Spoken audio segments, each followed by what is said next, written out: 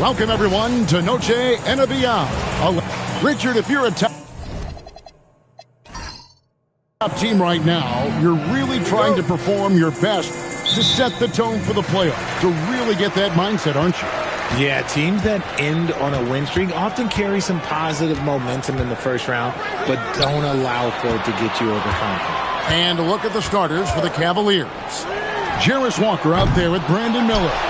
Then there's Matisse Thybulle. Then it's Lever. And it's Clingan in at the center, locking down the middle. Here's Thybulle. It's rebounded by Towns. Last game for Cleveland, they picked up the win against the Clippers in L.A. Yeah, their long-range artillery hit the mark more often than not. A great equalizer when you're on the road. And you talk to coaches around the league, and they'll tell you sometimes the ball just goes in. It's as simple as that. A sensational block that definitely deserves another look.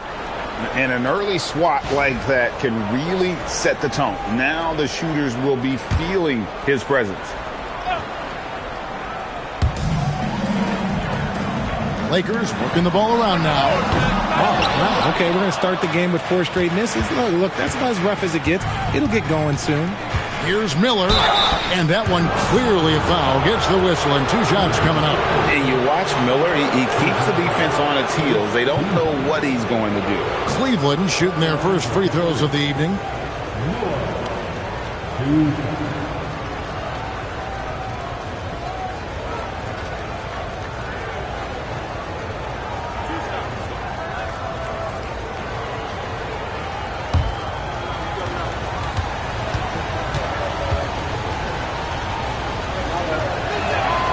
That free throw good from Miller.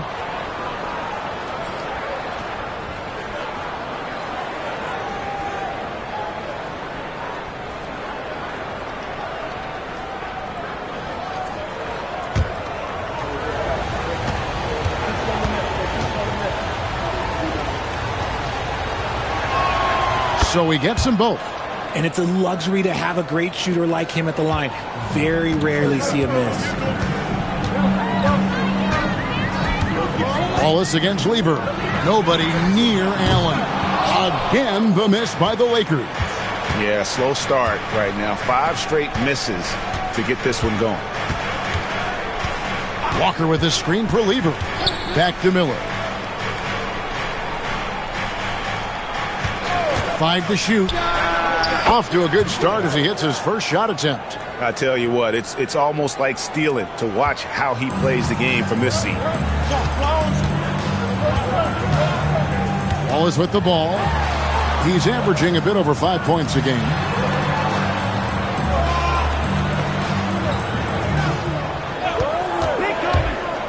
Risacher. Offline with his 3. And here's Miller. He'll bring it up for Cleveland. Lever left side. Back to Miller. 3-pointer. Offensive rebound. Clingan. And this young man lives on the offensive glass. Tough to stop Clingan when he's that close. Oh, that's an outstanding view from the AT&T Connected Cam. If you're just tuning in, we played about 2.5 minutes here in the first. Wallace looking for an opening. Down low, here's Risacher. That's in for the first basket of the game after 3 attempts. And once he got to the 10, I think he was surprised to find himself that wide open. Easy possessions like that literally are just a gift. You just dream of them. He'll gladly take those. Now, here is Miller. What a tremendous game he played against the Clippers. Thybulle for 3. Rebounded by the Lakers. This their first chance this season playing the Cavaliers. Stepanovic no good. Those are chances almost always you can rely on him to get you 2 points, but the D just enough to keep him out of rhythm. Now here's Walker. He's averaging around 5.5 points a game. Oh, easy money for Miller. He just generates offense. And here's Wallace. He'll bring it up for Los Angeles. They trail by 6. Pass to Risacher.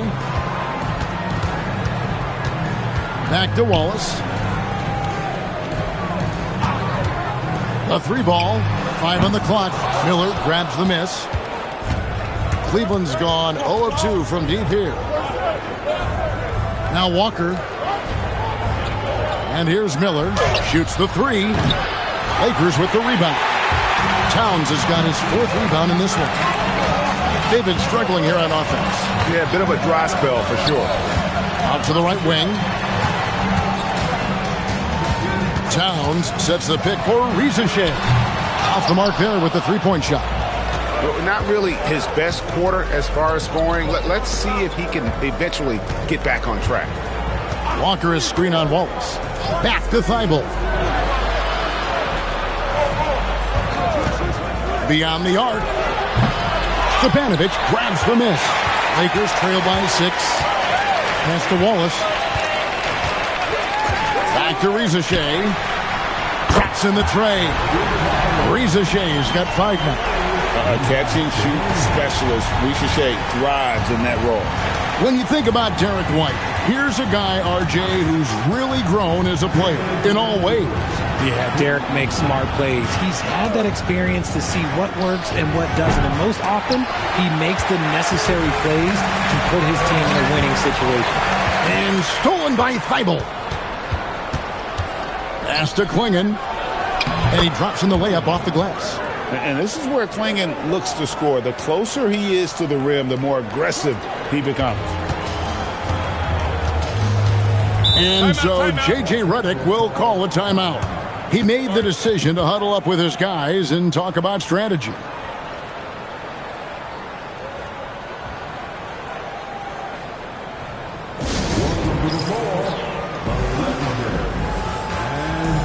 For the Cavaliers, Bargnani comes in for Walker. And it's Carter in for Matisse Thybulle.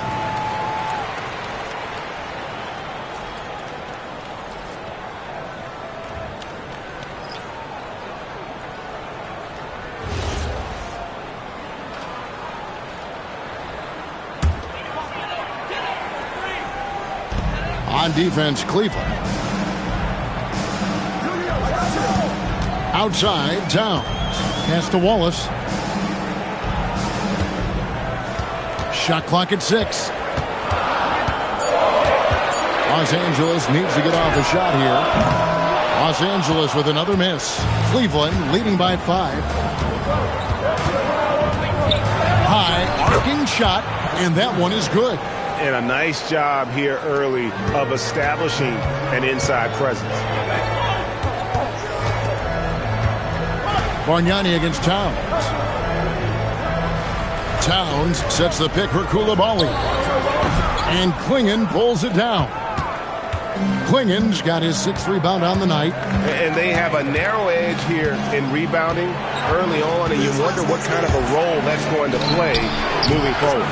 Shots good by Miller. Oh, man, he's feeling it this quarter. They should be looking to get him going every trip down the floor. Pass to Coulibaly. Here's Asenge, covered by Miller. And Asenge gets it to go. There's 18 seconds left in the first quarter of the game. Here is Carter. No scoring in this one.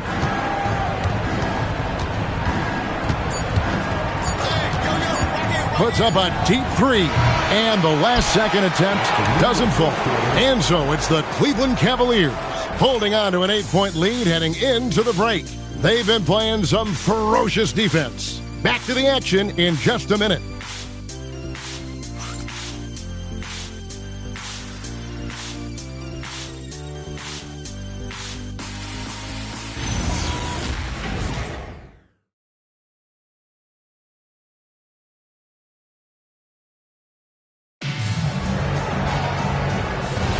And we return to the second quarter, and Noche Latina specialized jerseys on display. Welcome back, everyone. And a moment to look at the scoring approach in terms of where the points are coming from for Cleveland. The ball movement has been outstanding so far. They've come out of the gate looking for that extra pass. And on top of that, they've been asserting themselves offensively, getting a good chunk of their points from inside. Demons out there with Coulibaly. Then there's Dampier. And then there's Zachary Riesesheim. And it's Henson in at the 4 spot. That's the group for the Lakers to start the second quarter. And Greg, everyone talks about the importance of basketball IQ. Can you win in the NBA with a low IQ team? Boy, it would be tough. I mean, there's a reason younger teams typically don't win at the highest level. But you need to take those lumps and get that experience and learn from those lessons. Here's Coulibaly. Still yet to score. And it's Demon missing. And so it's Terry bringing it up for the Cavaliers. They lead by 11, the largest margin of the game. Lots of room. And it's Riesesheim with the rebound. Oh, man, that's tough. That's definitely one he'd like back. Almost too wide open. And that one is off. The Cavaliers leading by 11. Right wing. Conley feeling it out. Ezeli gets the bucket. Ezeli's got his second basket of the night. And add a little polish to his game. Ezeli, nice move inside. Pass to Dampier. Here's Demon. Nice passing here by Los Angeles. Coulibaly, no good. The Cavaliers have gone 2 of 4 shooting the ball here in the second. No one near Conley as he lets it go. Misses the 3. Well, it was the Los Angeles Lakers winning their last game against the Jazz in Delta Center. Inside, here's Henson. And not going to go. He misses the first attempt on the night. To the inside, here's Carter. Banked in off the glass. And the Cavaliers lead by 15. And guys, they continue to put a lot of pressure on the interior defenders with their work down low. And so J.J. Redick will call a timeout. He's going to make some adjustments to the game plan. And the Lakers with some changes. Karl Anthony Towns checked in for John Henson. Allen comes in for Coulibaly. And Wallace subbed in for Demon. Cleveland also making some changes. Jarris Walker, he's checked in for Bargnani. Miller comes in for Terry. And Matisse Thybulle subbed in for Mike Conley. Now Miller following Ray Allen's three-point attempt. Back to Carter. Miller at the elbow. That's good, and it's his 4th basket of the game. He's a strong 4 for 6. And not hard to see why they are giving up points on this run. Just too many good looks from in close. Bounce pass Wallace. The shot by Allen. Gets a very good look and converts. Allen's got his first 2 points. And this is Allen's game. One of the quickest releases we've ever seen. Amazing shooting off that pass. They get it back. Now Thybulle still without a basket. No good from outside. And the well is running dry for him right now. Nothing falling. Yeah, and the risk now is that he gets inside his own head. Time to take deep breaths in through the nose, out through the mouth, and let the game come to you. And let's go to the sideline. Here's Allen. Well, the Lakers are always thinking title. Coach J.J. Redick said, everything I've ever done in this sport has been crystallized into how can I win a championship? I got close as a college player and as an NBA player. My hope and goal is to bring the Lakers their 18th NBA championship as head coach. Kevin? Yep, eyes on the prize. All right, Allie, as always, we thank you. And timeout call by Kenny Atkinson. Looking for a breather and maybe adjusting a thing or two. Donovan Clingan, he's checked in for the Cavaliers. Lever comes in for Vince Carter. Now, here's Walker. Outside Lever. On the wing, Miller. Walker, a screen. That one a tad offline to the right, but drops in for him. And that's 13 points from Brandon Miller. And here is Wallace. Still scoreless. Allen, that's good. And this is Allen's go-to shot. Just a sensational shooter from the three-point line. Lever taking his time here. Miller outside. That ball. Great assist by Lever. Miller's got 16 points. And his ability to efficiently score, that's really helped him out in this one, putting them ahead on the scoreboard. Allen outside. Trying to answer back, but that three is off the mark. Pass to Lever. From deep, Walker. Another three for Cleveland. And they've got to talk to each other on D there. Miscommunication, and now he's able to make a pay. Now here's Waltz. Allen outside, launches it, gets that one to drop. That's his third field goal in 8 tries. That's the second long-range bomb in the quarter after a slow first period. He is on a roll. Left side, Miller, uncovered, and Cleveland again with the bucket. Oh, keep feeding him. This man's on fire. Lakers trail by 17. 50 seconds left in the first half of basketball. Allen shot is off. And with the success they've had rebounding the basketball, they're right where you'd expect them to be, firmly in the driver's seat. Miller outside. And it's off from three-point range. And Los Angeles guys shooting a putrid 25% from the field. Poor shot selection all around. Allen, that's good. And he has been on fire this quarter in terms of his scoring. Hopefully that fire spreads to his other guys and they can rally. Thybulle with the ball. Nothing on the board.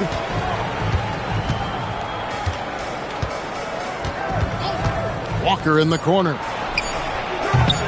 Tried to come right back with the three of his own, but it's no good.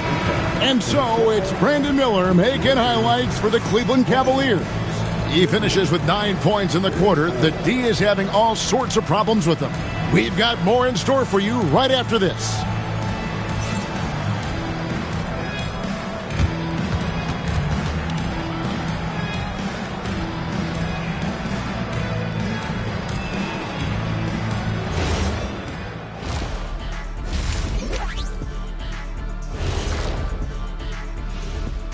Hey, everybody. Psst. I got a secret.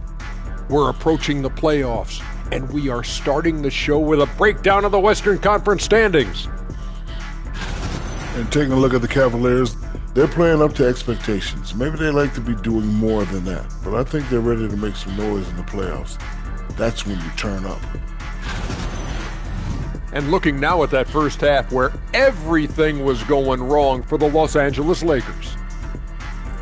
They are out of sync. Too much individual play. They got to work together to create better looks. Hard to argue with that, given their field goal percentage here.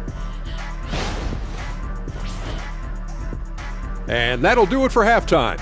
We send you back to Kevin Harlan, who has the second half call.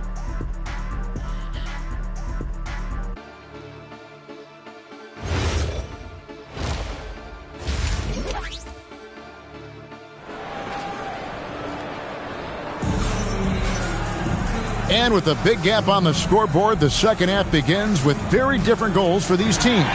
One side trying to mount a comeback, one side trying to protect their lead. Brandon Miller has been sensational. Man, he's been running wild on them through that first half. Absolute dynamite on offense. If they don't change their approach in the second half, let's just say his success will continue. The Cavaliers leading by 14. Checking out the group for Kenny Atkinson to start the second half. We've got Brandon Miller. Backer out there with Donovan Clingan. Then there's Matisse Thybulle. And it's Lever in at the point. When a pick like that is questionable and creates that much of an advantage for the offense, you have to blow the whistle. You gotta blow the whistle when it's that obvious. Great call there by the official. Now here's Wallace. He has yet to score. Here's Risacher. And no good. Good D by Miller. It's a +5 advantage for them in rebounding after that one. Puts up a three. That's in there. Lever with the assist. Lever's got assist number 5 here tonight. And with his diverse game and 6'9" frame, Brandon Miller can score in bunches. And on nights like tonight, it's really hard to get someone to match up with him. He's found his rhythm from deep, and you can see the confidence. And, of course, it helps space the floor, which gives this offense more room to operate. Now, here is Miller. He's got 21. Pass to Thibault. Cleveland moving it around. Miller, no up. And even against defense as tight as that, you almost expect him to still bury those. And here we go with Miller running up the court over Towns. And again, it's Cleveland. And he loves that area. Miller can cause a lot of headaches for a defense with his ability from the mid-range. Stolen by Walker. Wallace against Lever. Miller outside. Miller with another miss. Lakers trail by 16. Here's Wallace. Hasn't made one yet. Pass to Towns. Back to Allen. 6 on the shot clock. And Towns the bucket on the assist by Allen. That's a dozen straight points coming off the triple. And timeout call by Kenny Atkinson. He's going to take this chance to talk to his guys. And team strategies closely guarded. One aspect of the game the fans aren't always privy to. And we see it so often. One little tweak to the game plan and everything falls into place for a team.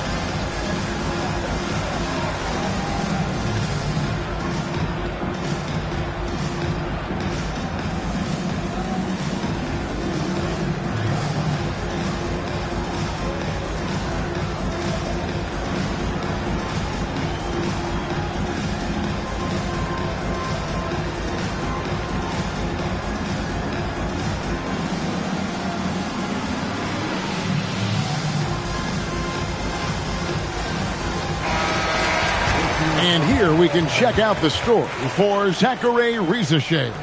He's been playing a much bigger role in their offense over the past 5 games. It comes across in his usage rate, which has gone up during that stretch. We'll see if they continue to lean on him here tonight.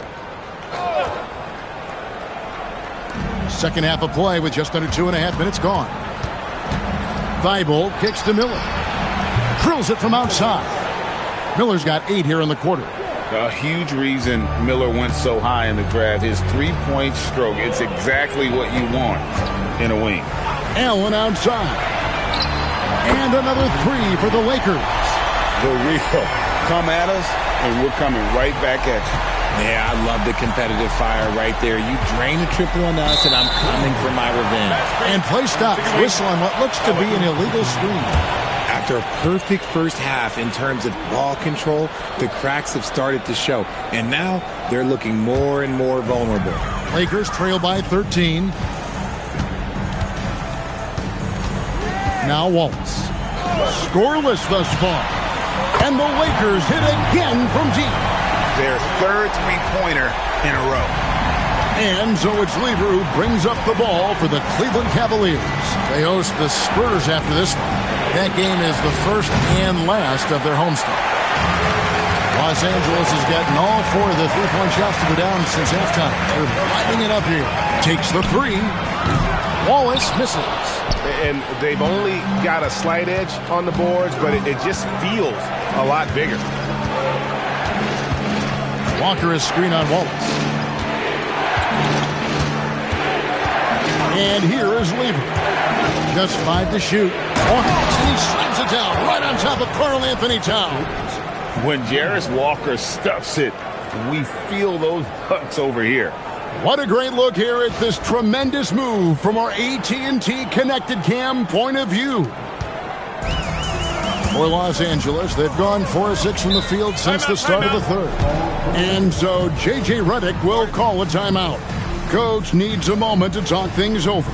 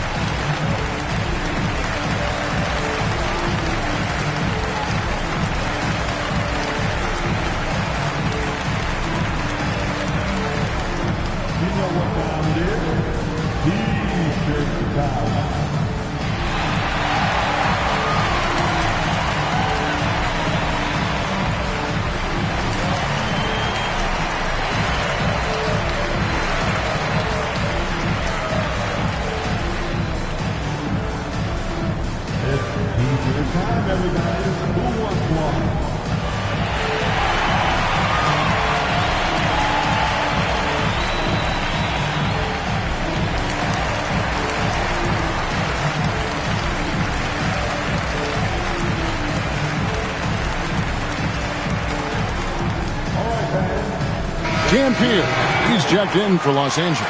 And Cleveland also making a change. Vince Carter, he's checked in for Miller.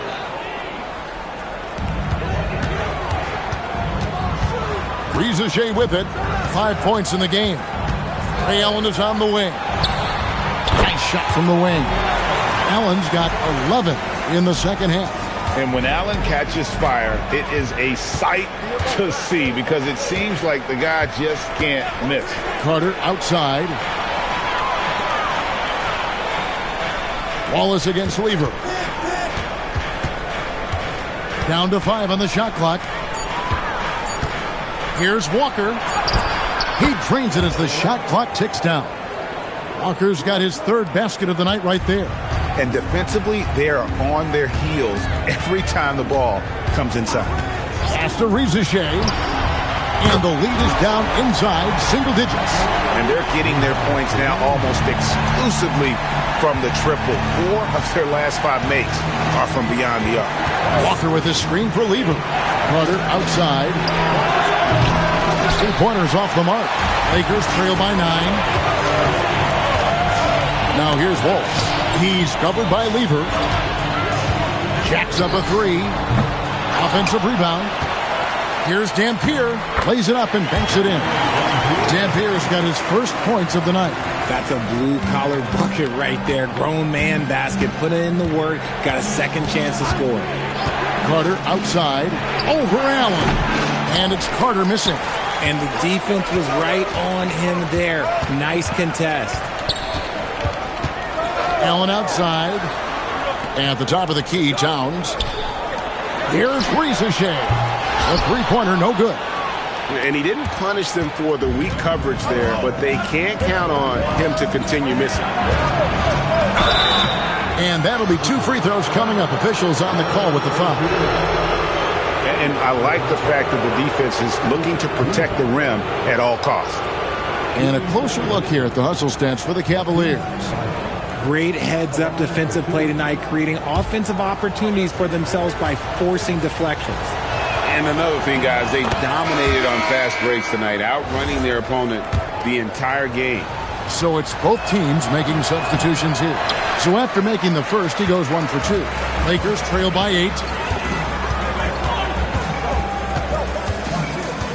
43 seconds left here in the third quarter.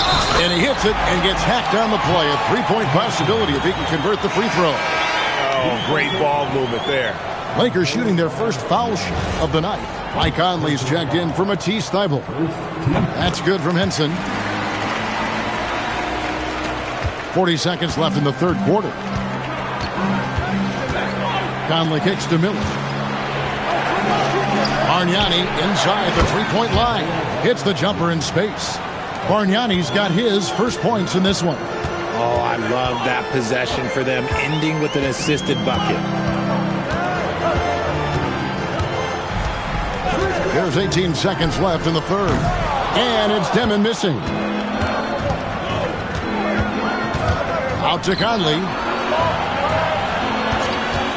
And shot on the way. Yep, it counts. And now a 9-point Cavalier lead.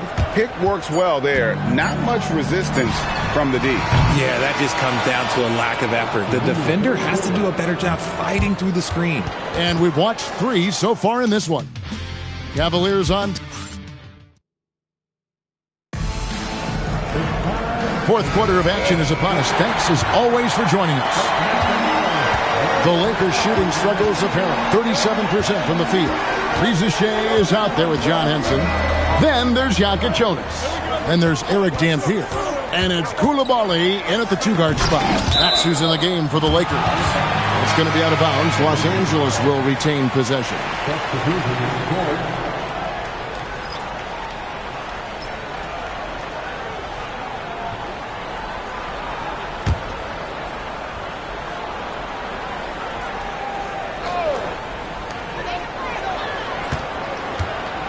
Here's Demon.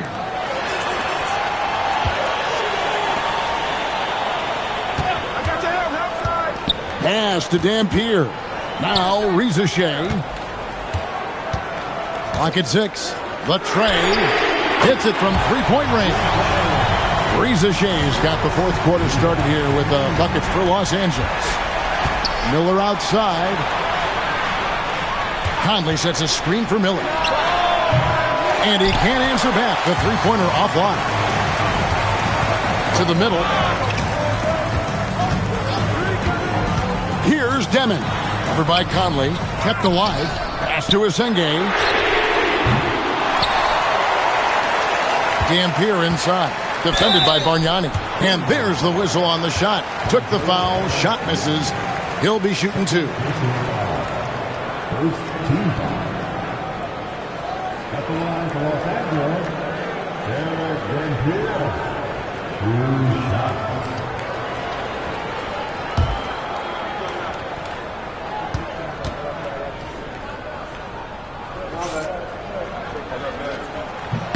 First one falls for him.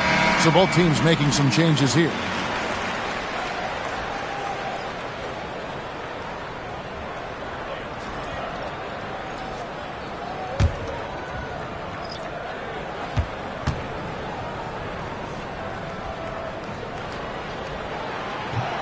And good on the second, so he makes them both.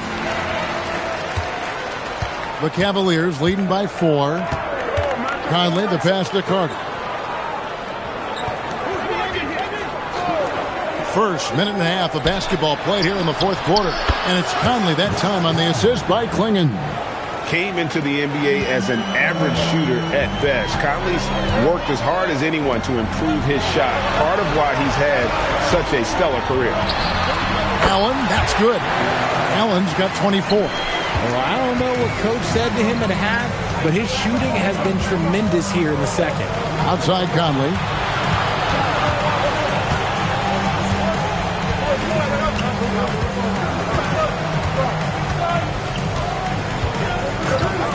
Shot from the wing, and Cleveland again with the bucket. Lakers trail by 7.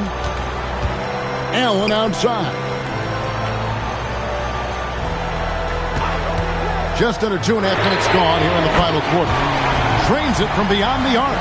And all of a sudden, that 3 puts them in striking distance, guys. He's had that shot working all night. And I bet he's thinking that he could close the gap completely if he can keep those 3s coming. Now, here is Bargnani. Conley with the 3. It's hauled in by Los Angeles.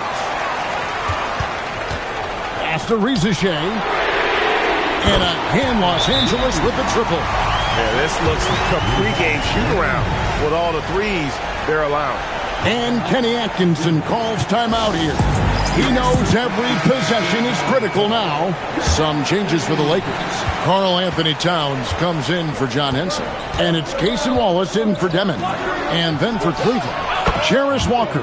He's checked in for Bargnani. Matisse Thybulle comes in for Vince Carter. And Levers subbed in for Mike Conley.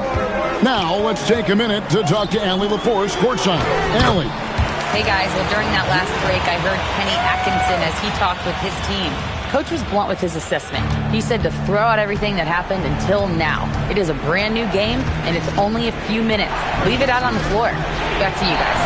We appreciate it, Allie. Thank you. And close to making the defense pay for the lax coverage that time. Here's the pick. It's to Rizachet. And again, Los Angeles with the triple. A true highlight of Rizachet's game, his ability to just knock it down from beyond. And so it's Lever who brings up the ball for Cleveland. A 2-point game. Oh, the layup finish off an excellent lead pass. And the D not really doing its job there. A little slow to react to the ball getting into the paint. And J.J. Redick is called timeout. He's clearly intent on wanting to lock in and make sure everyone's on the same page. The Lakers making a switch here.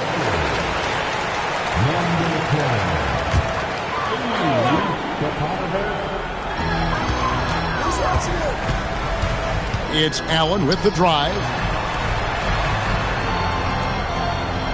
Wallace outside. Puts up the three, and there's the three. And those aren't the type of three-point opportunities that you can allow in the NBA. The Cavaliers trail by 3. Here's Miller. And they come back with a 3 of their own. And an eye for an eye. Both teams working to stretch the floor. This is today's NBA. Hey, we see this kind of exchange more often than not. Rizachet with it, covered by Miller. Here he goes. Basket is good. Rizachet so talented with the ball in his hands. And so it's Lever who brings up the ball for the Cleveland Cavaliers. Now Miller, beyond the arc. Towns with the rebound. There's a minute 47 left in the fourth quarter. Now Rizachet.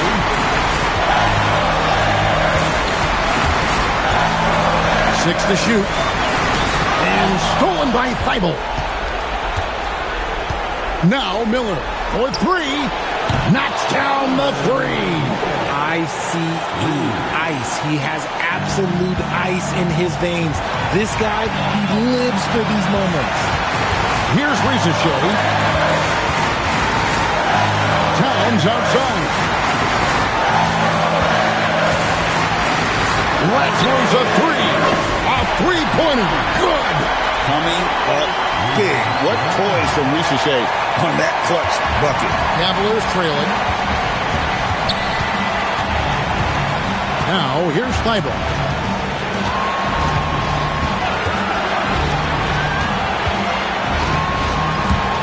Towns against Walker. Pocket 6. And the 3 misses. They can more or less wrap it up right here. This has to be a very smart possession. This isn't a done deal yet, but they have got to move quick. Yeah, they need to focus on scoring every possession and not turning over the ball. Now, here's Thibault. Jacks up a 3. Knocks down the 3. Oh, you just love seeing a player with absolutely no fear. He knew what they needed here and was determined to deliver. And J.J. Redick is called timeout. And he knows there's no room for mistakes and wants everyone on the same page. Guys, what are their best options now? Yeah, always intriguing to see what a coach draws up in this situation. If they've got a surefire quick bucket play, let's just say now's the time to use it.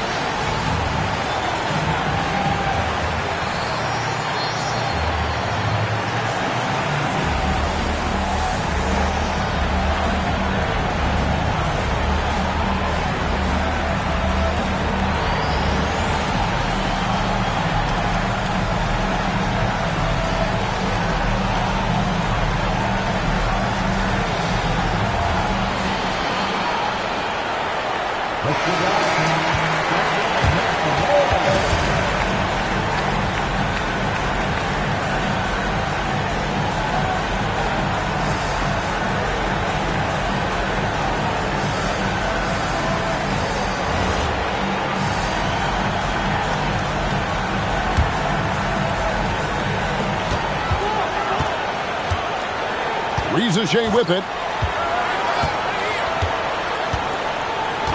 Fires the three.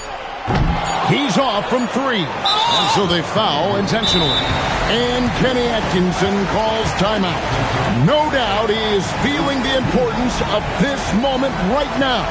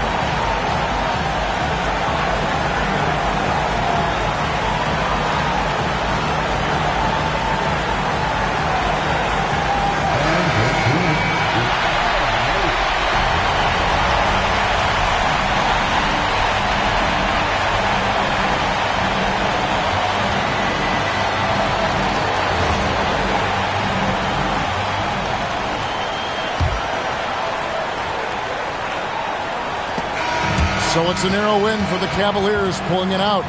They break the hearts of every fan in the building with a dramatic late victory. And Kevin, this is the kind of win you have to take a ton of pride in. I mean, they battled with everything they had and came through when the pressure was at its highest. And that about wraps it up. For Greg Anthony, Richard Jefferson, and Allie LaForce, this is Kevin Harlan. Thanks so much for joining us on this presentation from 2K Sports. But first, let's reveal our player of the game, Brandon Miller.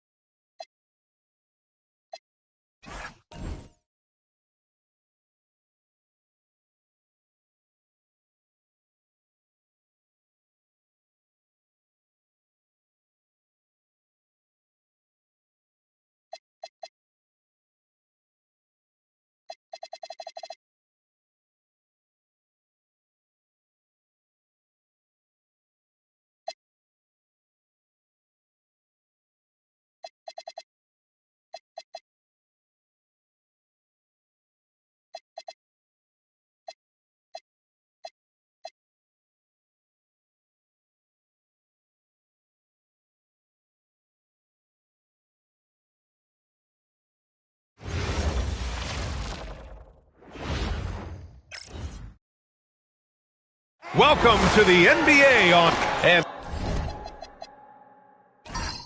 as the regular season winds down, some teams must be concerned about their seeding, Grant. Yeah, BA. For teams still on the bubble, just getting into the postseason is the concern. For the top teams, seedings are huge. They want as many home games as possible. And now the Indiana Pacers starters. We've got Bol Bol, and it's Murray Boyles in at the four-man position. With those long arms, Sampson able to haul in the rebound and quickly get his own shot. Here's Strickland. The three. Cowens grabs the board. Outside Curry. The rebound by Richmond. Outside Bol. Pass to Strickland. Launches a three. It's rebounded by Los Angeles. This their first chance to take a look at Indiana this season. And despite the difference in talent level, these teams were fairly evenly matched last year. Here's Bibby. In the game against Miami, very impressive. And here's Curry for three. Nope, another miss. 0 for 2 to start the game. They're a little slow out of the gates, just 1 for 4 from the field so far. Here's Strickland. Checking his numbers, he's put up a little over 9 points a game. Richmond, pass to Strickland. Shot clock at 5. Indiana needs to get off a shot here. Three-pointer off the mark. The Clippers have gone 1 of 4 to begin this one. To the wing on the left. Pass to Curry. Out of bounds. It'll be Pacers ball. A sloppy turnover. When you're not locked in, you pay the price.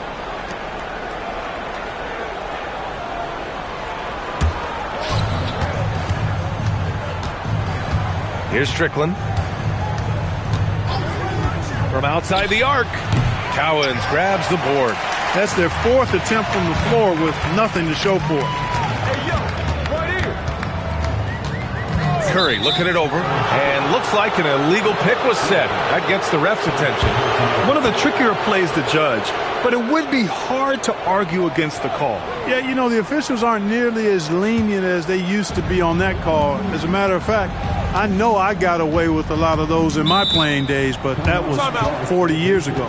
And timeout called by Rick Carlisle. Coach probably just checking to make sure everybody's on the same page here.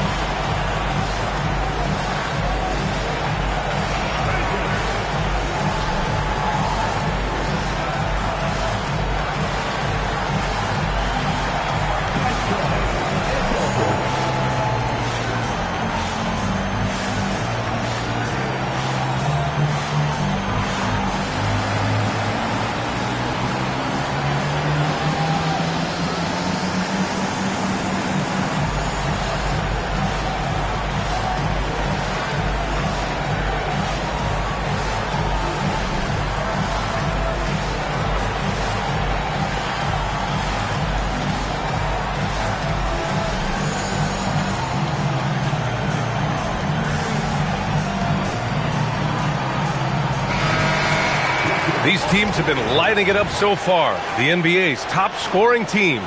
The Clippers, number 1. We knew the scoring talent on this team would be tremendous, but they may have even exceeded our own expectations.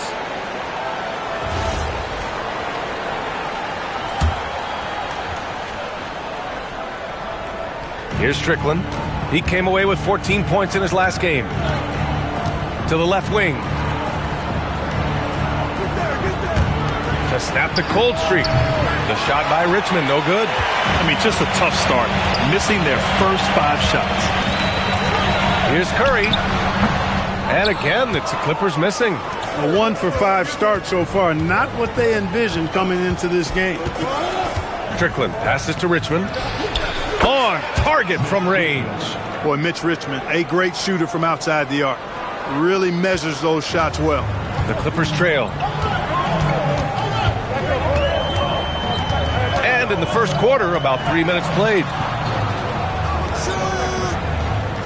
Pass to Ellis. Takes a three. Always a nice way to start. Makes his first one. The quick trigger of Ellis. That's why it's imperative that you stay tight on him.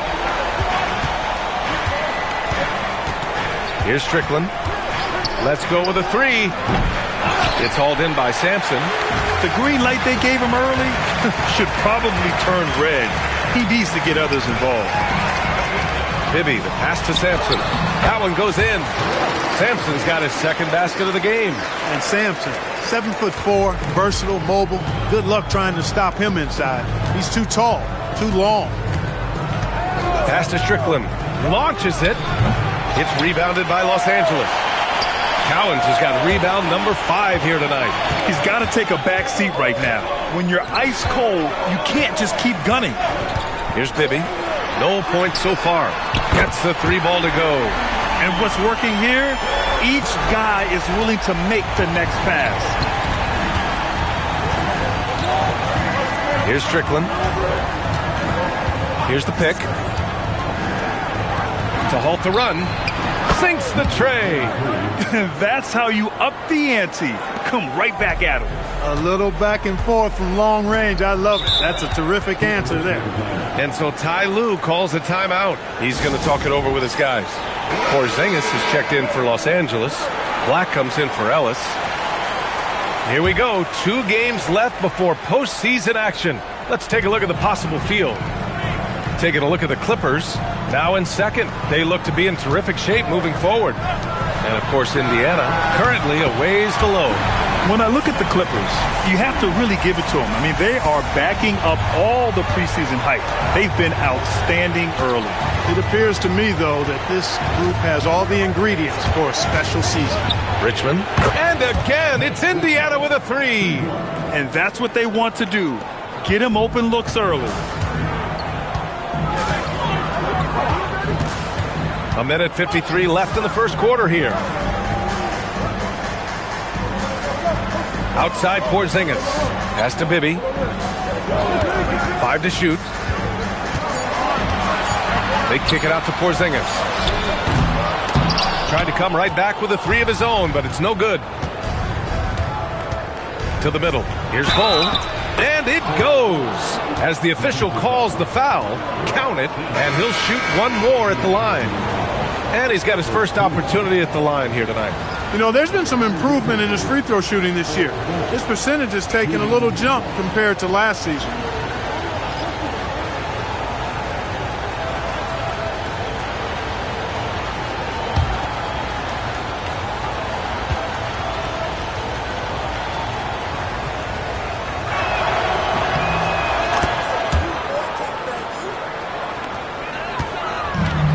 Clippers have gotten 50% of their shots to fall so far. They're 5 of 10. And here's Curry for 3. Nails it from beyond the arc. Curry's got 6 points. And Dale Curry is a sniper of snipers. Lethal, fearless, shooting from the perimeter. Gotta get out on him. Takes it inside. Pass to Tomjanovich. Here's Blackman. No good from outside. The Clippers lead by 4. Ellis outside. Now Curry. Black outside. Shoots. And the shot is good. Dropping it off the front of the rim. Black is a strong finisher inside, and he can go either power or finesse, whatever is called for.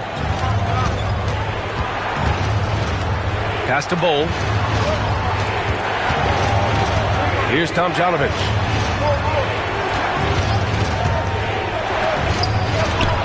And it's good. 2 points. 5 points in the game. Good heads-up basketball. Season opening and capitalizes. And here's Porzingis.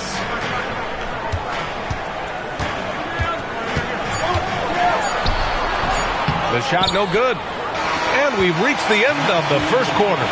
The Clippers on top, leading by 4. And we'll be back right after this.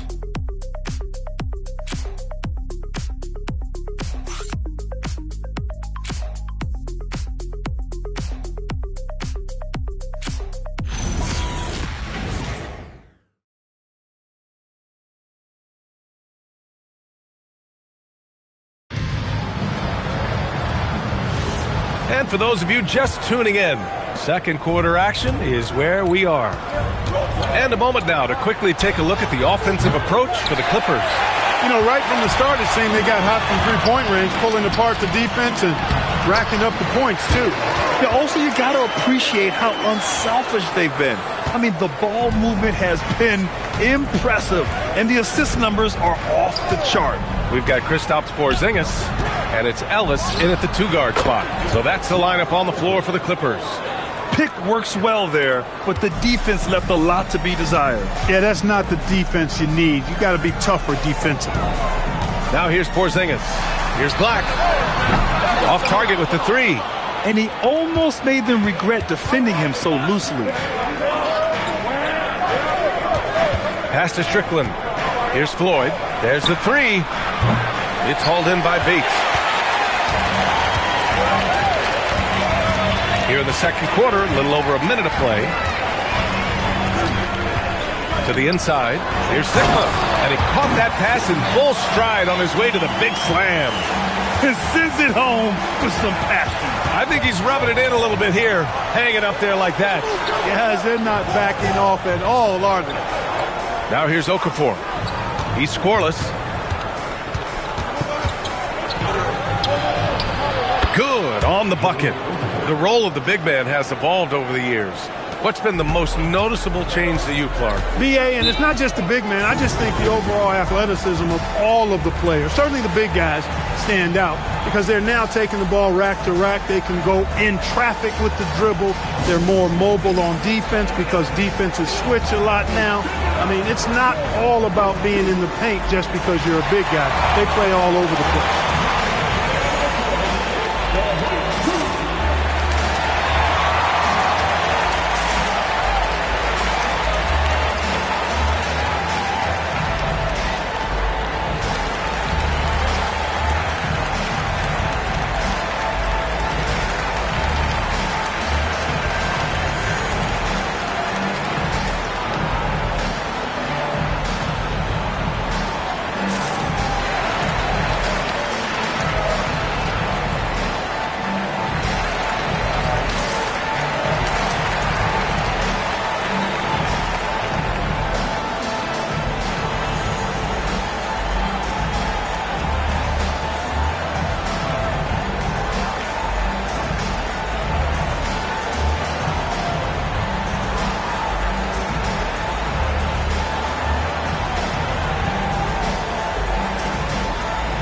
And the Pacers making a change here. Bradley's checked in. And checking out some numbers for him. And for an idea of where his offense is right now, take a look at his true shooting percentage decreasing over the last 5 games. He desperately needs to find his stroke tonight.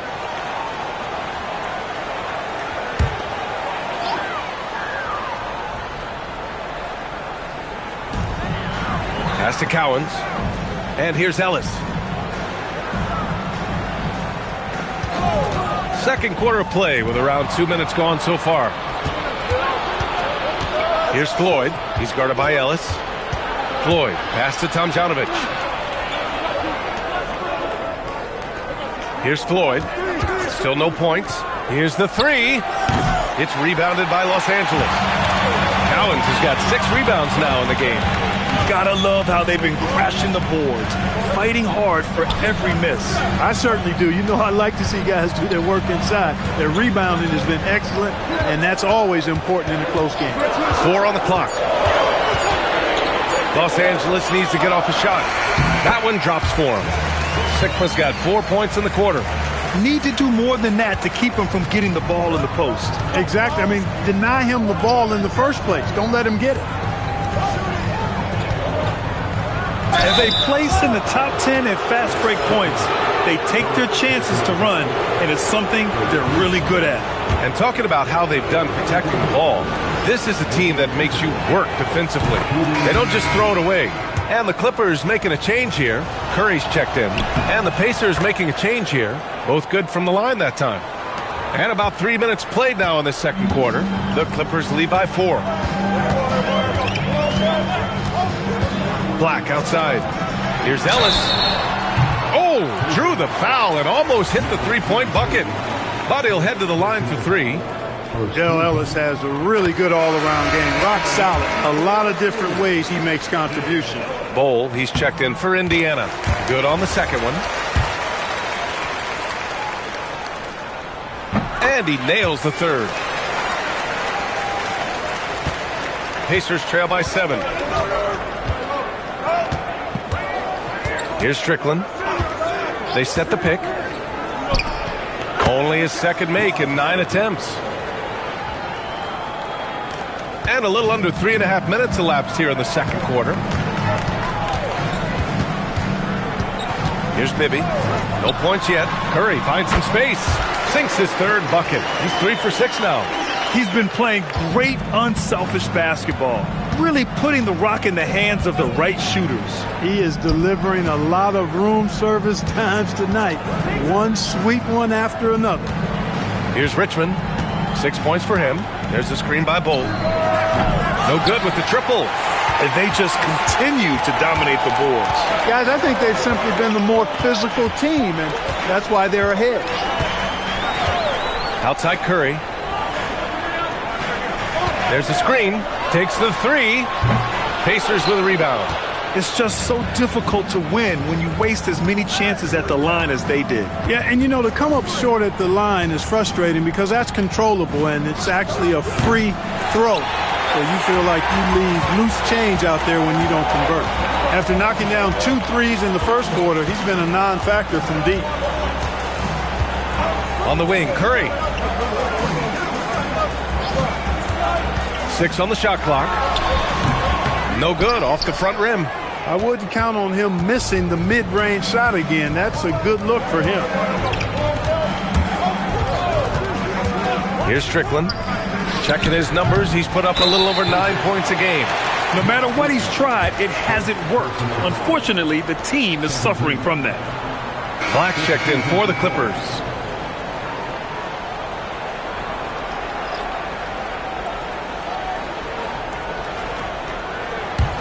The Clippers lead by 7. And let's send it over to Allie LaForce. Thanks, Brian. The Pacers are all about winning. And Coach Rick Carlisle said, our young players are having to earn their way. They're not being given anything. It's the only way to do things, in my opinion. If you want to build championship habits, you got to do it on a merit-based, accountability type of basis. Guys, back to you. Okay, Allie, thanks for the report. Richmond with the bucket. And that's his first triple this quarter. 3 total for the game. Now here's Black. He's closely guarded. Pass to Bibby. Shot from the wing. Bowl grabs the board. Bowl's got 4 rebounds in the game. Here's Floyd. Driving inside. Some nice passing by Indiana here. Here's Richmond. Misses the 3. And he's having an ugly quarter from the field. It seems really frustrated. To the paint. Sikma's shot is good. Sikma's got 6 points. Bibby's so alert out there. Really does a good job finding his open teammates. There's 47 seconds left in the first half. Here's Floyd. Still without a bucket. Oh, good look. And Indiana again with the bucket. Not just the threat inside. Bowl can stretch things out, too. Here's Bibby. Right side Curry. Plenty of space. Again, the Clippers score. He drops yet another dime. Just facilitating this offense like a maestro. Well, when you look at the assist totals, heck, they've been clearly the better team. Shot clock and game clock. 1 second differential. Here's Richmond. He chipped in with 13 points in his last game.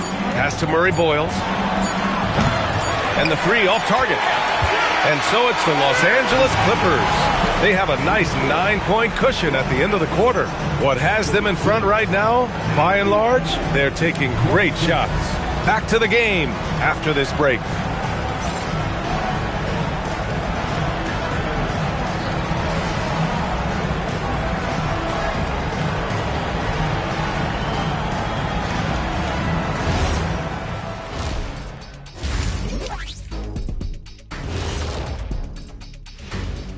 Welcome, everybody. The story tonight has been a solid showing through the first half for the Los Angeles Clippers. They're playing the way they're supposed to. Run the offense until you get a good look. Not complicated at all. I disagree. Patience and perspective is complicated. That's why many teams can't do it. And looking at the players of the month, here are the winners from each conference. What do you think about our Eastern Conference winner? Plenty of LOVE. That's what you can do about this game. Love it. Because that combination of skill and size, man, that big fella is taking care of business. Game in and game out. Yeah, and that really, that CONSISTEN. Oh, my goodness. Anyway, consistency. There you go. That's what it's all about. That does it for halftime. Let's get back to game action. Here's Brian Anderson with the start of the third quarter.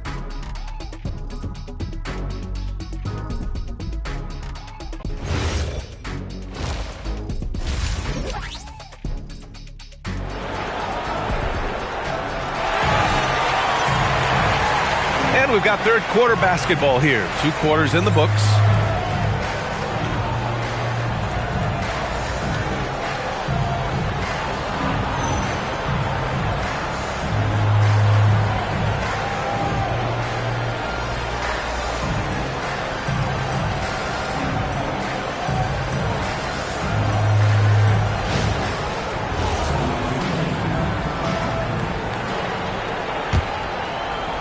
Pacers trail by 9. On the court for the Pacers, we've got Bol, and it's Richmond in at the 3. The small forward. 4-3, knocks it down from distance. Richmond's got 12. He relishes his role in this offense, and he's a natural leader, too. Pass to Curry. Indiana with a rebound. Bol's got a rebound number 5 here tonight. Here's Strickland. There's the triple. And again, it's Indiana with a 3. This defense is getting spaced out. 3 of the last 5 buckets have come from way beyond the arc. On the wing, Curry. And right away, they match it with a 3-pointer of their own. He's got 13. It's turned into a showdown here. Dueling from distance. Looks to me like there could be something personal taking place here. Here's Richmond. He's got 15. Pass to Bol. Here's Richmond. Just 5 on the clock. And he can't answer back. The 3-pointer offline. And we're just about a minute and a half into the third quarter of basketball. And here's Curry for 3. And Los Angeles another 3. Yeah, he's in his bag from beyond the arc right now. You see his confidence. Yeah, I'd be confident too. As a matter of fact, I mean, if you're stacking up threes the way he is, I mean, he's doing all this work from behind the arc.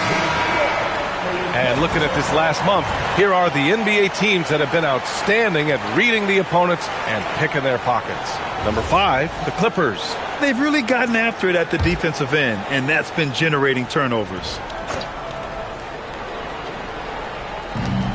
Pass to Strickland. Here's Richmond. There's a screen by Bol. Puts up a 3. The Clippers grab the miss.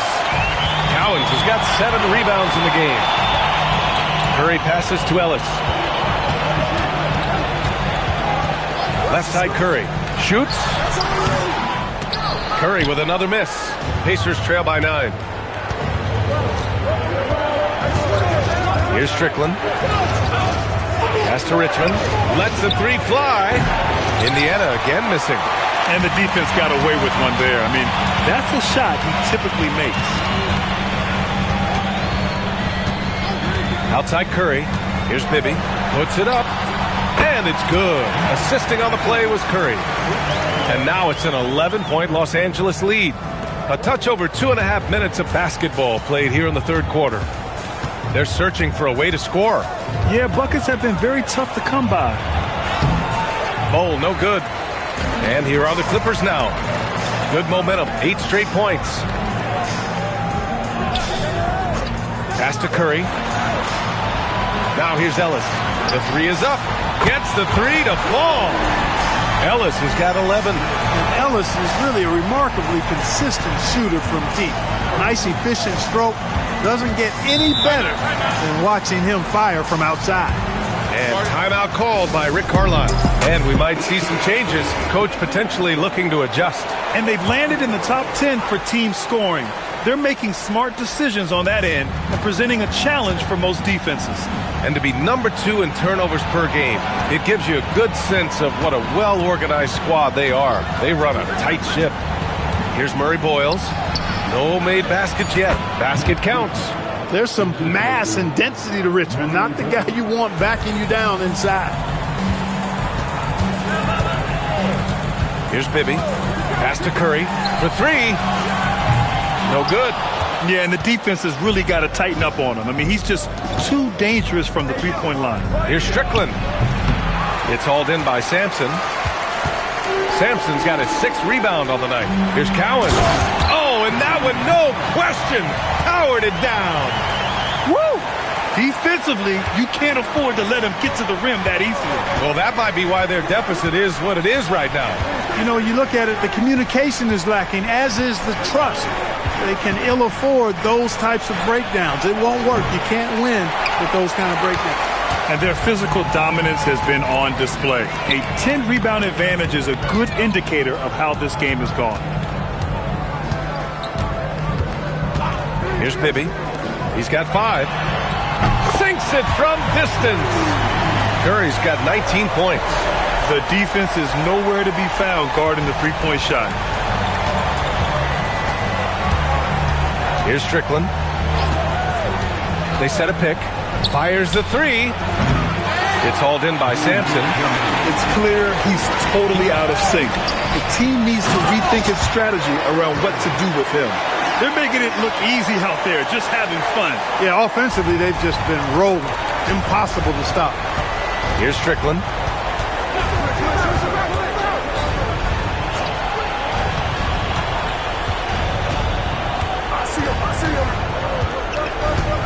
Six to shoot. They need this. And the three-pointer goes. He's got 6. He made the most of that opening, teaching the defense a lesson. Los Angeles leading by 16. And so Ty Lue calls a timeout. He's going to gather the troops and talk it over.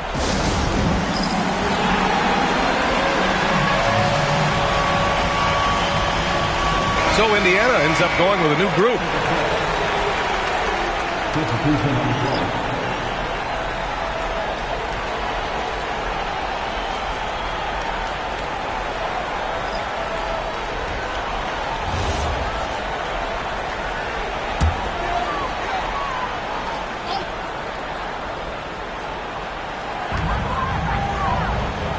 Pass to Ellis.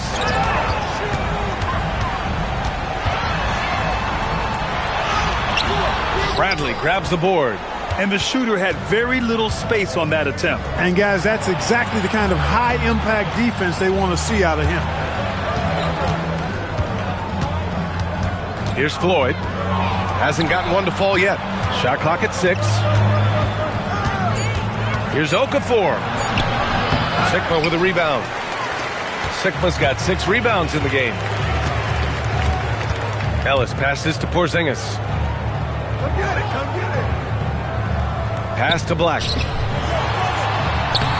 And the basket is good. You know, at 7'4", Porzingis can easily see over the defense and make fantastic passes like this. To the left side wing. Now here's Okafor. Tight defense on him.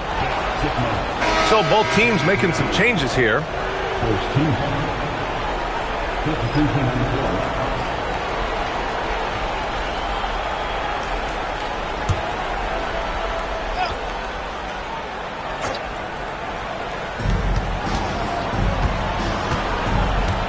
We've got 13 seconds left in the third quarter.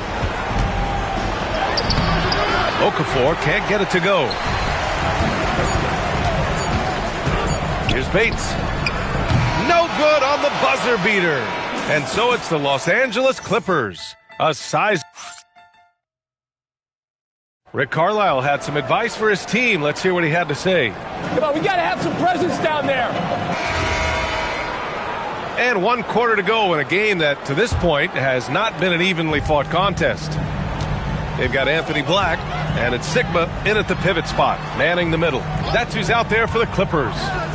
Here's Black, and it's good. Assisting on the...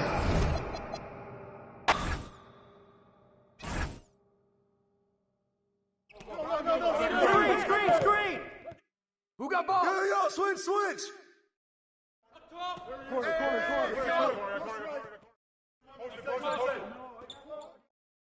Ball now. Right here. Bailey! Out! I'm open! Corner. Go over it! That's the way I flush it down. Screen coming! Help! Go. Hey, get it! Way to hit it! Give me that ball. Blue. Hey, come around. Watch the pick! Don't wait for me. Pick! Rebound. Blue. Down! Watch Richmond at the arc! Ball. Knock it down! Switch!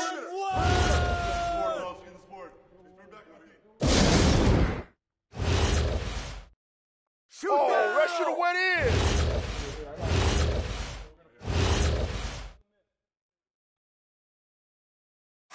Out!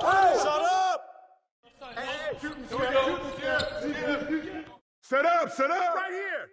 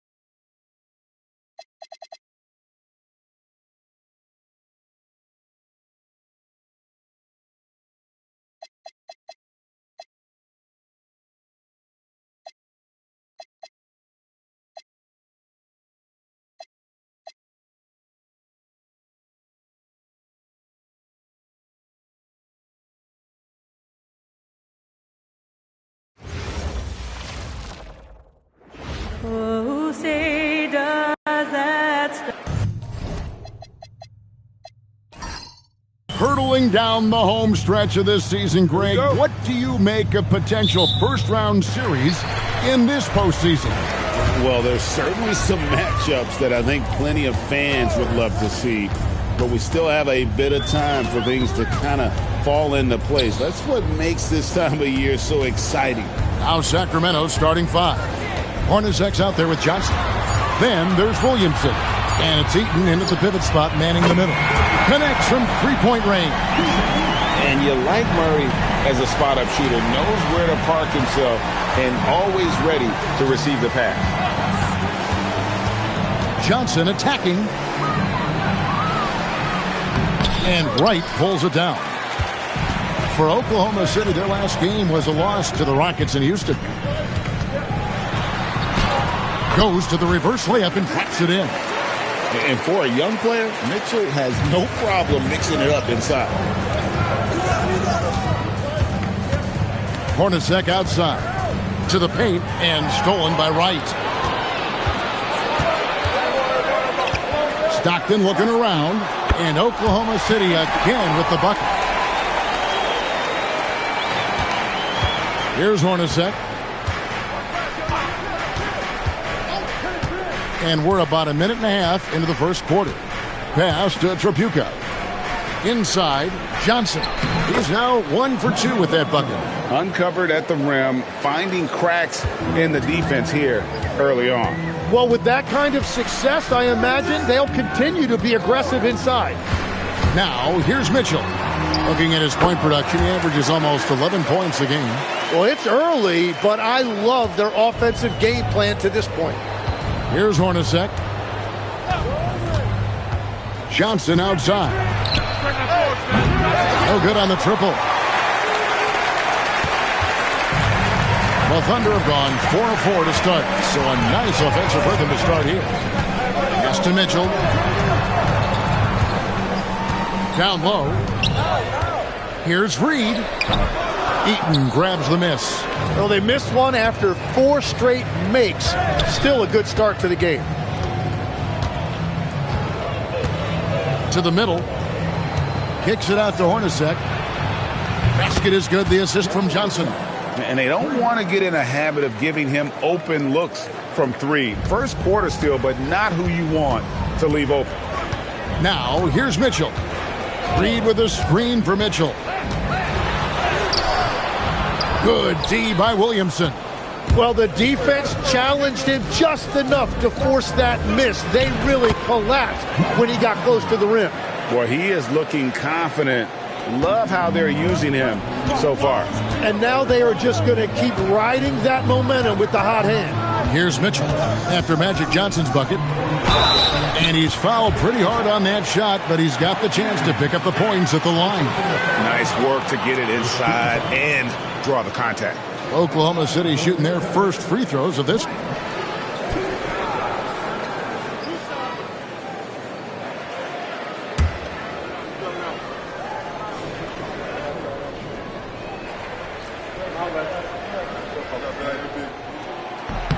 The first free throw is good. Gary's checked in for the Thunder. Rudy Gay's checked in for the Kings. Iverson comes in for Hornacek.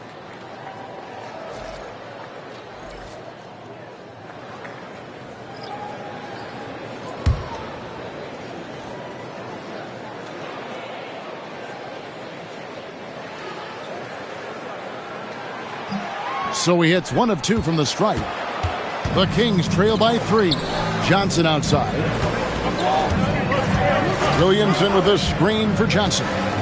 Iverson outside. Lets it go from deep. And Wright pulls it down. Thunder have gotten 4 of 6 field goal attempts to drop in the first quarter. And the foul on Magic Johnson. That is his first foul of the game.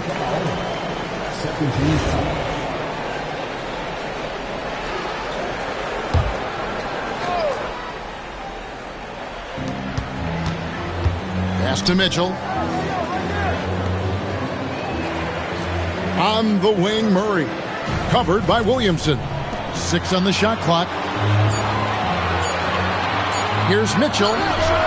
The Thunder with another miss. And players avoid taking mid-range shots these days. It's almost like the threes are easier for players to get. Johnson, the pass to Eaton. Cross contact on the shot, and now a three-point play chance as he'll head to the line. And that's the right decision when you've got a smaller man on you. Sacramento shooting their first free throw attempt on the night. And taking a look at the numbers on the season, they've converted about 77% of those foul shots. And the Thunder making a switch here. Henderson's checked in. Al Horford, he's checked in for Sacramento.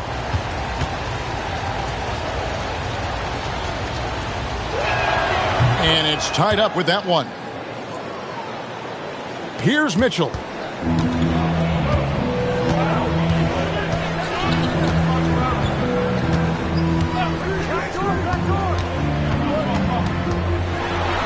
It's Tipped, and they're able to recover. And that one's good. Right. Sacramento's gone 1 of 3 from beyond the arc so far in the game. Back to Iverson. That shot is off. Excellent defense there from Henderson. Here's Murray. And it's Williamson with the rebound. The Kings shooting well right out of the gates here at around 50%. Kings moving the ball around. Rudy Gay on the wing.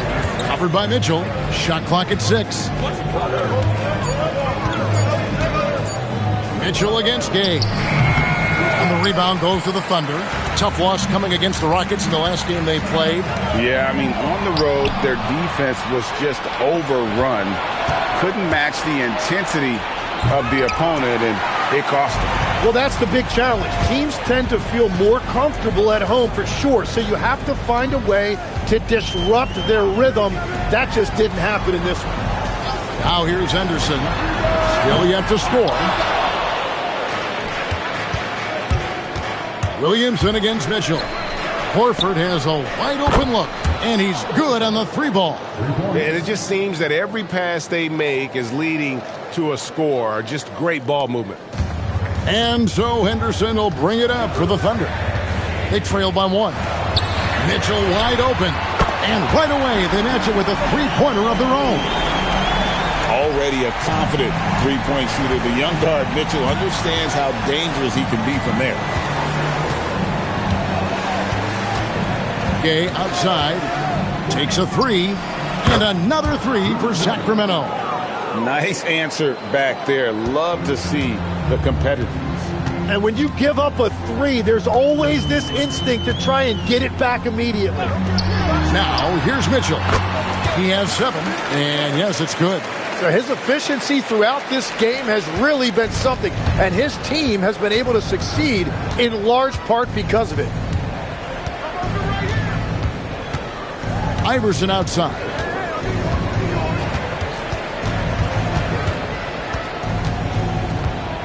Williamson outside. Pulls it from the elbow.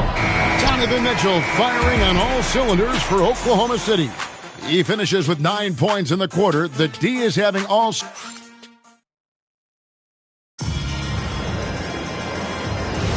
And we hope you're enjoying the game. Both teams tonight keeping things pretty even so far on the scoreboard. What do you guys think about the Thunder here in this one? Boy, their offense looks really good when everyone's in sync. Terrific first quarter. Yeah, the energy was there. The communication was there. I think they can build on this going forward. We got Josh Hart. He's out there with Stockton. Barry is out there with Robertson. And it's Hendricks in at the 4 spot. That's the lineup in the game for Oklahoma City. Pass to Stockton. On the 3 off target. And they had some botched coverage that turned into no cover. And the Thunder making a change here. Reed's checked in.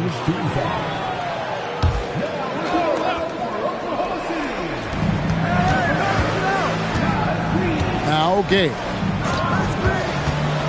Pass to Horford. The 3. That's a miss. He's made one and missed one. The Thunder with the lead to the inside. And here's Stockton.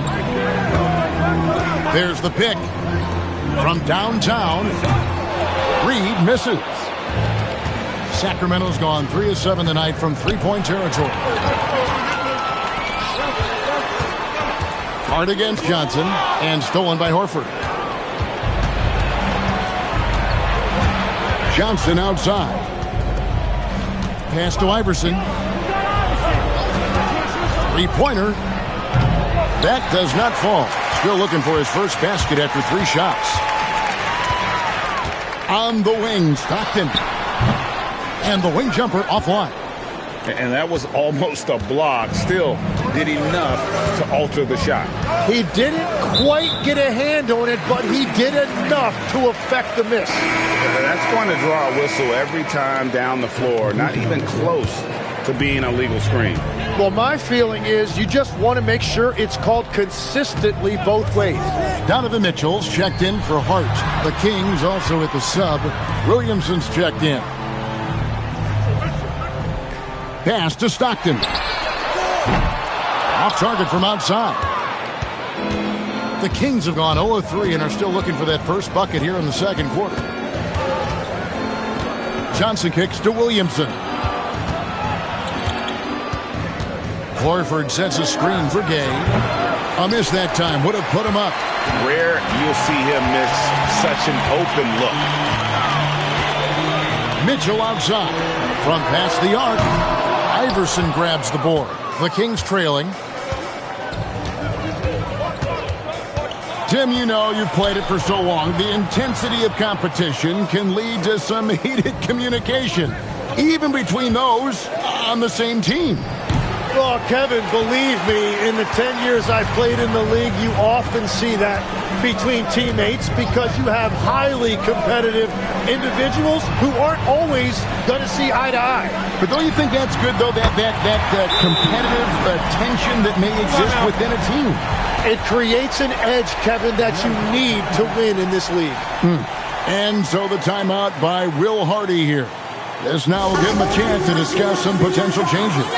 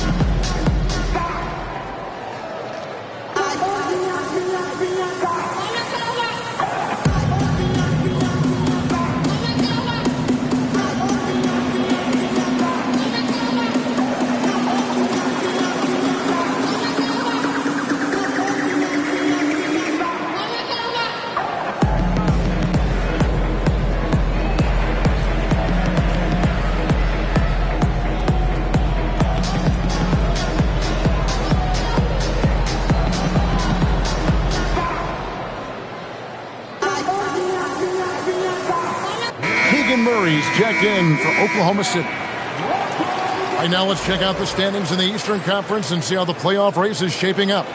Taking a look at Sacramento. They would be at the golf course if the playoffs happened today, looking to make a final push. And, of course, the Oklahoma City Thunder, sitting there 4 spots below. Johnson surveying the floor. And with that, the Thunder lead is cut to just 1 point on the basket from Iverson.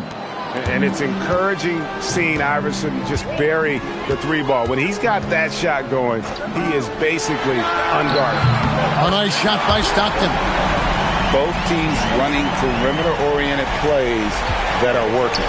Yeah, just going back and forth. It is really competitive out there. Gay. It's hauled in by Barry. Oh, you have a feeling this would be a completely different game if it wasn't for his brutal shooting performance. Here's Reed, and a lot of contact on that one, so he'll shoot 2 here. This is his first free throw of the game. At the line for your Oklahoma City, Naz Reid, taking 2 shots.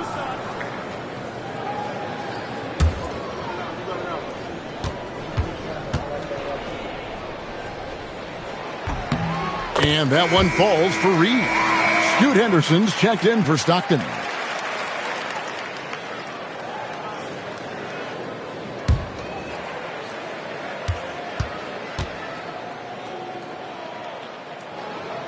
Both free throws good from Reed.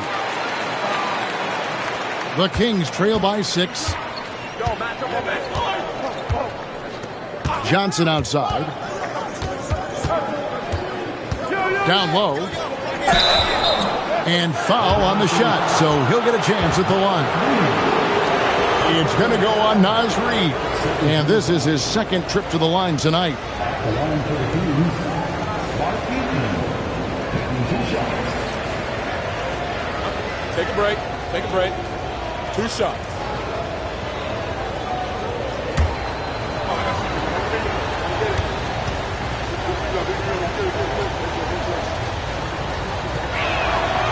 No good on that one. Jeff Hornacek. He's checked in for Johnson.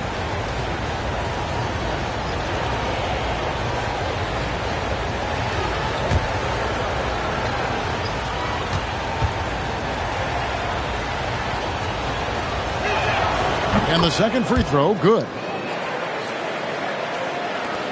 Oklahoma City leading by 5. Murray a screen on Iverson. Henderson right side. Good, and it's Mitchell picking up the assist. Such a confident young man. Scoot just goes for it. Hornacek outside. Williamson the screen. Iverson outside. Again, the miss by the King. And Murray's got the ball here for the Thunder. Their defense has only allowed 4 points in the quarter. Mitchell passes to Reed, and he uses the glass on the layup. And the Thunder lead by 9. And right there, you see Mitchell's potential as a playmaker. Sacramento's gone 1 of 6 from three-point land in the second quarter. Less than 20%. But they've continued to let him fly. And here's Iverson outside. Buries it from three-point range. Iverson's got 6. Well, starting to stretch the floor. That's 2 triples for him this quarter. For 3, Mitchell. Here's Murray. And it's Murray with the jam. Powering that one down. Murray saw a chance to go for it and took it. Allen Iverson on the way. Again, Iverson missing. And if they want to come up with a win here, he either needs to start making shots or find another way to help his team. Inside, Reed finds Murray. For 3, Henderson. It's hauled in by the Kings. They couldn't put the pieces together, losing that last matchup with Boston. Well, in that one, you could pretty much see the writing on the wall. Their performance was lackluster at best. Well, there's no hiding the fact they didn't play their best. They had a couple of runs, but they just couldn't really string anything together consistently. Back to Mitchell. Shot clock at 5. Oklahoma City needs to get off a shot. Murray, no good. The Kings trail by 8. Williamson dishes to Iverson.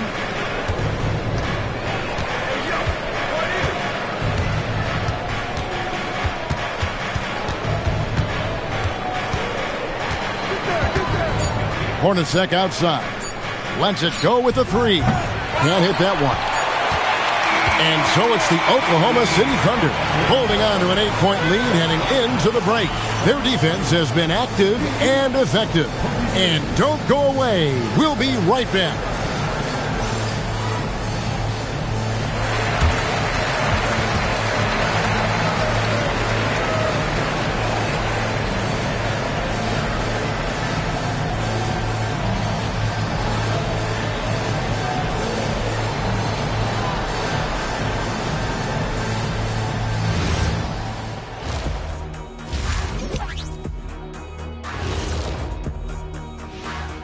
Welcome to the 2K Sports Studio.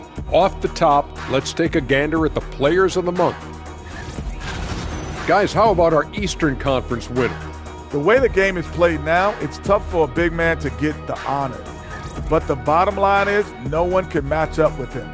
He's just too big and too skilled. And you see that? He's using my move on the block of the Black Tornado. What move is that? You going in circles? Okay, stand up. I'll show you. And returning our attention to this game, an impressive first half for the Oklahoma City Thunder. Yeah, they're playing within themselves, getting to their spots and working the ball to whoever is open. Efficiently building out that lead.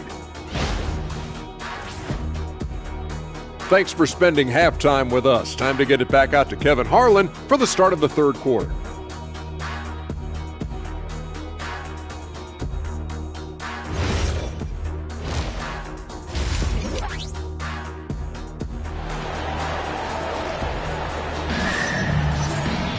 And we've got third quarter of basketball for you. 2 quarters in the books.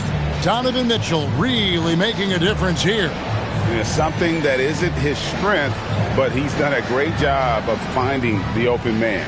Well, this team has trusted him with this level of responsibility, and it's easy to see why.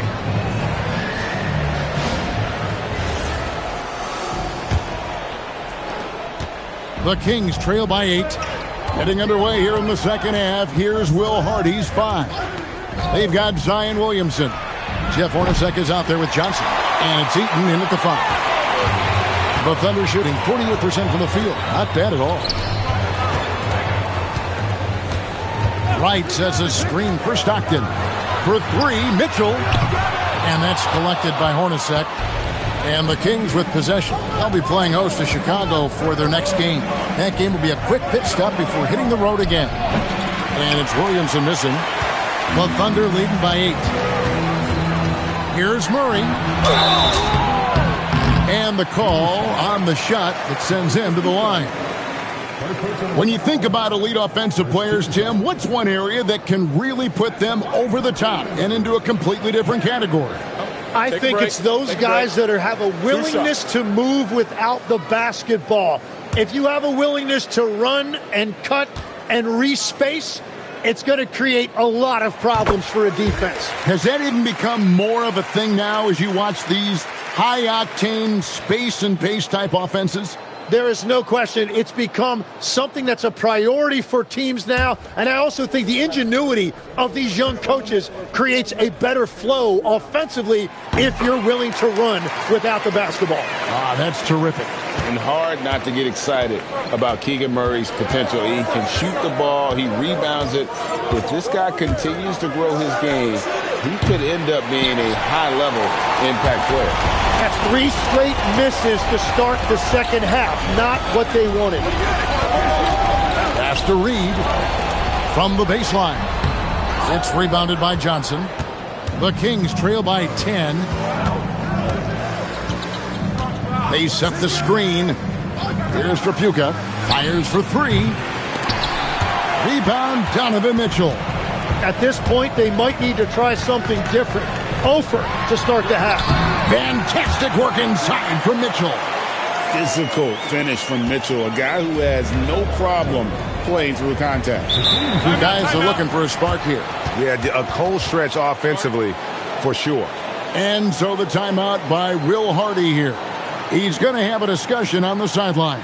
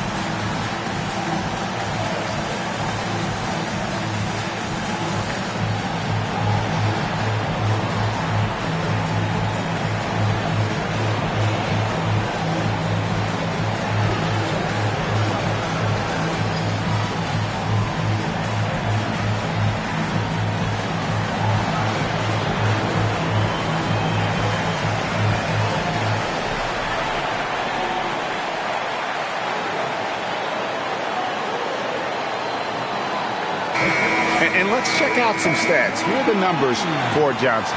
He's putting up about 8 points a game, 5 assists, and 3 rebounds. And very few players in the league can go out and produce like he has. Just a great stretch for him. Well, he is consistently stringing great performances together, and when he gets cooking, just keep giving him the ball.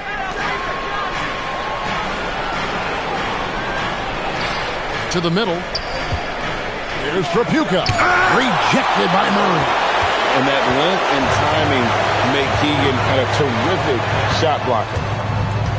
Wright with a screen on Johnson. Mitchell kicks to Stockton. Clock at 6. Murray. And it's Murray with the jam.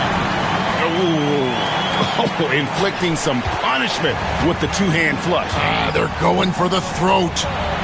Good work there as it goes. Eaton's got 6 points. Beautiful look right there. Led his man perfectly. Stockton outside. Launches a three. Zion Williamson grabs the miss. Williamson's got 4 rebounds in this game. Back to Hornacek. 3 minutes gone now in the third quarter. Here's Johnson. Count the bucket, and he's got a free throw coming up as well. I'll tell you what a good thing that he showed up today, because without him, this thing would already be over. And he's got his first chance at the line here. Rudy Gay's checked in for Sacramento. Iverson comes in for Hornacek. So, Tim, in the past, it's always been accepted that the veteran-laden teams would have an edge. But I don't know if we're seeing that as much now. What do you think? Well, I think you used to see a lot more continuity with rosters across a number of years. But nowadays, much shorter contracts means you have teams that evolve and change more regularly than ever before. Almost feels like you got to be more nimble as a franchise than ever before. You absolutely have to have much more forethought because you keep these groups together for a shorter period of time. Here's a look at the 2K leaderboard with the teams that have been money from the foul line since the All-Star break. The Thunder in 4th. They are really dialed in at the line, especially since the break. I mean, really shooting an impressive percentage from the line. Probably as close to a sure thing as you can have at the free throw line. It's time to send it over now to our reporter, Allie LaForce. Hey, Kevin. Commissioner Silver talked about health, and he said that some of the injuries that our young players are experiencing are overuse injuries. In earlier eras, players in school participated in different sports depending on the season. He said perhaps a return to that approach is warranted. Back to you, Kevin. Interesting thought. Okay, Allie, we thank you. And that's a foul called on Naz Reid. That's his 3rd foul of the game. And the Thunder making a change here. Barry's checked in. And here's Gay. Mr. Williamson. Now Gay. 6 to shoot. Now here's Johnson. Over Mitchell. Shot by Johnson, no good. It's a +5 advantage for them in rebounding after that one. And here is Mitchell, covered by Johnson. 3-pointer, Stockton. Iverson grabs the board. The Kings trail by 11. Johnson outside. Pass to Eaton. Iverson kicks to Gay. There's Williamson with the 3. And he's been a force on the glass all game long. His effort has been there since the opening tip. He is leading the way by example. They get it again. Out of hand on it. On the wing, Johnson. 7 points in the game.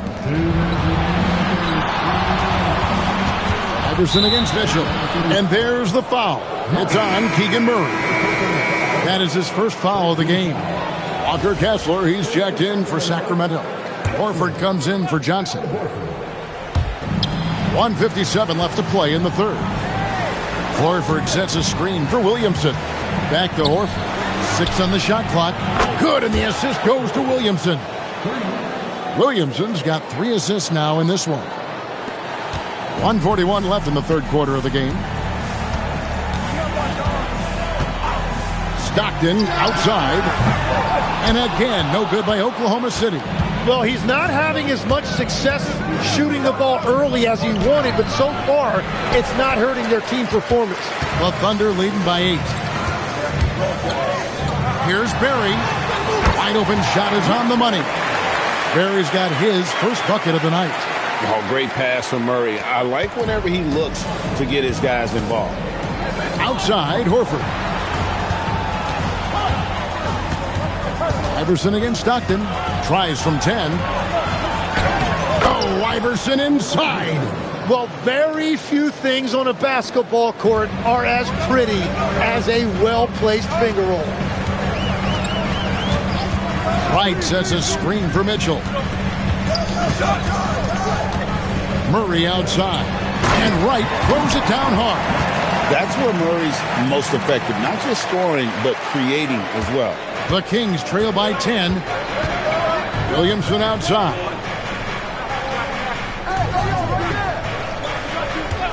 27 seconds left in the third quarter. Back to Iverson. And it's right, sending it back. The edge on the glass is the difference. It's allowed them to build this lead. Murray with the bounce pass. Stockton passes to Murray. Wright with a screen on Horford. Murray for three. And so it's the Oklahoma City Thunder going into the break with a 10-point lead. A look at the field goal percentage numbers tells the story of what tough defense they're playing today. And we'll be right back after this.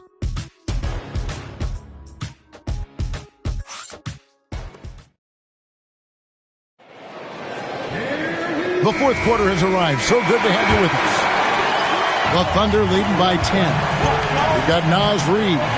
Donovan Mitchell is out there with Scoot Henderson. Then there's Barrett. And it's Hendricks in at the 4. That's the lineup in the game for Oklahoma City. He's just stretching them out. The defense has got to do a better job of staying attached to him. Yeah, we talk about winning basketball all the time and what it looks like. Well, that defense right there, that's the opposite of that. Okay, that's a two-pointer. Reid with the rebound. That's great shot selection, just poor execution. If you're going to take those mid-range shots, you've got to knock them down. And that tells the tale here today, guys. Throughout this game, they've been able to get the ball in tight and finish. And, guys, let's get your take on the scoring breakdown for the Thunder. They've been playing some really physical offense, just attacking the paint as much as possible. And I tell you what, they have been very successful with that strategy. And I've also been very impressed with their ball movement. It has led to better shots. The offense overall has had a great rhythm. Drawing those defenders to the lane creates space on the perimeter. Beautiful look. Henderson passes to Barry.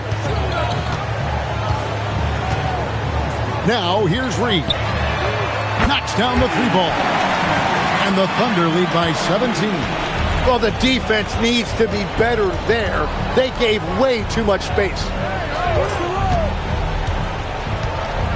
Henderson against Iverson. This one for three. Johnson's shot is off. And with the success they've had rebounding the basketball, they're right where you'd expect them to be, firmly in the driver's seat. And that one's good by Henderson. Yeah, letting it rip. They're just having fun right now. It's a great game plan, and it's great execution. They've really been in the zone. And Will Hardy is called timeout. He has decided it's the right time to talk. Wright is checked in for the Thunder. The Kings also at the sub. Williamson's checked in. Kessler the screen. And here's Iverson outside. Wow, drew the contact, and that three almost went in, so he'll go to the line for 3 free throws. So you can talk about the physical challenges, Tim, of today's game. One thing the players have a little easier, certainly, is the way they travel from game to game. Well, there is no question about that. I didn't even get on a charter till the middle of my NBA career. Oh, my goodness. In the mid-90s. We were still flying commercial till that point, but there's no doubt travel is better for players. I think also some of the things they've added for guys like massage therapists and acupuncturists and even personal chefs, all of that makes it a little bit easier for today's NBA player. Now, if we could do it for the broadcasters, that would really be a win. Sign me up, Kevin. I'll be right there reclining fully right next to you.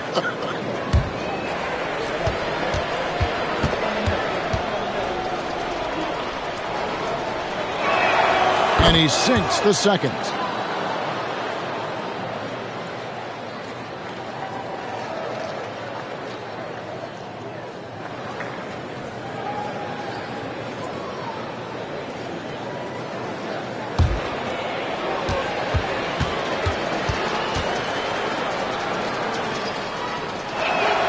And he makes all three.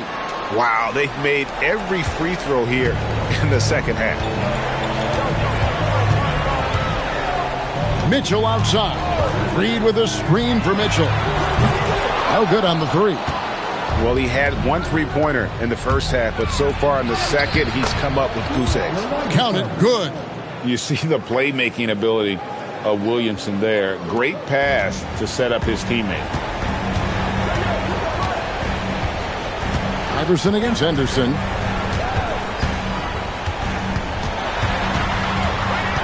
Pass to Mitchell.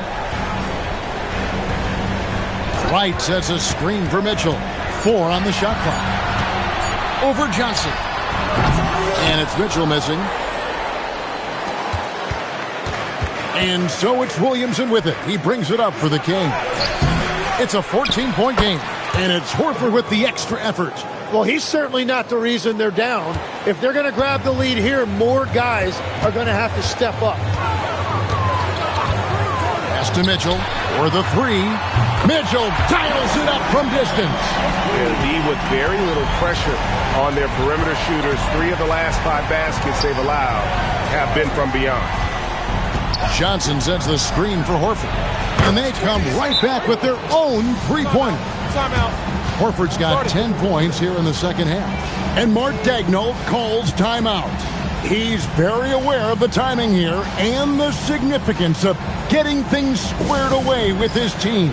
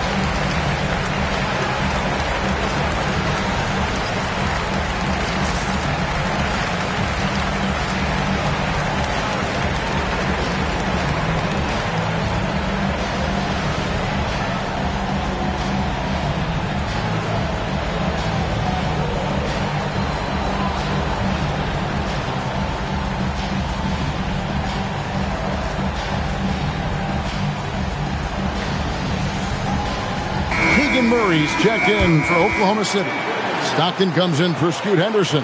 And the Kings making a change here. Now we'll hear from Allie LaForce, and she's got a story for us. An update. Allie? Hi, guys. Well, Mark Daigneault was just reviewing the plan with his team. He told his guys, let's not waste this advantage. Hold on to it. Stay aggressive. Let's not give up ground. Coach wants to see his team staying strong out there, guys. And as always, Allie, great job. Thank you.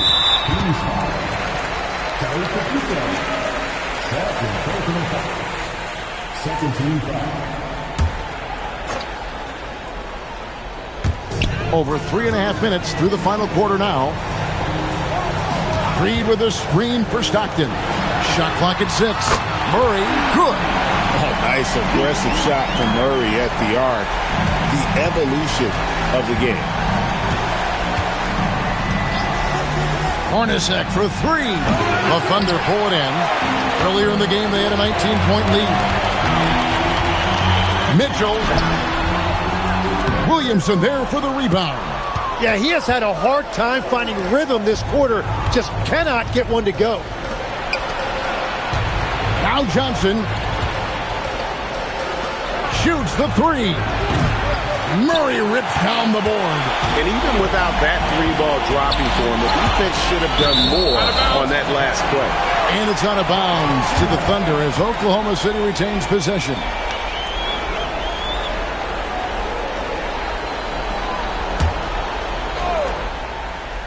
Here's Reed.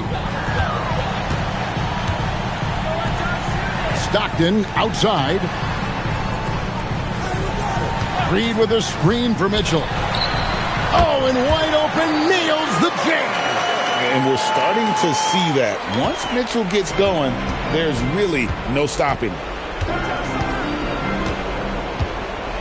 Hornacek outside. Here's Eaton, guarded by Wright. 4 on the clock. The 3 is off. And when you can't get anything to fall, it definitely gets in your head. If he can just make a couple of buckets, though, this can all be put in his rearview mirror. Stockton against Hornacek. Right with a screen on Hornacek. Yep, that one goes. And the Thunder lead by 19. And guys, what we saw here tonight is one side having everything going for them. Huge margin of victory for the Thunder. In the end, they had a better shooting percentage, and that's what made the difference. Sometimes, things go your way. The other team wasn't catching many lucky breaks themselves. Yeah, and Kevin, not all about luck. I thought their overall shot selection was better. And every win important, and this one will go down as win number 3. And a great team effort tonight, helped in large part with contributions, and the nice night it ended up being for Donovan Mitchell. A big part of their success was his ability to keep the ball moving, finding guys when they would flash open.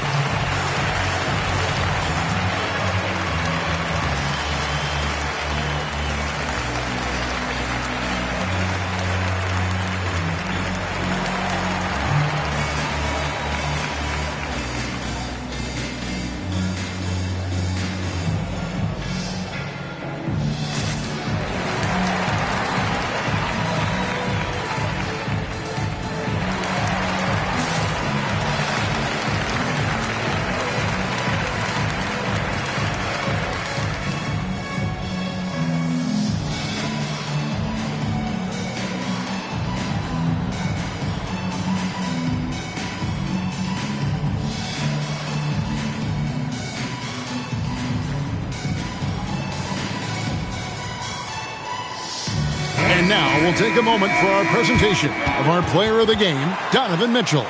And I love that it's been a hard-charging performance. Jump shots have been kind of an afterthought. His main goal has been to attack the rim and put the D in some tough spots and also finishing strong. They had not been playing very good basketball coming into this game. And that's when a team needs its star players to step up and stop the bleeding, just like he did tonight. Henderson.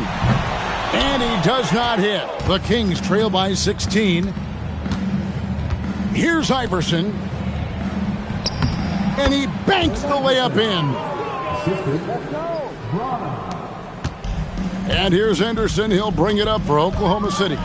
Earlier in the game, they had a 19-point lead.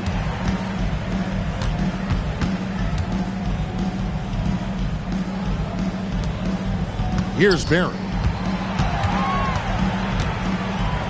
Now Henderson. Josh Hart. Missed on the 3. 29 seconds left here in the fourth quarter. Here's Iverson. It's deflected, and so the ball's out of bounds. Henderson touched it last. Substitution on the court.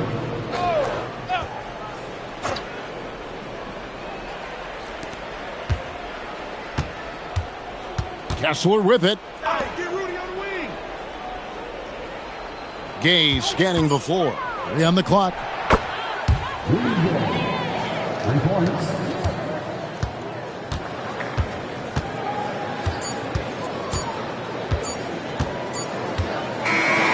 So no problem for Oklahoma City as they get the win. A confident win and one where they clearly showed the greater effort.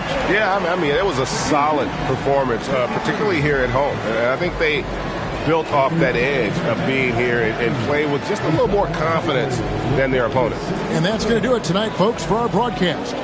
Along with Tim Legler, Greg Anthony, and Allie LaForce, this is Kevin Harlan saying thank you once again for being with us here tonight on 2K Sports.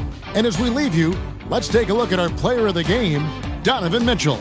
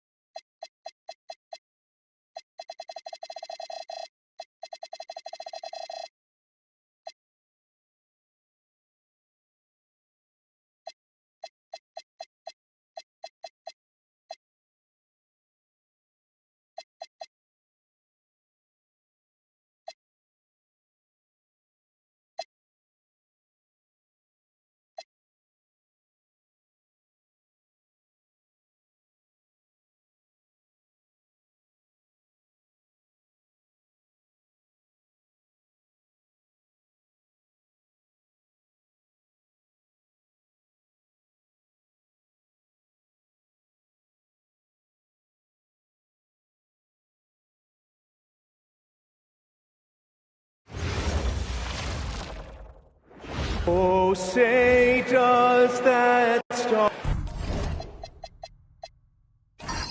Doris, how excited are you for this front court matchup we have in front of us tonight? Two of the best in the game. B.A., I've had this one circled on my calendar for some time. The front court matchup is absolutely special. Two big-time guys. So the Houston starting five. Jonathan Isaac is out there with Kyle Kuzma. Then there's Harper, and it's Smits in at the pivot spot, manning the middle. Now here's Isaac. Pass to Harper.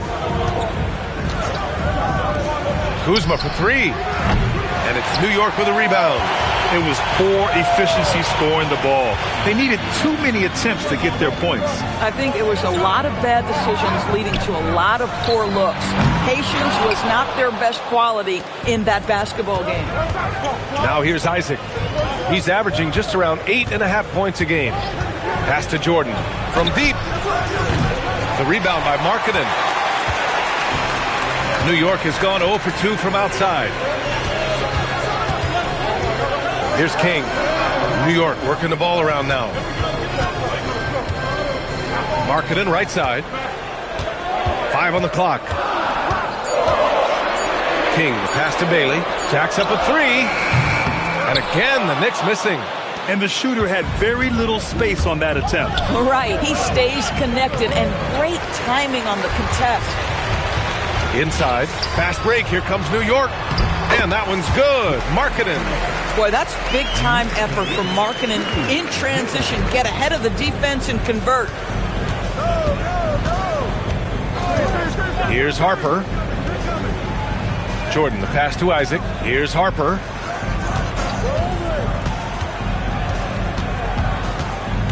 Pass to Jordan. Fires the three. The rebound by Markkanen. Yeah, tough start. 0 for 4. Just relax a little bit. Down low. Stolen. Now here's Isaac. He's guarded closely. Here's Kuzma.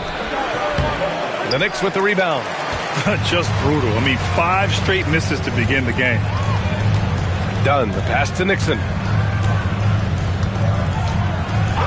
Markkanen outside. This one for 3. Buries it from 3. Markkanen's got 5 now. I want to see Markkanen become more aggressive in these instances. Be ready to fire as soon as you make the catch. And here's a look at the teams who have been piling up assists since the All-Star break. In third, the Rockets. They're clearly on the same page offensively, and the chemistry has gotten better and better. The assist totals have been outstanding. Gotta fight harder to get over those screens. You know, we see this all the time. You're basically, as a defender, hoping the man misses rather than putting in the work to get over screens. Here's Nixon. The 3 is up. Markkanen misses. Jordan with it. First quarter of action, just under 3.5 minutes played. Been a tough stretch for this guy right now, looking a little out of sorts. Dunn with it, and it's Kuzma picking him up. Dunn, the pass to King.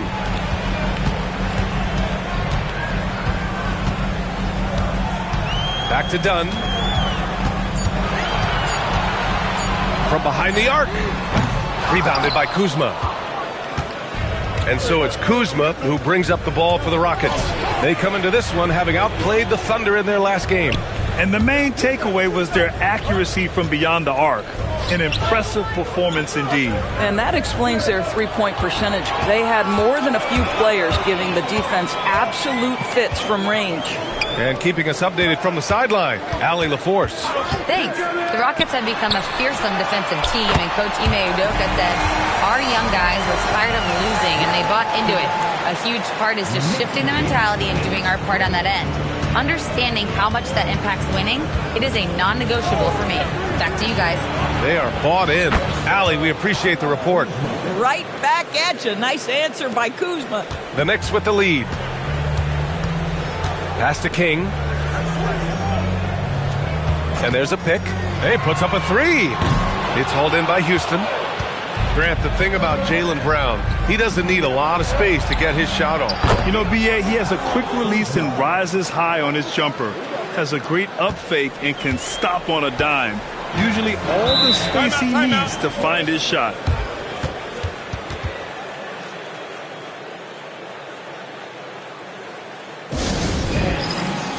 A new lineup here for New York.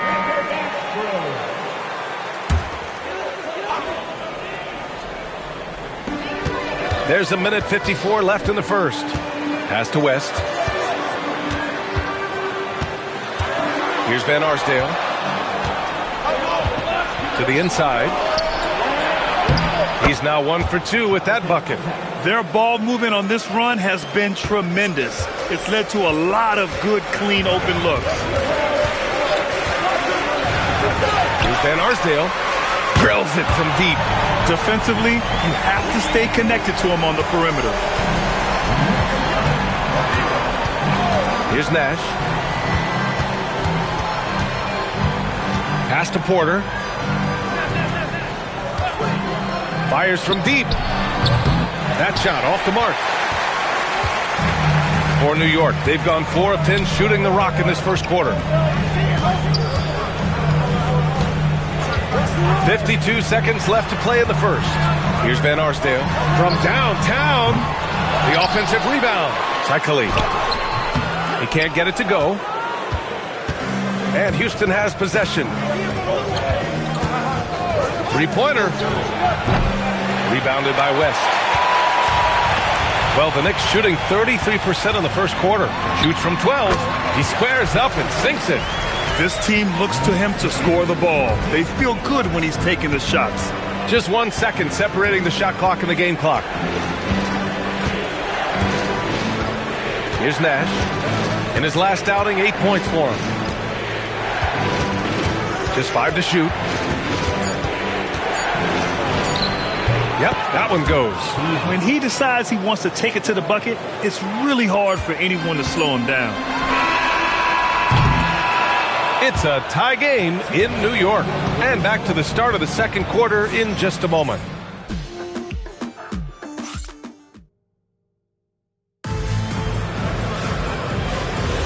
And this has been a fairly close game through the first quarter.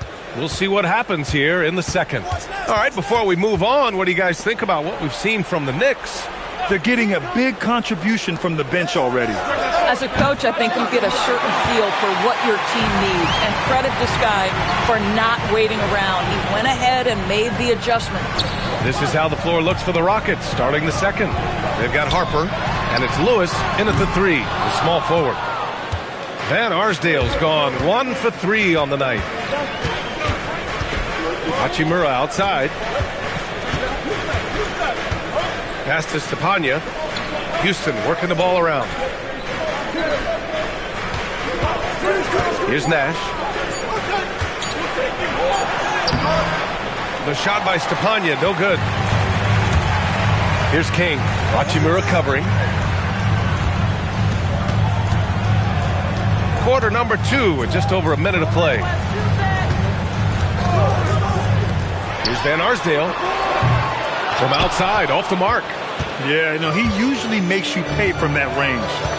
Pass to Lewis from the arc. After missing his first attempt, now 1 for 2.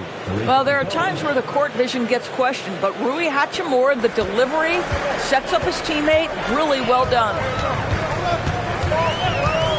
Here's West. There's a screen. Topic for 3. The rebound by Stepanya. Houston leading by 3. Inside. We're now about 2 minutes into the second quarter. Here's Lewis. Hachimura up top. And the Rockets hit again from deep. This defense just can't stay connected to shooters. And so Mike Brown decides to call a timeout. We might see him looking to make some tweaks to the strategy. Lauri Markkanen's checked in for Topic. And the Rockets making a change here. For New York, they've got none of their first 3 shots to fall so far in the second. Pass to Markkanen. Lets it fly. Oh, and that one had the right spin on it. It's good. Markkanen's got 10 points in the game. Oh, you can see Markkanen's touch right there. It doesn't matter where he is on the floor. The guy is a 3-level scorer. Here's Stepanya. Saikali with a rebound. Knicks trail by 4. Here's West. Here's Van Arsdale.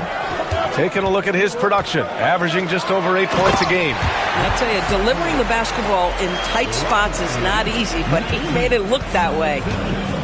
Houston has gone 5 of 12 from three-point range tonight. Picked by Isaac. Pass to Jordan. The 3-ball. And it's New York with a rebound. I'll tell you, his teammates are going to start to freeze this guy out if he keeps taking threes like this. Here's West.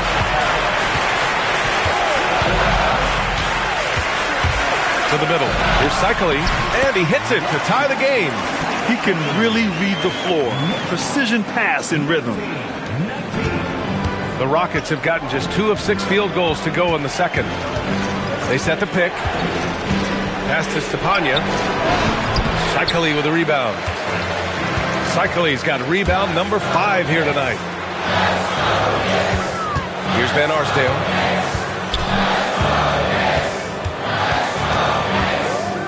Beyond the arc. And he missed again. Now 1 of 5. If you're a defender, your job is to make life hard on an excellent shooter. Great defense there.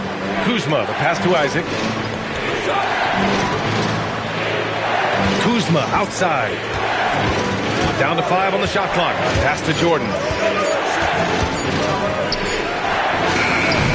The Rockets with another miss. The Knicks have gone 3 for 7 here in the second quarter. Here's West.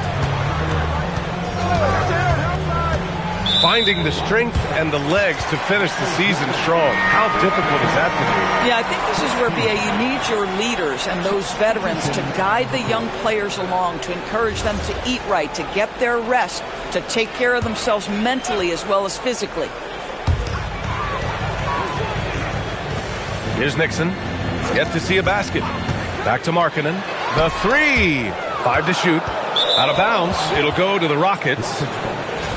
Okay, a chance to look at some numbers for him.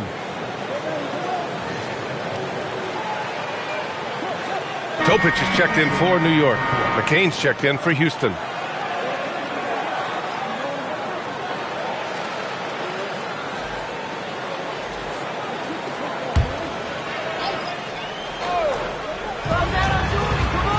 With the step back.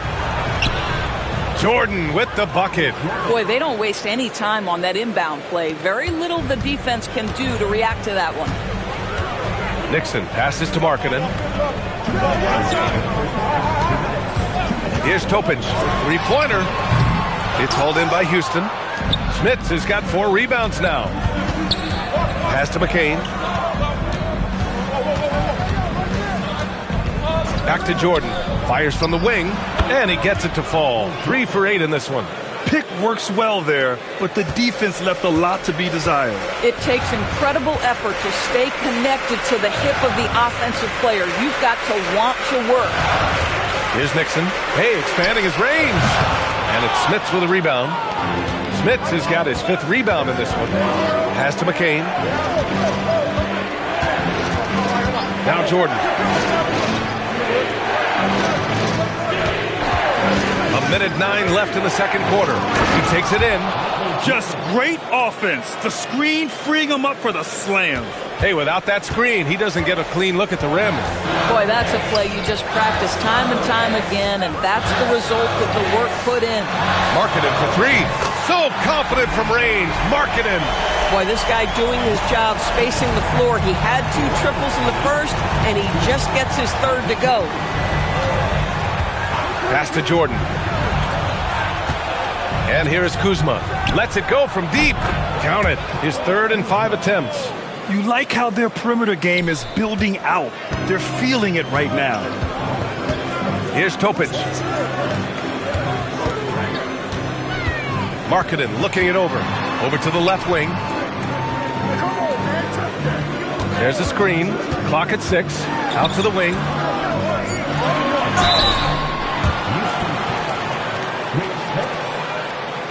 New York shooting their first foul shots of the night. At the line, 2 shots.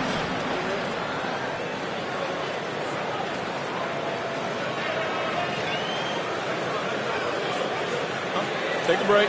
Take a break. 2 shots.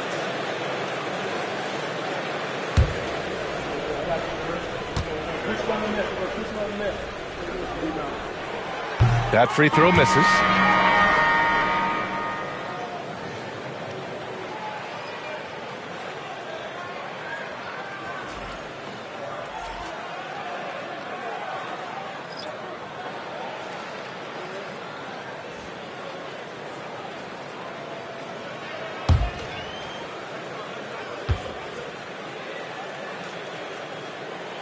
And the second free throw is good. We've got 13 seconds left in the first half of basketball. Now here's Jordan. They set the screen. Fires for 3. Oh, and the release was before the buzzer, but it's off target. And we're through the first half of play here in what's been a good one. It's Houston up by 5. Stay with us, folks. We'll be back just after halftime to get the third quarter started.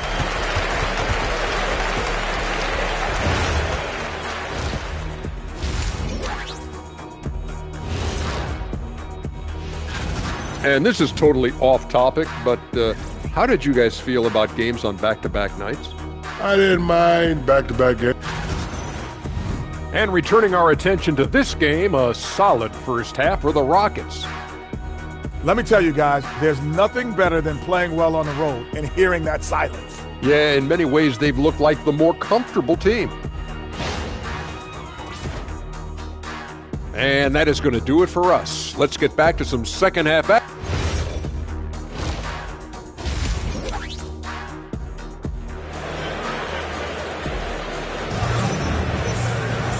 And we've got second half action for you. Thus far, a pretty evenly contested game. It's been quite a game for Lauri Markkanen. Yeah, they've done an amazing job of creating room to operate for him. And then, of course, executing. One of the things every player is after is efficiency at the offensive end. And boy, this young guy has done just that. We've got Lauri Markkanen, and it's Bailey in at the 4 spot. That's the group starting the second half for Mike Brown. Picked by Isaac. Pass to Jordan. Up and over Dunn. The rebound by Markkanen. And even with the miss, that's a high percentage shot for him. Here's Nixon. Still without a bucket. And Lauri Markkanen, good for 3.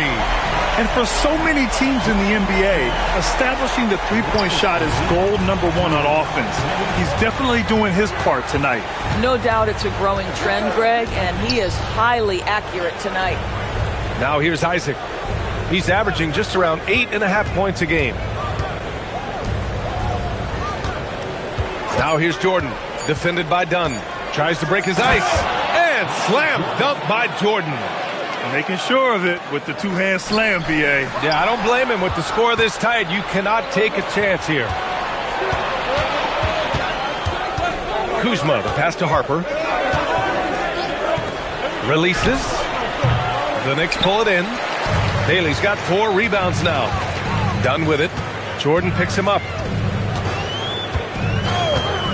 Dunn, the pass to Nixon. Off the mark, and a bad shot there. Houston leading by 4. Kuzma outside. Hits a 3-pointer. Kuzma's got 12 points in the game. Boy, this guy making the most of his chances here, really giving his team a lift. Here's Nixon. Pass to Markkanen. New York again can't hit. And I'm surprised that didn't go down. I mean, I'm sure he is too. Here's Jordan. And slam dunk by Jordan. Yeah, Kuzma has gotten pretty good at this, spotting those open guys who are prepared to shoot. A terrific view of that move captured on the connected cam, thanks to AT&T. Now here's Markkanen. He's got 16 to win the run. Oh, wow. Drew the contact, and that 3 almost went in.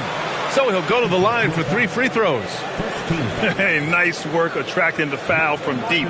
He'll shoot 3. And one thing you hear coaches say all the time, Doris, finish the cut. The reason being, you have to let the passer know exactly what you're going to do. If you stop short, so often the ball ends up out of bounds.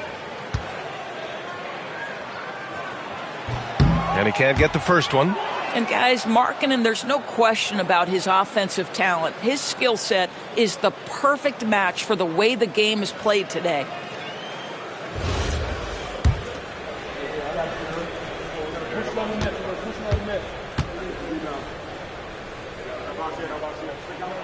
And he sinks the second.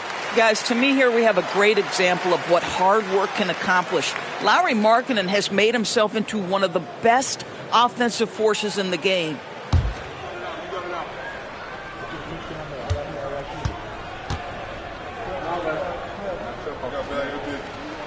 And he nails the third.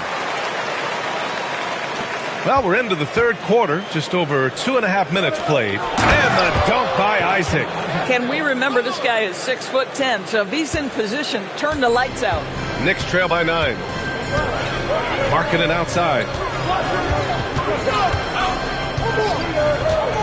Pass to Nixon. Oh, from deep. It's hauled in by Houston. Struggling to get into their groove here, just 1 for 4. Here's Harper. No made baskets yet. Jordan misses. Well, he went into the locker room with 1-3 to his credit, and he's still looking here for number 2. A little under 3.5 minutes off the clock now in the third quarter. And I'm sure this isn't how they drew it up at the half. Only 1 for 5 here in the third quarter. Pass to Harper. Now here's Kuzma. To the paint. Here's Isaac. And the dunk by Isaac. Well, at 6'10", being such a young player, you love that Jonathan Isaac understands how to be a roller in the pick and roll. So important in today's NBA. And so Mike Brown decides to call a timeout. He's going to take a minute to regroup with his players. That's a good timeout. They just can't hit anything. Sometimes it just feels like misses become contagious. He wants to settle his guys down right now. Now here's Dunn. New York working the ball around now. And there's the screen. Marking it from long range. And no good. 6 for 9 from the field now. Pass to Harper.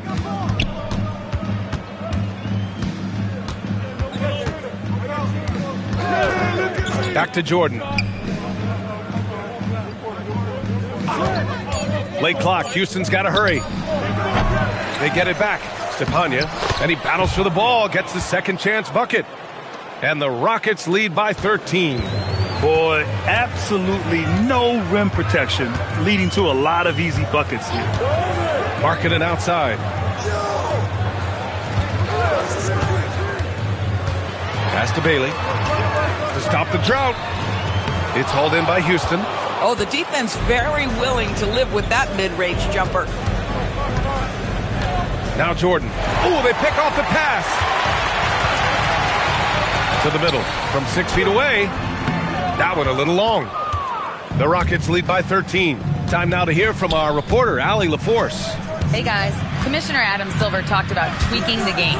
He said analytics take sports in a certain direction because it's a coach and GM's job to win, and they'll do everything they can to do so under the existing rules.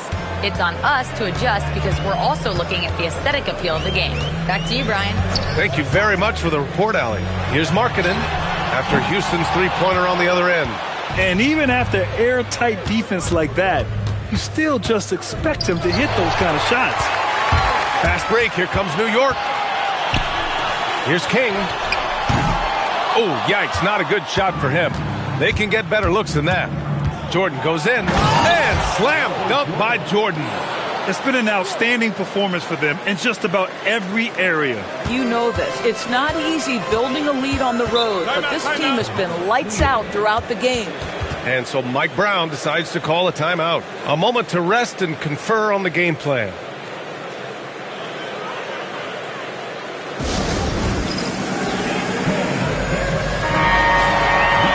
Since the All-Star break concluded, here's a view of which teams are leading the league in second chance points. The fourth spot held by the Rockets. Second half of the season, they've made a concerted effort to compete on the offensive glass, and you see it in the numbers. Pass to West. Here's Van Arsdale. Will it go? New York, no good that time either. I'll tell you what, they've rebounded the ball tremendously well. Nash passes to Porter. Ooh, nice concentration to hit the double clutch layup. Porter's gotten his first basket of the night. They're winning the battle down low by imposing their will. Now 8 seconds separating the two clocks. Pass to Topic. Fires the three. It's hauled in by Houston. Yeah, they just can't seem to end the drought no matter where they shoot it from. And I think you can start to feel their frustration mounting. With every missed bucket, it becomes more and more desperate. Back to Hachimura. Here's Nash. Porter from outside. Drains the triple. Porter's got 5 points now this quarter. And so it's the Houston Rockets, ending the period up by a staggering 23 points. And it's time to bring up the State Farm assist of the game. Now, I know he's a big man, but he's got some point guard in him if he's making passes.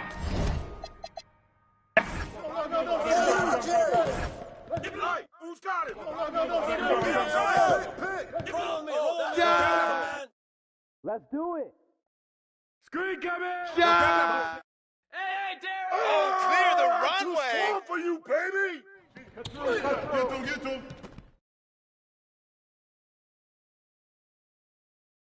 Timeout.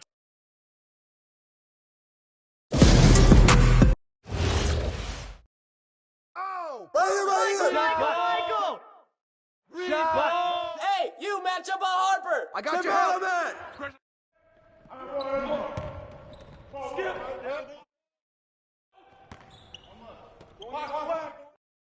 Hey, Derek, come on. Yo, set it up. It's on you. And one.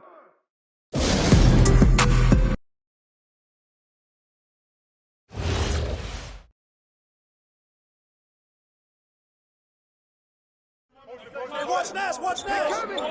Fire.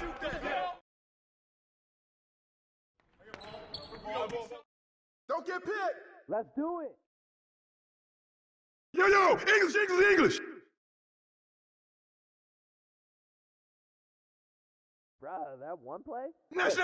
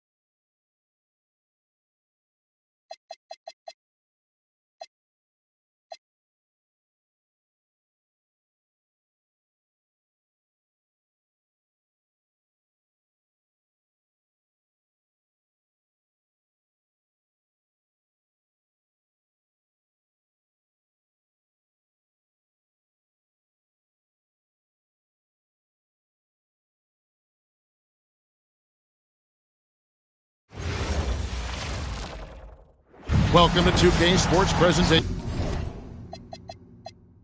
of the NBA, but the bad news is there is no basketball. Get the season winding down, GA.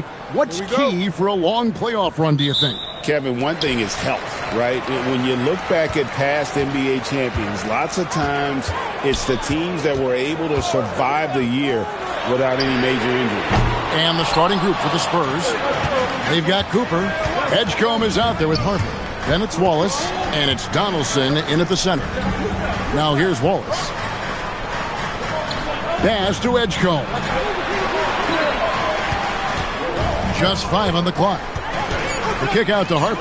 From deep, out of bounds. Cleveland will take possession.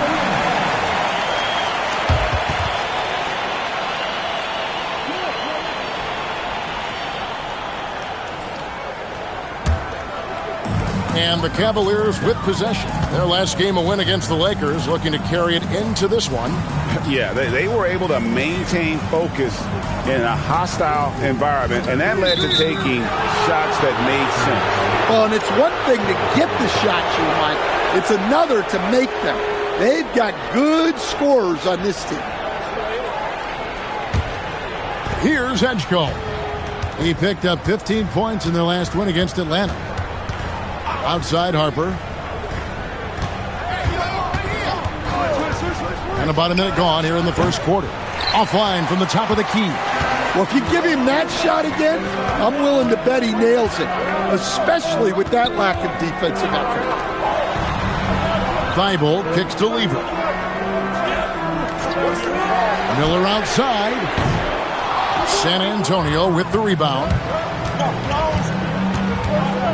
Here's Cooper, out to Wallace.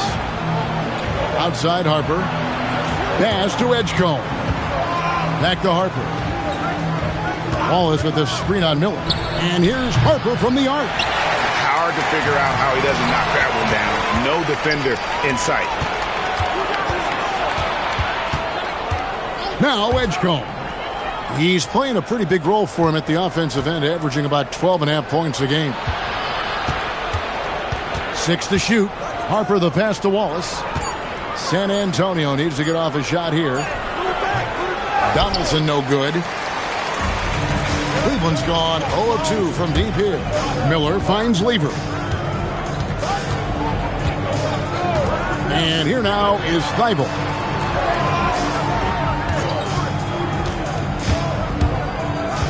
Walker in the corner. There's Lever with the three. Rebound by Wallace. They haven't been able to find their rhythm. That's 3 straight misses now. It's out of bounds. They say it was last touched by Miller. And so Mitch Johnson decides to call timeout. He's ready to talk things through with them. Well, it's a players' league, but certainly coaching has its place. And this is when a coach earns his paycheck. Analyze the situation and give your players the information they need to succeed.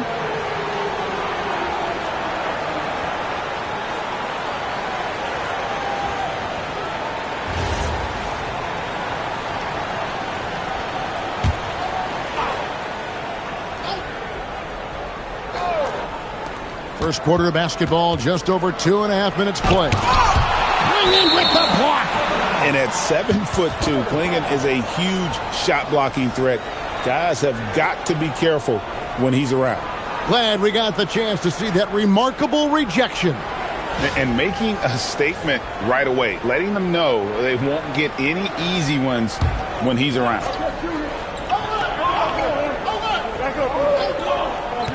Here's Wallace. Edgecombe with it, over Thibault, and Edgecombe gets it to go. Well, they missed their first 4 shots, but finally able to get one on the board. Sometimes you just need to see that first one go down. Now here's Lever. The three is good, and he got fouled in the act of shooting. This could turn into a 4-point play. Yeah, powering through the foul there. Miller showing some serious intensity. The Cavaliers shooting their first free throw of the game right now. Yeah, and over the course of the season, they're a respectable 78%. That comes in handy in close games. Mind the lanes. One shot.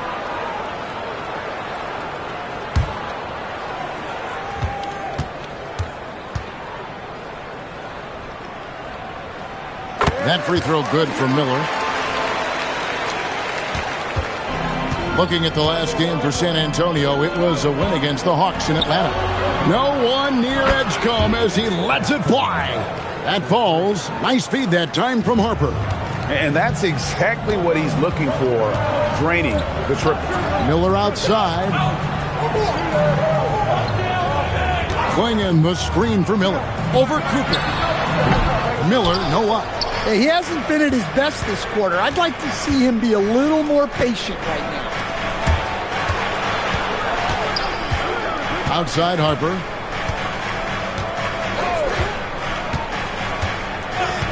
Pass to Edgecombe. Shot clock at 5. Fires from deep. Walker with the rebound. He is really scuffling this quarter offensively. Perhaps a little frustration setting in. Back to Thibault. Now Miller fires the three. It's rebounded by Donaldson. Miller against Cooper. Wallace outside. Miller against Cooper. Wallace with a screen for Edgecombe. Walker with the rebound. Walker's got 4 rebounds now tonight. Harper against Lever. There's Miller with the 3. Once again off the mark by Cleveland. Well, it isn't for a lack of effort when it comes to getting up the 3-pointers, but not much to show for it. He's going to lose the green light here very early in this game if this keeps up. Now here's Harper. A 20-point game for him in the win against Atlanta. It was never all about himself. He came away with a lot of assists in that game and just kind of kept everybody in the mix. Here's Miller. They trail by 1. Floats it up for Walker. He takes it in. At the top of the key, Harper. Out of bounds, Cleveland takes possession. Here we are, 2 games left before the start of the playoffs. Let's take a look at the possible field. Taking a look at San Antonio, advantage in 1 series. And of course, Cleveland, 2 spots down. And I think for San Antonio, this season has been, it's been solid. but they just need to maintain their place in the standings and get 100% prepared here for the postseason. Well, look, they've performed to expectations, but I think this team can take it to another level if they get rolling.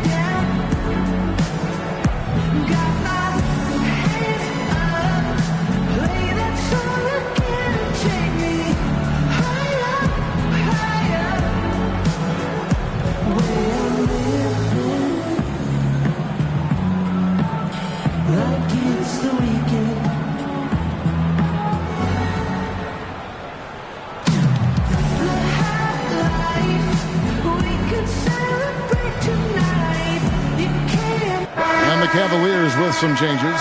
Bargnani comes in for Walker, and it's Carter in for Matisse Thybulle. Then for the Spurs, Adebayo is checked in for Wallace, and it's White in for Cooper.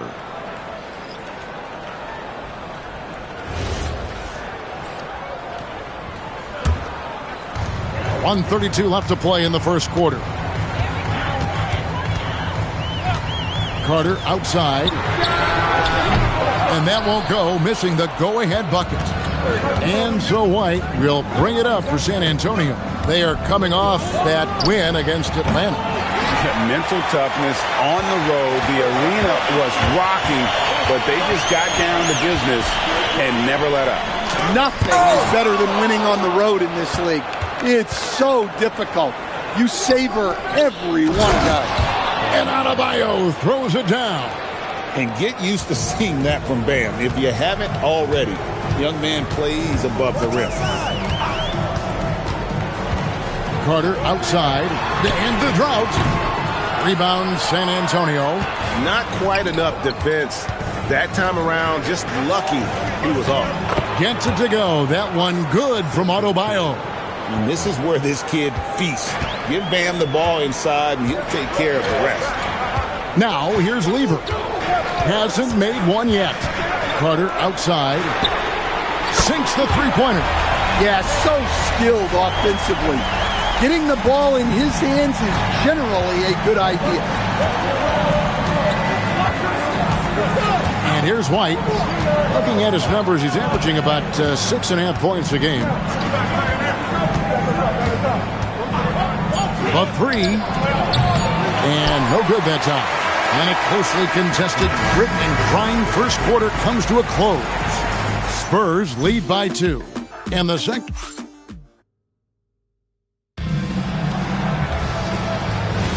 And this has been a fairly close game through the first quarter, and we'll see what happens here in the second. And taking a look at San Antonio's performance here, what do you think they've been doing or not doing?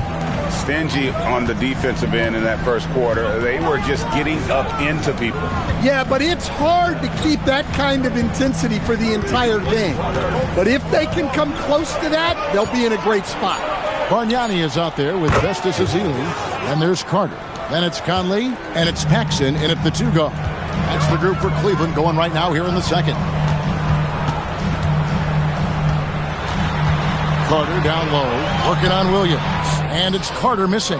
That's the kind of D you need when he's got the ball near the hoop. They were all over him.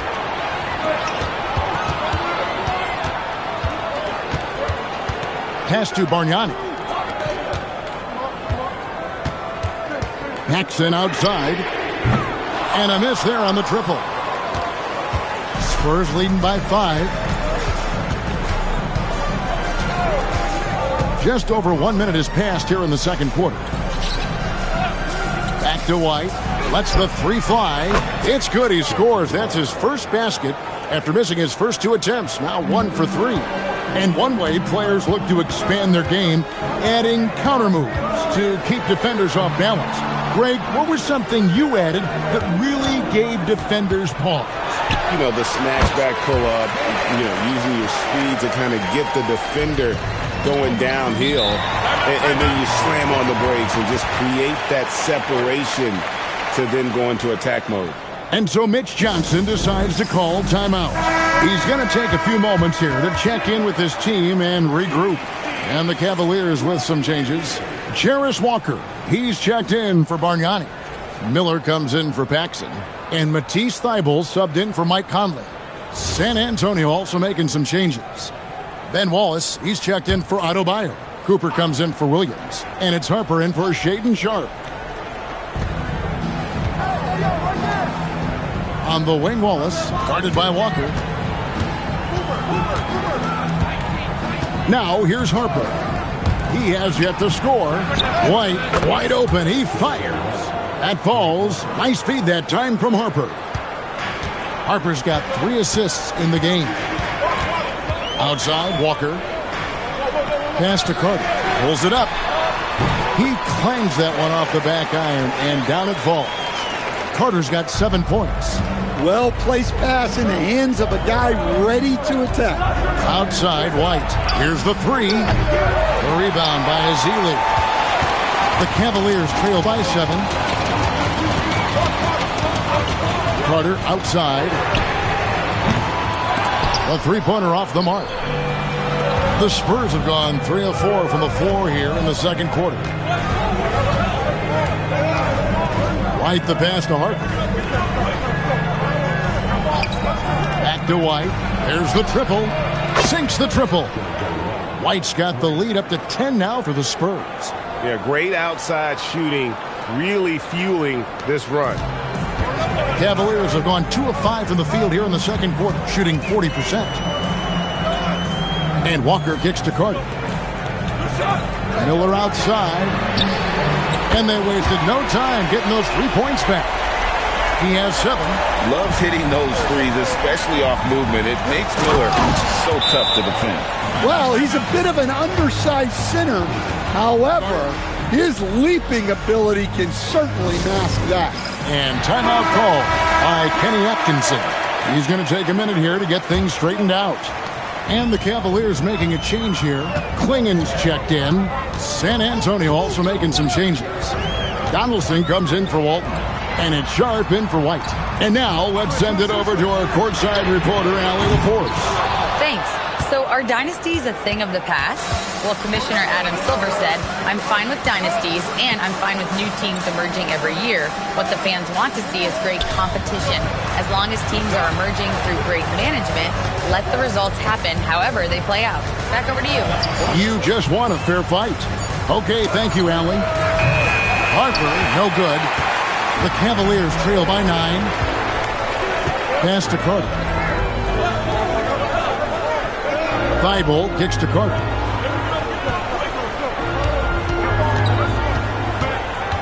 Lock at 6. Thibault for 3. Rebound by Wallace. Wallace has got 5 rebounds tonight. Spurs working the ball around now. Here's Sharpe, still without a basket. Pass to Cooper. Here's Donaldson.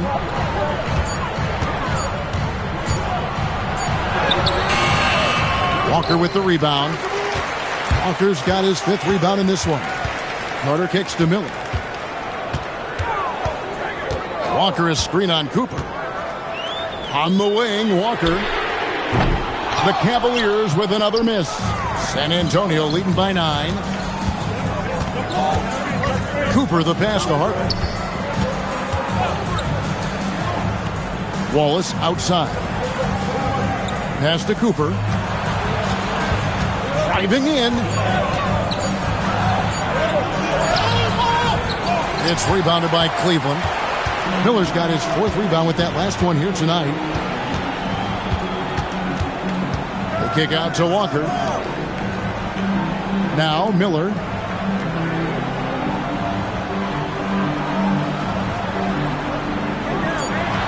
Cleveland needs to get a shot off here. And it's Carter missing. Well, his shot selection's been poor. If I were coaching this team, he'd be sitting next to me. Pass to Harper. Here's Donaldson. Klingen covering. The shot by Sharpe. Nobody around. Nailed from three-point land. And after that ragged first quarter, they're getting some momentum, some confidence. Nice flow. Guys, they're looking for a way to score here. Yeah, they've had a tough time taking the lid off. Miller surveying the floor. There's the screen, and the call is going to be, yes, it is, an illegal screen. And that's foul number 2. Maybe you don't sit him at this point, but you really have to be careful to not pick up another before half. Here's San Antonio now. They're on a 17-7 run. Now Edgecombe. He's got 5. From outside the arc, it doesn't go for him. And so it's San Antonio, up by a dozen here at the end of the quarter. They have made it very tough to get a shot off against them. Their defense has been stifling. Don't go anywhere. We'll be right back.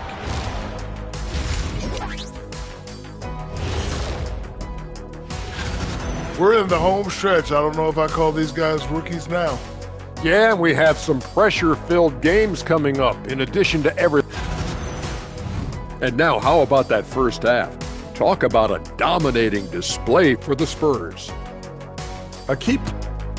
And that is it for halftime, folks. It is back to Kevin Harlan and the crew for the second half.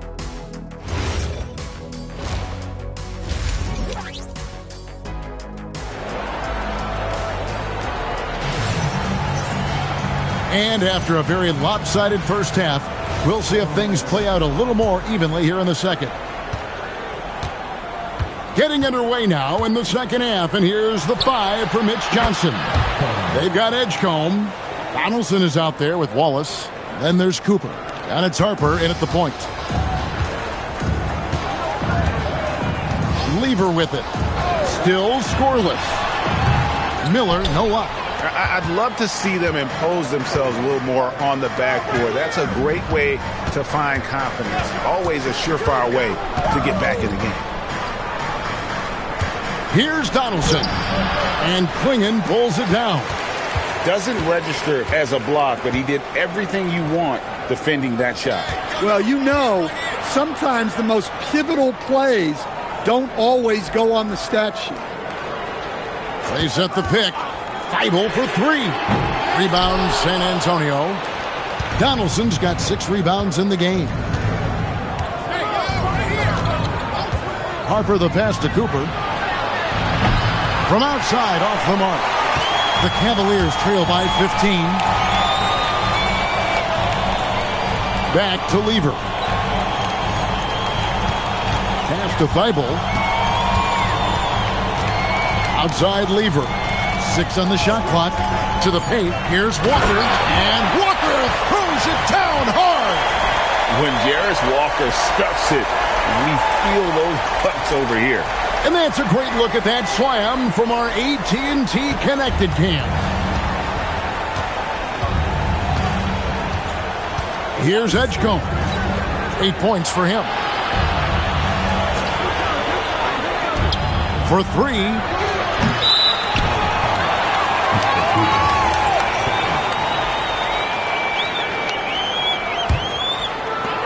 Cavaliers have gone 1 of 3 since starting the second half. Pass to Thibault. Back to Lever. That one's good. The San Antonio lead is cut to just 11 on the basket for Miller. Well, terrific timing and placement with the bounce pass there. And so Mitch Johnson decides to call timeout. Coach is going to take a few minutes to regroup and go over the strategy. San Antonio's gone 1 of 3 from downtown since halftime. To the right side. The open shot by Edgecombe. Again, the miss by the Spurs. This is not how they wanted to start the second half. Just 1 of 5 so far. Pass to Thibault. Back to Lever. Now, here is Miller. Oh, good with the triple. Their game plan needs to change if they're going to get out of this hole because he is just not there offensively. Wallace outside. Here's Edgecombe. Shot clock at 6. The kick out to Harper. Out to the wing. Let's go. And Miller with the block. And good length and athleticism give Miller an advantage at the defensive end. The Cavaliers trail by 11.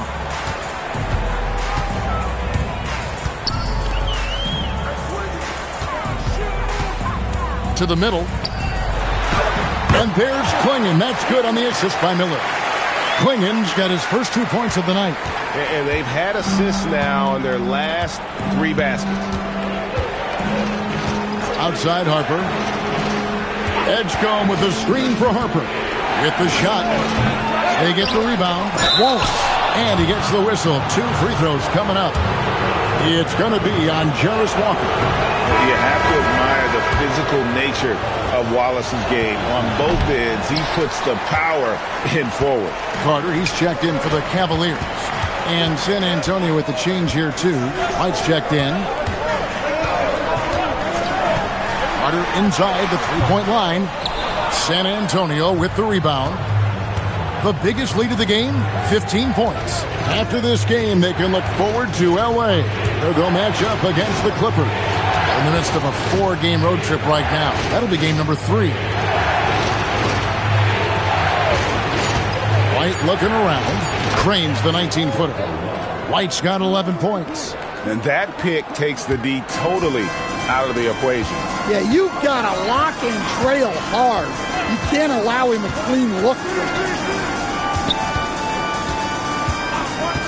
Now, here's Thibault. Tight defense on him. Back to Lever. Fires it up. Rebound by Wallace. That's one he knows he should have drained. Pass to Donaldson. Down low.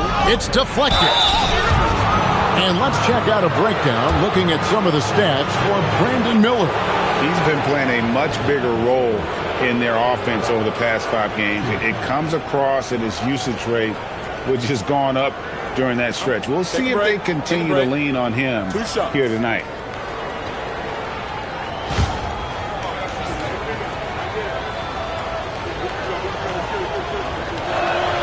That one is off.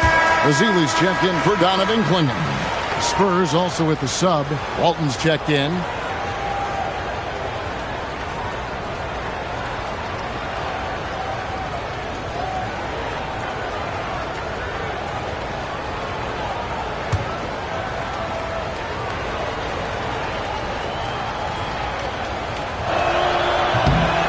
That one is no good. And so it's Carter who brings the ball up for Cleveland. Since halftime, they've only allowed 5 points. Walker finds Lever.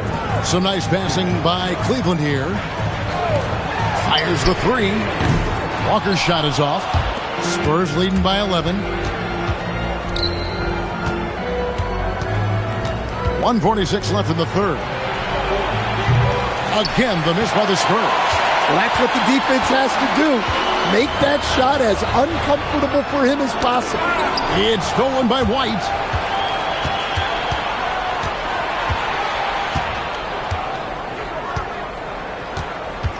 Pass to Edgecombe.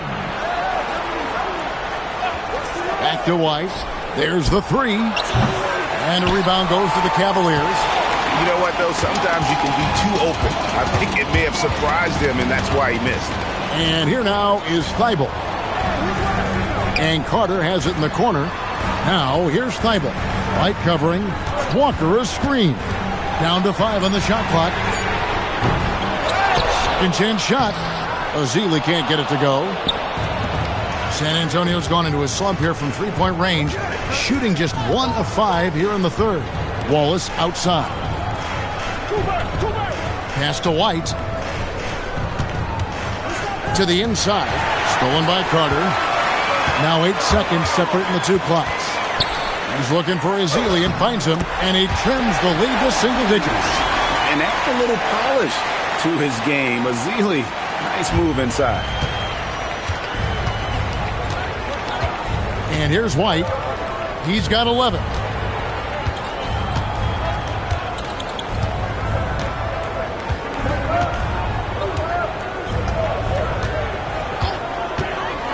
From the arc, here's Walton, and that's the final possession with the nice defense right there.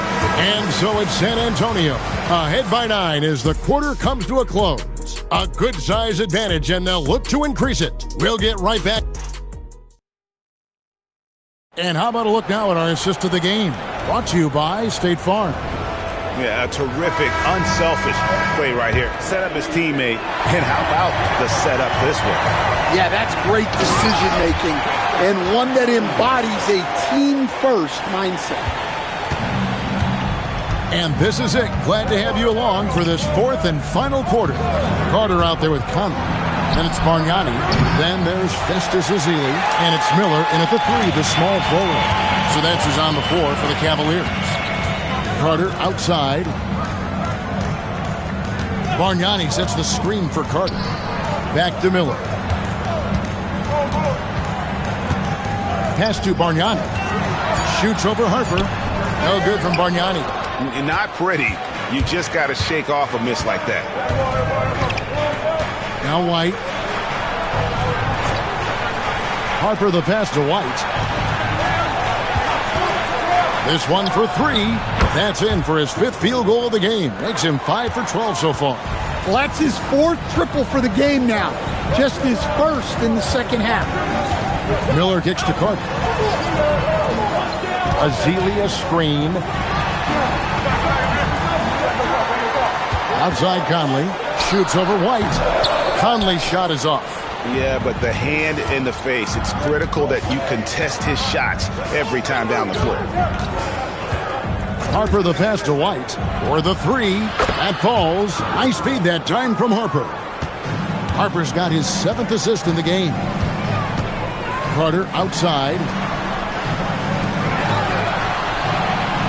Miller against Sharp. There's the triple. And the shot is good. The Spurs lead has been cut down now to just 10 points with that basket from Miller. And so it's Mitch Johnson calling timeout. There was no hesitating. He wants to talk to the team right now. Cavaliers making a switch here. Klingen's checked in. Donaldson, he's checked in for San Antonio. Williams comes in for White. Let's go to the sideline and see what Allie LaForce has dug up for us. Allie, take it away. Over the last break, I listened in on Mitch Johnson's huddle. He said, keep it going, guys. Ride this wave of momentum. We're playing great right now, but we can't let up. Guys, back to you. Okay, Allie, thank you. Conley kicks to Bargnani. Klingen the screen for Miller. Out to Carter. Pass to Bargnani. Conley for 3. It's good from long range. Conley's got it back down to within single digits for the Cavs. Just a veteran play by Conley there, giving the D no time to react off the catch. Inside. Here's Williams. And he comes up with the deuce. Man, just adding insult to injury. He just waltzes inside and extends this lead. Well, it's not going to get any easier if they can't improve their defensive intensity. They got to show some fight. Miller sets a screen for Conley. And the Cavaliers with another 3. Look, Conley's run pick and roll a million times. Knows when to pass it, knows when to keep it. Back to Harper. Launches it. Carter pulls it in. And thus far, they've managed to overcome an off game from him offensively. Pass to Klingen. That's in there. Carter with the assist. Carter's got his 3rd assist on the night. I tell you, not only does Klingen set sturdy screens, he knows how to make himself available for the pass. Sharp, the pass to Adebayo. Outside Harper. Adebayo outside. Now Sharp. Williams. Off target from outside. Now Conley. Off the glass.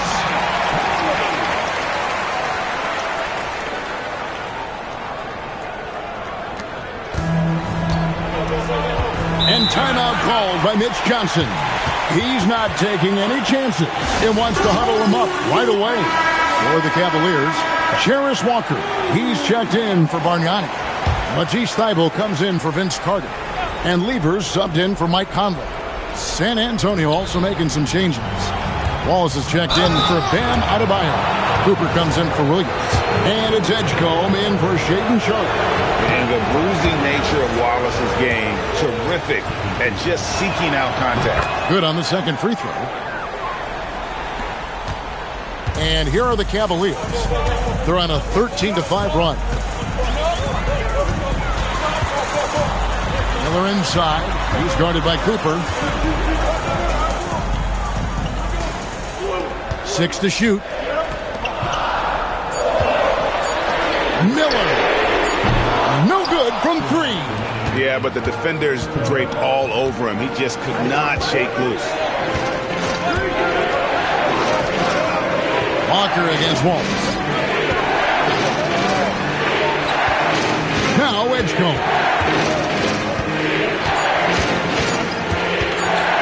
Tries it from 16. Can't get it to go. Very dangerous to leave a guy like that open. Lucky break there for the D.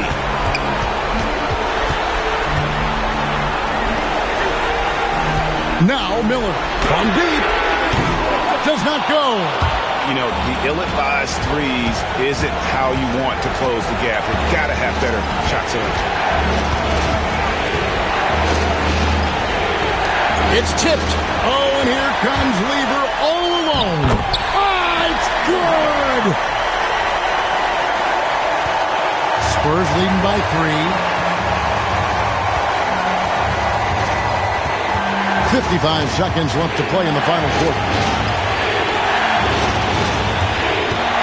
Wallace looking for an opening. 6 on the shot clock. And looks like the illegal kick was set. Yep, that's right. That'll get their attention. And not the most common call you'll see in the NBA, but hard to argue that pick wasn't illegal. Yeah, and that's maybe something that should be called more. We see a lot of moving screens in today's NBA. Taken away. There's 39 seconds left to play here in the fourth. 17-foot shot away. And this is why Wallace is an elite-level defender, has a great sense of timing for when to rise up and contest shots. And here's the fast break. Walker leading the way, and he capitalizes on the breakaway, laying that baby in. That is world class. Yeah, and I can say from experience, his coach just breathed a huge sigh of relief. Honestly, just doing what they have to in order to get the basketball back.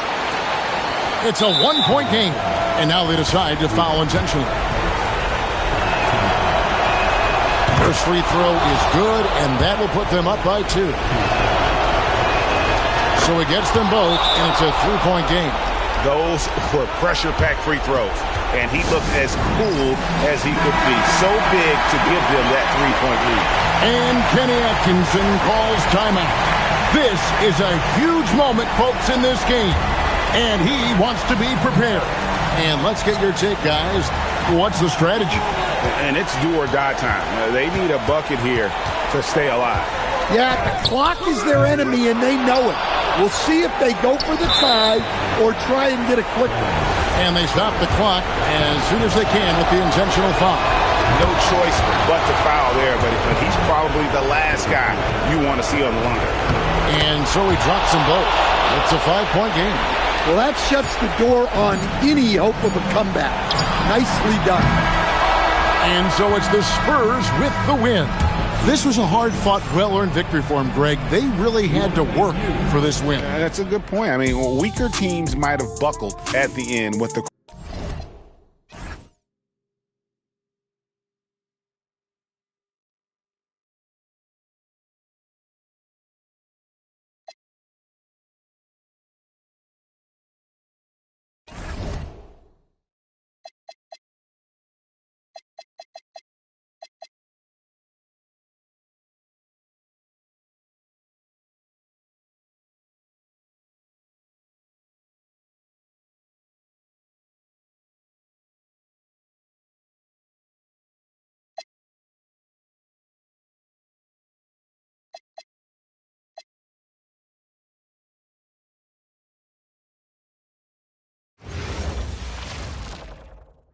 Welcome to the NBA on, well, two of the best guards in the league going at it today, Grant. Is there a bit of bragging rights on the line? You know, maybe not for the players themselves, BA, but the fans will absolutely use this game as evidence when they argue why their guy is the best. So a look at our starters for Orlando. We've got Brandon Clark. He's out there with DeAndre Hunter. And it's Fultz in at the point guard position. Here's Orlando. Into the lane. Here's Petrie. The shot is good. Fultz making the play. You don't want to let him get into a rhythm from out there. Here's Robertson. They set the pick. Pass to Buzelis.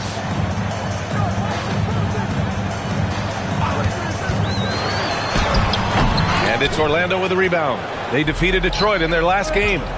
What about their offense? It was a well-oiled machine, getting them high-quality looks time and time again. The coaching staff has been happy with how well they've executed the game plan. They operated as a cohesive unit. Here's Robertson, hounded by Fultz. Inside, here's Edey, and there's a 3-second violation.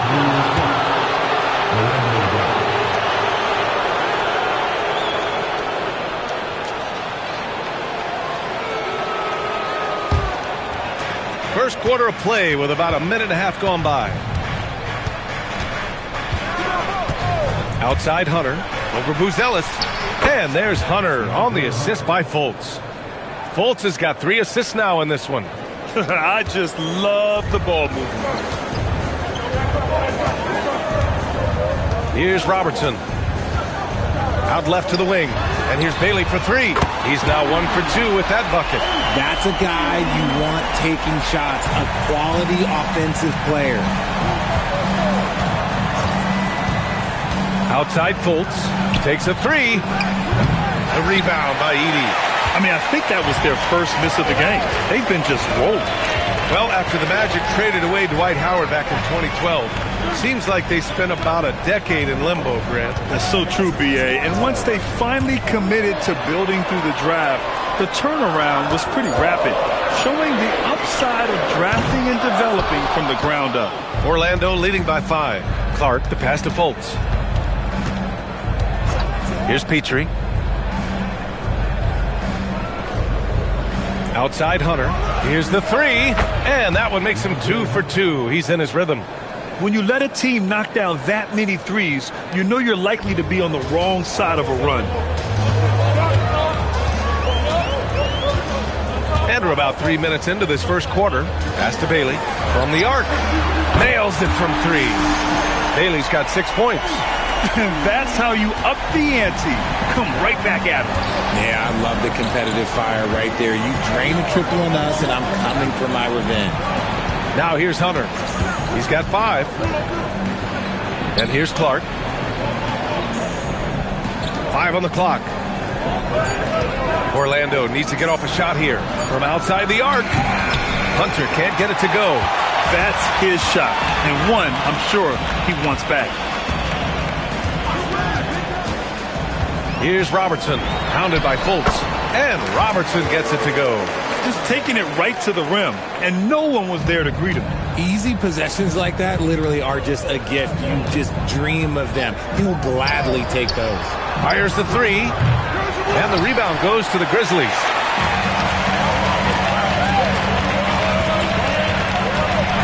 And the officials will call the illegal screen here. And looking at the stats since the All-Star break, here are the teams who have done a remarkable job rebounding the ball. Number 1, the Magic. Incredible rebounding numbers since the break. They've put in a lot of effort on the glass. Poole, he's checked in for Bailey. Magic leading by 3. Here's Archibald. His stats right now averaging 9 points a game. Pass to Camby. And Edey with a block. Here's Buzelis. No points yet. Edey, that's good. That's just smart basketball right there. Finding a way to get a high percentage shot on offense.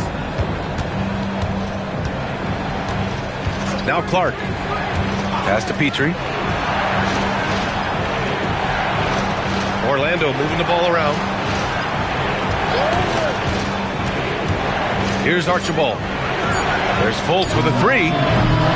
Here's Camby, and he jams it home with authority. And their offensive rebounding is such a strength for them when he's on the floor. Yeah, he really helps them extend possessions, doesn't he? Yeah, you can feel Coach smiling on the sidelines with every offensive board. Here's Robertson. Pass to Willis. Here's Buzelis. That misses. Had a chance to tie it. 1:25 left in the first quarter. Here's Petrie. Lets it go from deep. They grab their own miss. Here's Robertson. Down low. Deflects the pass. And the Magic pushing it up now. Here's Fultz. Blocked! When it comes to contesting shots, Buzelis is showing us that he's got great timing. Here's Petrie. And it's all from three-point range. Slow going for him this quarter. The defense putting up a good fight. Pass to Edey. Perfect night so far, 2 for 2. Attacking in the painted area. Clearly that was their game plan coming in. 30 seconds left in the first quarter here.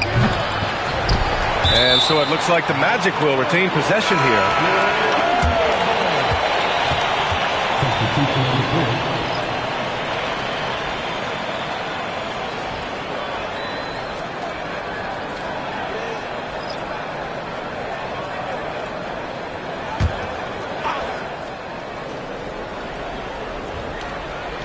Thompson with a steal. 1 second separating the shot clock and the game clock. And the slam dunk by Thompson. Flying high, Ausar Thompson. I wish I still had hops like that. How about that elevated look on the AT&T Connected Cam? Orlando trailing here. Here's Archibald. Hasn't gotten one to fall yet. Out of bounds. It'll be Memphis's ball. Those are the turnovers that have coaches pulling their hair out. Why do you think I'm bald? Well, it's always nice to head up to the Connected Cam to get another angle of these big plays, courtesy of AT&T. Here's Poole. Pass to Bailey. 1 second left. Oh, and the buzzer beater is good. Makes his selection just in time. Well done. He didn't even look worried about the time on the clock. Nice way to end a quarter. And at the end of one, a closely contested game so far. Memphis ahead. They lead by 3. And the second quarter about to get started. We'll be back in a moment.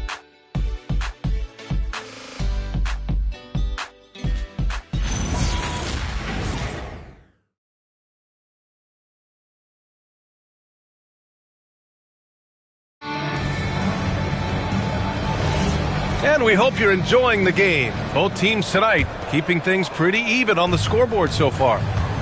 And a closer look here at the hustle stats for Memphis. When you pile up the blocks earlier in games, it really can affect the other team. They lose confidence offensively. And they've done a tremendous job just creating havoc defensively. Active hands have led to tons of turnovers that they've capitalized on. All right, this is how the floor looks for the Magic starting the second. They've got DeAndre Hunter, and it's Archibald in at the point. Here's Duckworth. He makes it from the left block. Duckworth's got his first basket. Nice ball movement there. That's how you break down the defense. Pass to Walker. Back to Thompson. Thompson with a steal. And it's Orlando on the break. Nice find by Thompson. Now, good to see him sharing the ball like this. And we played just over a minute of basketball in the second quarter. Outside Walker. Here's Bailey. Give him 8 points now. Poole from long range.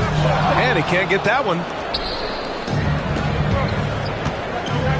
Outside Hunter. Pass to Archibald. For Poole. The shot by Archibald, no good. That's a shot he'd like back. He's usually going to make those. Back to Walker. Here's Bailey. 4-3. He buries it from 3. Bailey's got 11 points. The defense really fell apart there. You can't afford to leave them all alone at the arc. Orlando moving the ball around. Outside Hunter. Tried to answer back, but that 3 is off the mark. And so it's Walker with it. He brings it up for Memphis. And this is their first time matched up with Orlando this year. They'll be looking for payback after grabbing the short straw in the season series last year. Now here's Walker. Still no points. He shoots it. And it's Thomas with the rebound. I'm trying to think of the last time I saw him miss a shot like that. It's been a while. Thomas, a screen on Poole. Archibald, the pass to Thompson. Just 5 on the clock. Orlando again missing. The Grizzlies have gone just 1 of 3 to begin the second quarter. Worthy. Oh, and a beautiful feed leads to a monster jam. Not just a shooter. Poole can skillfully set up others as well.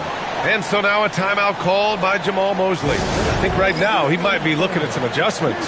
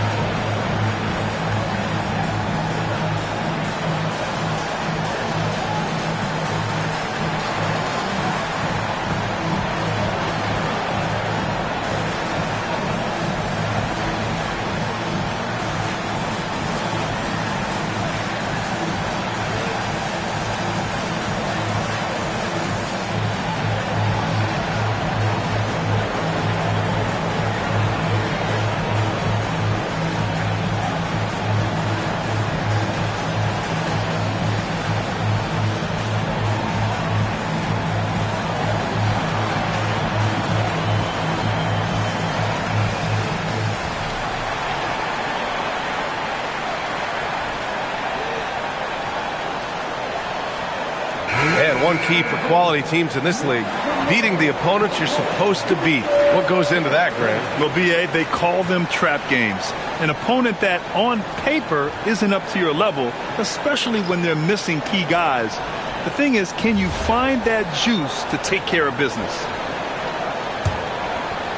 Now, for those joining us now, we're in the second quarter, about 3 minutes gone by.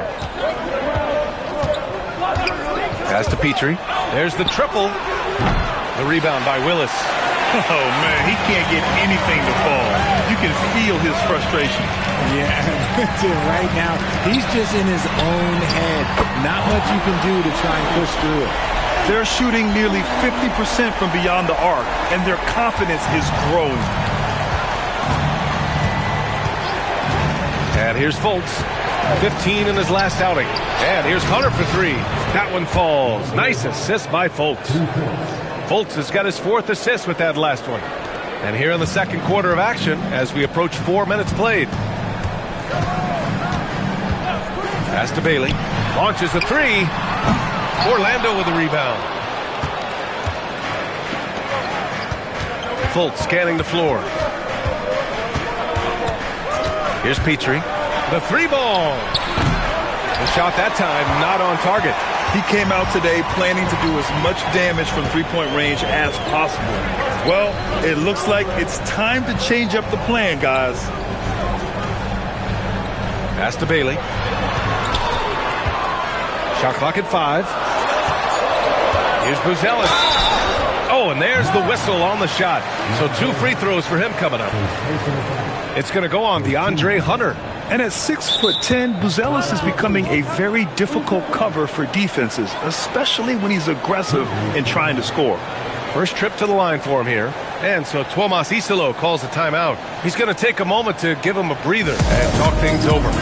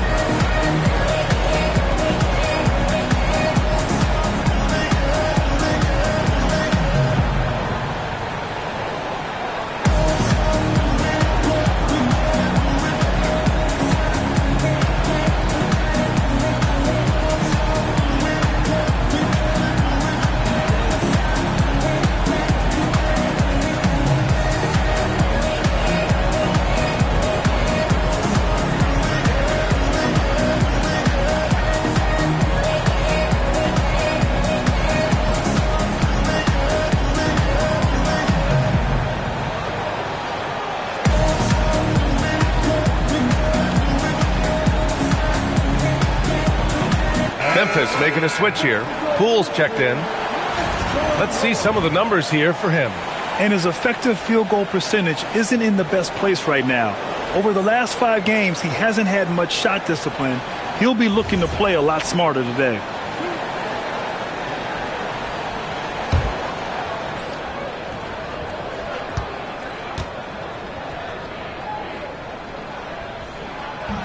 That free throw, no good.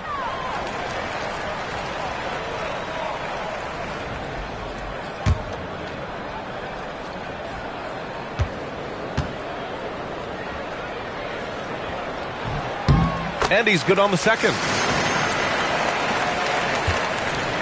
Magic trail by 5. Fultz with it. He's scoreless. Shot on the wing. The rebound by Edey. The battle of the boards has been something to watch. To the inside. Pass to Robertson. High post Edey. Ooh, he's looking comfortable now. 3 for 3. Gotta fight harder to get over those screens. Yeah, as soon as these guys feel contact, they are just disappearing like they're not even there. You gotta show some fire and keep defending. Here's Archibald. And another miss by Orlando. Some people could say he's struggling on offense this period. I like to think of more of drowning. Just can't seem to find his confidence. And the Magic shooting 32% for this game. Not what they're hoping for. Pass to Petrie. All sorts of time. The rebound by Edey. Edey's got his 5th rebound in this one.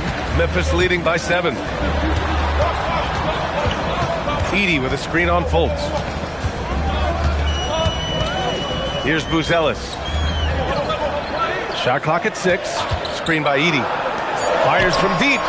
And it's Buzelis that time on the assist by Poole. And the Grizzlies lead by 10. And he doesn't waste any time at all. Buzelis got the ball and just attacked right away. Archibald, pass to Petrie. And they waste no time getting those 3 points back. Petrie's got 9 points. Continuing to add to his tally with that triple. Now his 3rd of the game. Pass to Buzelis. Screen by Edey. From deep. The shot by Buzelis, no good. Magic trail by 7. Fultz passes to Archibald. The 3 is up. The shot is good. Fultz making the play. Fultz has got 5 assists in the game. When he has enough space, he's more than comfortable letting it fly from outside. Here's Robertson. About 7 seconds separating the shot and game clocks. Pass to Buzelis. This one for 3. Orlando with the rebound. You love to see the competitive fire, but he couldn't sink that revenge triple. Here's Petrie. And here's Clark for 3. And that's not going to go. And the first half comes to an end. We've got a close game going here. It's the Grizzlies up 4. We'll see you after halftime for the beginning of the 3rd quarter.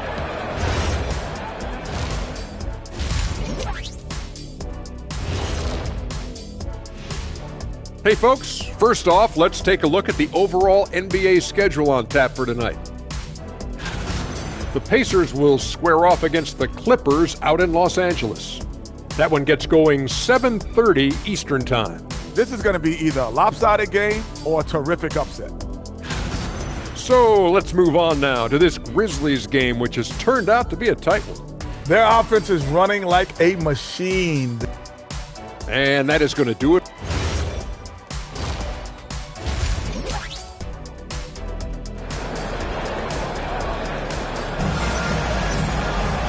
And in that first half, we saw a pretty tight battle. We'll soon find out what sort of adjustments were discussed during halftime.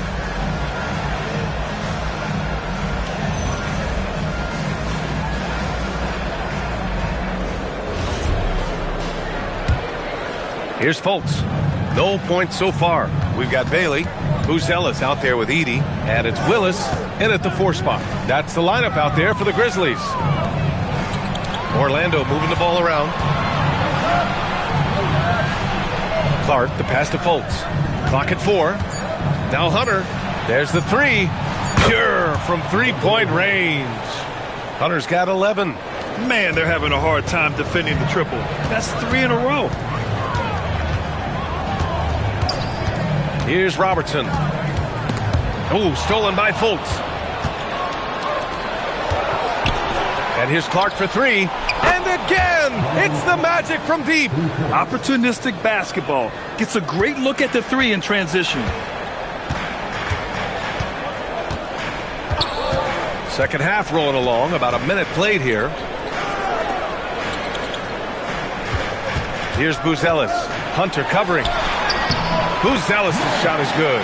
Just good, aggressive play by Buzelis. Not shying away from some physicality inside. Pass to Petrie. Beyond the arc. The Grizzlies pull it in. And the defense dodged one right there. Not the guy you want to leave open. Here's Bailey. The three. Can't hit that one. Left side Fultz.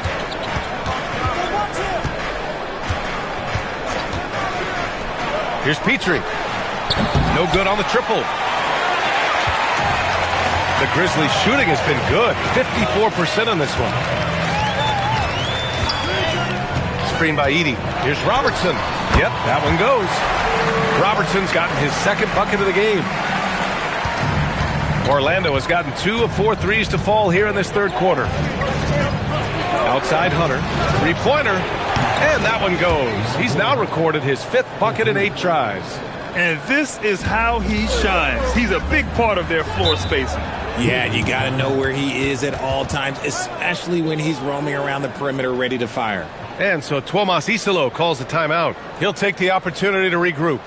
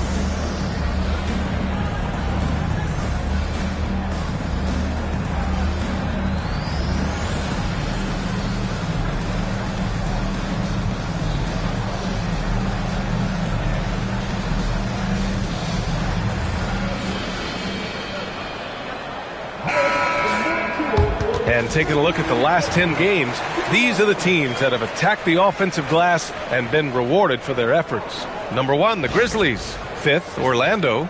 It's clear that both of these teams value every single possession. They fight so hard on the offensive glass to earn those second chance looks. Second half of play here with just under 2.5 minutes passed. Bailey, the pass to Willis. Here's Robertson. And here's Bailey for three. Clark grabs the board. Clark's got 4 rebounds in the game. Here's Petrie. An easy 2 on the layup. And now a 3-point Magic lead. They haven't looked the same on defense during this second half. Seems like they are relaxing and allowing them to get whatever shot they want. Here's Robertson. And the basket by Willis. In a tight game, they wanted to make sure of that possession. Orlando has gone 3 of 5 from downtown here in the second half.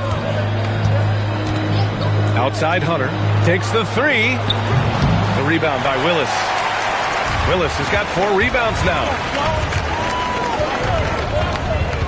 To the wing, right side. There's a screen. The bank shot, no good.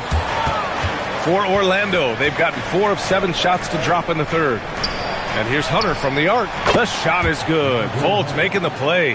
Hunter's got 9 points here in the second half.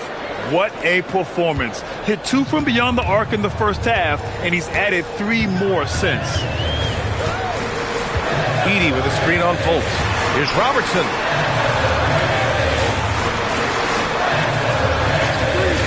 6 on the shot clock. And here's Bailey for 3. It's hauled in by the Magic. Camby's got his 4th rebound in this one. To the paint. Here's Clark. The rebound by Willis. Grizzlies trail by 4. Pass to Robertson. Here's Bailey. He's got 14 inside. Here's Willis. Jacks up a 3. Here's Edey. And there's the bucket. Staying with it that time. Offensive glass, getting it done. It looked like he was playing against his little brother out there, the way he just went right over him with his height. Poole, he's checked in for Memphis. The Magic have gone 5 for 9 from the floor in the 3rd quarter. Archibald, the pass to Fultz. The 3 is up. Counted from distance. And the Magic lead by 5. They're getting torched on the perimeter. 4 of the last 5 buckets have been threes. A minute 53 left to play in the 3rd. Count that bucket. Edey's got 4 points now in the quarter. Time and time again, they're creating good looks from close range. Fultz passes to Duckworth. Here's Archibald, guarded by Poole. That 3's off the mark. This has been a close game in a lot of ways, but they do have an edge on the boards. Screen by Edey.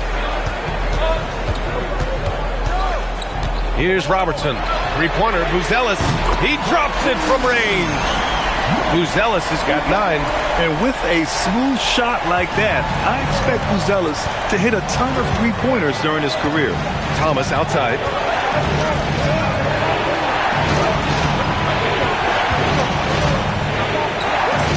Here's Archibald.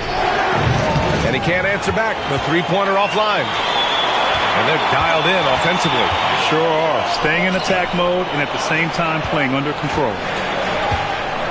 Pass to Robertson. 3-pointer, Buzelis sends it home from 3-point land. And it's a 3-point Memphis lead. Well, after an uneven first half, he's managed to right the ship and get things going. 9 seconds separating the shot clock and game clock.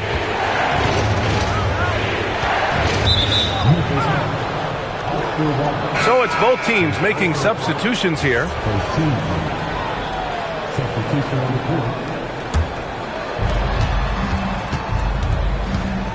Smith outside. 6 to shoot. Pass to Archibald. Offensive struggles continue. Missing again. 3 quarters of play and a close one here. It's the Grizzlies. They lead by 3. And time for a short break. Stay right there. The 4th quarter is coming up next.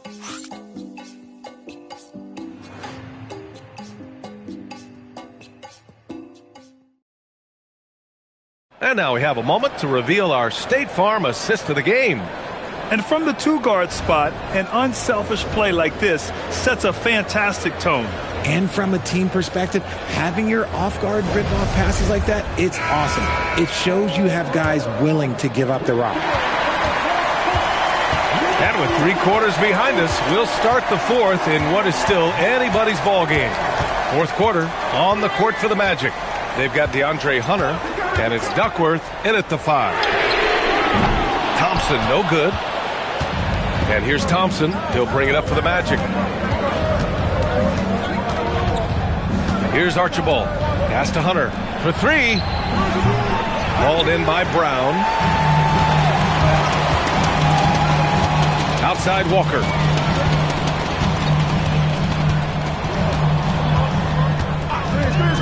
Lets it go. Can't nail the jumper.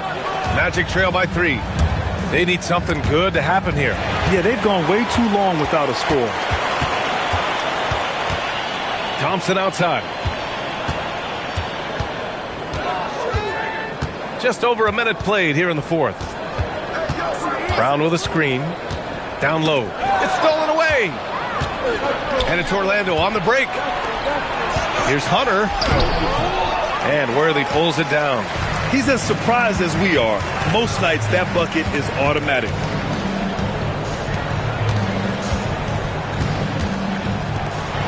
Walker for three. And again, it's Memphis missing. Thomas against Thompson. Thompson outside. Orlando moving the ball around. There's the screen. Here's Archibald. And once again, off the mark by Orlando. And Walker gets it to go on the assist by Thompson. And the Grizzlies lead by 5. In crunch time, trying to get the foul, the bucket, or both.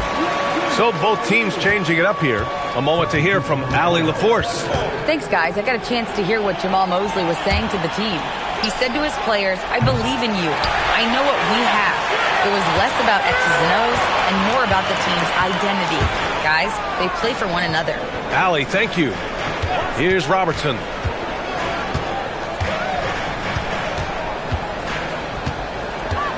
Five to shoot. Pass to Bailey. Off target from three-point range. The way he started this game, you wondered if he'd ever cool down, and the answer is yes. Here's Archibald.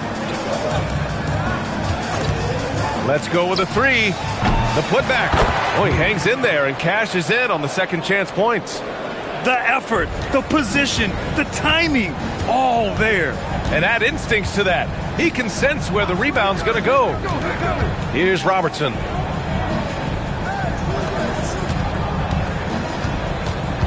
To the wing on the left. And here's Bailey for three. Fires in the triple. Prolific from deep in the first half. He's trying to continue that. Outside Fultz. Outside Hunter. Over Buzelis. Hunter can't get it to go. Memphis leading by 6. Screen by Edey. Out to the wing.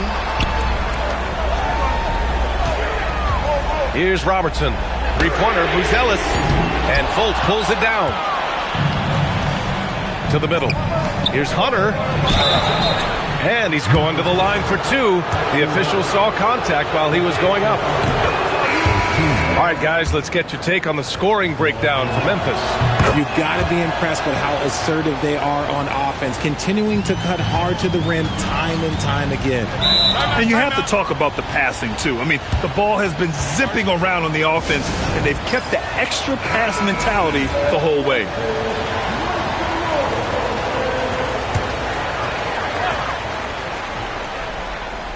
Intercepted.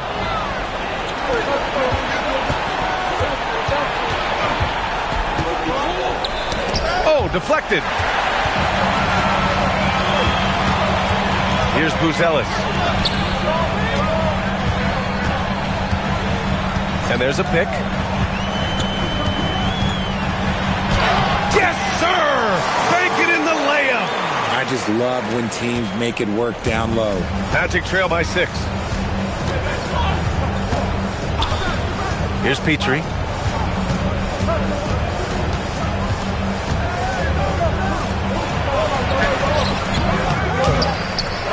Oh, no luck that time either.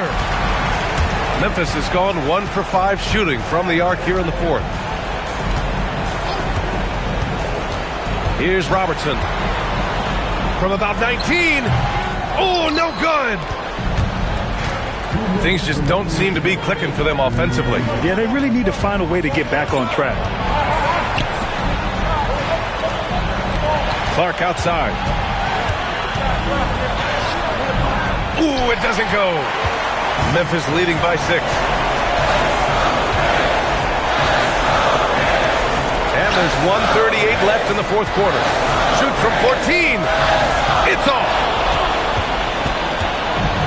Orlando has got nothing to fall from outside the arc here in the 4th. 0 for 4. Here's Fultz. Outside Hunter. He launches. Bailey pulls it down. That's kind of a Hail Mary there. That's the mark of desperation.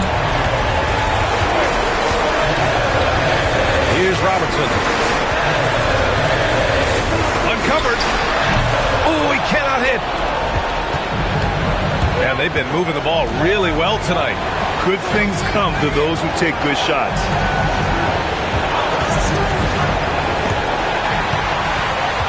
And so they choose to intentionally foul.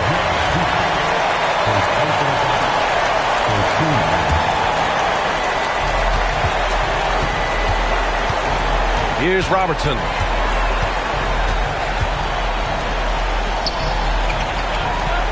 Edey fires. Up again. No. And right here, they can't waste any time.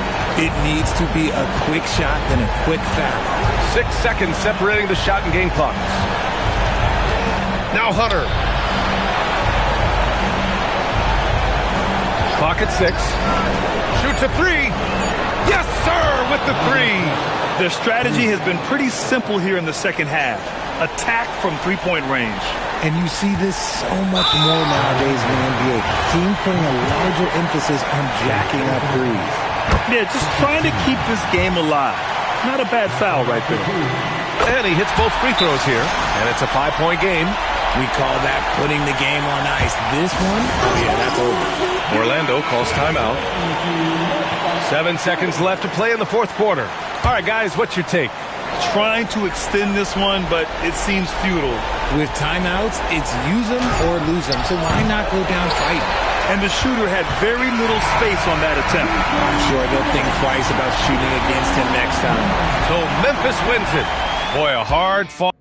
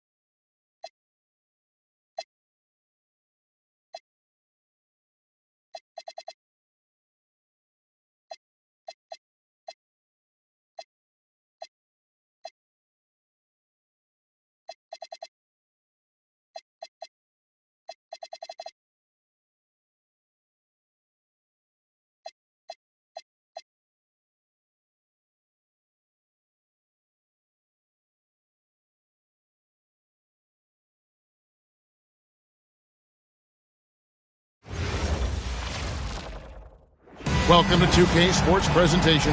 On paper, this game looks one-sided, GA, but you never know in the NBA, do you? As they say, anything can happen.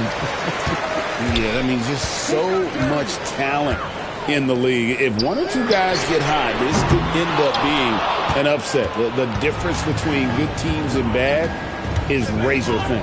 And the starting lineup for the Timberwolves. They've got Scottie Pippen. Parrish is out there with O'Neal. And it's Bird. And it's Ross in at the 2-guard. And he's not going to miss that sort of an opportunity from deep. It's Garland with the ball for the Pistons. It's a 3-point game. Outside, McHale.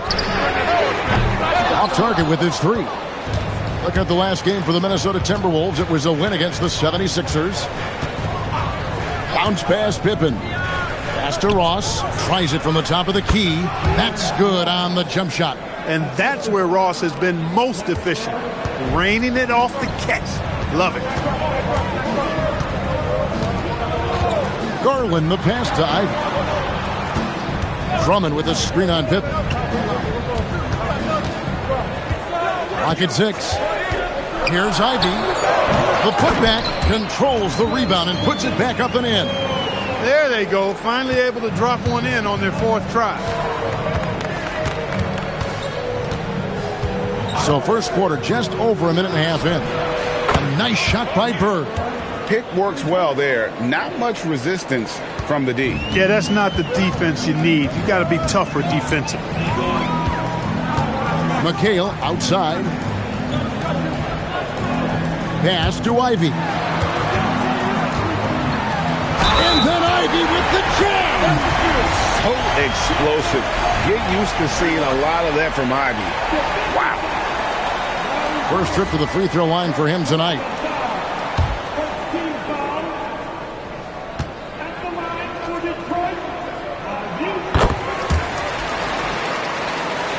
Here in the first quarter with about 2 minutes gone by.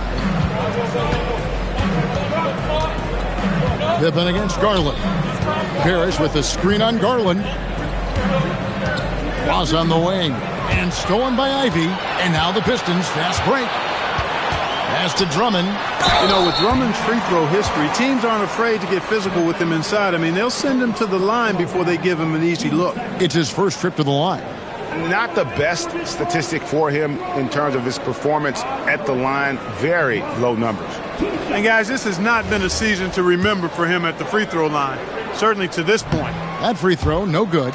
He is a monster on the glass, but Andre Drummond doesn't just have size. He's also developed really good timing and instincts that help elevate his game. We got this. We got this.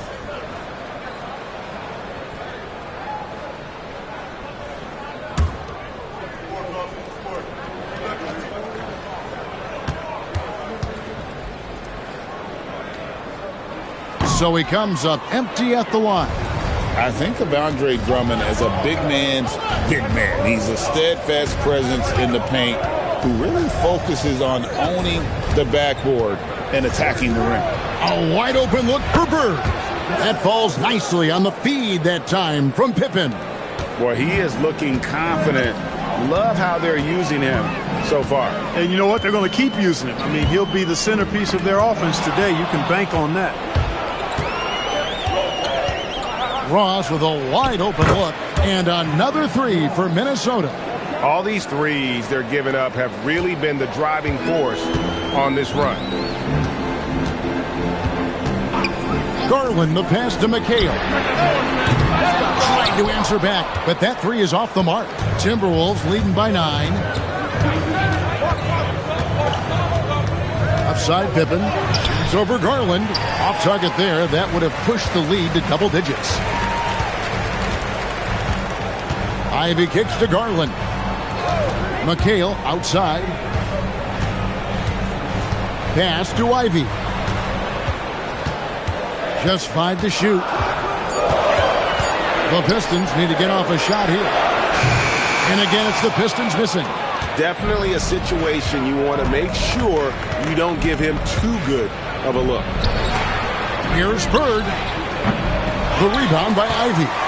Pistons trail by 9. They need a good offensive possession. Yeah, they've gone a long time without a bucket. To the paint.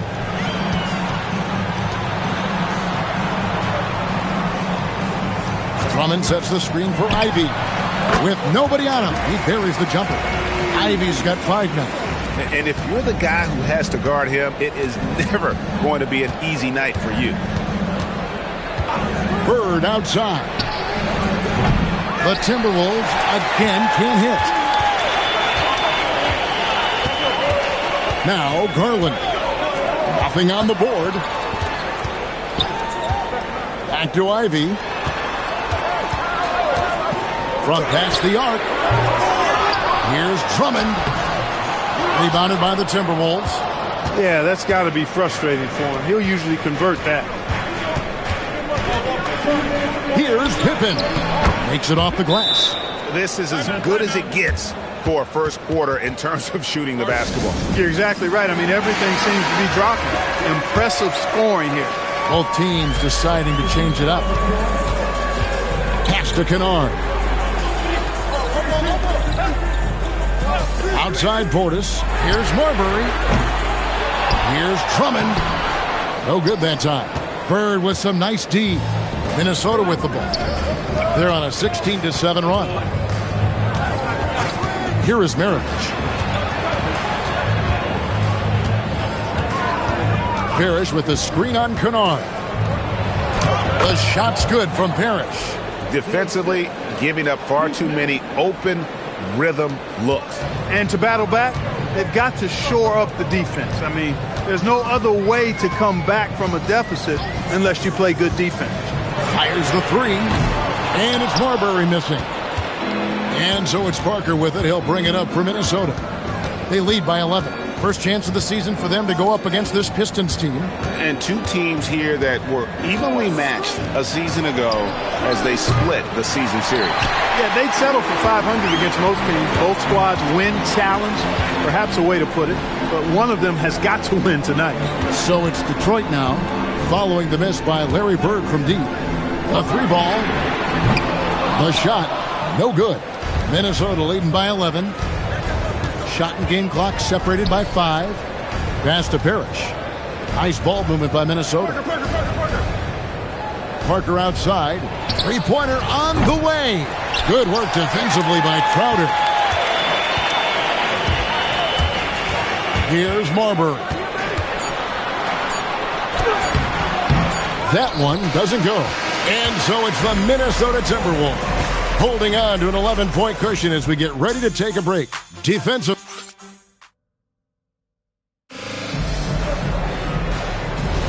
And so far through one quarter, it's been a lopsided game. We'll see if that changes here in a second. And some stats here, guys. The scoring breakdown for the Timberwolves. You know, right from the start, it seemed they got hot from three-point range, pulling apart the defense and racking up the points, too. And another thing Coach will be thrilled with, the assist numbers, spreading the wealth and creating some offensive opportunities. They've got Ivy. Portis is out there with Lambier. Then it's Jay Crowder, and it's Marbury in at point. They're the group Detroit will start the second with. Outside, Lambier. Ivy passes to Marbury. Portis a screen on Parker. Now, here's Ivy. 5 points in the game. In front of you now is the list of teams that haven't missed many shots at all since the All-Star break. In fourth, the Timberwolves. No doubt their offense has really hit its stride. I mean, they're making the extra pass and not settling for that first shot that presents itself. And you see that in their shooting percentage. Maxwell is checked in for the Timberwolves. And stolen by Portis. Jumps up, and Portis throws it down. And that's how they're going to trim this lead. Play tough D, force some turnovers, and then push it in transition. And another look at that last play with the AT&T connected cam.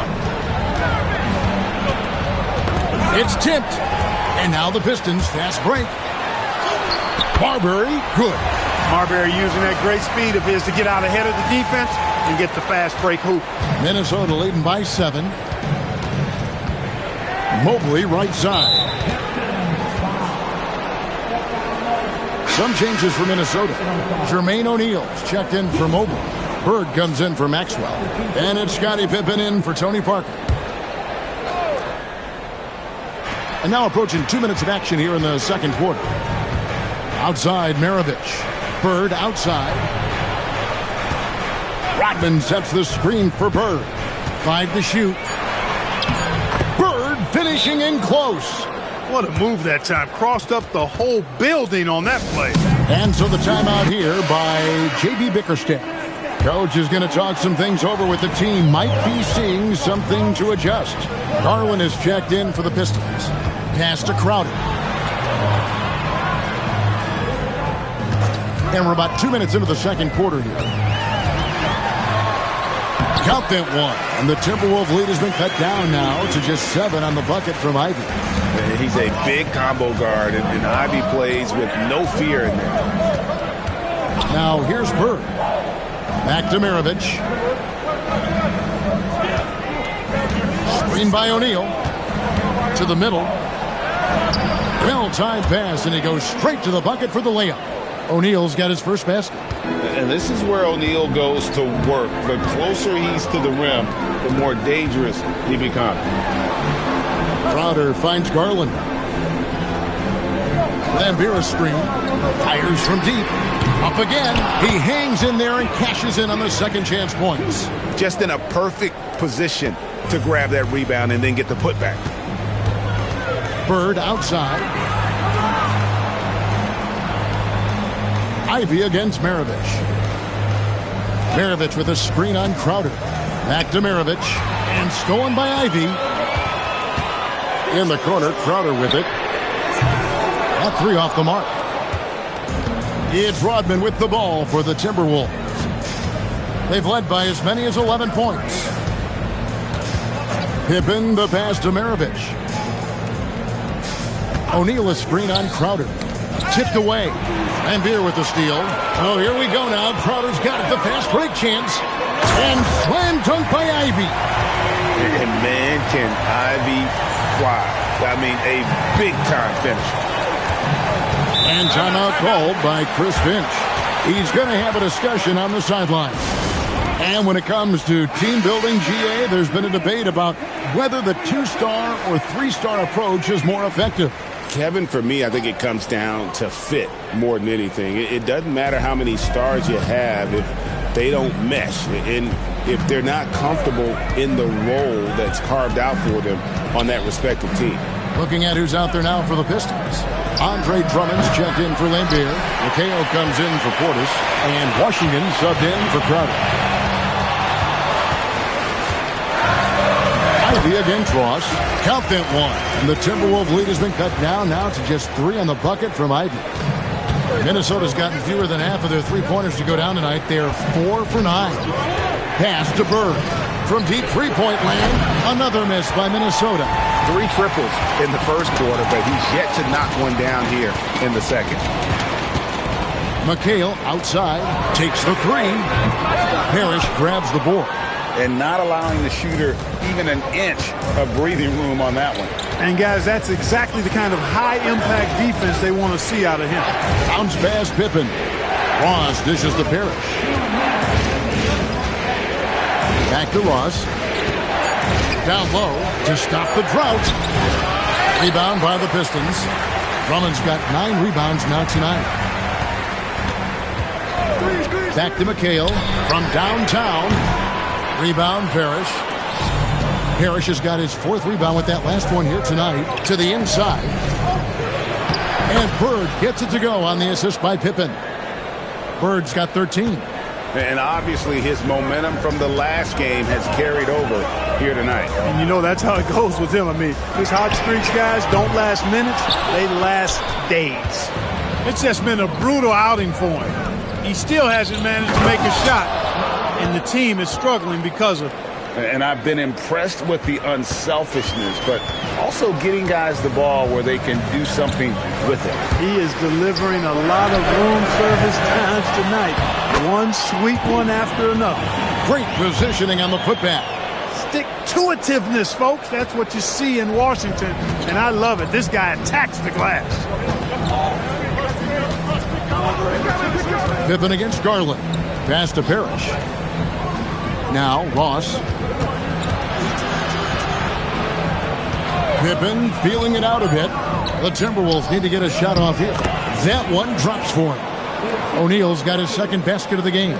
Nice pass here to set that basket up. Some tough offensive sets. They want to turn it around. Yeah, right now you just need a bucket to get some momentum. Pass to Ivy.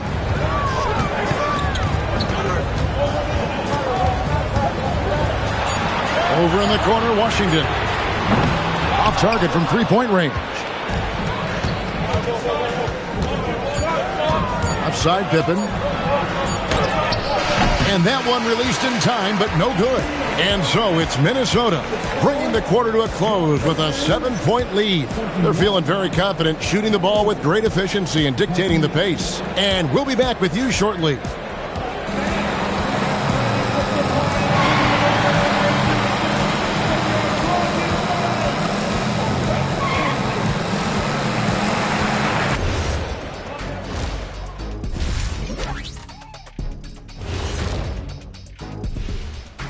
Hello, folks. The first half is in the books, and we've got a lead on the scoreboard for the Minnesota Timberwolves. They're completely in sync. It's like bees hive mind out there. Hear them, Kenny? Bzz. Yeah, great passing, but much better in your bubble pressure.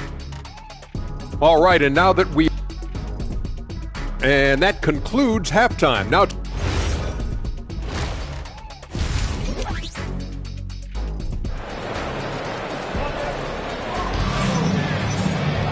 And if you're just joining us in this one, first half is in the books, 1 half to go.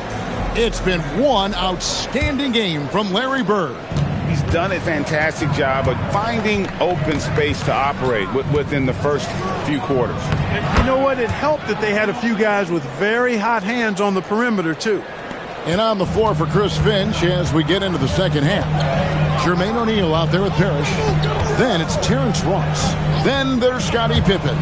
And it's Bird at the small forward. And they call an illegal screen here. And a moment now to look at the numbers for Drummond. And he provides that deterrent around the rim, ranking among the top 15 league-wide in blocks per game. And he's a top 10 rebounder this year for good reason. He's unbelievably driven, and he competes with you for the entire game. Bird outside. Pippen, the pass to Parrish. And here is Ross. On the wing, Bird. He's covered by Washington. Shoots.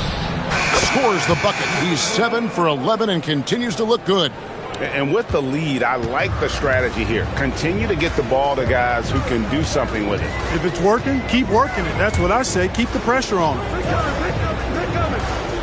Pass to Ivy.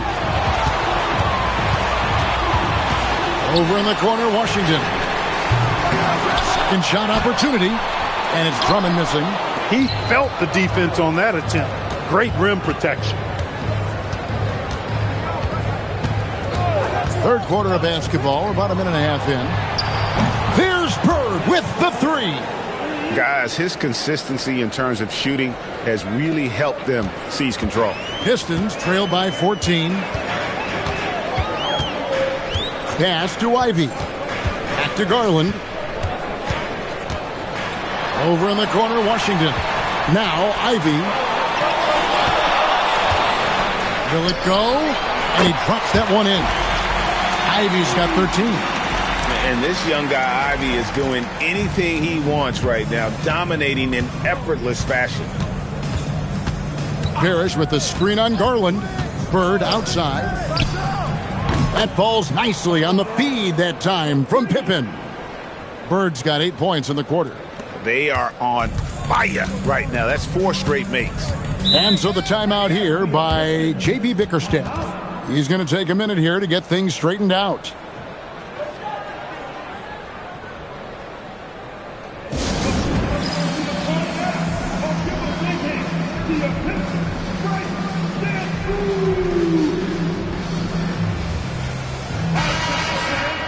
Here we are, 2 games left before the start of the playoffs. Let's take a look at the possible field.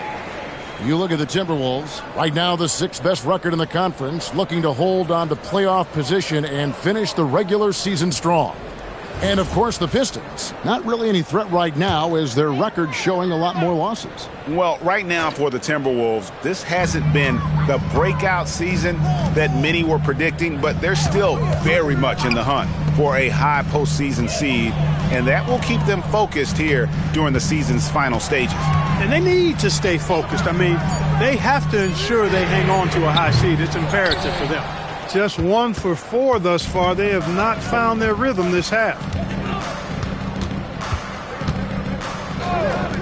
There's the 3. Rebound by the Pistons. Drummond's got 11 rebounds in the game. Outside, McHale. That 3 off the mark. I didn't care for his shot selection that time. He needs to let the game come to him a little bit. Just relax, take your time, son. Bounce pass, Pippen. Parrish with the screen on Ivy. Here's Bird. Beats the shot clock, but can't get it to fall. And so Garland will bring it up for the Detroit Pistons. Down by 15. And that will be the middle game of this 3-game homestand. Pass to Ivy.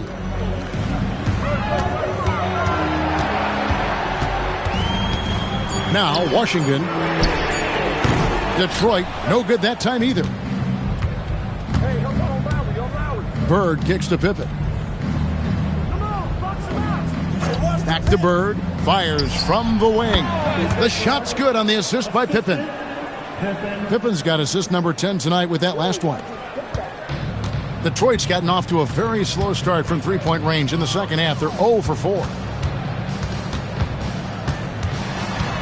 Ross against Ivy.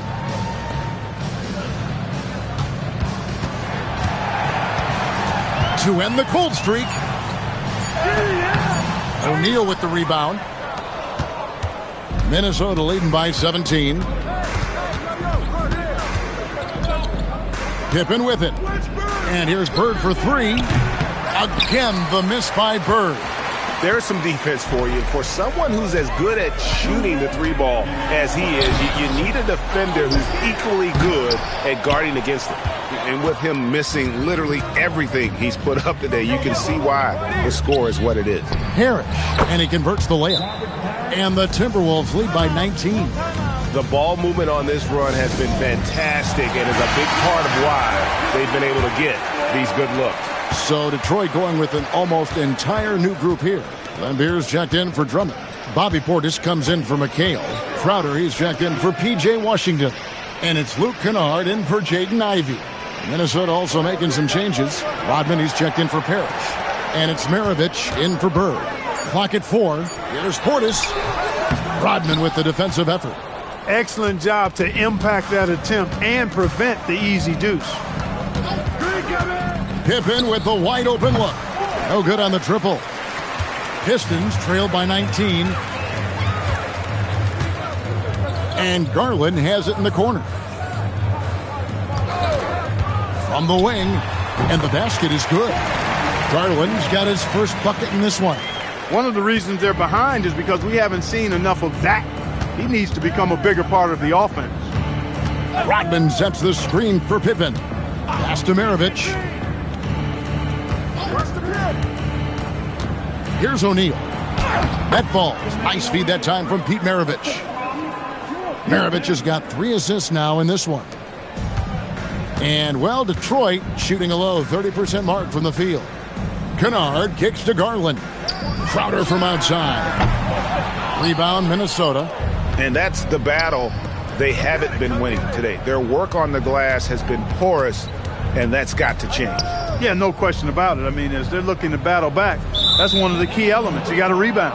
And there's the foul on Jay Crowder. That is his first foul of the game. First team foul. Substitution on the floor. Oh. 15 seconds left to play in the third. Maravich against Kennard. And Mobley throws it down. Hey, you know what he lacks in size, he makes up for with his vertical. Crowder from outside. That shot misses. And at the end of the third quarter, a huge lead in this one may already have been decided. Timberwolves ahead, ending the third quarter with a huge surge. And 18 to... And let's take this chance now to show you the State Farm assist of the game. And he sliced the D wide open with this feed. They had no chance to prevent that basket. Yeah, that's just a brilliant read of the defense. I mean, it was also excellent anticipation of the movement of his teammates before the pass. Just great harmony on all sides. And there have been 2 very different performances from these teams today as we get going in quarter number 4. They've got Portis. He's out there with Jay Crowder. Jaden Ivey is out there with Bill Laimbeer. And it's Marbury in at the point. That's the group for Detroit right now. Rodman sets the screen for Parker. From outside, off the mark.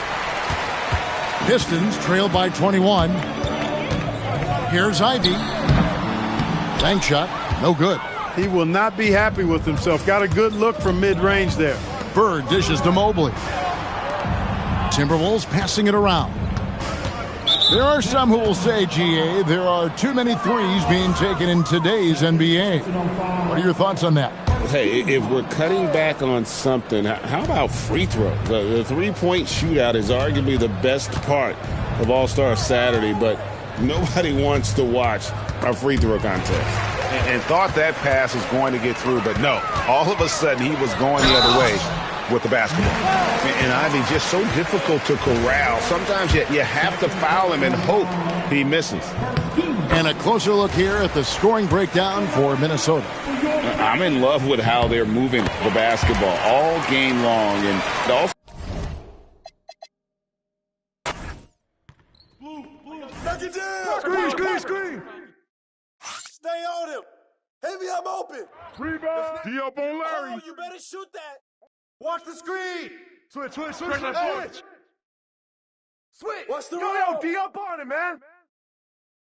Switch. Crash that boards, man. Yo, get on Maravich. Whose man is that? Robbie. Screen cover. Shot. Watch the Shoot pick. that. Shot. Hey, yo, right here, baby.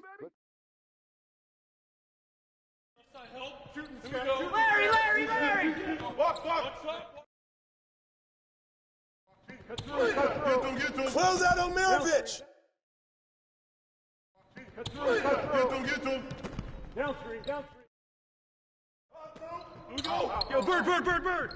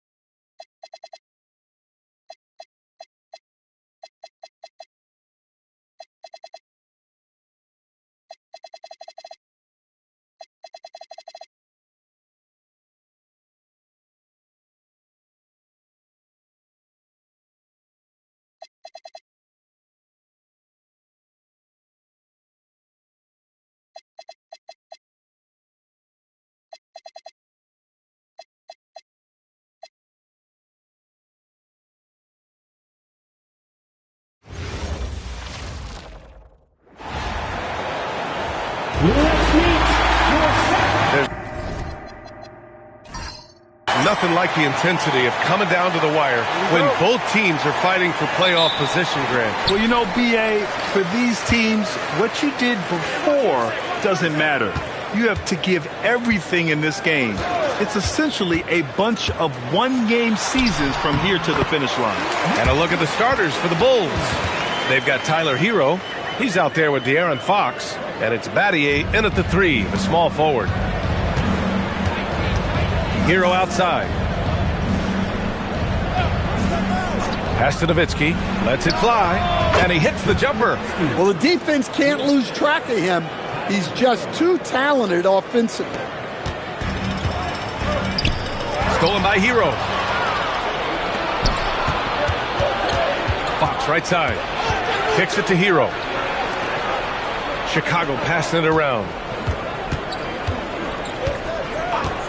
Fox outside. Pass to Nowitzki.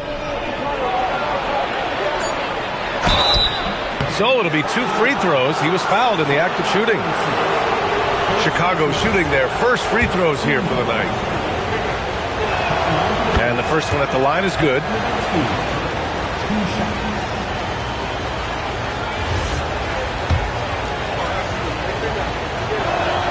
And so he makes both from the line.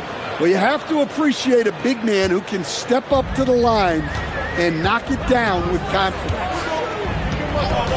And play stops. A whistle there on what looks like an illegal screen. And that's 2 awful trips in a row resulting in turnovers.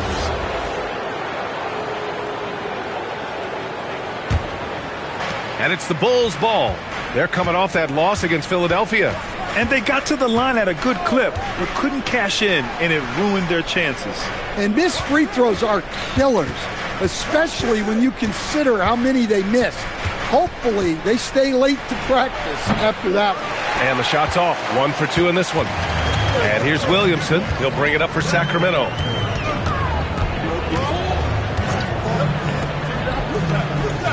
Johnson passes to Tripucka. Back to Johnson. Now Williamson. 6 on the shot clock. Lets the 3 fly. The shot by Johnson, no good. And he probably thought he was going to bury that one. Pass to Nowitzki. Launches it. It's hauled in by Zion Williamson. Just enough of a shot contest to bother him. Here's Hornacek. Here's Eden. He's covered by Fox. Fades back. That shot off. Well, I'm surprised that didn't fall for him. We know that's a shot he can hit, and there wasn't much resistance either. Pass to Nowitzki. Here's Abdul-Jabbar. He's coming off a 13-point game against Philadelphia. Chalk up 2 there. Oh, what a crafty move, causing the defender to pause right there. Kings trail by 4. Here's Hornacek. To the inside. Johnson. Oh, and Johnson slams it in. Hey, when in doubt, run the defender off the screen. And you know, with a result like that, we'll see them run it again. Yeah, defensive breakdown there. Gotta communicate and switch that screen. I like it. Setting up Fox that time, getting him something in rhythm. And the call is going to be, yes, an illegal screen. And while we have a moment, a look at the league leaders in fast break points over the last 10 games. The Bulls, 4th. Let's see if they'll be able to keep scoring at this rate throughout this season. Over the last 10 games, their ability to score in transition has been special. Horton Tucker, he's checked in for Chicago. Here's Nowitzki, and he's been a big part of their offense, averaging more than 18 points a game. Offline from the top of the key. Well, this hasn't been his quarter so far. He's really struggling to get going. Williamson finds Johnson. Here's Iverson. Back to Johnson. Pass to Gay. Picked by Williamson. From downtown, Horton Tucker grabs the miss. Chicago leading by 5. To the paint. Here's Abdul-Jabbar. Nice dish, and the layup goes down. Showing great vision and delivering the pass out in front. Now Johnson. He's averaging just around 8.5 points a game. And another miss by Sacramento. Defensive breakdown there, and they got lucky. He's not going to miss too many of those. Here's Abdul-Jabbar, and the layup is good. Abdul-Jabbar's got 6. An outstanding first quarter from the field. The Kings have gone 2 of 6 to open up this game. They've been having major problems offensively. Definitely in a bit of a dry spell. Over to the left wing. Williamson for 3. The rebound by Nowitzki. Given his range, you'd expect him to capitalize on that opening. Battier passes to Horton Tucker. And here's Fox. And right now, he's currently putting up 6.5 points per game. Just 4 to shoot. 3-pointer. That one no good. Kings trail by 9. 1:33 left in the first quarter of the game. Gay outside. Here's Johnson. Kicks it out to Williamson. Hits the trifecta. Yeah, you'd like to see Williamson be able to take that 3 more often, but he's got to shoot it better. Fox outside. Here's the pick. And it's Sacramento with the rebound. And going against Chicago, their first meeting of the year. They'll be looking for payback after grabbing the short straw in the season series last year. Shot's good by Iverson. That's a good find from Zion, showing off his vision there. Bulls leading by 4. Fox with the ball. Pass to Nowitzki from behind the arc. Offensive board. Here's Battier. The 3 knocks down the triple. He's consistent from out there, especially when you give him that kind of room. for Sacramento. They've gone 4 of 9 in this one so far. Now 8 seconds separating the two clocks. Iverson passes to Gay. Now Williamson. Picked by Williamson. Inside. And Williamson throws it down. Yeah, I don't know what's scary. Zion setting the screen or him coming off the screen. Here's Nowitzki. Ooh, cans the tough leaner from the outside. Nowitzki's got 6. Well, coach isn't going to like the theatrics there. He had more than enough time to get a stable base, but he made it anyway. And that concludes the first quarter of play. Chicago ahead, up 7. And quarter number 2 will get underway just after this short break.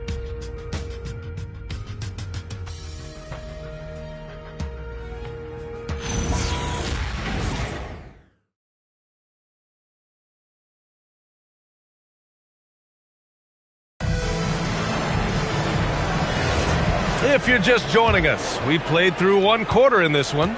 And from what we've seen from Chicago, what's your take so far?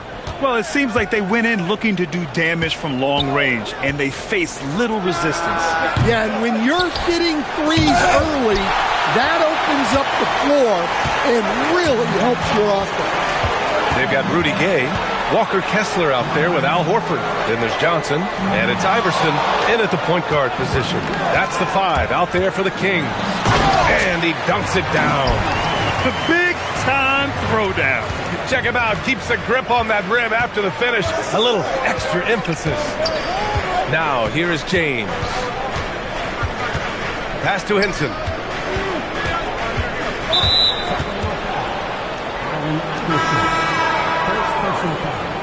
First team foul.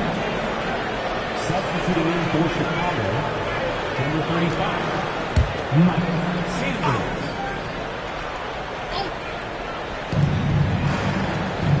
Here's Henson. And again, Chicago, no good. Kings trail by 5. Pass to Gay. Kessler a screen. Puts up a 3.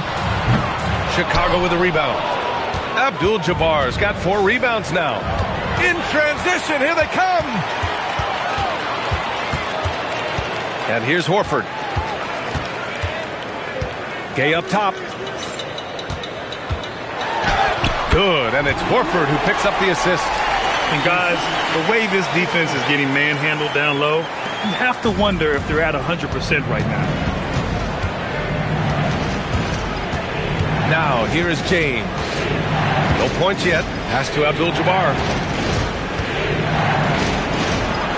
The shake. Rips in the dunk off the timely pump fake. And we're about 2 minutes into the second quarter here. Oh, it's Gay with the jam. And once he gets to the rim, it's fairly automatic. Nothing fancy right there. Just takes his 2 points, moves on. Here's Sanders. And there's James from the arc. Horford pulls it in. And so it's Johnson with it. He brings it up for Sacramento. They've only given up 2 points this quarter. And he gets the bucket. Strong pass there to set up the basket. Here's Abdul-Jabbar. And down it goes. Dunked it through off a beautiful setup. And plays like that one can make the difference in a close game. And it definitely got the bench on their feet, too. And, guys, you cannot allow that in a close game. You have to make it harder than that. And so Will Hardy calls a timeout. He might have seen something and needs to review with his guys.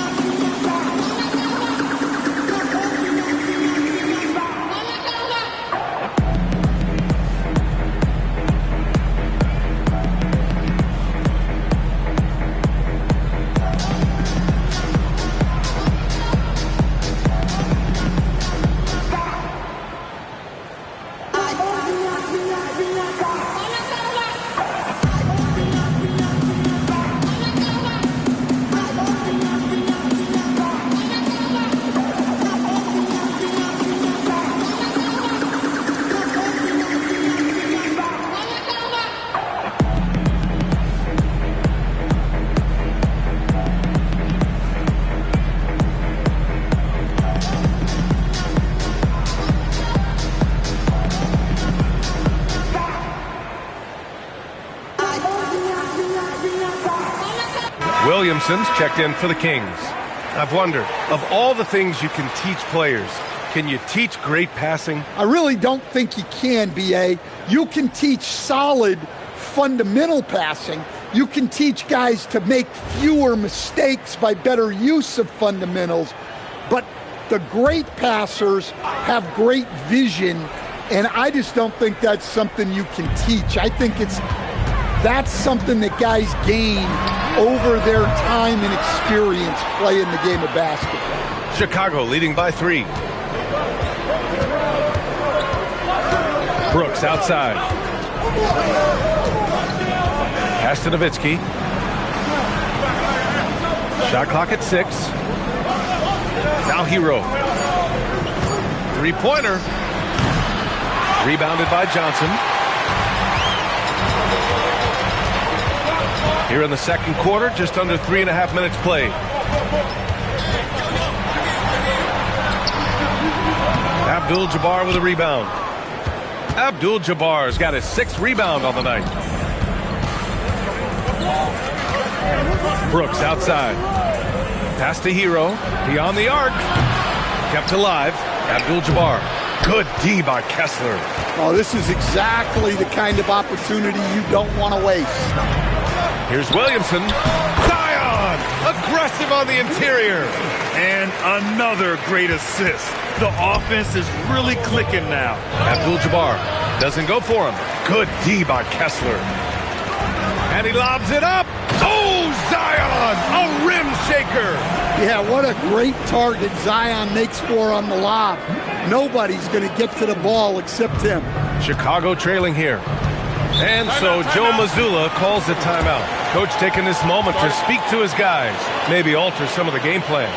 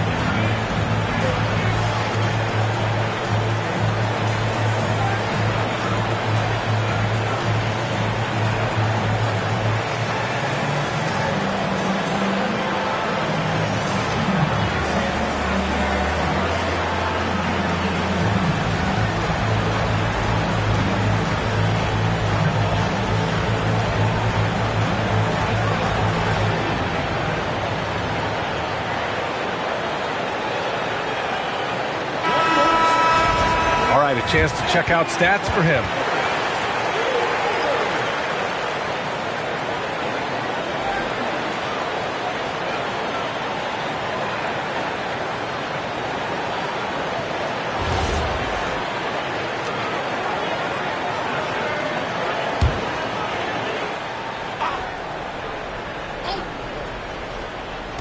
Sacramento on D. Their defense has only allowed 4 points in the quarter. Back to Fox.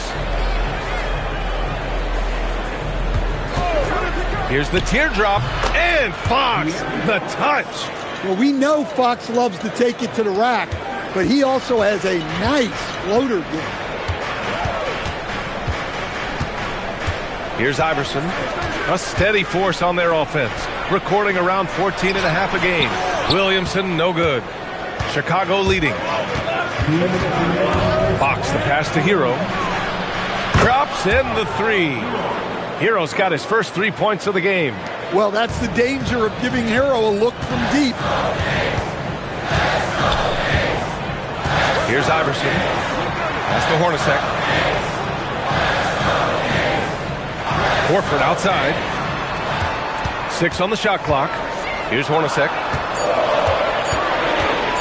Fires for 3. The rebound by Nowitzki. Oh, he's frustrated there. You know he wanted to come right back with the 3 of his own. Hero outside. Here's the three. It's hauled in by Eaton. Kings trail by 4. Williamson passes to Hornacek. Here's Iverson from the arc. Chicago with a rebound. Nowitzki's got 4 rebounds in the game. 50 seconds left to play in the first half. Fox for 3. Sacramento grabs the miss. Well, the defense got lucky there. More often than not, he's making that shot. Eaton can't hit. Yikes, how did he miss that? I mean, he makes 9 out of 10 of those.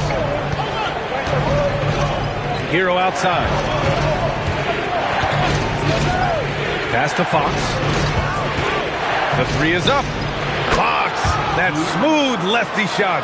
The defense is nowhere to be found guarding the three-point shot. 20 seconds left in the half. Here's Iverson. 15 in his last outing.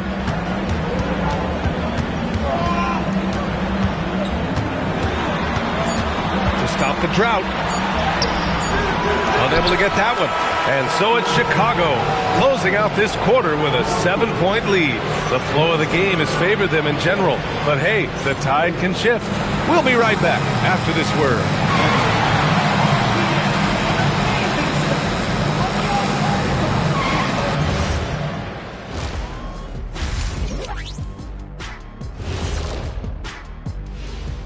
Thank you for joining us. Getting right to the story, things are going well for the Chicago Bulls. Their defense is getting it done, intimidating shooters, locking down lanes. They force guys to take bad shots and give up on. And what better time than now to get caught up on the Rookie of the Year race? There's impressive talent in this class, and the top dogs are battling. Each guy wants this award bad, and you know they're going to be talking trash to one another all season long. Thanks for tuning in. Now it's time to head back over to Brian Anderson for the start of the third quarter.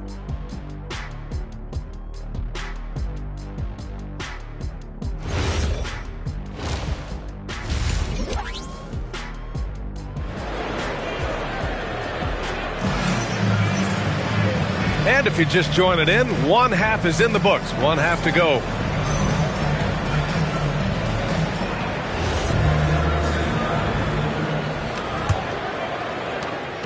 And so Hero will bring it up for the Bulls. Kicking off the second half, here's Joe Mazzulla's 5. Tyler Hero is out there with De'Aaron Fox. And it's Abdul-Jabbar in at the pivot spot, manning the middle. They get the rebound. Misses the baby hook. Kings trail by 7. Williamson passes to Johnson.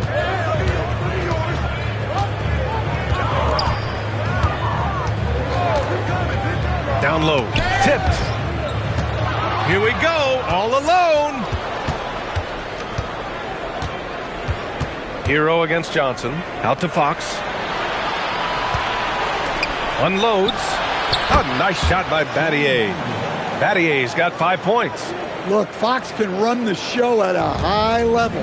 He reads things quickly. Outside Johnson. Hero against Johnson. Hero, the pass to Battier. And he can't extend the lead to double digits. They've had a quiet start to this half, hitting just one of their first 4 attempts. Hero with it, and Johnson picks him up defensively. Fox for 3. Fox, good corner shooter. And the defense is really allowing them too much room on the perimeter. And so Will Hardy calls the timeout. He might have seen something and needs to review with his guys. Well, I know what their coach is preaching in this huddle.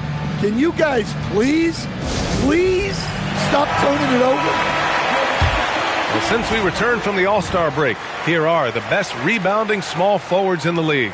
Number 1, Zion Williamson. There are some good rebounders at the small forward position. He's extraordinary on the glass.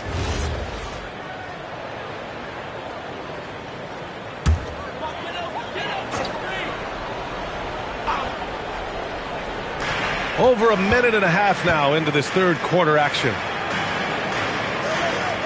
Outside Johnson. Gets an open look and hits it. 6 points for him. Strong performance from him, but he may need to do even more if they're going to win this game. Fox right side. Back to Hero. Fires from deep. It's hauled in by Eaton.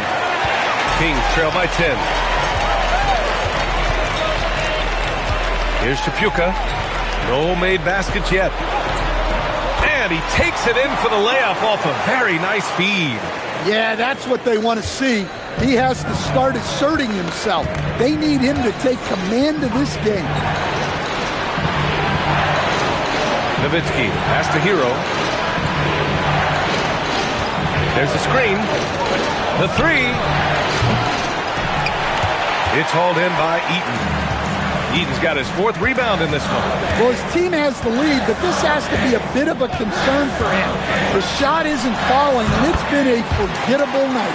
They are on fire to start this second half. 3 for 3 and looking totally in sync. Bulls leading by 6. Pass to Nowitzki. Puts up a deep 3. It's hauled in by Eaton. Eaton's got 5 rebounds tonight. Johnson against Hero. Johnson passes to Eaton. Williamson looking around. Clock at 6. Outside Johnson. No good on the 3. Chicago has gone just 1 of 6 from long distance here in the 3rd. The shots just aren't falling. Pass to Battier. Here's Abdul-Jabbar. Kicks it to Hero to win the cold spell. And once again, off the mark by Chicago. And this is exactly who you want taking that shot. He just missed it. Fox against Johnson to the middle. Eaton's shot is good. Now just a 4-point Bulls lead. Keeping pace here. That's an excellent move inside. Hero outside. Pass to Nowitzki. Pulls up. The Bulls with another miss. Yeah, he hasn't had the best night in the field, but his teammates have had his back. Outside Johnson to the inside. Here's Chapuka. Soft touch off the glass. Look, that's an opportunity you don't pass up. And Fox has got the ball here for the Bulls. They held a 12-point lead earlier, and so Joe Mazzulla decides to call a timeout. Coach probably just checking to make sure everybody's on the same page here.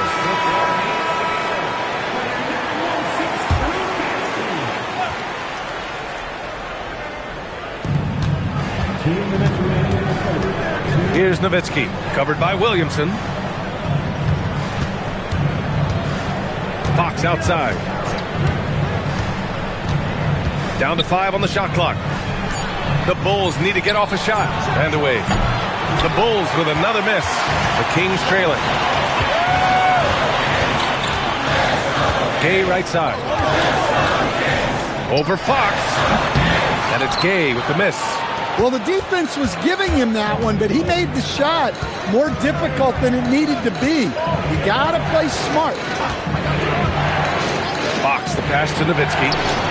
Yes! And a nice assist from Fox. Fox has got 3 assists tonight. Here's Iverson. Here's Williamson. Chicago with a rebound. Abdul-Jabbar's got rebound number 10 tonight with that last one. Here's Vandeweghe. Back to Fox. There's the triple. Another 3 for Chicago. As the deep shots continue to fall, you can sense the frustration growing among these defenders. Pass to Branham. Picked by Williamson. Inside. The rebound by Nowitzki. Yeah, loose coverage by the defense, but he just couldn't make them pay. 1 second separating the shot clock and the game clock.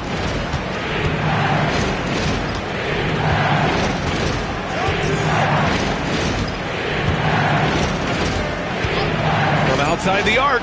Knocks down the long J. And it's an 11-point Chicago lead. They are unconscious from outside. And so far, the defense has had no answer. Look, when the three is falling like this, there's not a whole lot you can do defensively. And so it's the Chicago Bulls. They have a nice 9-point cushion at the end of the quarter, appearing in control, but could still use a little more of a push to feel totally comfortable in this one. We'll be right back.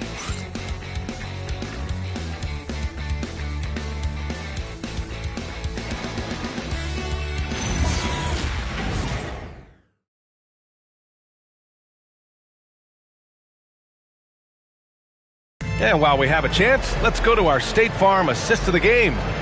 Woo, I'm fired up to see this dish one more time. It's always great to see your two guards share the wealth. Yeah, and if you have both guards dishing like that and putting up points, wow, a coach's dream. And this is it. Glad to have you along for this fourth quarter. We've got Al Horford. He's out there with Walker Kessler. Johnson is out there with Rudy Gay. And it's Iverson in at the point. That's the 5 out there for the Kings. They're starting a new trend with regard to turnovers. It's becoming problematic. Chicago leading by 9. James deciding where to go with it.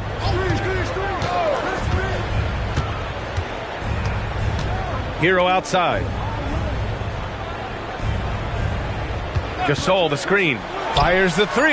Called in by the Kings.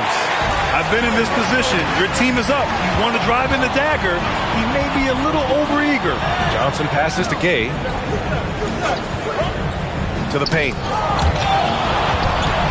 Kessler finds Gay. Back to Kessler. And finished off by Kessler. Well, what I love about Walker Kessler, he's a 7-footer who plays like a 7-footer.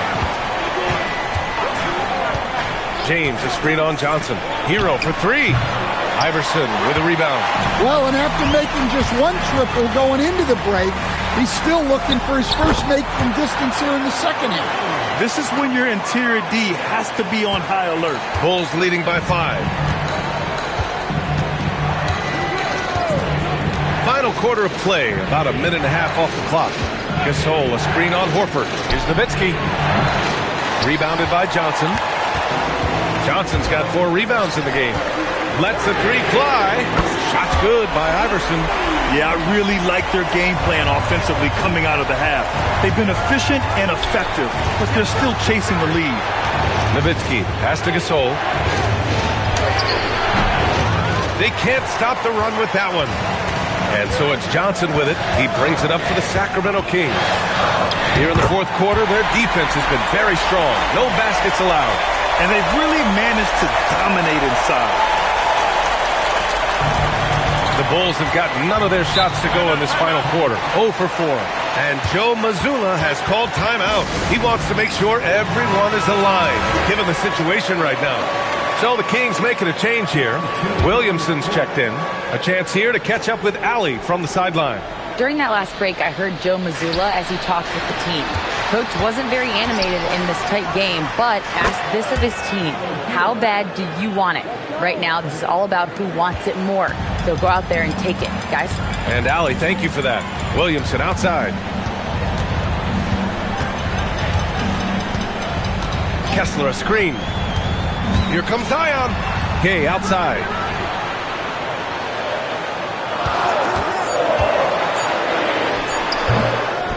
Second shot opportunity, and Kessler lays it up and in. This has been a close game in a lot of ways, but they do have an edge on the boards. Chicago has gone only 1 of 4 from the perimeter here in this fourth quarter. Fox outside for 3. Tries again, and he takes it up and lays it in. And if I'm his coach, I'm very pleased with this kind of energy on the offensive glass. Textbook play. Here's Johnson. Count that one. He's now 5 for 8. This run has been fueled by their Matador defense. We played just over 3.5 minutes now in the fourth quarter. Ooh, and he took a hard foul on the shot, so he'll head to the line to shoot a pair. Everyone in the building saw the obvious contact. A chance to catch up on some numbers here. The scoring breakdown for the Bulls. Well, they've been hitting threes at a high clip, and the defense hasn't done enough to challenge them at the line. They need to close out and run them off the three. Well, in addition, I love their passing. I mean, they're buying into that team concept. That's hard to get out of your young guys. They set a pick. Here's Hornacek. Up again. Great positioning on the putback. And that makes it a tie ball game. And why go away from attacking inside if the D has no answer for you? Now Fox. Here's Nowitzki. Misses the three.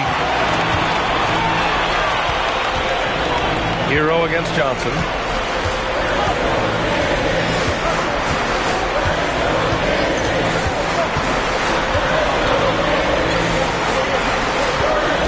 Here's Eaton. Oh, the baby hook. Nice. Here's Fox.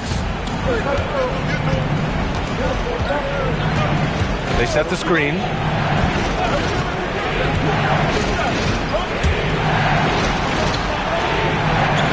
Here's Abdul-Jabbar from 17 feet out. Yes, sir!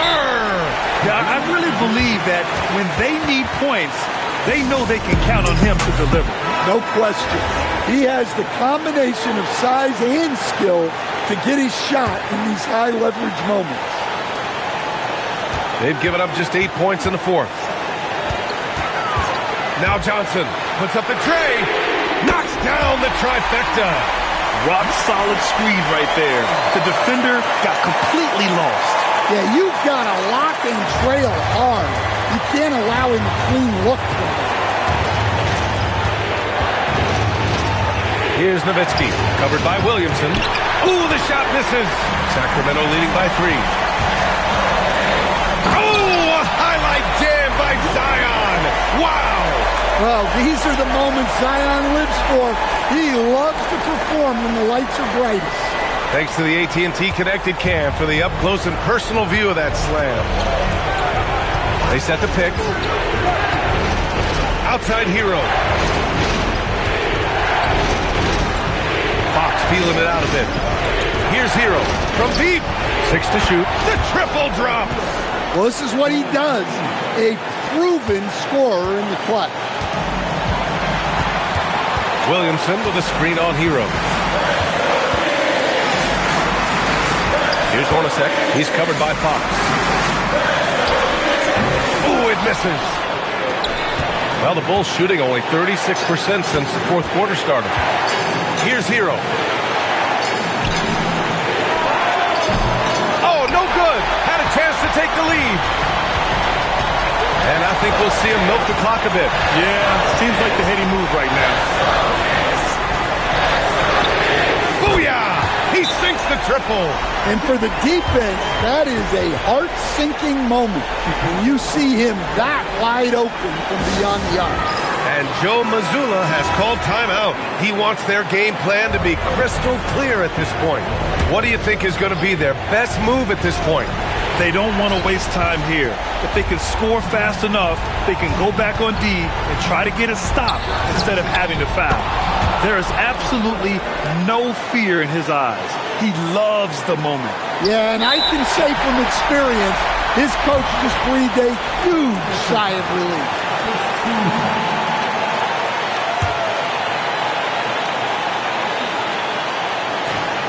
And now they decide to foul intentionally.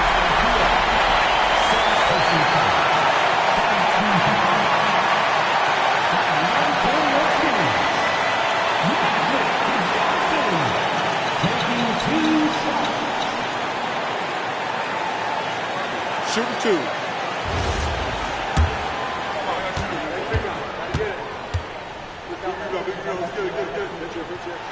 He drops the first one, and that makes it a 3-point lead.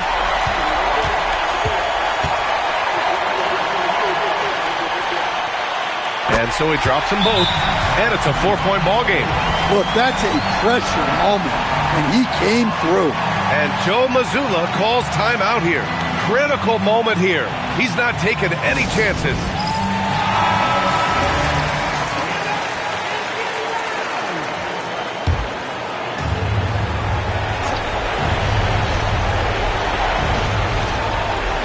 Fox fires. Yes! Locked in on the J. Well, he's been a clutch player of the year. Fox lives for the big moment. And they foul intentionally. That's what they have to do at this point. And a smart choice right there. I mean, you can't allow them to just drain the clock.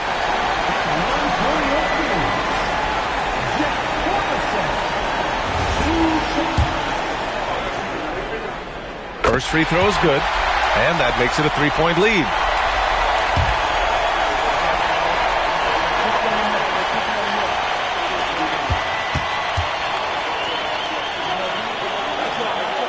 So he goes 2 for 2 at the line, and it's a 4-point ball game. And here's Chicago. First clean look they have. I mean, they've got to take it. Yeah, and it basically all comes down to this. If they come away empty here, this one's pretty much over. Yeah, no choice but to foul in that situation. Although, that's not the guy you want to send to the free throw line. And so both free throws good, and it's a 6-point ball game. And that'll just about do it. Coming through at the line in a big spot. It's good from beyond the arc. And we've got a timeout called by Will Hardy. And Coach didn't want to take any chances in this situation, which is why he called the TO. And they need to stop the clock, so there's the foul.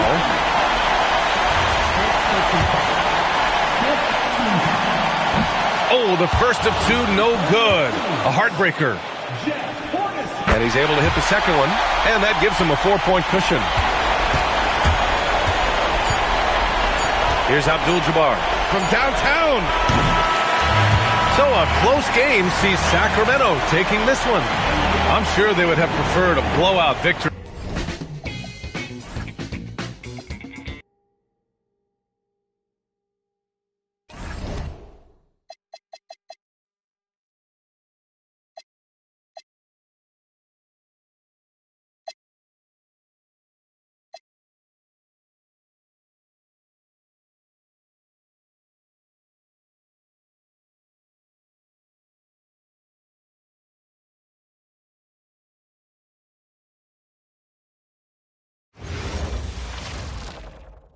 Greetings, everyone. Welcome to 2K Sports. Glancing at the players on these rosters doors, we see some elite guards on both teams. Absolutely, Kevin. And the nice thing is these guards are both playmakers and scorers, and the teams rely heavily on their productivity. And a look at the starters for San Antonio. Edgecombe is out there with Harper. Then there's Cooper. Then there's Donaldson, and it's Wallace in at the 4 spot. Now here's Ellis. Pass to Bibby. Inside. Here's Sampson. Wallace covering. That one goes. Counted. Well, right to the rim. If there's a size advantage, you attack immediately. Outside Harper. Edgecombe with the screen for Harper. Shoots from 14. The Clippers grab the miss. They defeated Indiana in their last game. Well, you saw how dialed up they were from distance. The defense just couldn't get out to everyone. And that explains their three-point percentage. They had more than a few players giving the defense absolute fits from range.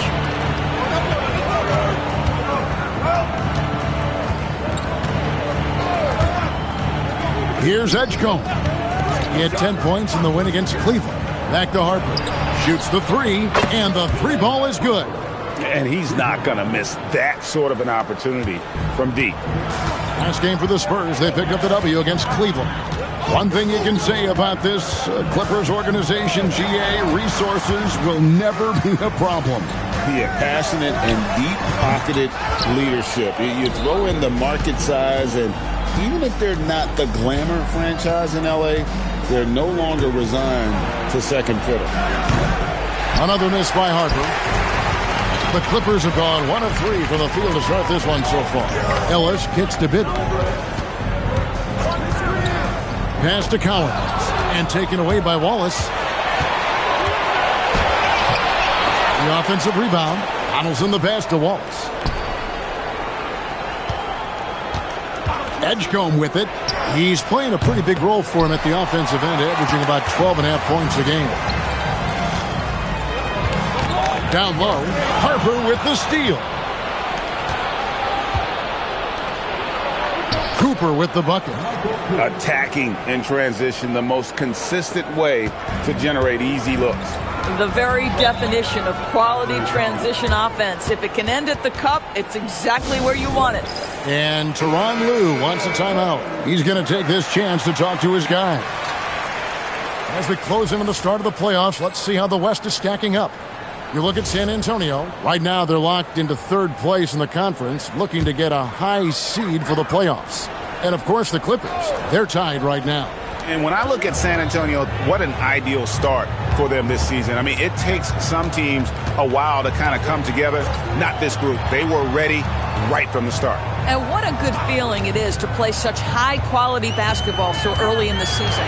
This kind of start sets the foundation for what could be a monster year. Spurs leading by 3. Pass to Edgecombe. Back to Harper. Beyond the arc. Gets it to go from beyond the arc. Harper's got his second bucket of the night. And it just seems that every pass they make is leading to a score. Just great ball movement. Here's Ellis trying to end the drought. And the Clippers miss again.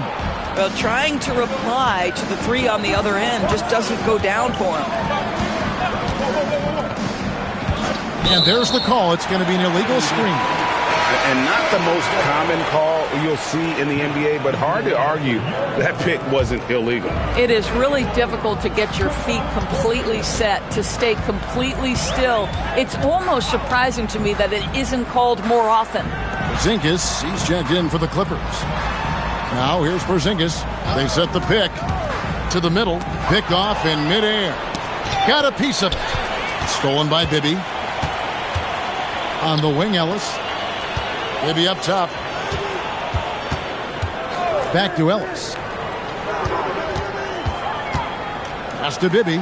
Good ball movement here by the Clippers. Shot clock at 6. Deflects the pass. Harper with the steal. Wallace outside. Out left to the wing. Here's Edgecombe. Guarded by Curry. For 3. Rebounded by Ellis. And on an open look like that, he's very gifted at making the weak coverage pay. Ellis with a screen on Cooper. Over to the wing. Porzingis. It's a 2. Knocked away. Sampson's shot is off. And typically he has the touch to finish when he's in tight, but not sure on that possession. Wallace kicks to Harper. Once again off the mark by San Antonio. Clippers trail by 6. They've been looking out of sync offensively. Yeah, their offense has ground to a standstill. They set the pick to the paint. Clock at 6. Sampson's shot, good. How about how he sets his man up there, runs him right into the screen, and then gets the basket. And so Mitch Johnson decides to call timeout. This now will give him a chance to discuss some potential changes. A different look now for San Antonio. Bam Adebayo comes in for Ben Wallace. And Shaedon Sharpe subbed in for Cooper.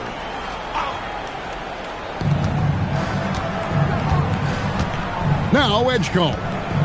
No scoring in this one. Back to Harper. 6 on the shot clock. The Spurs need to get a shot off here. Jacks up a 3. It's hauled in by Porzingis. No doubt he's struggling right now from the field. Let's see if he can get it going this quarter. Back to Ellis. Pass to Black.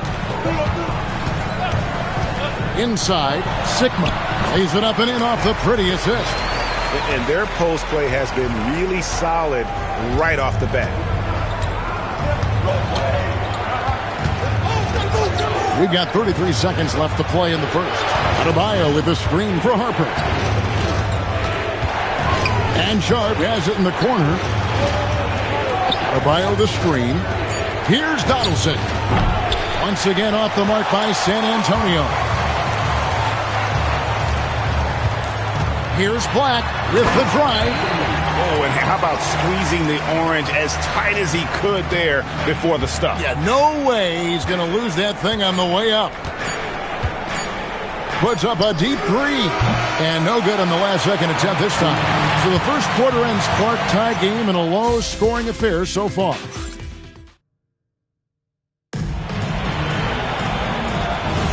Some good action already in this one, but a fairly even matchup after the first quarter of play. Guys, what's your take on the Clippers so far? What we saw in that first quarter, they won their matchups defensively. I think across the board, a number of guys who've done a great job guarding multiple positions. On the court for San Antonio. Walton is out there with Bam Adebayo. Then it's White. Then it's Sharp. And it's Okeke in at the three. Now here's Walton. Back to Adebayo. Here's Okeke. That one falls coming off Adebayo's feet. Okeke's got the first basket of the second quarter for San Antonio. Here's Sigma, and he takes the fantastic lead pass up strong for the slam. Going to the rack with energy, and the D afraid to cut him off. Yeah, got to chalk that one up to some shaky defending. Yeah, and give him credit for taking advantage in a close game. Those are the types of plays that can swing things in your direction. White dishes to Walton. Sharp against Ellis. No luck that time on the shot that would have put them on top. Here's Okeke. Pass to White. Now here's Sharp. And here's White. 5 on the clock. Screen by Walton. A second chance effort. And it's blocked. Here's Bates. Nothing on the board. To the inside. Here's Sigma. And the layup's good off the glass. And the Clippers lead by 1. That's the 10th straight point they've given up in the paint. And so Mitch Johnson decides to call timeout. He's going to make some adjustments to the game plan.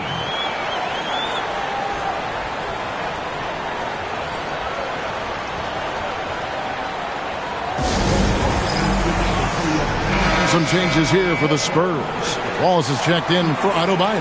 Cooper comes in for Okeke, and it's Harper in for Sharp.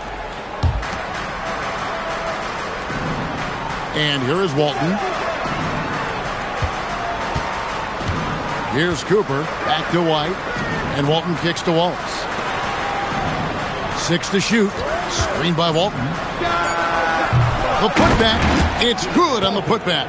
And, folks, he did not luck into that one. He knew just where he wanted to be to grab that backboard.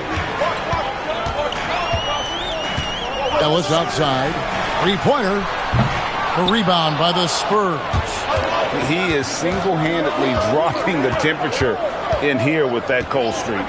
He is trying to shoot his way out of it, and it might be better for him to pass the basketball at this point.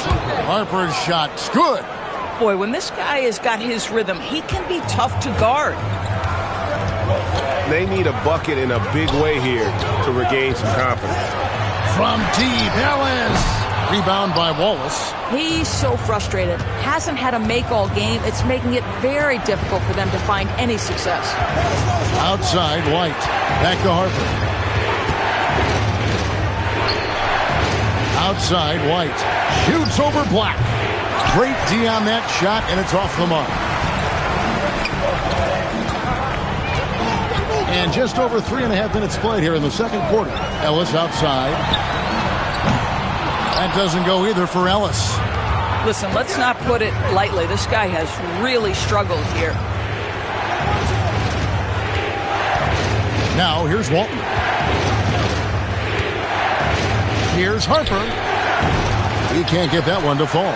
Not sure what the D was doing there. Clearly a breakdown. You can ill afford to give a guy like him that good a look. Here's Sigma. Here's Cowens. Sigma, the tip in on the offensive rebound. Sigma's got 8 points. How about the anticipation and the timing there? He is all over it. Pass to Walton. Now here's Harper, guarded by Kerr. From outside the arc. GA here about 3 levels scored. But is it just 3 levels? Great point. Kevin, you've got guys with that deep range, and there's a difference between the mid-range game, those floaters, the little 12-footers, and those deep twos as well. So maybe 5-level score is complete. Think of like a 5-2 player in baseball. Edgecombe, he's checked in for White.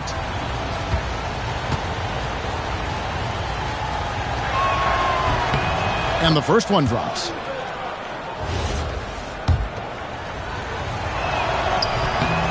So Walton nails both of them. Well, big man that makes their free throws. Bravo. Clippers trail by 4. Maybe with it. Still without a basket. Porzingis can't hit. Something that's kept this game close is the fact that the rebound stats for both teams are almost identical.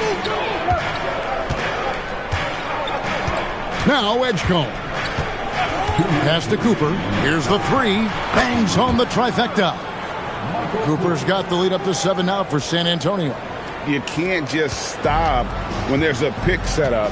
Gotta fight over it as a defender. You know exactly what that takes. It takes energy, it takes activity, it takes intensity.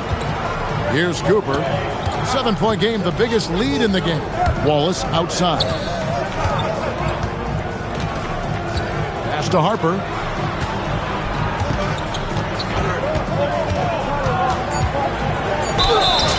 And contact on the shot, so he'll be shooting free throws here. And guys, let's get your take on the scoring breakdown so far for the Spurs. Well, they haven't wasted any time getting into a groove from deep, putting up and hitting a healthy amount of three-pointers thus far. Yeah, and what an excellent display of passing in the early stages of this game. A good deal of their points coming directly off quality passes. Donaldson, he's jacked in for the Spurs. Now, here is Bibby. Still yet to score. Ellis, the pass to Sampson. Bibby against Harper. Bibby misses. Here are the Spurs with the ball. They're on a 14-6 run. Pass to Edgecombe.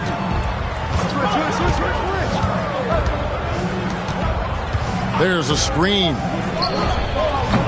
San Antonio again missing. Down low. Curry dishes to Sampson. And the Spurs pushing it up now. 6-second difference between shot and game clock. Pass to Wallace. Now Harper.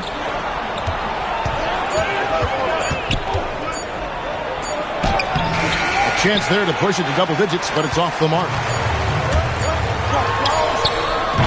And so it's the San Antonio Spurs holding on to an 8-point lead heading into the break. They've played the better game so far, but their work is far from over. Right back after this break.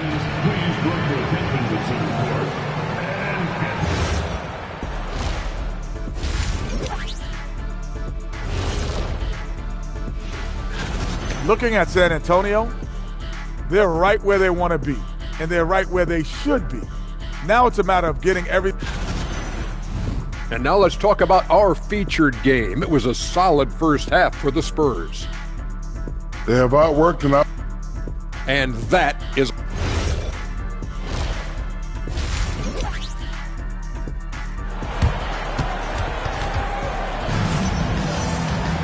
And happy you could join us. We've got 2 quarters left to go in regulation.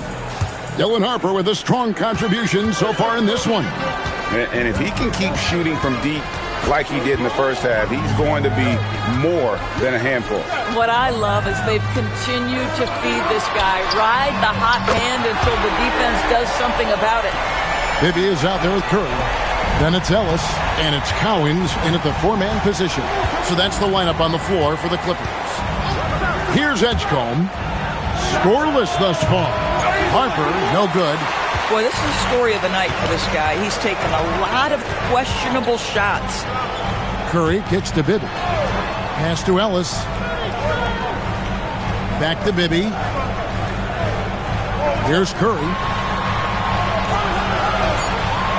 Three-pointer. It's rebounded by Donaldson. Donaldson's got his 6th rebound on the night.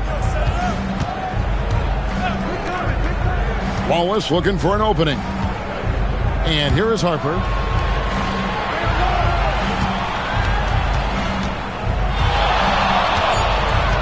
Pass to Donaldson. Launches a 3. It's rebounded by Bibby. Clippers trail by 5. Here's the screen. Now here's Ellis.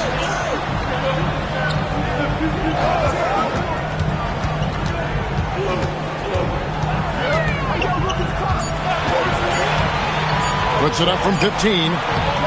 Rebounded by the Spurs. He is just really almost playing for the other team. The shooting has just been poor. Pass to Harper. Nice pass. Led him to the rack perfectly for the layup. Harper's got 12. Yeah, just catching your teammate in stride right there. That makes the game easy. Here's Ellis. Latrey. Rebound by Wallace. Wallace has got 6 rebounds in the game. This is frustrating. You come out to start the second half, you've made 1 of your first 4 shots. And really the defense fouling there to prevent the layup, but that's exactly what you need to do. First trip to the free throw line for him in this one. And Wallace, just an unreal defender. An undersized center who blocks shots and pounds the glass like a madman. Now, here is Bibby. Hasn't made one yet. Near the three-point line, it's Ellis. Ellis can't get that one to fall either. This is turning into a slow start here in the second half. Seems like they left that offense in the locker room. Edgecombe with the screen for Harper. Pass to Cooper. Wallace outside. The shot from 20 feet away. It's hauled in by Los Angeles. Cowens has got 5 rebounds tonight. And here's Bibby. Looking at the numbers, he's averaging about 20.5 points a game. To the middle, here's Wallace. And it's Wallace with the jam. Well, if you don't take care of the ball, fellas, that's what can happen. Absolutely, Greg. That makes the turnover even more painful. At the end of the day, though, it's 2 points. Don't hang your heads. Let's get refocused and play with more patience. Nothing seems to be going his way this quarter. Well, not at the offensive end, certainly. He cannot buy a bucket right now. Here's Edgecombe. 10-point lead. This is their biggest. And here's Harper from the arc.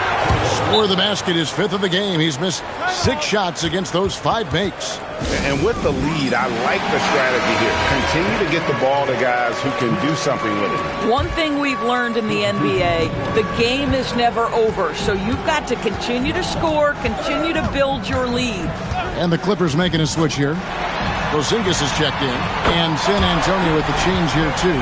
Sharp checked in for Harper. Oh, wow. This young guy, Porzingis, feels like he can drain it from anywhere.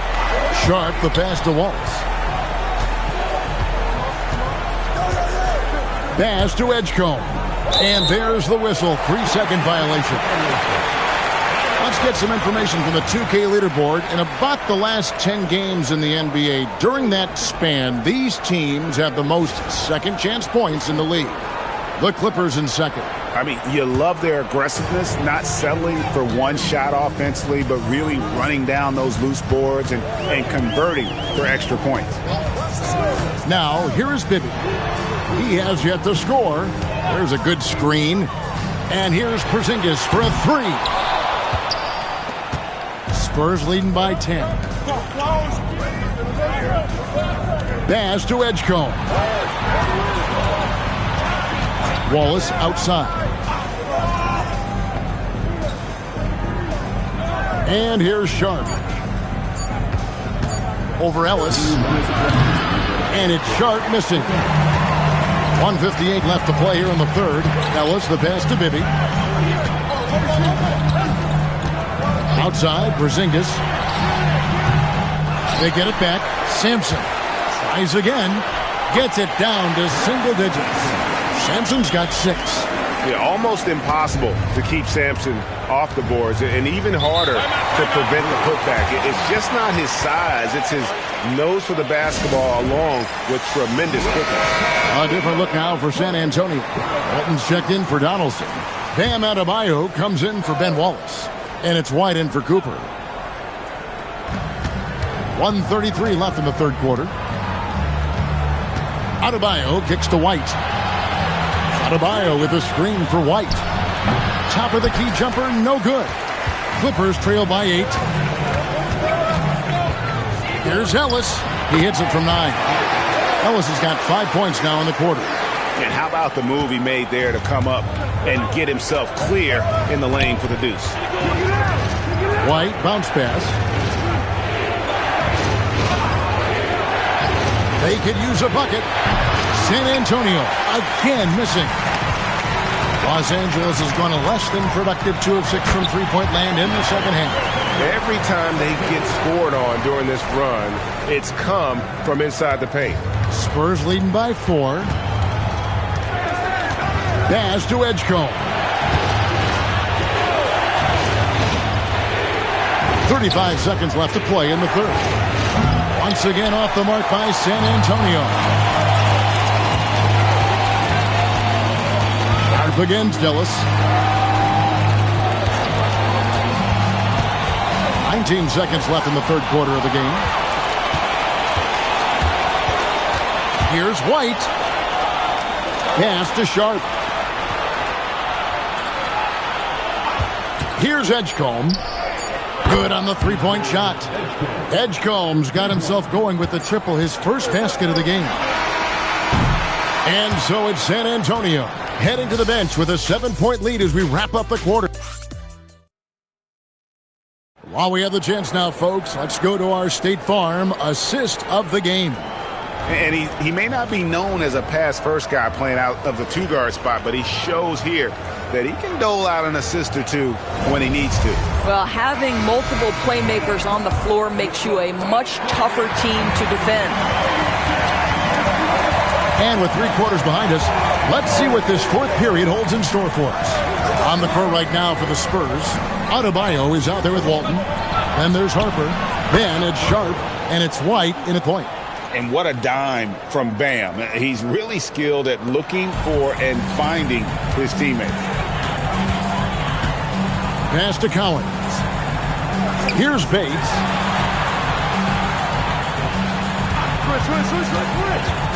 To the inside. Here's Sigma. And Walton sends it back. Curry against Harper. Now here's White. Back to Harper. Lets it go from deep. The Clippers grab the miss. Collins has got 6 rebounds now in the game. Pass to Bates. They set the pick. Here's Collins. Wide open. And he nails that one right through the net. Oh, beautiful pass. My goodness. About a minute and a half through the fourth quarter now. Back to Harper. Wide open look. And he hits the jumper for 2. Harper's got 9 points here in the second half. And the lack of effort to fight over the screen there makes that an easy shot. You know, we see this all the time. You're basically, as a defender, hoping the man misses rather than putting in the work to get over screens. San Antonio making a switch here. Donaldson's checked in. Let's check in now with our Allie LaForce, who's got a story for us. Allie? During that last break, Coach Tyronn Lue had some advice for the team. Coach wanted his guys to ignore the scoreboard. He said, don't even look at the numbers. Just take it possession by possession. Make every chance count, and we'll see where we stand at the end of this game. Back to you guys. All right, Allie, thank you. Boy, nice pass. A little ball movement, a little player movement. That's how you play this game. And that's a foul called on Bam Adebayo. That is his first foul of the game. Yeah, really good defensive play to cut him off there and square up. And the Clippers making a change here. Sampson's checked in. Clippers trail by 8. Just a little under 2.5 minutes have passed now here in the fourth. It's Curry outside. It's rebounded by Donaldson. Donaldson's got 9 rebounds in the game. Getting it done. Harper's shot's good. Boy, picking up where he left off. His second from distance this half, 5 overall. Black with it. Here's Bates. And right away, they match it with a three-pointer of their own. Bates has got his first 3 points of the game. And we're about 3 minutes into the fourth quarter. Adebayo with a screen for Harper. Sharp on the wing. Outside, White. Nice ball movement by San Antonio. Clock at 4. It's up a 3. Sampson pulls it in. Not his best game, but they're still getting it done collectively. Bates. Here's Curry. Offline with the baseline jumper. And that's where you want to make the next pass. This guy is a good scorer, but the defense was right on him. And just a great job of controlling that defensive backboard, then getting out in transition. That's been the difference. Clippers trail by 10. Now Black. Inside, here's Sampson. It's Adebayo with the rebound. And so White will bring it up for San Antonio. 13 points was their biggest lead in the game. Oh, and he feathers one right through. What touch! Big miscommunication on defense. He recognizes it and quickly takes advantage. And that's typical of this guy. He's always reading the situation, reacting quickly, and capitalizing. Ellis, he's checked in for Los Angeles. Bibby comes in for Anthony Black. Then for the Spurs. Ben Wallace, he's checked in for Bam Adebayo. Cooper comes in for Shaedon Sharpe. And it's Edgecombe in for White. And a moment here to take a look at some of the hustle stats for the Spurs. They have been a wrecking ball defensively, coming up with steals, being active with their hands, and just doing a terrific job of disrupting the rhythm. And you also have to love the way they've gotten out and run in transition. A ton of good chances tonight simply from being willing to run the floor.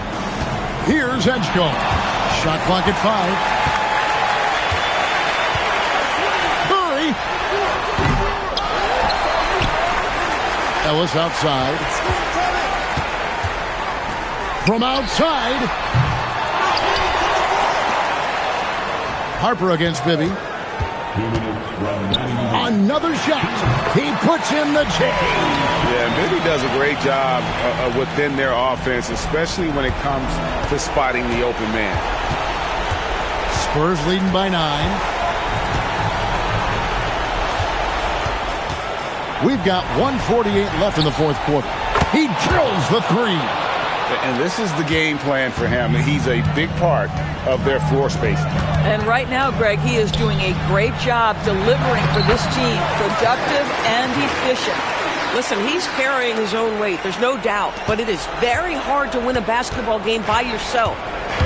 San Antonio's gotten off 4 3-pointers in the final quarter, and 2 of them have fallen. Wide open! And that one is good. Boy, his scoring has been a huge part of their success here. But this is not new, right? We come to expect this every night. We've got 1:13 left in the fourth quarter.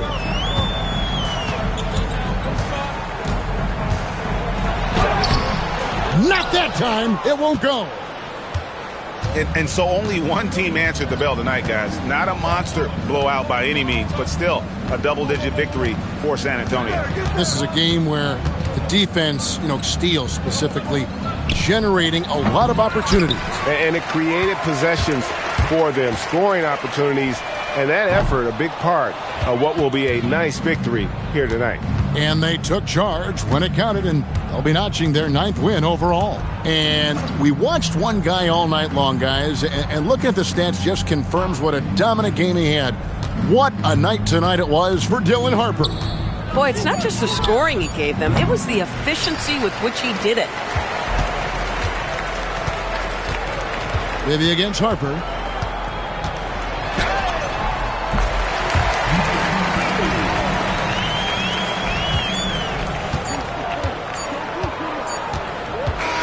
And so it's San Antonio easily taking this one.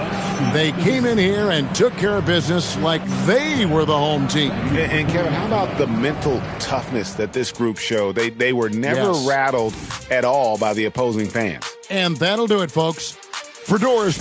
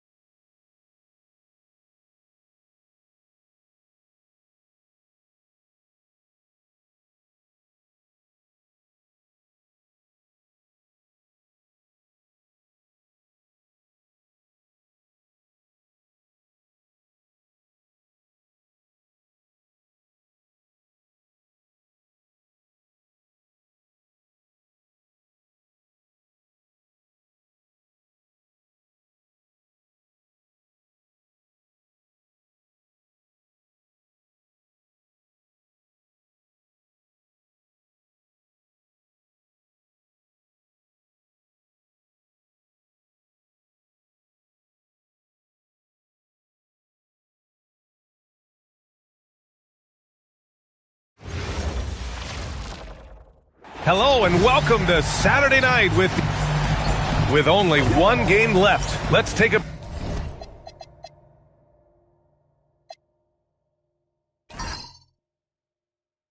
peek at how the final seedings could look in the West. Taking a look at Cleveland, 6th best record in their respective conference right now, hoping to end the season on a high note. And of course Atlanta, only a few spots below. Right now for Cleveland, what's impressive is they've reached much of their potential this year. The big question, though, people are asking is, do they have what it takes to become a front runner? Well, I think that extra gear is coming, especially as we get further down the stretch, when you're trying to build momentum for a playoff run. And the Cleveland starting 5. We've got Jarris Walker. He's out there with Brandon Miller. Matisse Thybulle out there with Klingen. And it's Lever in at the point. Hey, if you can't block it, sending him to the line can be the next best thing. With the postseason in our sights now, what's more important to have, home court advantage or momentum grab? I'd argue both, BA. I mean, if I had to choose one, I'd say momentum, just because you want to be peaking at the right time heading into the playoffs. Now here's Miller, coming in off 12 points in his last outing. Just 5 to shoot.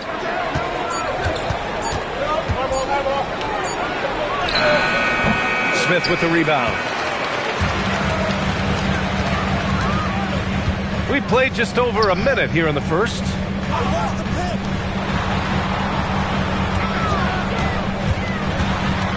Out to the right wing. Here's Starks, giving this team some energy, averaging a little over 10 points a game. Thibault passes to Lieber. Walker sets a screen. Miller outside. The three. Fires in the triple. Miller's got 5. Love the confidence from this young man. Miller's so quick off the catch. They set the screen. And here's Flagg outside. Walker pulls down the board. Look, I know he wanted to answer with a 3 of his own, but you gotta play smarter. Play your game, not theirs. Now here's Walker, averaging around 6 a game. 3-pointer. And Cleveland another 3. Offensively, they've been pretty sharp. 3 for 4 so far. Atlanta's gone 1 of 2 from 3-point land so far. Here's Starks. And the shot's good. And setting the tempo with an assertive move. Like, where was the defense on that play? That is a quality look. You can't do it much better than that. A 6'8" point guard, Josh Giddey's length gives him a massive advantage, Graham. Oh, it does, B.A. He's too big for opposing ones to guard. It's tough putting a wing on him, and Giddey just makes you change your defensive game plan. Here's Walker. The rebound by Atlanta.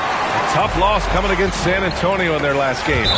I'll tell you what, once things started to go downhill, their performance plummeted. It wound up getting pretty ugly. Well, let's give their opponents some credit for sensing that and putting them away. They were completely dominated. And Atlanta making a change here. Harper's checked in. Good ball movement here by Atlanta. Here's Starks. There's a screen. This one for 3. And Clingan pulls it down. And just terrible defense. I don't know how he missed that shot. Lieber passes to Miller. And the Cavaliers, another 3. Starting to find his rhythm. He's cooking, and he knows it. And now they are just going to keep riding that momentum with the hot hand. And so the timeout by Quinn Snyder here. And we might see some changes. Coach potentially looking to adjust.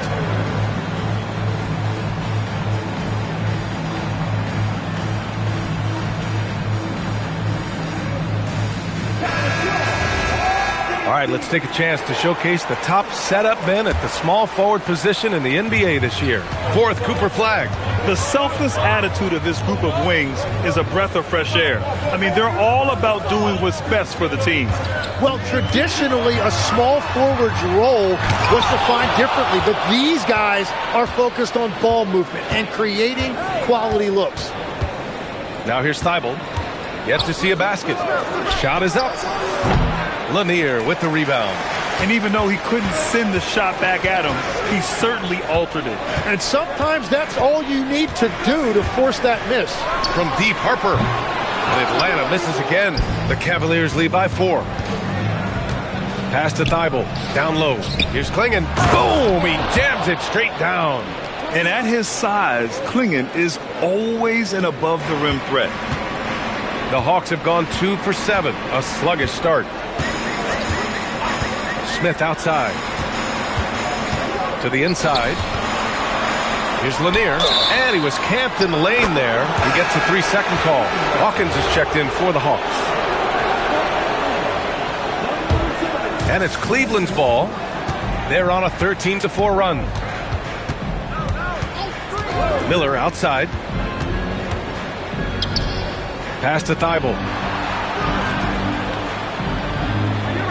Miller outside. And so he draws the foul, headed to the line to shoot a pair. Yeah, with the size and versatility Miller brings to the table, he's a tough cover for just about anyone. And Atlanta making a change here. Williams is checked in. And having a big man like him who's efficient from the line used to be a luxury, but it's becoming more and more common. Pass to Flagg. Here's Lanier. Smith outside. Shoots over Clingan. Oh, the Hawks again cannot hit it. Couldn't quite line that one up. Just got to shake it off and move on to the next one. Williams with it. He's picked up by Miller. Here's Flagg. Now Williams. Tipped. I mean, he just continued to work for the block. Miller not letting up an ounce of effort. You don't want to let him get into a rhythm from out there. The Cavaliers lead by 5. Oh, a great 1-2 punch. Beautiful pass and a nasty jam. And I love how he's pushing the tempo and creating for others. He does this game in and game out. Incredible. That is just beautiful ball movement. Unselfish basketball. And it's flag missing. The Cavs have gone 6 of 9 and finding their rhythm now. Inside. Here's Klingon. Miller outside.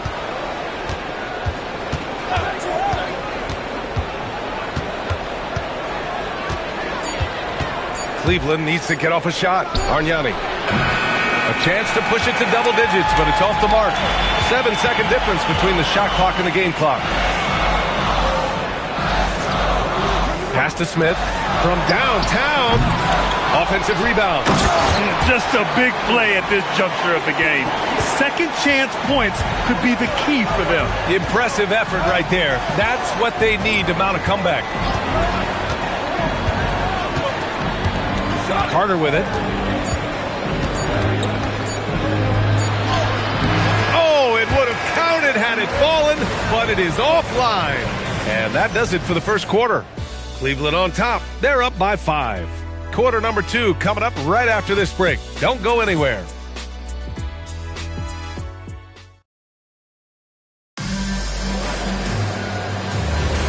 And thanks again for tuning in. If you're just joining us, we played through 1 quarter of action so far.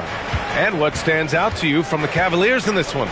We all know good ball movement is what most coaches harp on, and their passing's been excellent so far. Well, that's just great chemistry offensively. Everybody playing for one another and trusting each other. It's beautiful to watch. They've got Williams, and it starts in at the 1. That's the group starting the second quarter for the Hawks.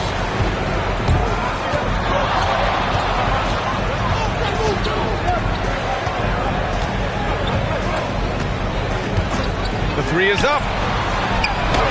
And the basket by Issel. Yeah, I love that. He comes off the pick and takes it right to the hole. And so it's Conley who brings up the ball for Cleveland. 3-point lead. And count it. The shot is good, and he'll go to the line. And that's exactly the type of pass we expect from a guy with his vision. Whitehead, he's checked in for Morris. Terry's checked in for Cleveland. Whitehead passes to Issel. Here's Bargnani, and it falls. 2 for 3 from the field so far. I just love how he runs the floor with energy and intensity, but still stays under control. In this league, you run whenever you can. It's so much easier to score in transition. Here's Issel. Nails it from beyond the arc. Issel's got 5. Very difficult to stop team play when the ball's moving. Excellent find with the pass to create that scoring opportunity. Here's Terry. Pass to Ezeli. And he goes strong with the one-handed jam. And adds a few more points to their lead, showing off some style. Wow, that was prime-time stuff right there. Here's Starks. 7-point differential. Here's Harper. Williams with the screen. Launches a 3. And Atlanta hits again from deep. They didn't do themselves any favors with their shooting in the first quarter, but they're starting to pick it up now. Outside Carter. Pass to Bargnani. There's the 3.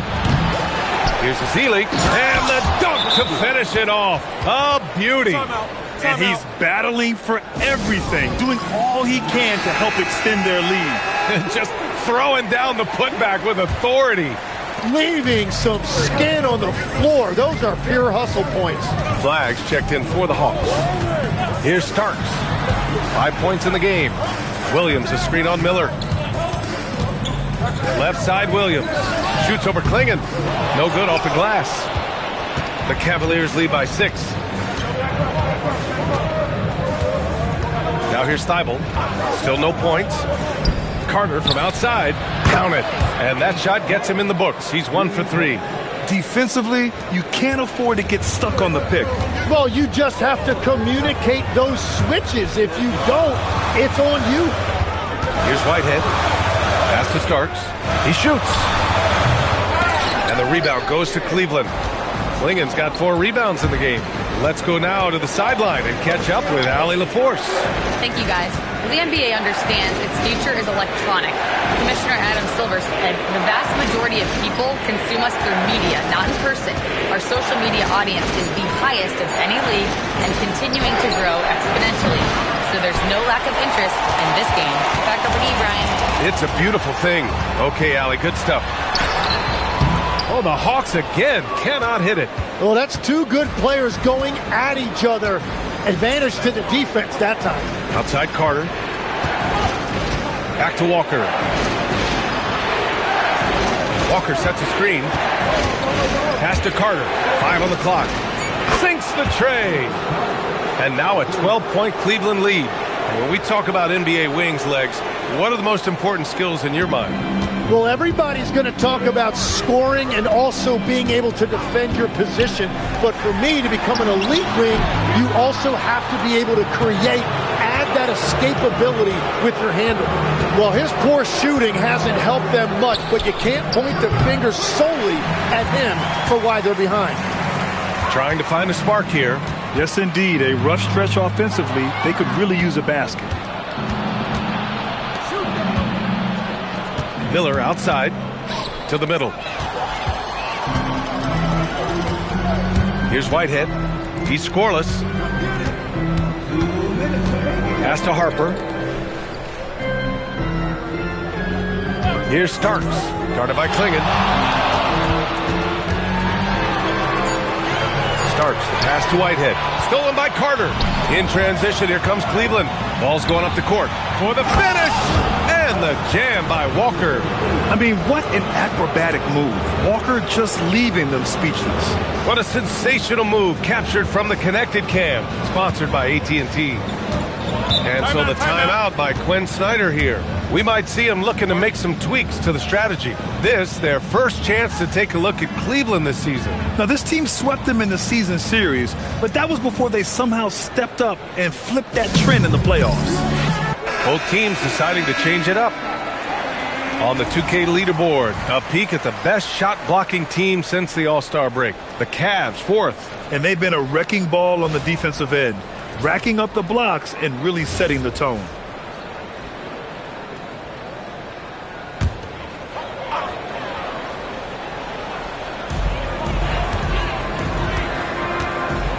There's a minute 26 left to play in the first half of basketball. Smith passes to Starks. 6 on the shot clock. Can they get it? And Klingen pulls it down. Klingen's got his 6th rebound on the night. Well, he better focus now. His efficiency is dropping, but there is enough game left to make corrections. Klingen with a screen. Here's Thibault. Offline with a 3. Given his range, you'd expect him to capitalize on that opening. Pass to Whitehead. Now Smith. Walker covering. It's stolen by Thibault. And he lobs it up top. Ooh, stolen by Smith. Right wing. And here's Flag outside. And it's good. First made shot in 4 attempts. Oh, good recognition from Smith Jr. Now, sensing the defense overcommitment and punishing them for it. 6 seconds separating the shot and game clocks. Outside Thibault. From deep. Drills it from deep.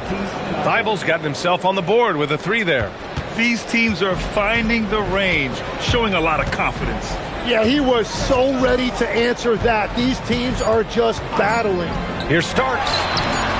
Tried to come right back with a 3 of his own, but it's no good. And so it's the Cleveland Cavaliers. Up 14 as we wrap up the quarter. Their defensive effort. All right, good stuff, Allie. And we'll get back to the action at the start of the 3rd quarter.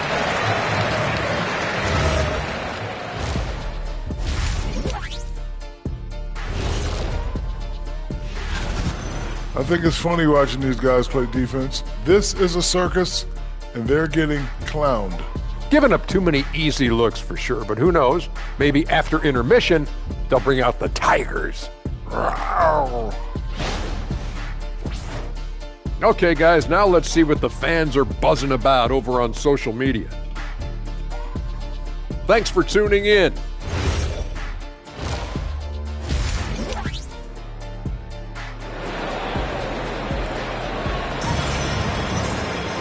And after a very lopsided first half, we'll see if things play out a little more evenly in the second. You got to like what we're seeing from Brandon Miller. Can they come up with an answer for him coming out of the half? They have to change something defensively.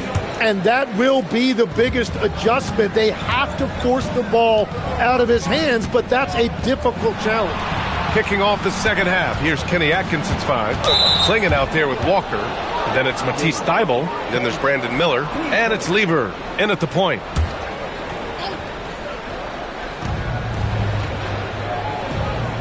Here's Lever. Still without a bucket. 4 on the clock. Here's Thybulle. And Cleveland another 3. And we're playing about as much defense as they did there. Not nearly enough. Hawks trail by 17. Pass to Starks.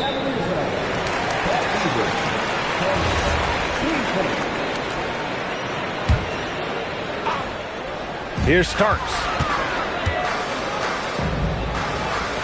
Smith passes to Starks. Here's Lanier. Just 5 on the clock. And here's Smith from behind the arc. And Clingan pulls it down. Clingan's got 8 rebounds in the game. And you have to think that they're leading this game because of how they've controlled the boards tonight. Outside Thybulle. Here's Lever. Inside.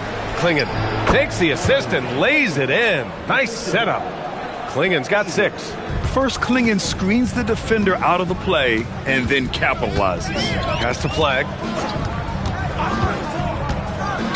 Knocked away. Here's Miller. It's good. And he drew contact on the shot, so he will go to the line. A 3-point play opportunity. Cleveland shooting their 4th attempt at the line tonight. And so now a timeout called by Kenny Atkinson. He'll take the opportunity to regroup.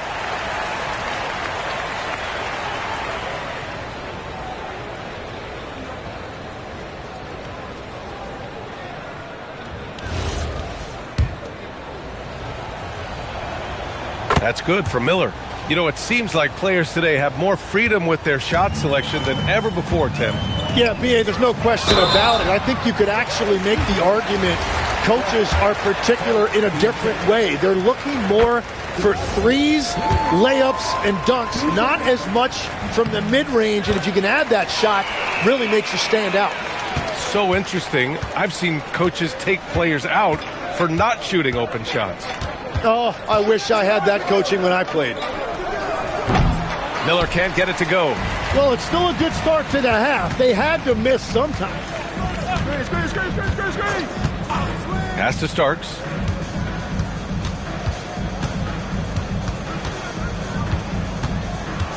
Shot clock at 6. Smith outside. Off target from outside. And they're +5 on the boards after that rebound. Cleveland working the ball around now. Here's Lever. The 3-pointer off the mark. Hawks trail by 20. Here's Flag. And Atlanta misses again. They started out this half ice cold, 0 for their first 3. Outside Thybulle. It's Walker on the wing. Here's Lever. Hasn't gotten one to fall yet. Ball stolen. Boy, they'd love if anyone could get a bucket. Yeah, their offense has been grinding to a halt. Lanier, the pass to Whitehead. Here's Starks. And Atlanta misses again. And that miss makes them 0 for 4 to start this quarter. Not exactly the start they were hoping for. Walker passes to Lever.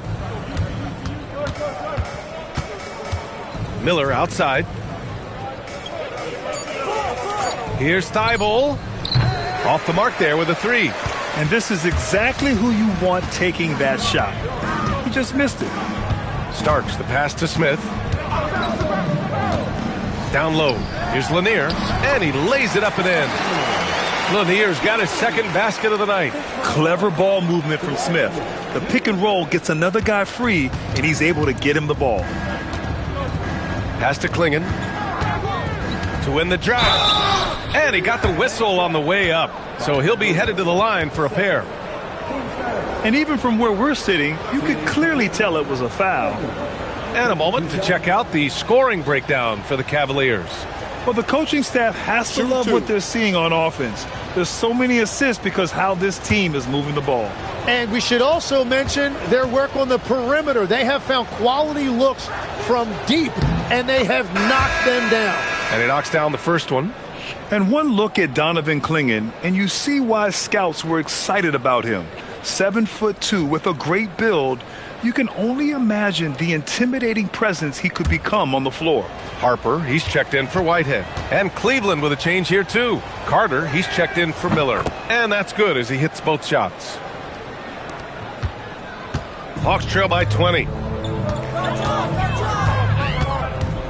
Here's Starks. 5 points in the game. An open look for Smith. Cash money on the open jump shot. Smith's got 4 points this quarter. You know, Smith came into the league as a capable and confident shooter off the catch. Outside Carter. 4-3. On target from range. And the Cavaliers lead by 21. And just totally relentless. Only increasing the intensity level. Yeah, he can taste a win right now. He's just trying to close it out. They really have a commanding lead, not just in points, but in rebounds as well. Pass to Walker. Takes a 3. Rebounded by the Hawks. Lanier's got rebound number 7 tonight. Here's Harper. Still without a bucket. Back to Smith. Takes the 3. The Cavaliers pull it in. After making 2 threes in the first half, the defense has really tightened up on him here, and he's yet to hit one in the second. Walker sets a screen. Back to Carter. Clock at 6.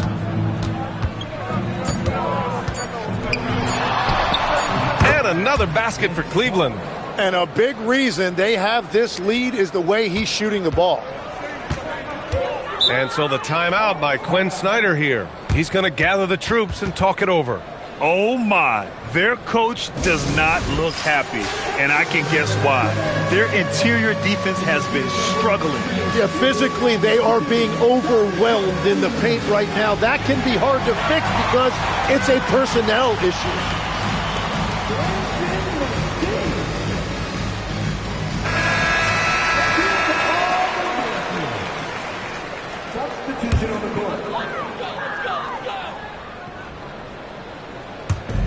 There's a minute 12 left to play in the third quarter. To the right side. Pass to Starks. Smith outside. 6 to shoot. Atlanta needs to get off a shot. Issel. 3-pointer, no good. And here are the Cavaliers now. They're on a 15-6 run. And the basket by Bargnani. Bargnani's got his 3rd bucket of the night. Yeah, we've seen Conley do this forever, running the point with precision. Pick by Smith. Starks the pass to Smith. And Atlanta misses again. Nothing going his way this quarter offensively. Time to recalibrate. We've got 22 seconds left in the third quarter here.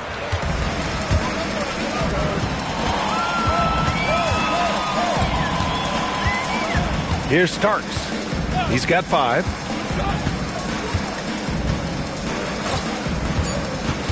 To the paint. Here's Issel. And he throws it down. What a terrific lead pass. Now, he's been reliable tonight, but that's certainly not the case for his team in general. And so it's the Cleveland Cavaliers with plenty of breathing room. 23 points to end the quarter. A big difference in shooting. All right, let's take a look at our assist of the game presented by State Farm. You can count on him to deliver a few assists like this one each and every night. I just love the way he plays. He does a great job of making everyone around him better. And we reach the fourth quarter in a game that may already be out of hand. They've got Harper, and it's Hawkins in at the point guard position. So that's the Hawks 5. And here's Flagg outside. It's rebounded by Cleveland. Miller outside. The kick out to Conley. Buries it from 3. Conley's gotten himself going with a triple, his first basket of the game. This is what it's been since halftime. Remarkable results from downtown.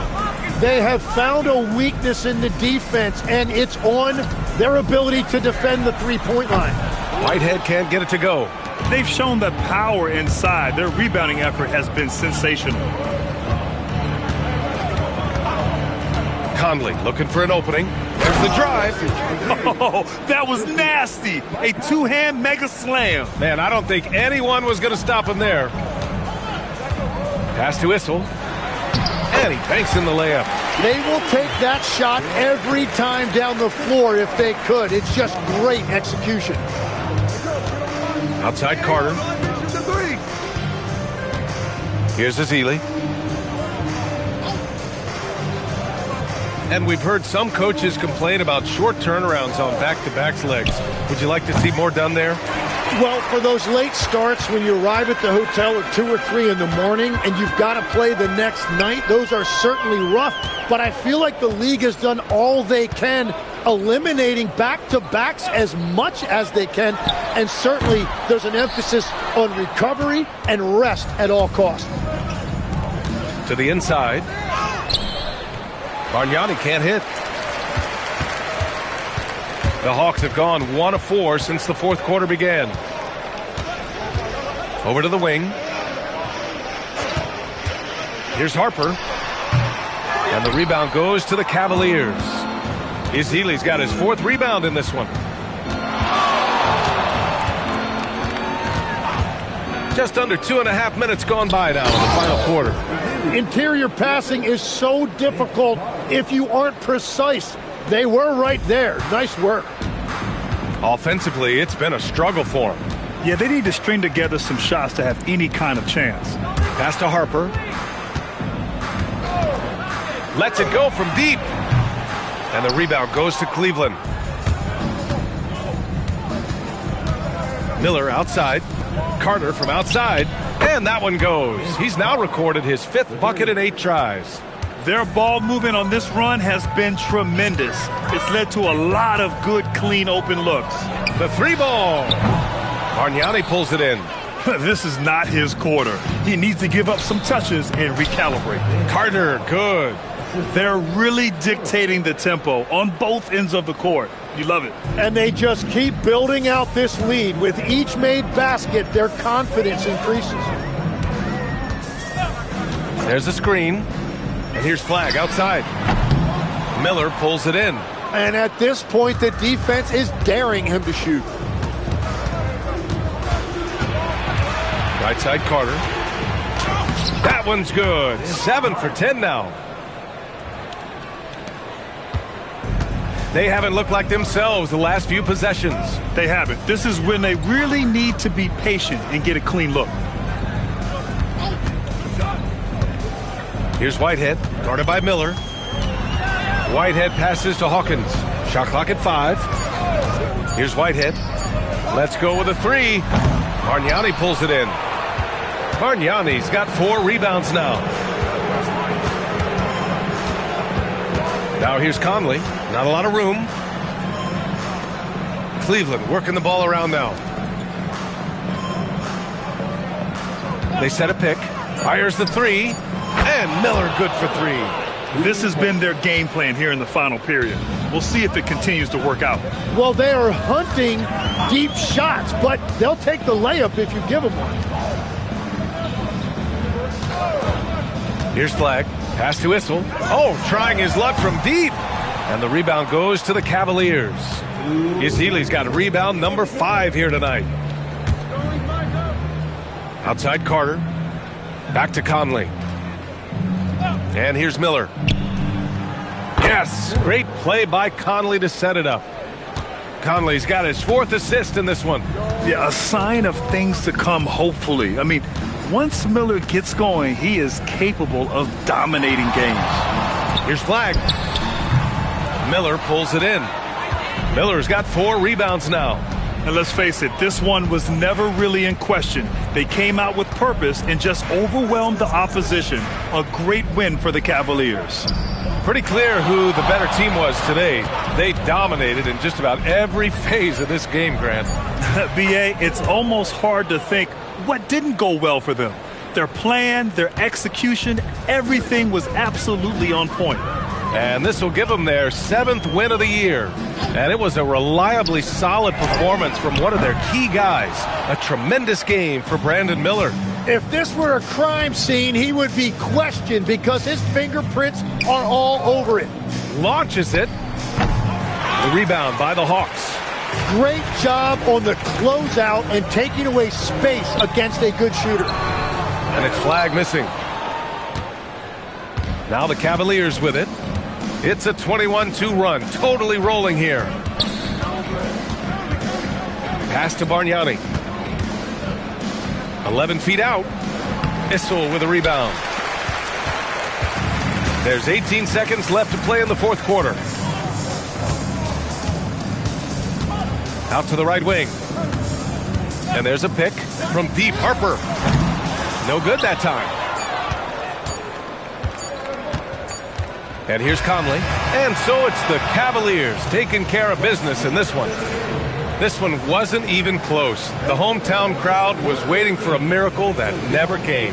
Yeah, and this team was consistent throughout. They met every challenge, and they earned this dub. And that about wraps it up. With Tim Legler, Allie LaForce, and Grant Hill, this is Brian Anderson. As always, we appreciate you tuning in tonight. And we present the player of the game.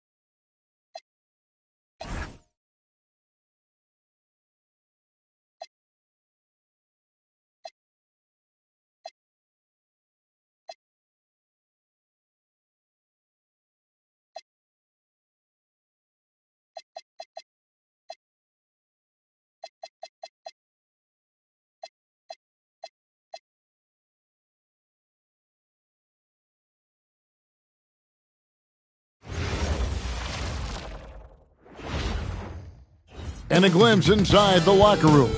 Welcome, everyone. Let's get ready for some NBA basketball on 2K Sports. And in our matchup tonight, we'll see the Minnesota Timberwolves going up against the Houston Rockets. I'm Kevin Harlan, excited to share the broadcast table tonight with Greg Anthony and Richard Jefferson. And we'll hear from Allie LaForce on the sideline. Here's the starting group for Houston. They've got Harper. Kyle Kuzma is out there with Isaac. And it's Michael Jordan. And it's Smits in at the center, filling out the middle. Back to Ross. A shot. And off target as he starts the game 0 for 1. Down low. It's tipped. Isaac outside. The kick out to Harper. Houston moving the ball around. 4 on the shot clock. Takes a 3. The putback. Rebound, Minnesota. They put up a nice win against Detroit the last time out. And that one was all about offensive execution, running your plays, picking your spots. And no team is going to shoot 50% every night, but this team has the right approach. When the shots are falling, they can light it up. And so it's the Minnesota Timberwolves getting the first points of the ball game. Isaac a screen. Kuzma. Runs out of bounds. Last touch by O'Neal. With the playoffs on the horizon, Richard, we're seeing some of the top teams rest their players a little bit. Yeah, you want to prevent injury, but you also want your go-to guy to have some fresh legs. Limit their minutes now. It'll pay dividends in the postseason. Right now, let's take a moment here to catch up with Allie LaForce on the sideline. I briefly spoke with Chris Finch. Right away, we got to talking about Jaylen Brown, and he said he's going to make trouble for us. But with strong coverage and fast rotations, I think we'll do a good job limiting his production. Some confident words from Coach on how they'll slow down Brown's output tonight. Back to you guys. All right, Allie, thanks. Pass to Bird. Fires for 3. That's in, and he found his range with that one. Now 1 for 2. Go real. Come at us, and we're coming right back at you. Yeah, I love the competitive fire right there. You drain a triple on us, and I'm coming for my revenge. You know what, though? Sometimes you can be too open. I think it may have surprised him, and that's why he missed. And here in the first, approaching 3 minutes played. Rebounded by Isaac. That's exactly how you have to defend him. He's a guy that the D needs to be aware of at all times. Outside Jordan, the 3. Cans it from downtown. Jordan's got 8 points.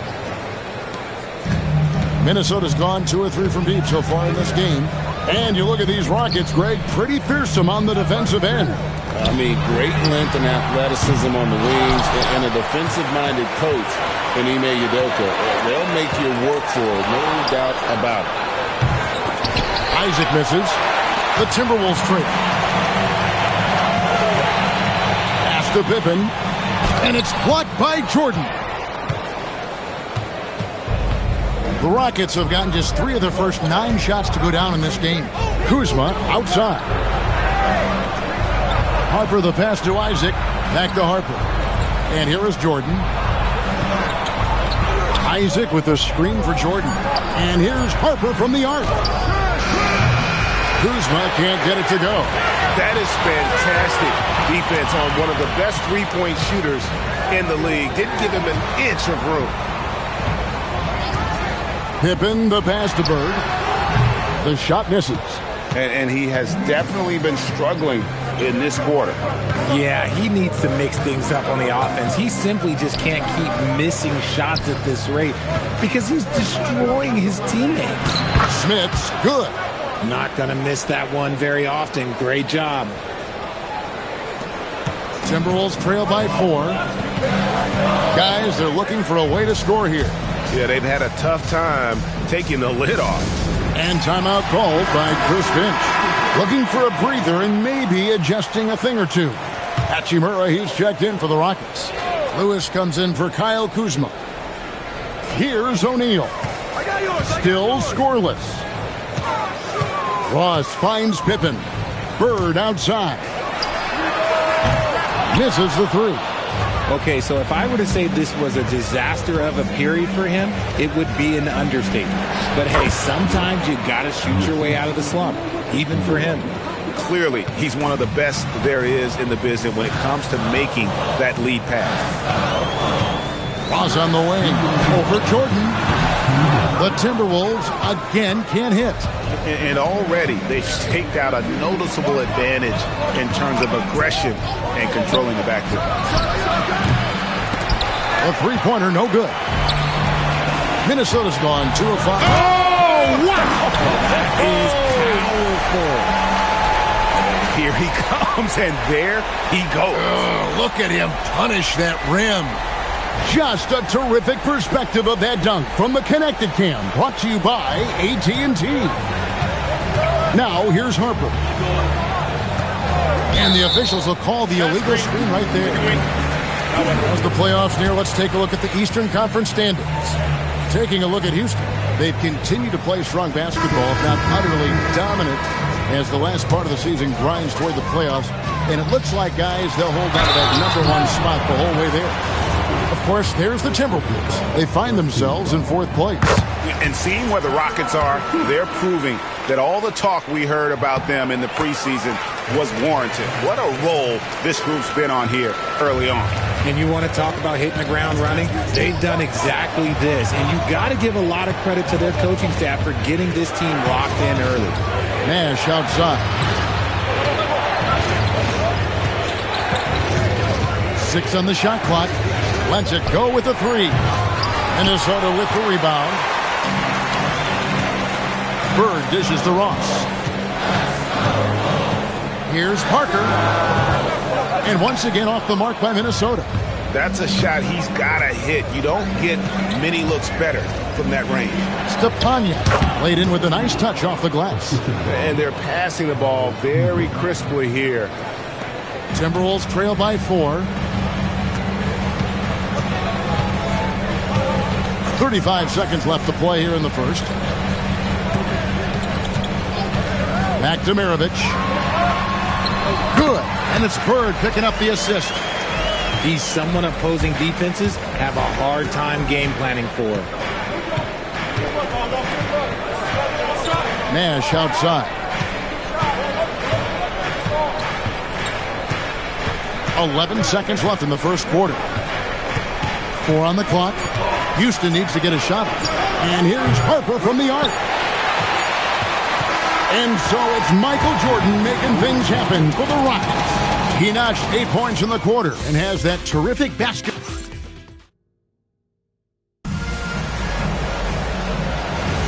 And some good action in the books as we get back to the game that's been pretty close here so far. Let's quickly break down the game we've seen so far from the Rockets, guys. Just a terrific first quarter, sparked really by their unselfishness. They're playing for one another and focusing on making winning plays. You love to see it. This is how the floor looks for the Rockets starting the second. We've got Hachimura. Porter is out there with Nash. Then there's Kyle Kuzma. And it's Stepanya in at the 5. Shooting while in rhythm. Porter Jr. has an impressive understanding for when to let that thing fly. Rodman outside. Here's Parker with the 3. Porter pulls it in. Rockets leading by 5. Nash right side. Pass to Porter.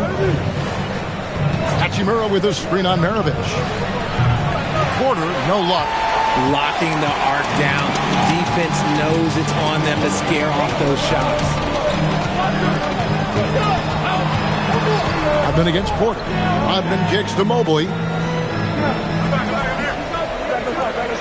Parker looking around. Out to Maravich. And they force the shot clock violation. Great team.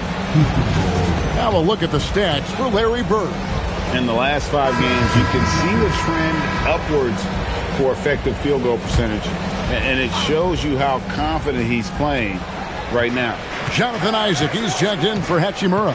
On the wing, Isaac. And it's Nash in the corner. Oh, good with the triple. And you could tell he thought that triple was going to fall. Outside, Maravich. Nash against Pippen. From deep. Gets the three-pointer to fall. Pippen's got himself on the board with 3 there. And the lack of effort to fight over the screen there makes that an easy shot. Yeah, as soon as these guys feel contact, they are just disappearing like they're not even there. You got to show some fire and keep defending. To the paint, stolen by O'Neal. Pass to Maravich. Out to Bird. Kuzma against Rodman. O'Neal is screen on Porter. Just 5 to shoot. There's the drive. Offensive rebound. And O'Neal is right there. O'Neal's got the game tied up here for the Timberwolves. You know, we talk about it all the time, guys. Those second chance buckets, always the result of that extra effort. Outside, Porter. To the inside. And he banks in the layup. Porter's got 5 now. Each year, Porter just becomes more efficient and more deadly. And timeout called by Chris Finch. He made the decision to huddle up with his guys and talk about strategy.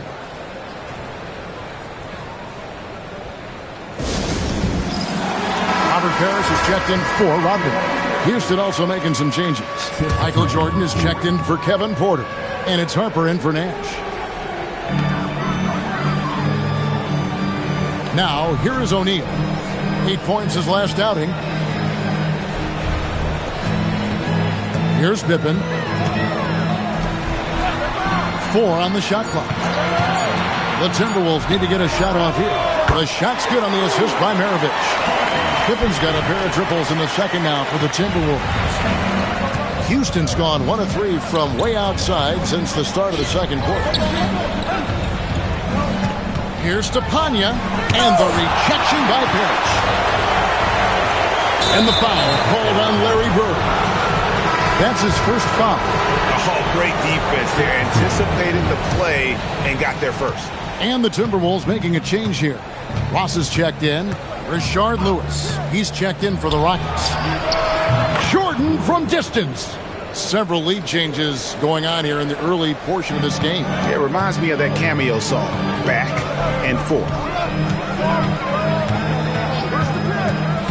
Now Pippen. He's got 6. O'Neal is screen on Lewis. It's rebounded by Houston.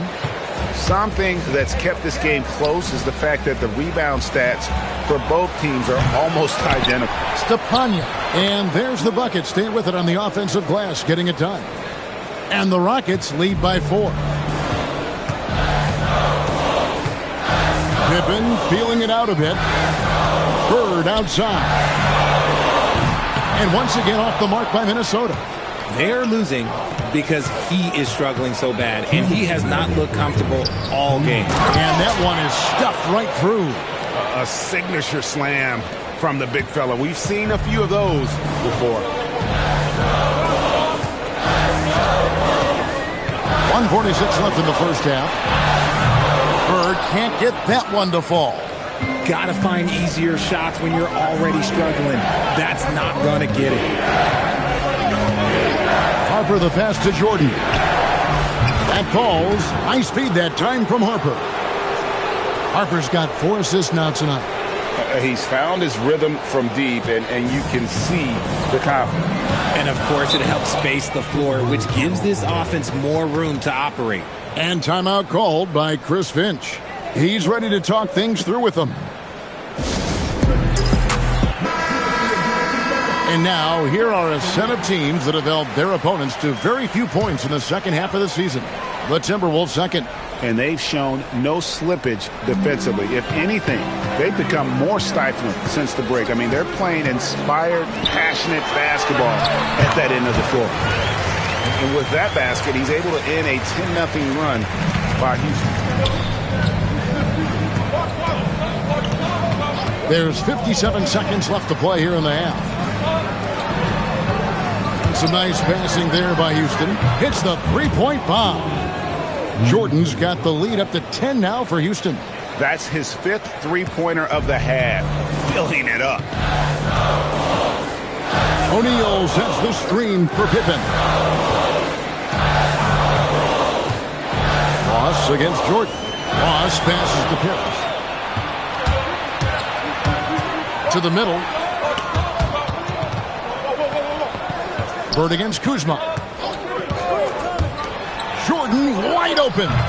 Off target with his 3. Last game for the Rockets, they picked up the win against the New York Knicks. Down low. Out to Bird.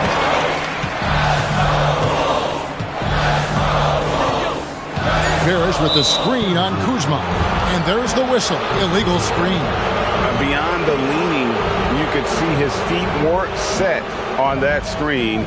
Easy call. Look, guys get away with this all the time, but on this occasion, he got caught. And that great replay brought to us by the AT&T Connected Cam.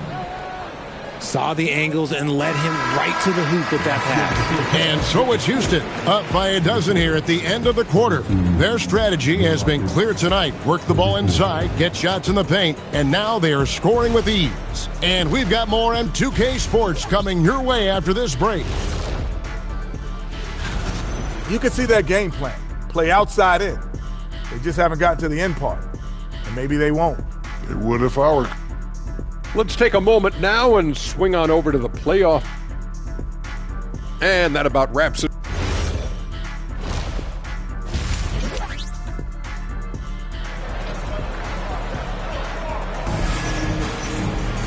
And there wasn't too much drama in the first half, but maybe things will tighten up here in the second.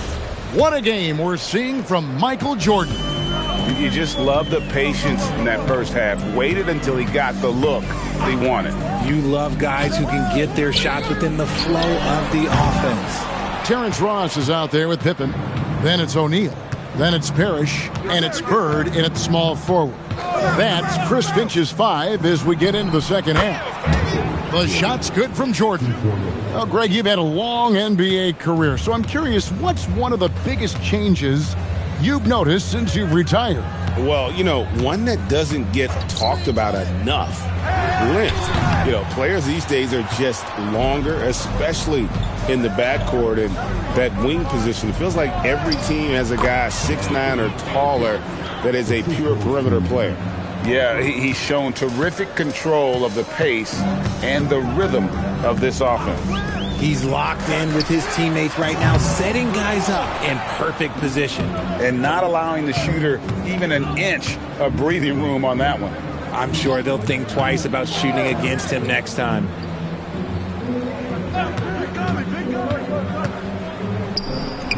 "18 feet away, and he knocks it down. Jordan's got 22.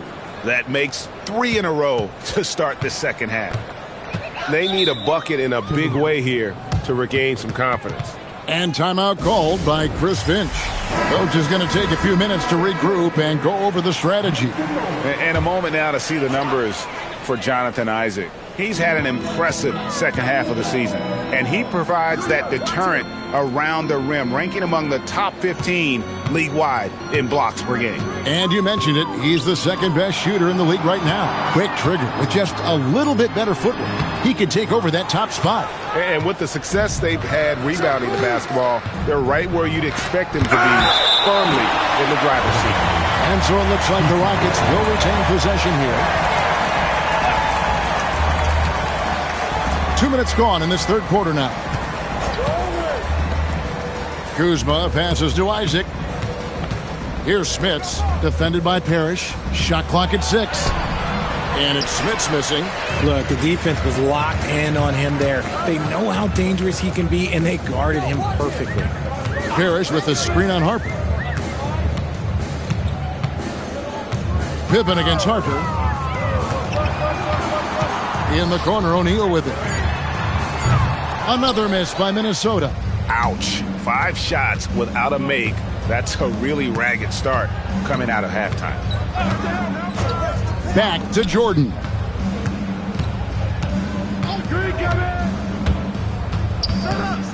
Back to Harper. Over Ross. Parrish grabs the board. Parrish has got his 5th rebound right now in the game. Parrish with the screen on Harper. Bird outside.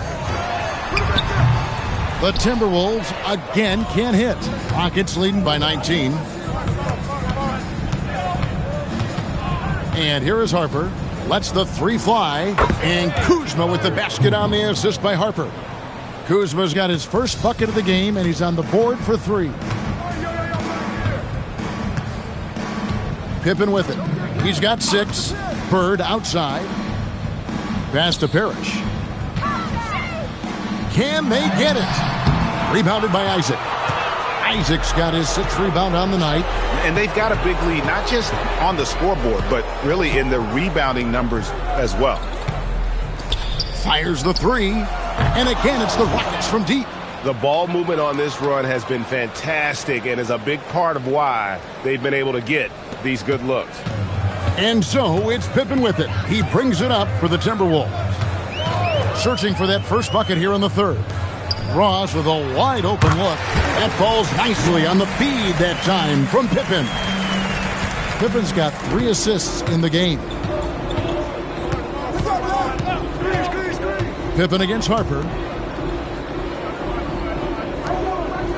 Houston moving the ball around. The shot's good from Kuzma.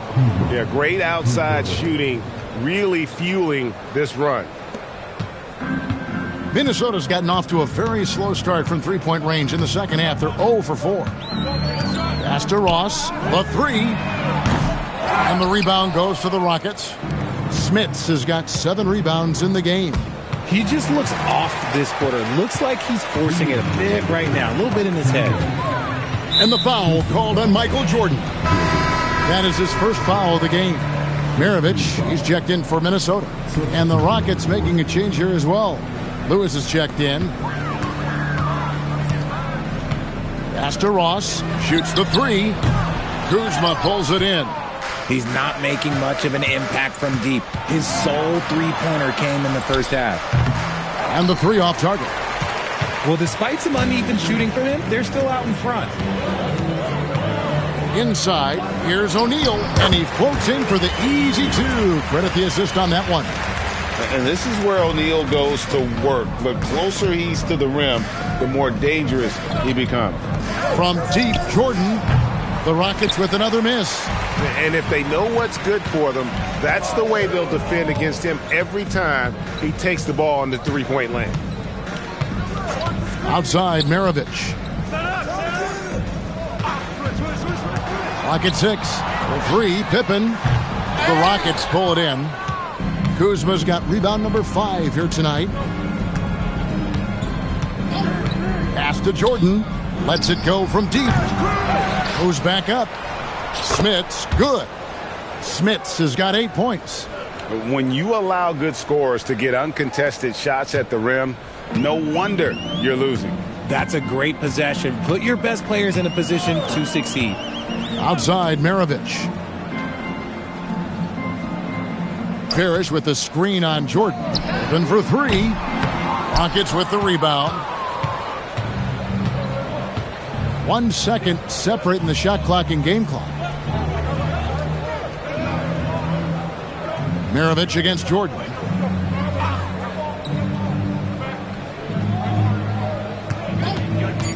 And Kuzma has it in the corner.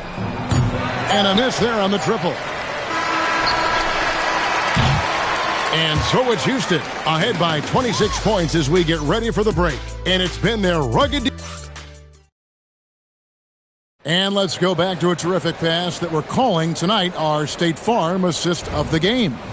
Yeah, a terrific, unselfish play right here.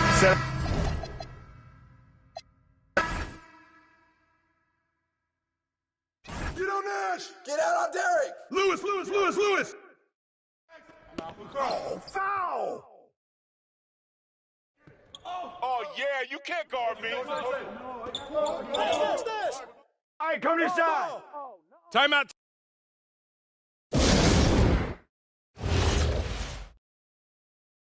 What's that road? Yeah. Okay. Whose man is that? Take a break.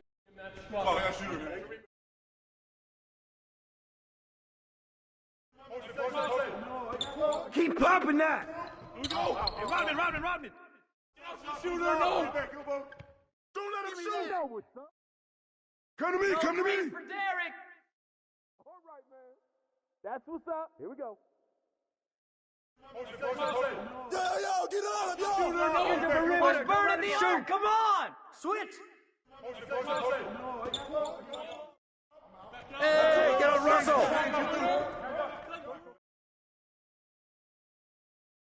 Screen coming. What's pick coming?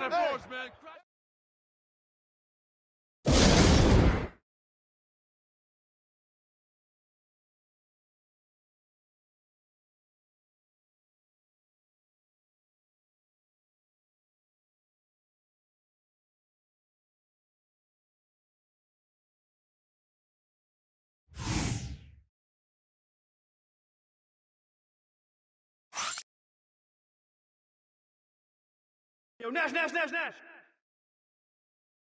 All right. Oh, come on, man. That ain't right. Get on Rashard. Hey, Parrish. Here we go.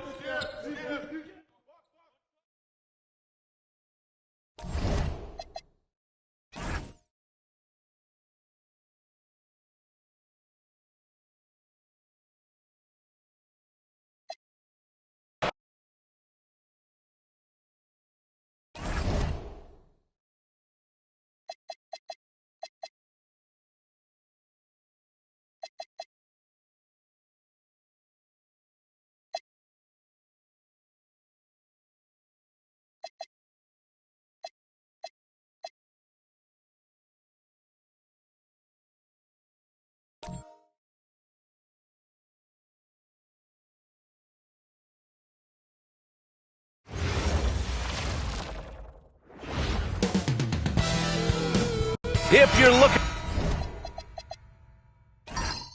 for a party this Saturday night, we're bringing you one. It's the NBA on 2K Sports. And in our matchup tonight, we'll see the Dallas Mavericks going up against the Los Angeles Lakers here on their home floor in LA. With Grant Hill and Clark Kellogg, I'm Brian Anderson. Allie LaForce is our reporter. Looking at the starting five for the Dallas Mavericks. We've got Cam Reddish. Kevin Durant is out there with Sarr. And it's Arenas in at the point guard position. It's good on the putback. Outstanding intensity from Towns on the offensive boards. I mean, the young man basically just demanding the ball. Outside Durant. Jacks up a three. It's rebounded by Los Angeles. And the Mavericks have stressed the importance of defense to winning at the highest level, Grant. Yeah, B.A., they felt that fortifying the team at that end of the floor would get them closer to contention. And look at them. They're making some bold moves there along the way. So good off the catch. The defense has to guard Risacher better than this. Pass to Arenas. Here in the first, a little over a minute played so far. Here's Malone. 5 on the clock. Here's Durant. It's tipped. Allen, pass to Wallace. Right side, Risacher.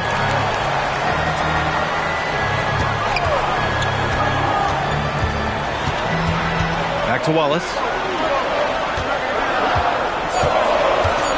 20 feet out. Yes, on the jumper. Pick works well there, but the defense left a lot to be desired. Yeah, that's not the defense you need. You got to be tougher defensively. Here's Arenas. He's averaging about 6 points per game. The putback controls the rebound and the putback. The first bucket for this offense, 1 of 4 to start the game.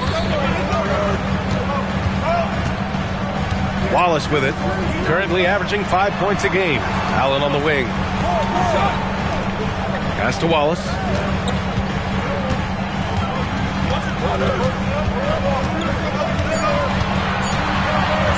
Launches it from deep. And the rebound goes to Dallas. And their first look at this year's Lakers squad. And despite the difference in talent level, these teams were fairly evenly matched last year. Limited success for them early on here, but don't expect that to continue. The three from Risacher. The rebound by Malone. And you never want to give a shooter like him a clean look. Pass to Arenas. Durant has the open look. And he sinks that one, hitting the back of the rim on the way in. Well, they count on big-time production from him at the offensive end. Wallace outside. Here's Allen. Reddish covering. Reddish against Allen. And they call an illegal screen here. Now we get a chance to check some stats for Zach Risacher. The screener was leaning a bit right there. His feet may not have been planted. Pretty obvious call by the officials. Yeah, I agree. You know, sometimes that can be a tough call for the refs to make, but not that time. It was easy there.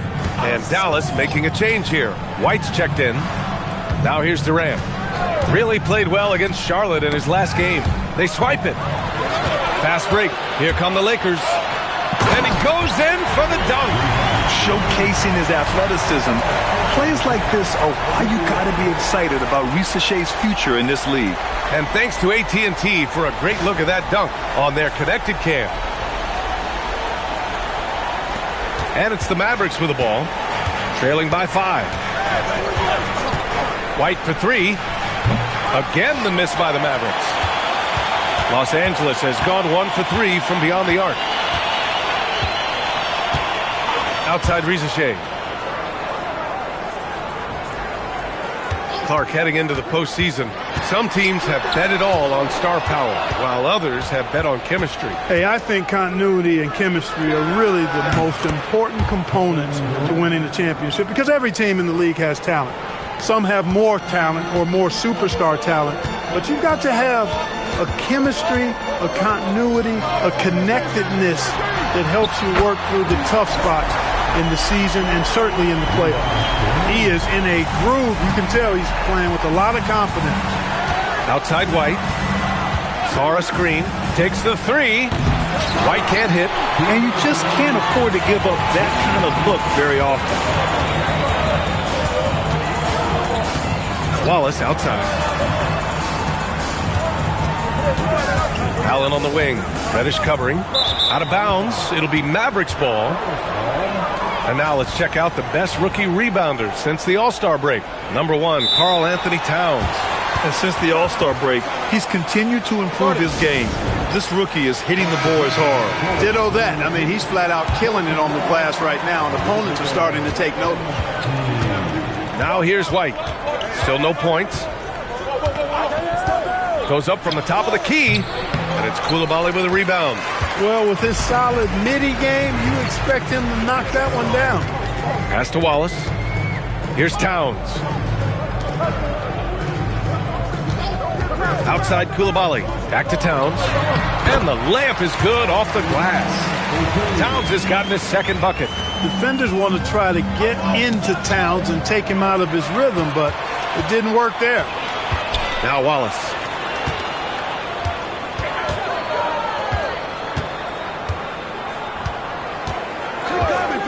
56 seconds left in the first quarter.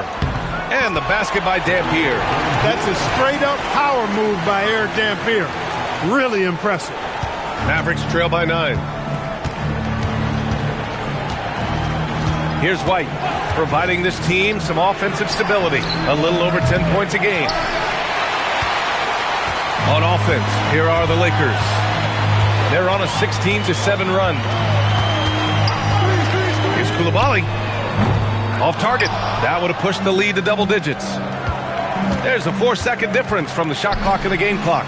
Pass to De Silva. On the wing, Mathurin fires it. Dallas, no good that time either. Wallace outside. Now Towns. Comes up empty from 8 feet. And so it's the Los Angeles Lakers. They have a nice 9-point cushion at the end of the quarter. And it's all due to their ability to own the paint. They've been dominant down low. Time for a quick break. Then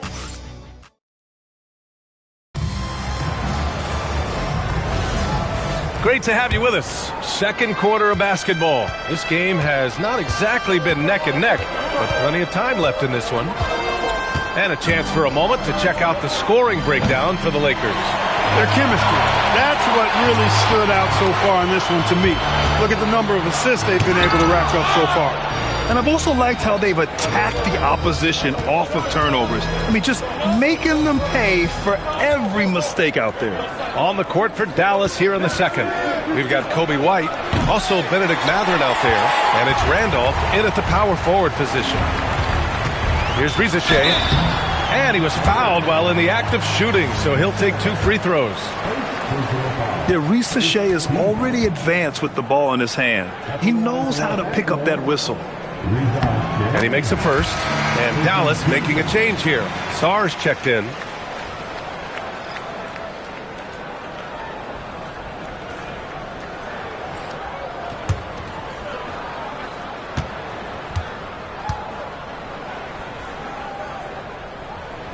Hits both from the stripe.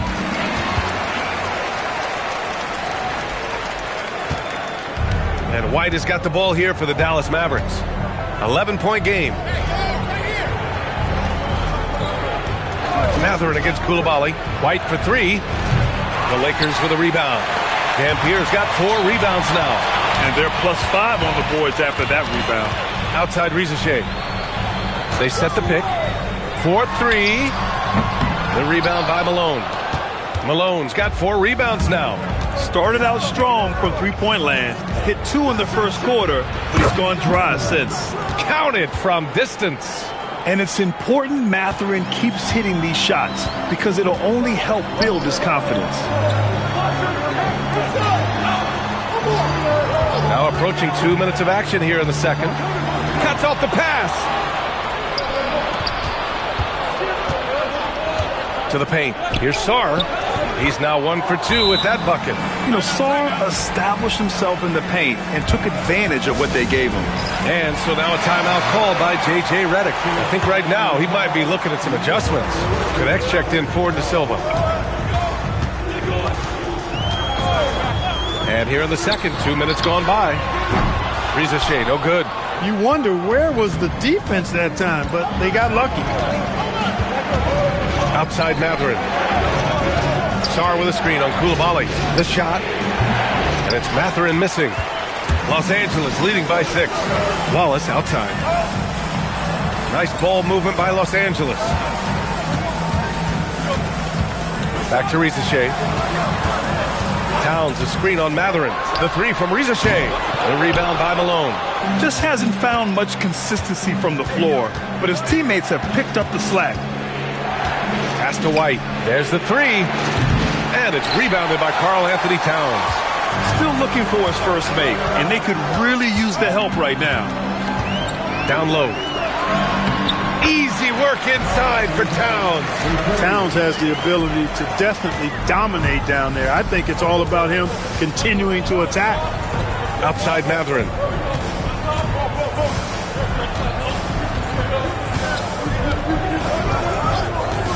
Back to White. Lets it go from deep. Count it. After missing his first 6 shots, now 1 for 7. It makes his presence felt from distance, Coby White. And in the second quarter, a little under 3.5 minutes played already. And Rizachet gets it to go. This is just fun. These teams are trading threes back and forth. Nothing like answering back. One team gets 3, you fire 3 of your own. Boom. So Jason Kidd's decided to call timeout here. He's going to take a moment to give him a breather and talk things over. Henson, he's checked in for the Lakers. Allen comes in for Coulibaly. Dallas also making some changes. Durant, he's checked in for Connect. And Reddish has subbed in for White. Outside Reddish. Pass to Mathurin. Puts up a 3. Again, the miss by Dallas. It hasn't been his best quarter. I mean, he's trying to shoot himself out of the slump. Oh, denied by Durant. He can't get anything to fall, at least not this quarter. A strong finish to cut into that lead a little. Man, left no doubt with that one, Grant. Well, I tell you what, he loaded up as much power as he could behind that 2-hander. Outside Rizachet. The 3. That's bucket number 5. He's 5 for 12 now. Now he's drained 2 threes in each quarter so far. Mavericks trail by 9. Outside Reddish. Pass to Mathurin. Here's Malone. Lays it up and in off the pretty assist. Malone's got his second basket on the night. When Mathurin's creating for his teammates, his offensive impact goes way up. Now here's Towns. Durant pulls it in. Goes up on the wing. Shot's good by Sarr. Now just a 5-point Laker lead. Great touch from the mid-range by Sarr. He knows he's got to keep drilling it from this area. And now a timeout called by J.J. Redick. He's going to talk it over with his guys. As we near the postseason, let's see where the West is shaken out. If you look at the Mavericks, this season has been an absolute dream for them. They're currently at number 1 as the postseason approaches. And, of course, the Lakers, well, record-wise, not even in the same conversation. Well, right now for the Mavericks, you have to really give it to them. I mean, they are backing up all the preseason hype. They've been outstanding early. It appears to me, though, that this group has all the ingredients for a special season. Man, they're having a hard time defending the triple. That's 3 in a row. I think they're playing too soft on the perimeter. They can't stay so soft. They've got to get up into the shooters here. And Los Angeles making a change here. Koulibaly's checked in. Here's Sarr. Looking at his stats, he's putting up about 7.5 per game. Outside Reddish, on the wing Durant. 6 on the shot clock. Shoots over Koulibaly. Durant, no good. They have a decent advantage in regards to rebounding. Especially when you're scoring the ball at a decent clip the way they have. I mean, they've done exactly what's necessary to take the lead. Mavericks trail by 8. Pass to Arenas.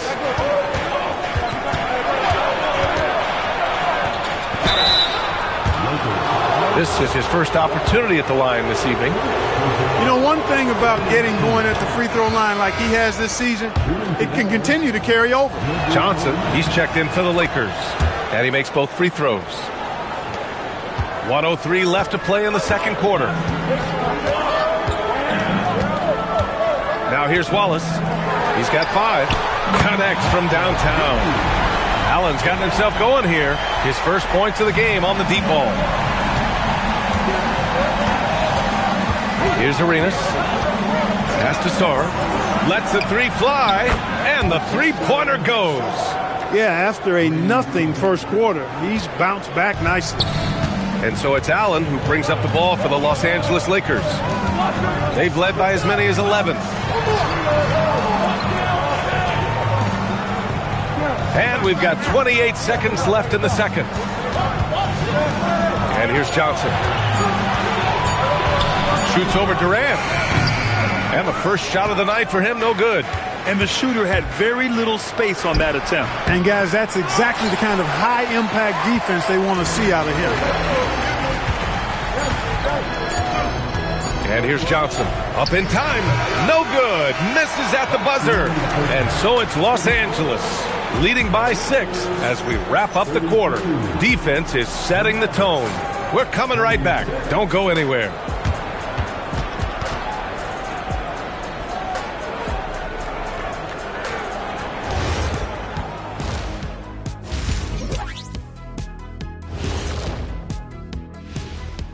Welcome, everyone, as we dig into the details. So, guys, what are your keys for the second half of a close one like this? Rebound, passing, shooting. I think those will be important. And now, guys, it's time to talk about that challenging first half for the Dallas Mavericks. This game. And that is going to do it for us. Let's get...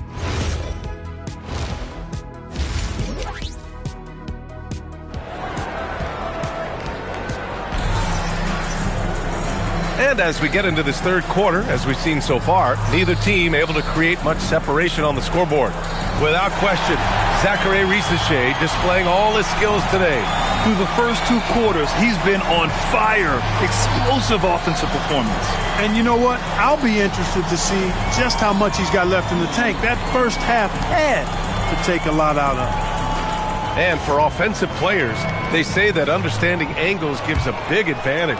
Can you elaborate on that a little bit, Clark? I think I can, B.A., a little bit. When you think about the geometry of the game, angles, spacing, timing, those things are not what you would think about when you think geometry, but how you cut, how you move, when you move, get to the basket, all of that stuff is part of the geometry of the game. They've got Zachary Risacher, also Karl Anthony Towns out there.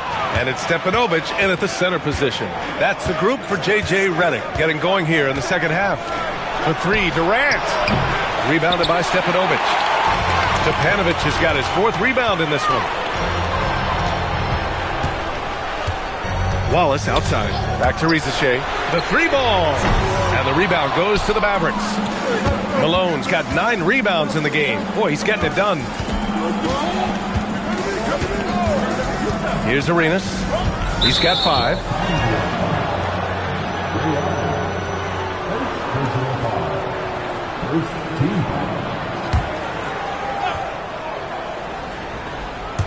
And here in the second half of play, we're just over a minute in. Here's Reddish. The shot is good, and this game is back to even. Reddish has got 5. He's the last guy you want to leave alone on the perimeter. Now Wallace. He's got 5. Risache with the ball. Pass to Stepanovic. And it's blocked. What I like about Sarr as a shot blocker, he can do it anywhere on the floor. Outside Durant. Some nice ball movement by Dallas. Here's Arenas. Watched by Wallace. Down to 5 on the shot clock. For the lead. Count that one. 7 points in the game. A nice start to the third. 3 out of 4 and looking good doing it. And so now a timeout called by J.J. Redick. He's going to take a minute to regroup with his players. Too many wasted possessions. He's getting in bad situations and then failing to kick the ball out to more ready shooters. And let's pause for a moment to recognize the teams with the best three-point shooting. The 4th spot held by the Mavericks. Instead of just bombing away, they work hard to create good looks from beyond the arc.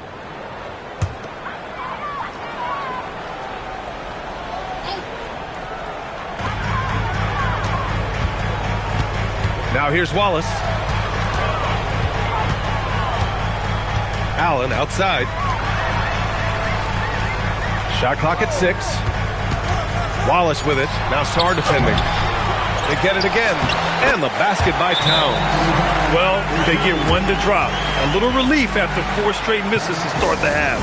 So Jason Kidd decided to call timeout here. A moment to rest and confer on the game plan. Just under 2.5 minutes into this third quarter now. Outside Reddish. Pass to Arenas. Here's Durant. The 3 is up. Yes, sir! The smooth stroke of Kevin Durant. It's beginning to seem like they've gotten complacent defensively. They showed much more intensity in the first half. Boy, they need something to go to regain some confidence. No question. Way too many empty possessions for them. Got a piece of it.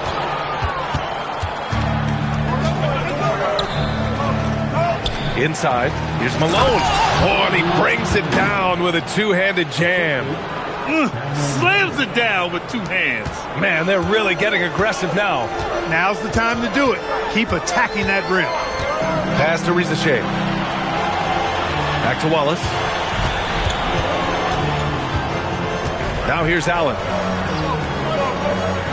Towns a screen on Reddish. And here's Wallace. Hits the trifecta. Wallace has gotten his 3rd basket of the night. Nice dish by Allen. Put him at the 1 or the 2. He's effective either way. Here's Arenas. Watched by Wallace. Arenas' shot is off.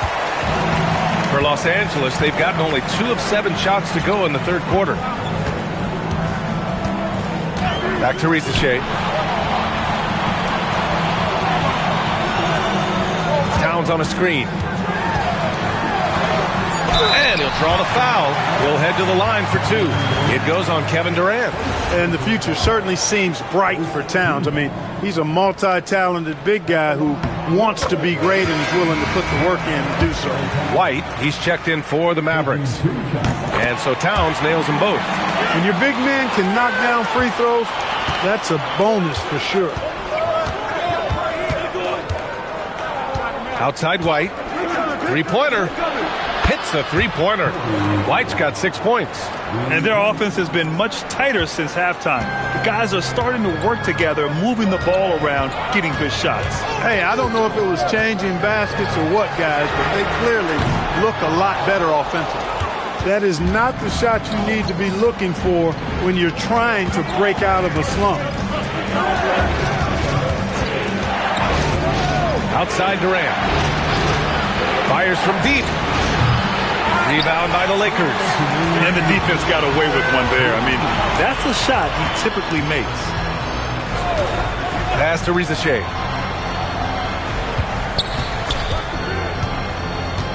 To the wing, right side. Towns for 3. And again, the Lakers, no good. And Dallas with possession. They're on a 16-7 run. The kick to Durant. Back to White. Beyond the arc. Sends it home from three-point land. Now it's a 6-point Maverick lead. This defense is getting spaced out. 3 of the last 5 buckets have come from way beyond the arc. The 3 from Riza Shea. They get it back. It's good on the putback. Boy, that's a great job by Dampier. Just can't teach size. And White has got the ball here for the Mavs. So Jason Kidd's decided to call timeout here. He'll take the opportunity to regroup. Both teams will make substitutions.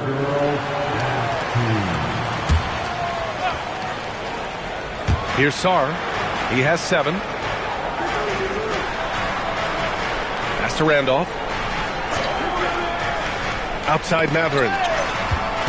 Sarr with a screen on Coulibaly. Here's Mathurin. And there's the rejection. Dampier can be a dynamic defender, disrupting with his size and length. Here's Coulibaly. Here's Henson. And the officials whistle a foul on the shot. The bucket is good, and he'll go to the line. The defense couldn't collapse quickly enough. First trip to the free throw line for him tonight. And you know, with his free throw percentage being where it was last season, it changed the way teams defended him. I mean, there were no easy baskets. He was going to get fouled anytime he got near the rim. They were going to make him earn his points at the line.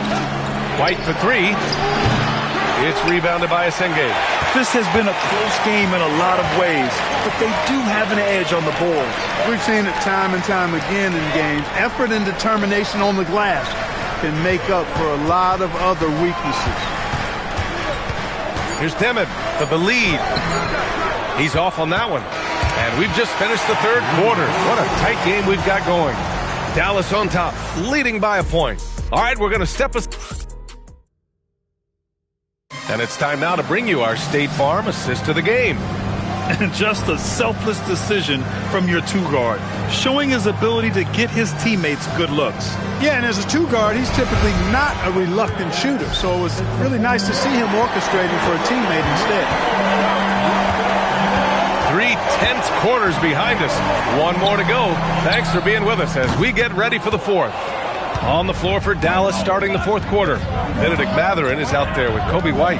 And it's Malone in at the 5, roaming the paint. Their strategy has been pretty simple here in the second half. Attack from 3-point range.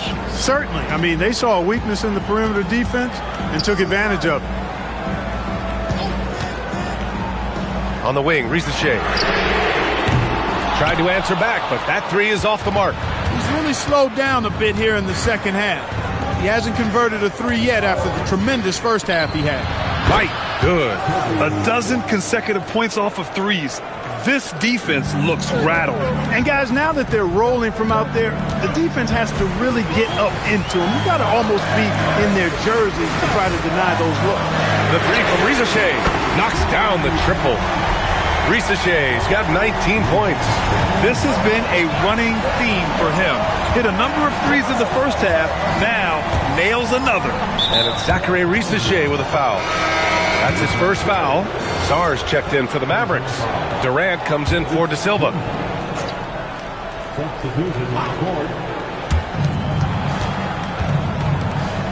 On the wing, Durant. Riza Shea covering. Here's the pick. Pulls it. And Durant gets it to go. They've looked a little more settled since the break. They had trouble getting into a flow there in the first half, but their shooting's been much better here in the second. And we've got a timeout called by J.J. Redick. Coach clearly has something he wants to say to his team right now. All right, let's check in with Allie LaForce.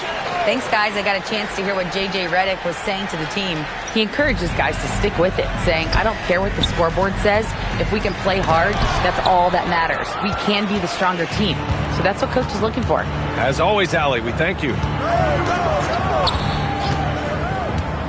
White looking it over. Fires the 3. Offensive rebound. Another shot. And he lays it in. And now it's an 8-point Dallas lead. And a closer look here at the hustle stats for Dallas. They've been so aggressive getting out on shooters all game long. Nothing's getting past this defense, and that, to me, has been impressive. They're also finding a lot of points tonight off transition plays, running the floor and using the fast break to beat the defense. And Dallas making a change here. Reddish is checked in. Number 16, Cameron Reddish. We're in the fourth quarter here. Just under 2.5 minutes gone by. Just 5 to shoot. The Lakers got to get one up. Late clock. And a foul called on the way up. So he'll take 2 from the free throw line. At 7 feet tall, Towns knows how to use all of that frame, including drawing fouls.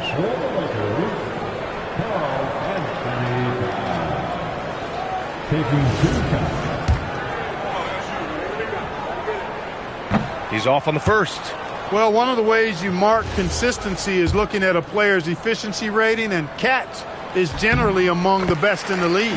He hits the second from the line. He's done a much better job of getting to the line here, aggressively taking it inside and not shying away from contact. I thought he was settling a bit in the first. Oh, there's the alley. Oh, it's stolen by Towns. Risacher. And it's flushed down. A nice jam. Good to see Risacher attacking like that. When he sees the lane open up, he gets real aggressive. We're in the final quarter play here. 3 minutes in. Here's Reddish. And a miss there on the triple. Lakers trail by 5. Pass to Wallace. Nice ball movement by Los Angeles. Towns gets the bucket. And you want him taking good shots at this point in the game, and that one was easy. Well, you don't want to give him any open shots at this stage, never mind a layup. Come on now. My goodness. Durant, the pass to Malone.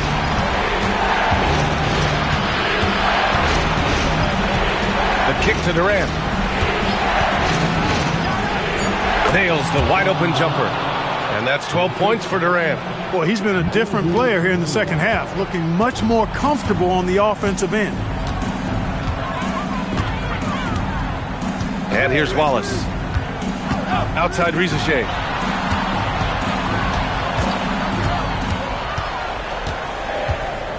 Here's Towns. Oh, he goes to the glass with that one. Defensively, they've got to get more bodies in the paint. That's 3 straight field goals from below the free throw line. And we've got a timeout from Jason Kidd. He's looking to make some very important adjustments here.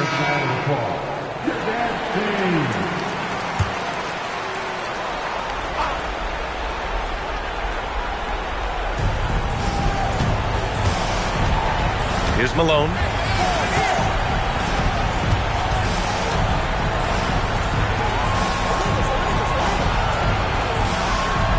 And there's the screen. 5 to shoot. Oh, it misses. And just terrible defense. I don't know how he missed that shot. Stolen by Sarr. Oh, and a fast break for Dallas. He got it. And this is not the time to be giving up turnovers. Those points could end up being a deciding factor in this game.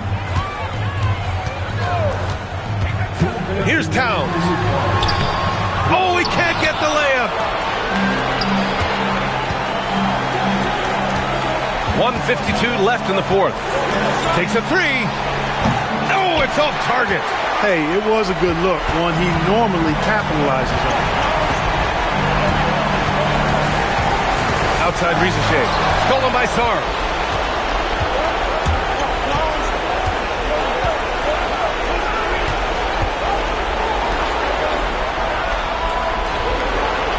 Reddish on the wing. Allen defending. Clock at 6. Outside Durant. Fires the 3. Oh, it doesn't go. Lakers trail by 5. Allen outside. Now Towns.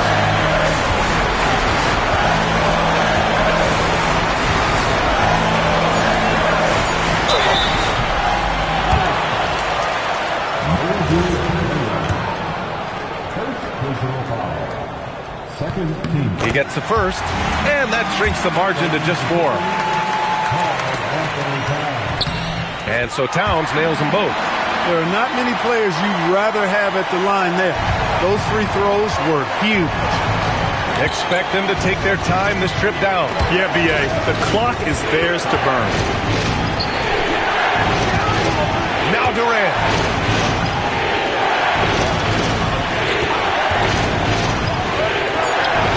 Up a 3. Oh, it doesn't go.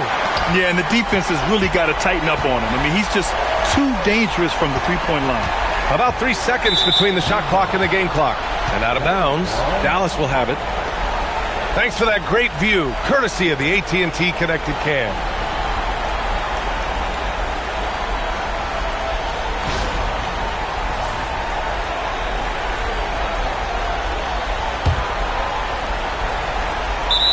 It's a 3-point game, and they foul intentionally. Now, they're going to have to do that again. They're not in the penalty just yet. Yeah, and that was a smart move. I mean, you have to foul right there. You just don't want them to run out the clock. Yeah, they have to extend the game. I mean, plain and simple. Use every second you can on the clock here. Good on the first, and that gives him a 4-point cushion. And he cannot convert on the second. That misses. The Lakers call timeout. 17 seconds left to play in the fourth. Any speculation on what we're going to see coming out of this timeout?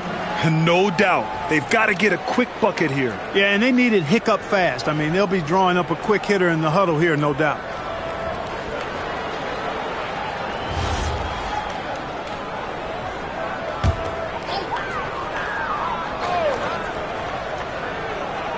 And it's the Lakers' ball. And right here, they can't waste any time. No, you need a quick bucket and then a quick foul. Rebounded by Sarr. And now an intentional foul. They need the ball back as soon as possible. Yeah, no choice but to foul in that situation. Although, that's not the guy you want to send to the free throw line. But there was no time really to be selective. Stopping the clock was the priority. Ooh, he doesn't hit the first. That was the one they really wanted. He's got one more, though. Yeah, and the potential Sarr has is enticing. He's a talented, mobile big man who wants to keep improvement. Timeout called, the Lakers. They're behind by 5. Given the situation here, what sort of strategy needs to be top of mind? And they're going to have to work fast coming out of the timeout. Yeah, they're going to draw up a play here, I think, to get a shot right off of the inbound pass to not waste too much time at all. And so the Mavericks take the win. And they barely squeezed out the win here on the road. And B.A., the visiting team is always under some added pressure, but they made it work in.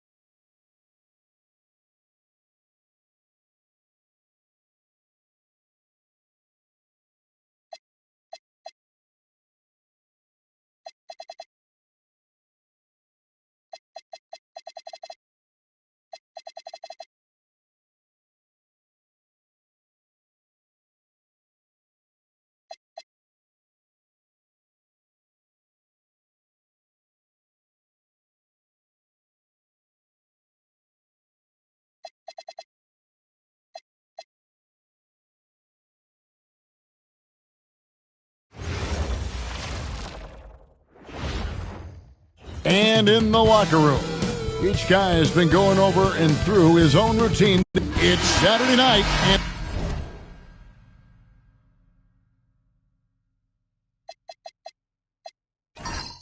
live on 2K Sports. We've got the excitement of the NBA for you tonight. Here with Coach Stan Van Gundy and Greg Anthony, this is Kevin Harlan. And patrolling the sideline for us again tonight, Allie LaForce. Now let's take a look at the starters for Anchorage. Devin Booker out there with ball. Then there's Doherty. And it's Fernando in at the 4. 6 on the shot clock. Ball with a wide open look. Here's Doherty. Uses the glass to finish the layup. Really nice move there. Doherty has such a polished skill set. Makes it an easy conversion for him in the painted area. Garland the pass to Ivy. Drummond with a screen on Booker. Here's Ivy. And it's off from three-point range. To the middle and stolen by Drummond. Ivy against Booker. Ivy kicks to Garland. Pass to Washington. From past the arc, Fernando pulls it in. Here in the first, a little over a minute played so far. Booker the pass to Ball. Doherty with the screen on Garland. Garland against Ball. Here's Dantley. From deep. Rebound Andre Drummond. Detroit's gone 0-2 from deep here. Garland the pass to McHale. Now Ivy. Floats one. That's a miss, his second after 2 shots. For Anchorage, they've gone 1 of 3 from the field to start this one so far. And here's Booker from the arc. Off to a good start as he hits his first shot attempt. Closing out the season, Stan, it's a little bittersweet for the guys who have already said they're going to retire. We're going to miss them. Yeah, it can lead to some emotional farewell games. And if the guy's a star, even the opposing fans may celebrate his career on that night. To the paint. Pass to Doherty. Here's Fernando. Good ball movement here by Anchorage. Down low and stolen by Ivy. And now Ivy running the floor all by himself. And slam dunk by Ivy. Wow, Ivy just takes off.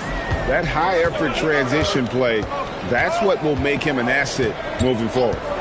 Now here's Booker. He's averaging just around 8.5 points a game. Doherty with the screen on Garland to the inside. Doherty with the bucket. Doherty's got his second bucket tonight. Just setting the tone with an aggressive move to the rack. And where's the help defensively?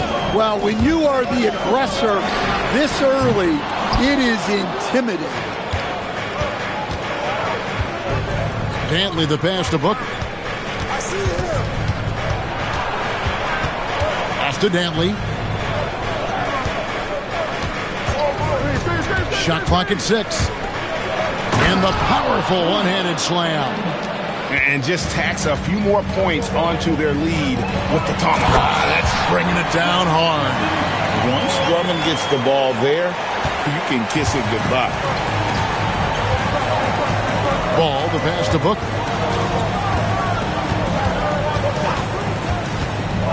Back to Ball. Launches it. Rebound by the Pistons. And I thought that was going to drop. It looked good from here.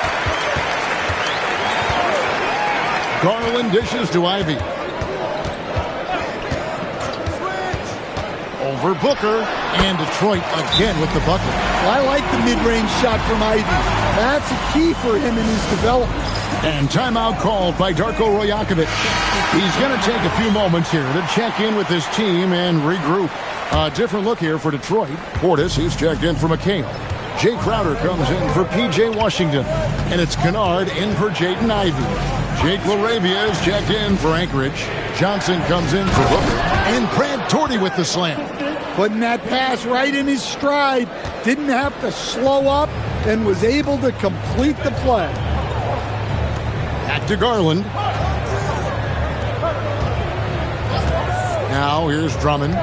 Taking a look at his stats, he's averaging around 9.5 points a game. And it's out of bounds. The Pistons able to retain possession here.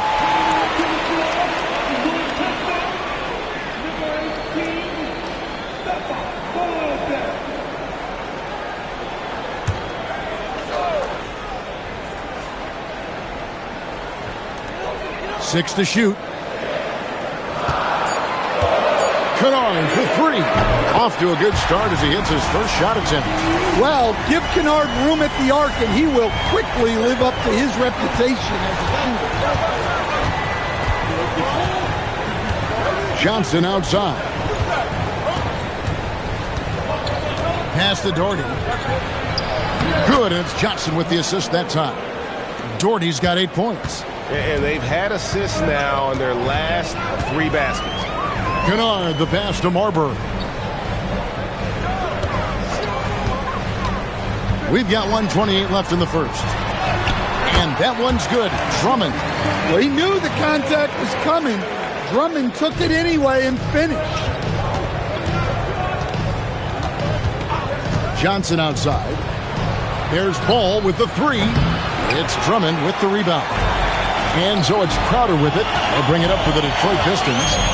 Trailing by 2. This, of course, their first opportunity to play Anchorage this season. Here's Marbury. Still without a basket.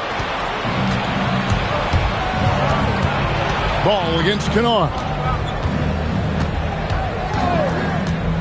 And here is Johnson. And it's good, 2 points. See, now that layup isn't possible without the help of the pick. Detroit's gone 1 of 5 from downtown in the first quarter. Points out there have been hard to come by. Pass to Kennard. Kennard setting the pick for Crowder. Back to Kennard. Drummond with a screen on Ball. And stolen by Doherty. And here's the fast break. Ball leading the way. The shot's good. And now a 6-point Anchorage lead. And we're seeing some great ball movement out of this group, guys. Here's Marbury. And good that time. Yeah, another nice bucket down low. They've really been able to work the ball into the post effectively here so far. And that concludes the first quarter of play. Anchorage leads by 4. The second quarter coming up right after this break, so don't go anywhere.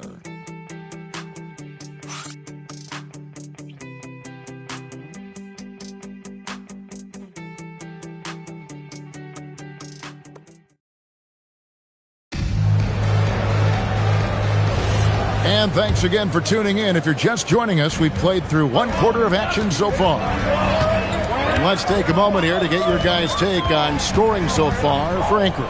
Well, their game plan has been very effective so far. They're working the ball inside, putting constant pressure on the defense. And it seems they've also put an emphasis on moving the ball, working to rotate around the defense and find those quality looks. And so in the game for Anchorage, Trey Lyles out there with Jake LaRavia. Then there's Johnson. And it's Dantley in at the shooting guard. Johnson, good. I mean, even he was surprised to be that open. In the corner, Ivy with it. Portis sets the pick for Ivy. Pass to Portis. His first shot is a miss. 0 for 1 to start the contest. Johnson outside.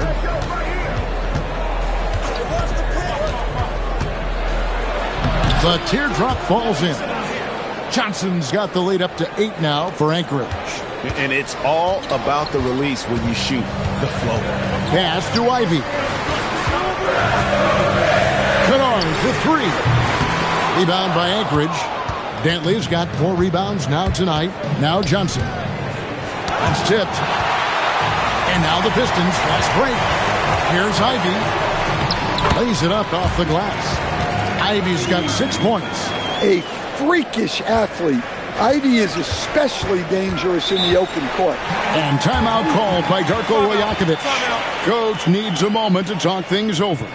So, Greg, you played in the league over a decade. What's the toughest thing about being a pro basketball player? Lots of things. To me, it's just keeping your spot. Every year, there's just so much talent coming in. So holding on to a place on the roster, then that can be as difficult as anything. Looking at who's out there now for Anchorage. Doherty's checked in for Fall. And it's Devin Booker in for Jake LaRavia. Ivy against Booker. Clock at 6. Here's Dantley. Accurate with a jumper from the elbow. And Anchorage leads by 8. Now that's a high percentage look when the D doesn't fight over the screen. Yeah, it's certainly worth it to disrupt the offense. Coaches notice that extra effort. Lambier with a screen on Booker. The shot by Ivy, no good. So for the Pistons, their last game a loss to Minnesota. Pass to Booker. Back to Johnson. Doherty with the screen on Garland. Johnson, the pass to Doherty. Good, and it's Johnson with the assist that time. Johnson's got 4 assists in the game. Man, just adding insult to injury. He just waltzes inside and extends this lead. Well, it's not going to get any easier if they can't improve their defensive intensity. They got to show some fight. Well, it's a 3-point shooting league. Guys like him are so important for spacing. And it's Johnson penetrating. Got a piece of it. They recover it. And Brad Doherty with the slam. Here's Garland. He has yet to score. Pass to Lambier. Now Ivy. Lambier screen. Puts up a 3. Terrific assist. A nice finish. Solid play all around. And smart pick and roll play by Ivy. He saw a chance to open things up for a teammate and took it. Doherty with the screen on Garland. Booker looking around. Here's Doherty. Off the mark with the outside fadeaway. You almost have to assume he's going to knock those down. Oh, the power on that Pruden. Wow. So explosive. Get used to seeing a lot of that from Ivy. Wow. Let's see the connected cam angle on that stunning play. Brought to you by AT&T. Johnson outside. And Brad Doherty with the slam.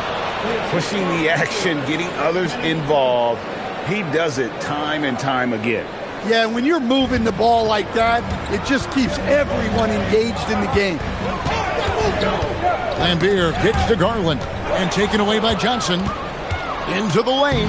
That's good, and it's his 4th basket of the game. He's a strong 4 for 6. I'm sorry, that's poor defense down low again. It's been a mismatch thus far in the paint. And so the timeout here by J.B. Bickerstaff. He's going to take a minute here to get things straightened out.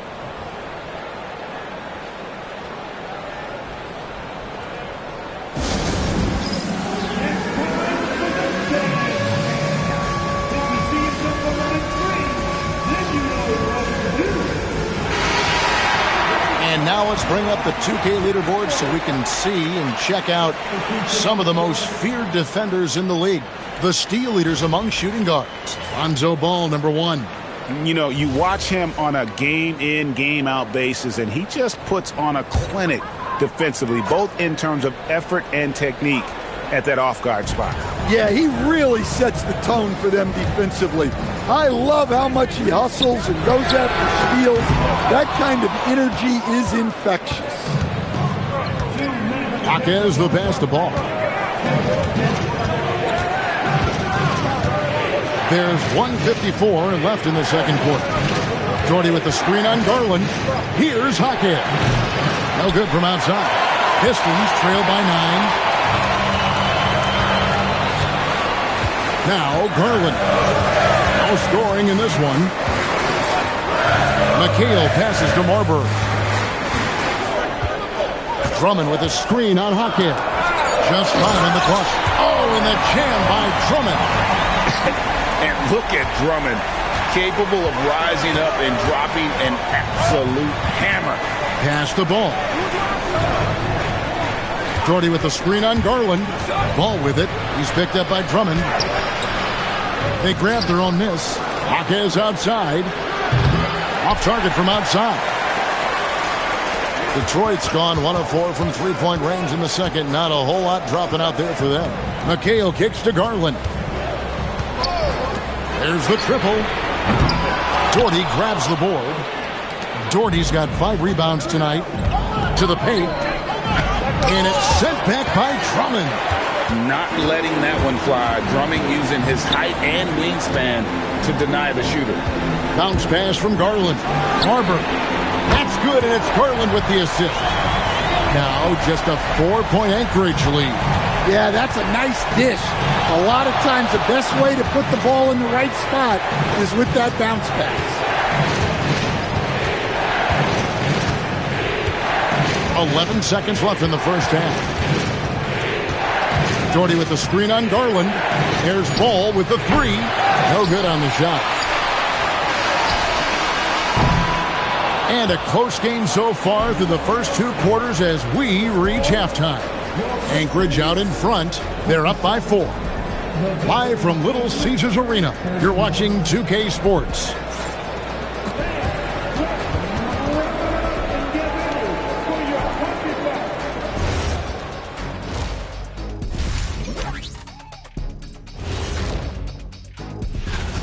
We're taking a look here at Anchorage. They've played okay, but unfortunately, that's not getting you into the playoffs. They were talking Pistons now. Close game so far for them. A few things for them to focus on. More presence on the backboards, more physical. And that is it for half.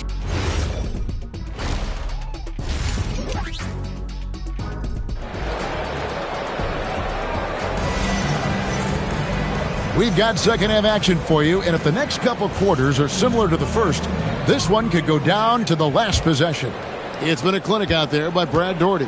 Yeah, and just look at the numbers from the first half. He has been very efficient. Yeah, it's not like he's getting everything at the rim. He's playing smart and just taking what the defense gives him. P.J. Washington is out there with Kevin McHale. Then it's Ivey. Then there's Garland. And it's Drummond in at the 5 down low. That's the 5 on the floor for the Pistons. Stolen by Washington. One-on-one here. Pass to Garland. Now here's Ivey. Garland with the screen for Ivey. 5 to shoot. Now here's Washington. He's covered by Ball. A 3 from Garland. Doherty grabs the board. Doherty's got 6 rebounds in the game. More good work on the glass there. When it's all said and done, I think rebounding might tell the story in this game. Well, that's the look he wanted, but the defense doing just enough to impact that shot. Ivey passes to Garland. A 3-pointer is right on target. Garland's got the opening bucket to start the second half for the Pistons. Doherty outside. Ball surveying the defense. And that one, good. Ball's got his second bucket of the game to go. Not settling there. Lonzo gets inside for a high percentage look. Garland, the pass to McHale. No good. That would have tied it. Not a great start to the second half. Just 1 for 4. Got to find ways to generate better looks here. Here's Ball. He's been a reliable scorer for him as he's averaging up over 13 points a game. Here's Doherty. And the shot no good, a bit short. Pistons trail by 3. Not quite 2.5 minutes played here in the second half. Here's Garland. Softly drops in the floater. Garland's got 5 points now this quarter. And how about the soft touch by Garland with the nice floater up over the top of the defense. Booker outside. Over to the left wing. Here's Doherty. Rebound, Detroit. And now we're 3 minutes into the third quarter of play. And that one's good. Drummond. Well, if Drummond's going to score, the paint is where it's going to happen. Here's Booker.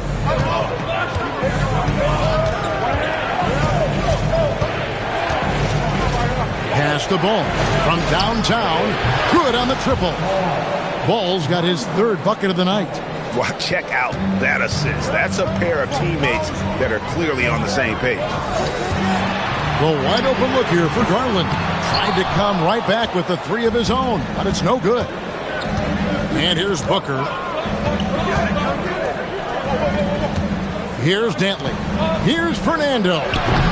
No good on the 3. I'm shocked that didn't turn into 3 points. I mean, he makes you pay on those nearly every time. Back to Ivy. Garland with a screen on Booker.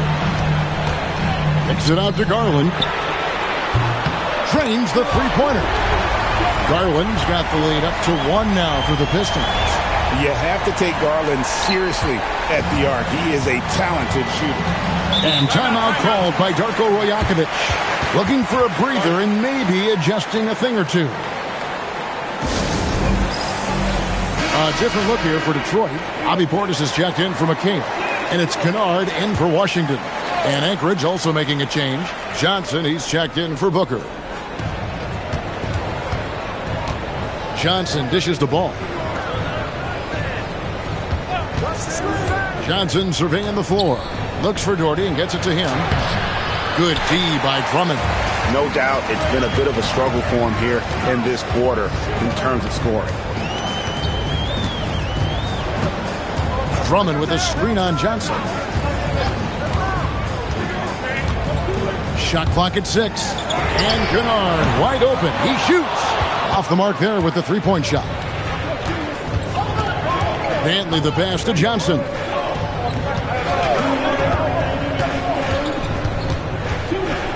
The kick out to Ball. Anchorage again can't hit. It's Garland with the ball for the Pistons. Since halftime, they've only allowed 5 points. Takes the three. Buries the long-range jumper. Garland's got 11 points in the quarter. And it just seems that every pass they make is leading to a score. Just great ball movement. Inside, here's Ball. It's rebounded by Portis. Yeah, those shots from him are certainly not helping their case.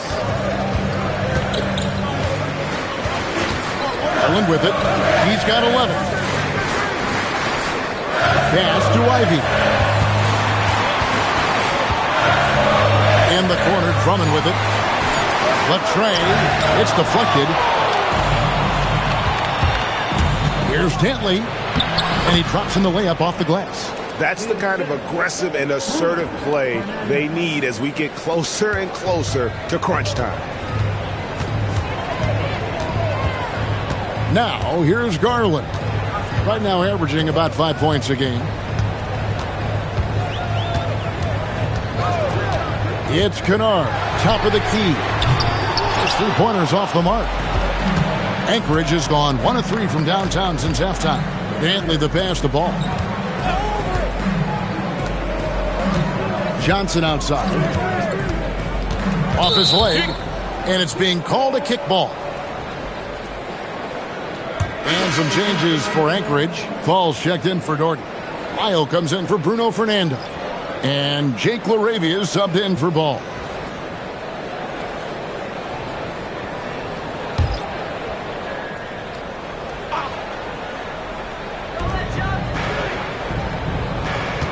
Dennis Johnson on the wing. 8 points for him. And it's Lyles in the corner. And trying for the go-ahead basket. It doesn't go in. Outside Crowder. That's to Marbury. Kennard for 3. Nailed from three-point land.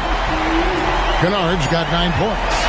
Their ability, again, to stretch the floor, particularly in this second half. Yeah, and where has the defense been? They've been content to let them fight. Darius Garland has been leading the charge for the Detroit Pistons. He delivered 9 points from three-point range that quarter. Terrific work from distance. We've got more in store for you right after this.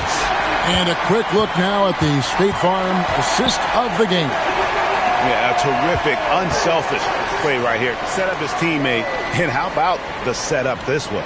Yeah, that's great decision-making. And one that embodies a team-first mindset. Well, this has been a great contest so far, and I imagine the fourth quarter could have even more action in store for us. And so, in the game for Anchorage, Doherty out there with Trey Lyles. Then it's Jake LaRavia. Then there's Devin Booker, and it's Johnson in at the point guard position. Down low. And Booker kicks to Johnson. Rebound, Detroit. You got to finish at the rim right there. You hate seeing those opportunities go to waste. That's to Marbury.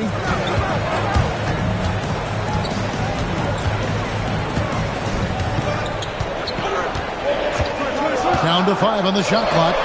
Good on the shot. And that pick takes the D totally out of the equation. Yeah, you've got to lock and trail hard. You can't allow him a clean look from that. And the took by Lyons. Strong move to the 10, trying to get his guys going. Hard not to get motivated, GA, right when your teammate makes that kind of play. Well, that's exactly what's needed when you're trying to turn things around. Pass to Johnson. Good ball movement here by Anchorage. Got a piece of it. And the ball travels out of bounds. It was last touched by Lyons. That is just a careless turnover. You've got to be smarter in those exchanges. And Anchorage making a change here. Jaquez is checked in. And stolen by Doherty. Ooh, Booker glides in to finish the break. And that's a skillful move by Booker with the ball. The rookie showing off his handles. Here's Wolf. Lambier screen. Ivy passes to Lambier. And then Lambier with the dunk. Kevin, he is tough to stop when he gets to the rim. Yeah, Greg, he can get up a few notches higher. And the timeout called by Darko Rajakovic. And he wants to see some changes out there right away and right now. Detroit making a switch here. Drummond's checked in. Right now, let's take a second to catch up with Allie LaForce on the sidelines. I was able to listen in on what Darko Rajakovic was going over with his team. He isn't liking what he's seeing out there on the perimeter, saying to his guys, defensively, we're too lax, and they're getting any three they want. And offensively, the ball movement, it isn't crisp, which is why we're not getting many opportunities from outside. I want to see improvement on both ends. Great work as always, Allie. Thank you. And here is Garland. Pass to Kennard. Garland with the screen for Kennard. In the corner, Ivy with it. Over Booker. The shot by Ivy, no good. Anchorage trails by 3. And out of bounds. The Pistons will take it. So for the Pistons, McHale comes in for Lambier. And it's P.J. Washington in for Kennard. And Anchorage also making a change. Doherty's checked in. And we're about 3.5 minutes into the fourth quarter. Ivy passes to Garland. Ivy a screen on Ball. Teardrop shot. Garland with the bucket. And the Pistons lead by 5. Fearless move by Garland inside, going for the high percentage shot. And Booker kicks to Ball. Driving the lane. Out of bounds. Detroit takes possession.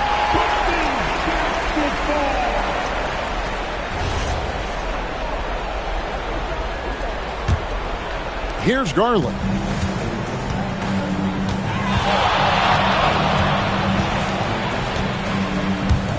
McHale outside. Now Ivy. 6 on the shot clock.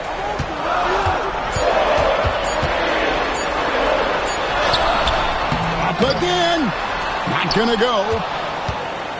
Anchorage trails by 5. Now Booker. Outside, Ball. And Garland comes to help. Here's Fernando. Ball fires. It's good. Well, his number got called, and Ball was ready.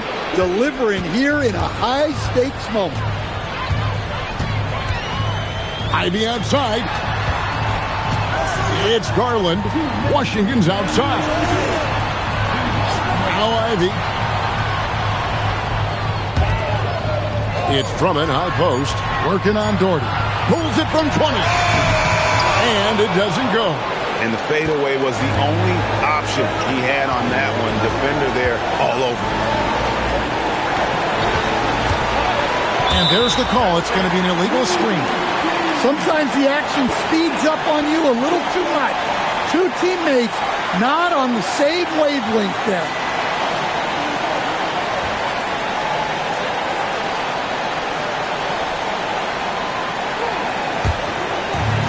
For Detroit, they've gone 3 of 8 here in the fourth quarter. And he jams it in. And answering the call, Andre Drummond giving this team some huge buckets down the stretch.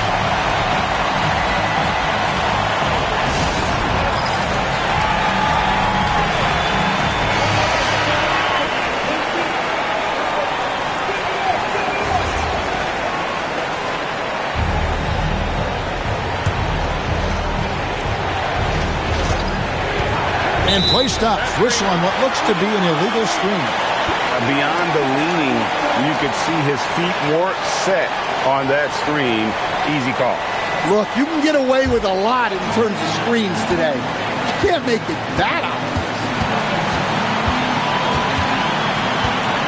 Now, Ivy. Big time jam. He was ready to receive and deliver. And how about Drummond's ability to stay calm under pressure? That will always make your coaches happy. Outside, ball. And get the 3. Well, I've been here before. You're looking to get back in the game, but desperation threes are not the way to do it.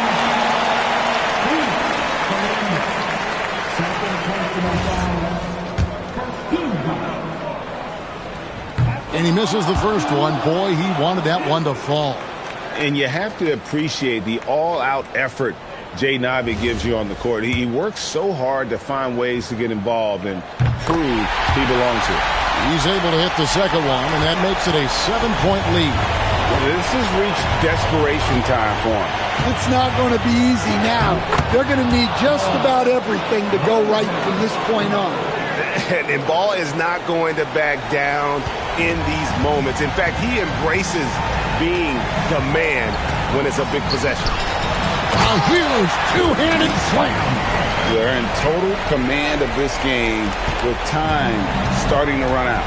Yeah, and at this point, the focus is take care of the ball, no needless fouls, and no threes. There's 18 seconds left in the fourth. Garland with it. Ivy outside. Shot clock at 5. The shot from 20. Doesn't get that one. And so it's Detroit with the W. It was a fantastic ball game, and they did a great job making sure it didn't get away from them late. Yeah, I mean, they faced some challenges, but really held firm when they needed to. On both ends, just effective in terms of coming away with this win. Well, folks, that's going to do it for now. And for all of us here at the table, Stan Van Gundy and Greg Anthony and our terrific sideline reporter, Allie LaForce, this is Kevin Harlan thanking you for being with us tonight. And as we leave you, we give you our player of the game, Andre Drummond.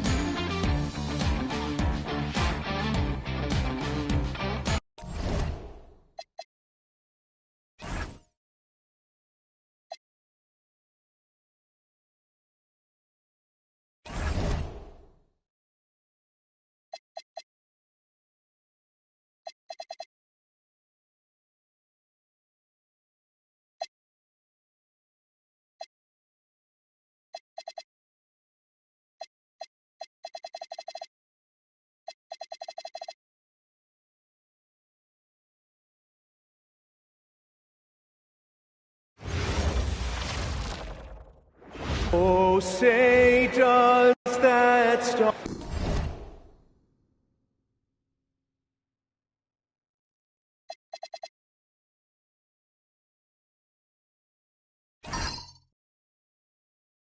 Grant, two teams with very high hopes for the postseason. This should be a fantastic matchup. You know, B.A., I've had this one circled on my calendar. Both sides have talent. They're exciting. You know, it's the kind of game that could come down to the last shot. And here's Memphis' starting group. We've got Buzelis, Zach Edey out there with Bailey. And it's Willis in at the power forward. Now here's Pippen to the left wing. Here's Bird. The rebound by Willis. Here's Robertson.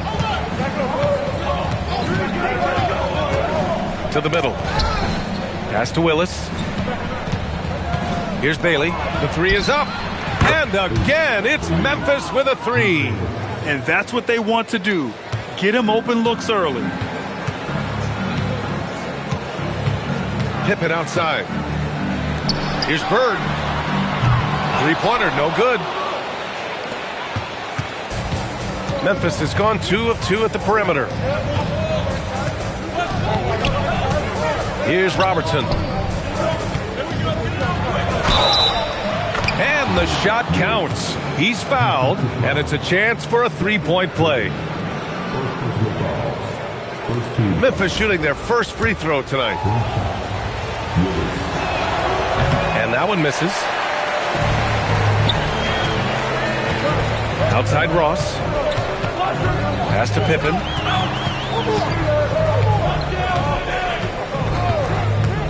To stop the run. Pure from three-point range. Defensively, you can't afford to get stuck on the pick. You know exactly what that takes. It takes energy, it takes activity, it takes intensity. Here's Robertson. In his last outing, 8 points for him. Pass to Edey. 6 on the shot clock.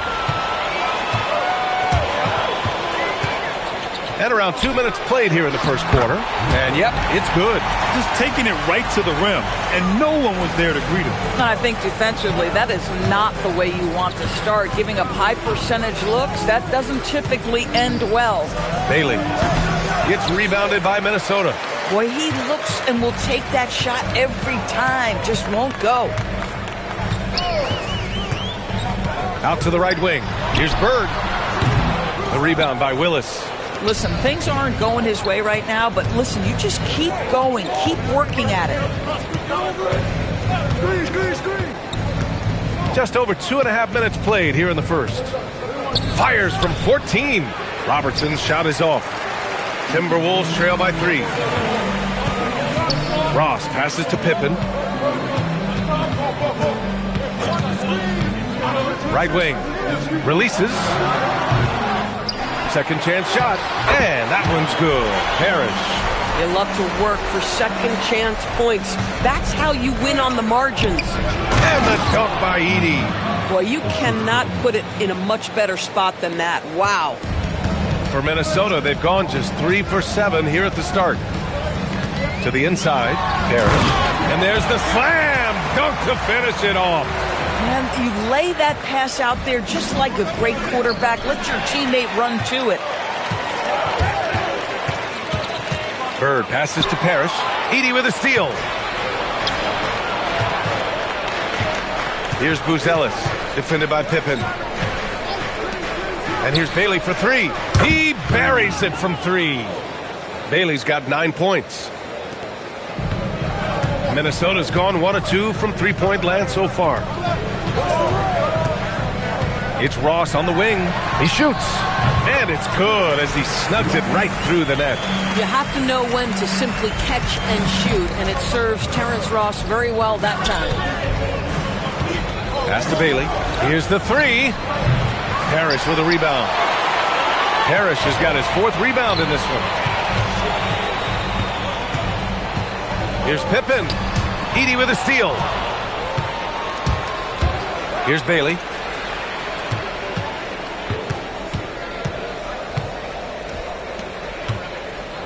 Here's Willis. Parrish with a rebound. Parrish has got his 5th rebound in this one. Bird passes to Pippen.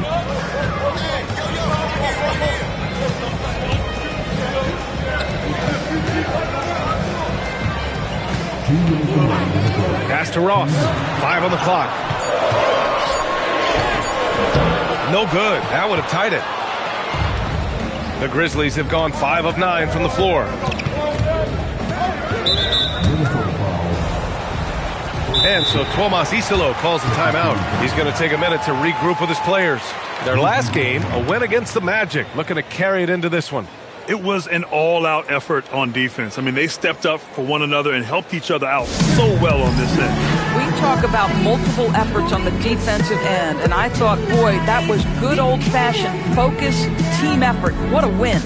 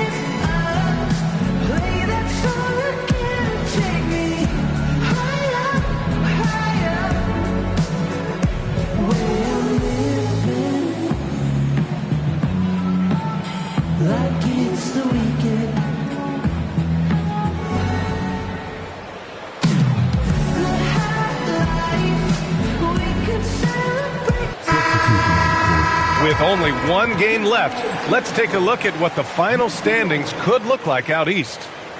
You look at Memphis, with the playoffs fast approaching, they are well positioned at second place in the conference. And of course the Timberwolves, a couple spots down. Seeing where the Timberwolves are, they control their destiny. If they win, they avoid the play-in scenario. But if they lose, they are absolutely playing with fire.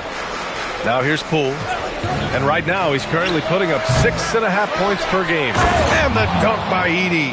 And it's so hard to stop the putback when you let him live at the rim like that. Boy, once he gets his hands on it around the rim, it's too late. How about the activity level, the effort level? This team right now feeding off his energy. Here's Ross. After the basket by Memphis on the other end. Back to Parker.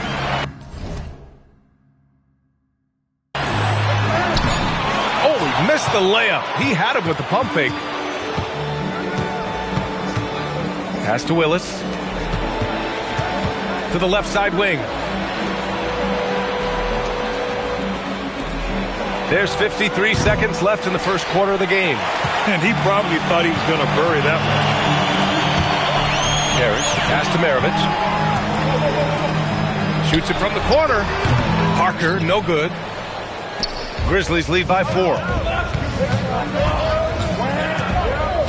Thompson outside. Pass to Edey. And here's Poole. Parker defending. Pulls up. Poole shot is off. Minnesota has gone 1 of 2 from three-point land so far. Parker with it. He's scoreless. There's the triple.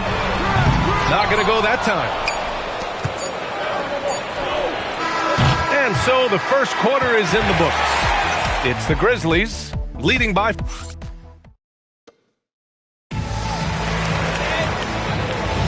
Hope you've enjoyed the broadcast so far. Halfway through the first half in this one.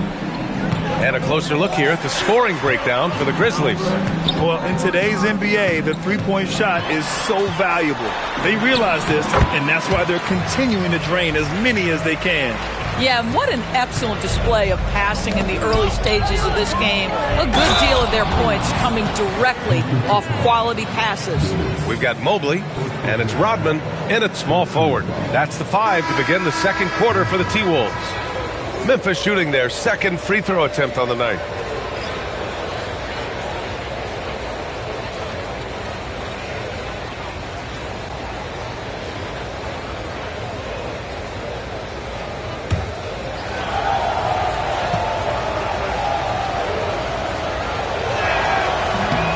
Well, Grant, as more and more teams look to get up and down, you think that lends itself to going deeper down the roster? Oh, definitely, B.A. Also, with the G League and bigger coaching staffs enabling end-of-the-bench guys to get more reps, it helps them stay ready when their number is called. Here's Maxwell. Three-pointer. And Worthy pulls it down. Grizzlies lead by 5. Thompson scanning the floor. Pass to Bailey from the arc. That one's off, and now he's 3 for 6. And Minnesota with possession here. Just over a minute has passed here in the second quarter. Oh, what ferocity on the throwdown. I just love when he goes up with purpose. Where was the D right there? The effort lacking big time. Yeah, and give him credit for taking advantage in a close game. Those are the types of plays that can swing things in your direction. And again, it's Memphis missing. Man, that's his shot. Maybe he was too wide open. Over to the wing. Good ball movement here by Minnesota. Parker against Poole. Pass to Maxwell.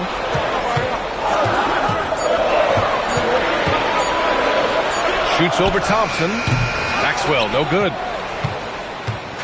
And Walker's got the ball here for the Memphis Grizzlies. It's a three-point game, and this is the first season matchup for them against Minnesota. They'll be looking to impose their will against this team, something they couldn't achieve last season. And now let's see the most efficient scoring teams around the league this season. In third, the Grizzlies. The basketball IQ this team possesses is special. They don't rush anything on the offensive end. They take their time and stay patient trying to find the best shot possible. And so Tuomas Isalo calls a timeout. He's going to gather the troops and talk it over.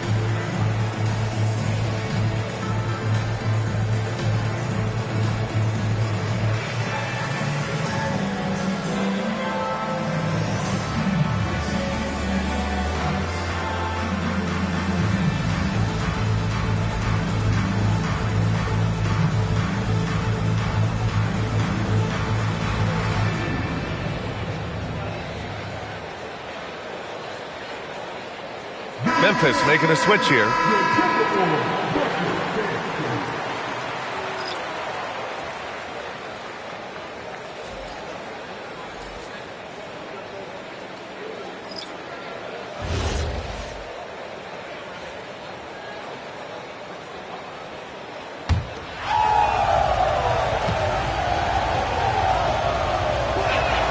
First free throw is good.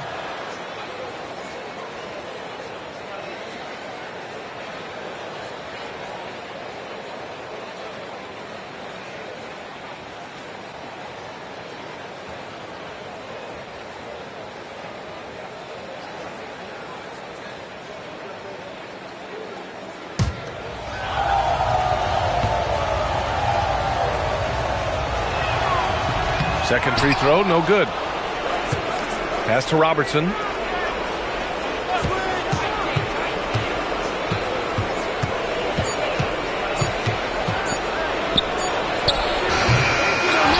Edey inside.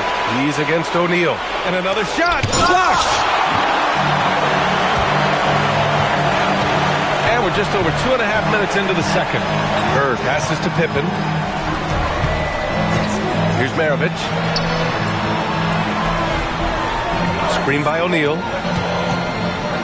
And he drives in. And Edey with a block. And now Memphis on the break. Here's Buzelis. Perfect pass to set up the lay-in. Just good, aggressive play by Buzelis. Not shying away from some physicality inside. Pass to Bird. Pulls up at the elbow. Boy, clanks that one off the back iron and it falls. Pick works well there, but the defense left a lot to be desired. It takes incredible effort to stay connected to the hip of the offensive player. You've got to want to work. Bailey's shot is off. Timberwolves trail by 4. Inside.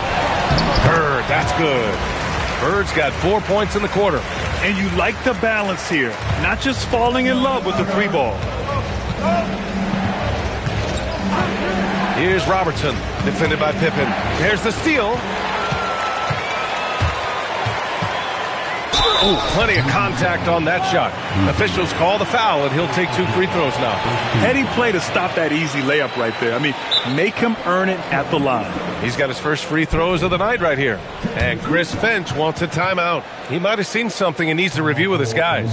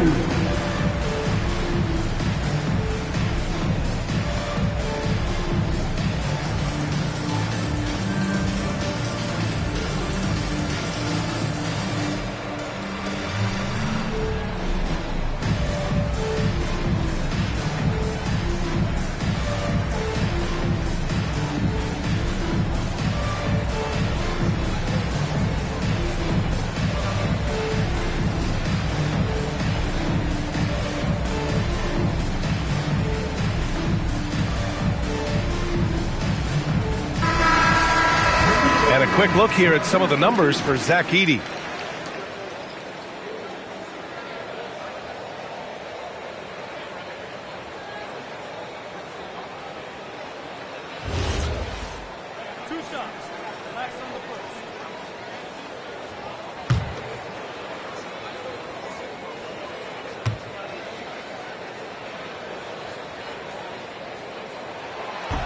The first one falls.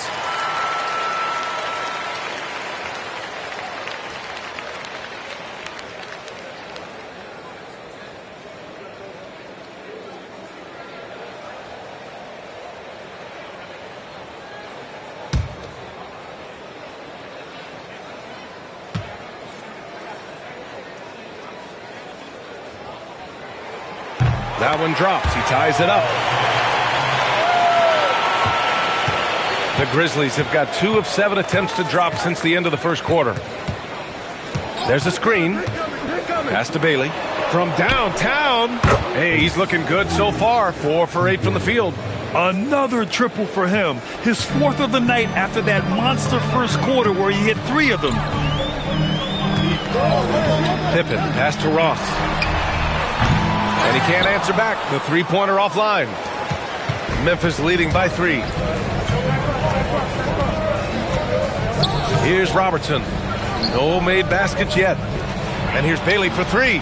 And again, it's Memphis with a 3. And for so many teams in the NBA, establishing the three-point shot is goal number 1 on offense. He's definitely doing his part tonight. No doubt it's a growing trend, Greg, and he is highly accurate tonight. Now here's Ross, averaging around 6 a game. Here's the pick over Buzelis. The rebound by Edey. Edey's got rebound number 7 tonight. Pass to Robertson. Out to the wing. And here's Bailey for 3.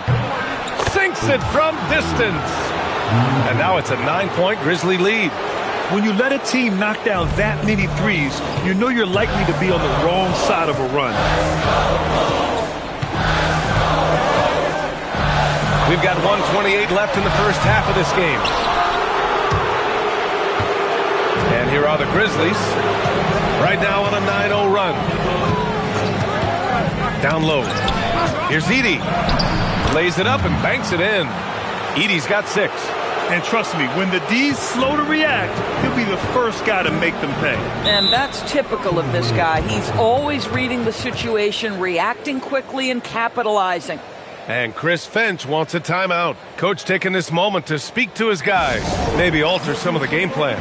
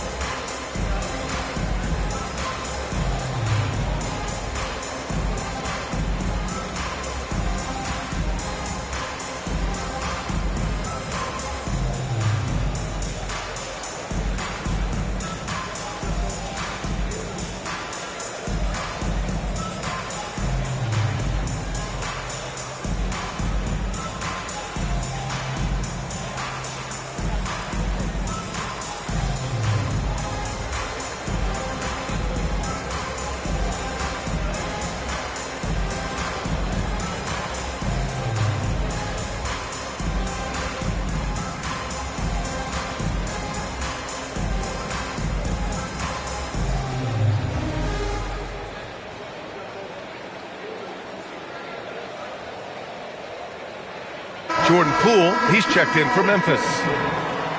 Taking a look at defensive metrics, these are the guys who continue to block shots at a high rate. In the third spot, Zach Edey. And during this last month, he made a statement on the defensive end, just swatting away shots left and right. Pass to Bird to get back on track. The Timberwolves again can't hit. And it's amazing. Their slim advantage on the board seems a lot larger than it is. Here's Buzelis from deep. And again, it's Memphis with a three. They're getting torched on the perimeter. 4 of the last 5 buckets have been threes. 32 seconds left in the first half. Launches it. Ross can't get it to go. Yeah, they just can't seem to end the drought no matter where they shoot it from. And I think you can start to feel their frustration mounting. With every missed bucket, it becomes more and more desperate. Got it.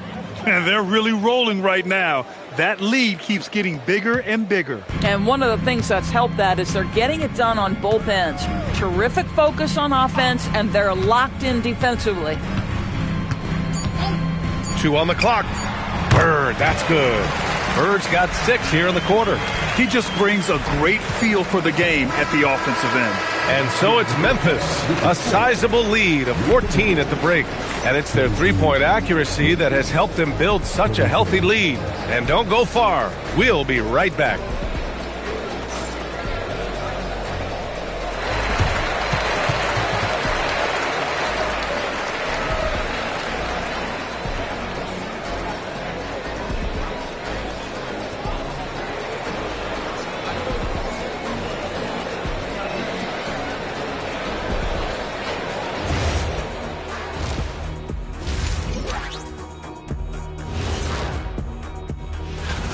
Yeah, it's been a barrage of threes. These days, more teams are playing outside in than inside out.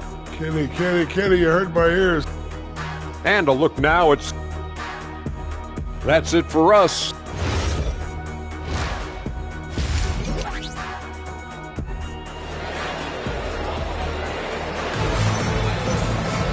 Just about ready for the second half here. A big comeback is needed for this game to be competitive, and it probably has to happen quickly.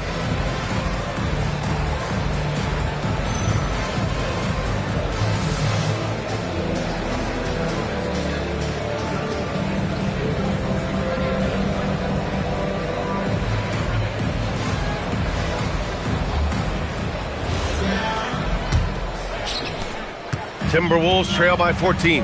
Checking out the group for Tuomas Isalo to start the second half. We've got Edey, Bailey out there with Buzelis, and it's Willis in at the 4-man position. Nice shot by Ross. Yeah, Terrence Ross in his comfort zone from distance. This guy has always had the eye of a sharpshooter. And there's the screen. Pass to Bailey from behind the arc. O'Neal pulls it in. Minnesota shooting about 41%. Here's Parrish. Edey defends. And now Memphis on the break. And Robertson gets it to go. That's been typical of their performance today. They're sharing the ball and creating good shots. Pippen outside. Ross for 3. Offensive board. That shot is good by O'Neal. The defense getting out-hustled on the putback. Can't let that happen. You have got to put a body on somebody. We talk about it ad nauseum, but you've got to be disciplined with the box outs. It's tipped. Outside Ross for 3. That's good. And now he's 5 for 11 in this one. You love the start to the second half. 3 for 4. Can they keep it going? Memphis leading by 8. Just a little over 90 seconds gone in the third quarter. Here's Bailey. 18 points for him.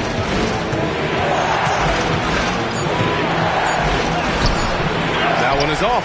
Hey, nice D from Ross.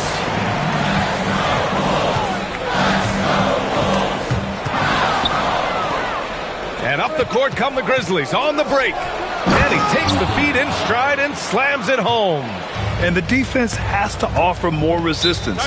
Can't let guys like Buzelis get this close to the rim. And from the sideline, let's catch up with Allie. Thanks a lot, guys. The NBA studies other leagues. Commissioner Adam Silver said, I'm a fan of what baseball did with the pitch clock and the size of bases, increasing the engagement and the entertainment value of the game. If they're able to make changes, certainly we shouldn't be afraid to do the same. Guys? Forward thinking. Allie, thank you. Now here's Ross. He's got 5. This one for 3. The rebound by Robertson. Nice rebound. Trying to match the other team's intensity right now. Pass to Bailey. The 3. Minnesota with the rebound. O'Neal's got 4 rebounds in the game. Pippen outside. Launches a 3. Knocks it down from distance. Pippen's got 8. The three-point shooting has been on point here in the second half. So Tuomas Isalos decided to call timeout here. He's going to take a moment to give him a breather and talk things over.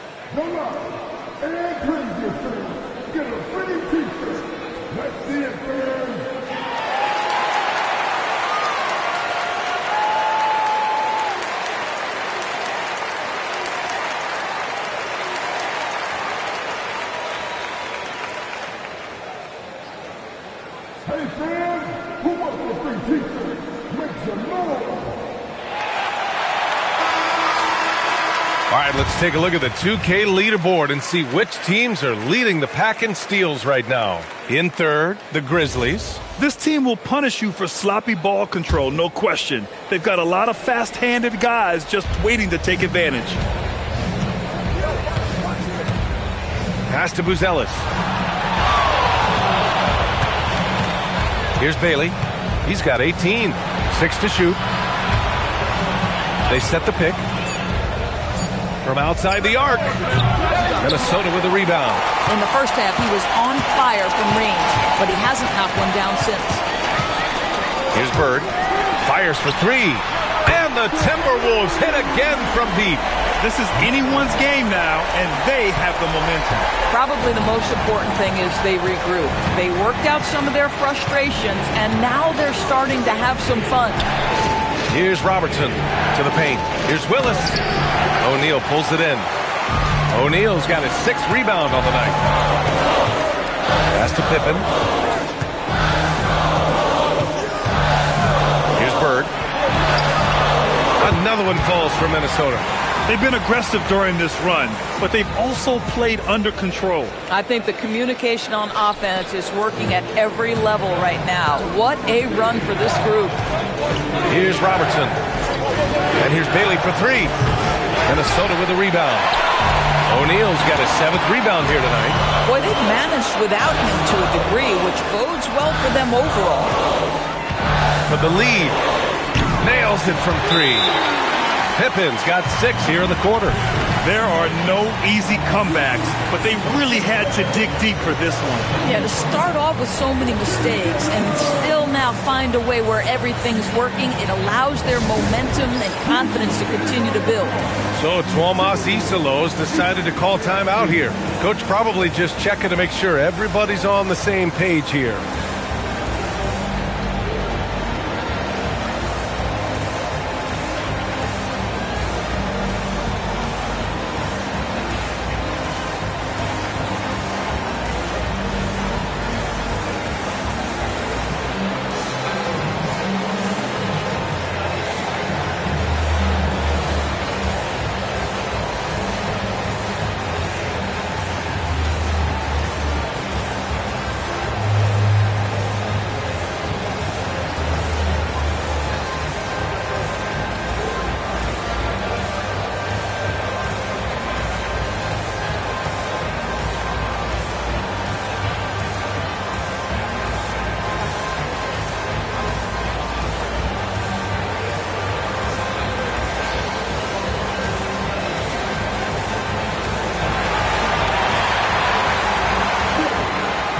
Minnesota making a change here.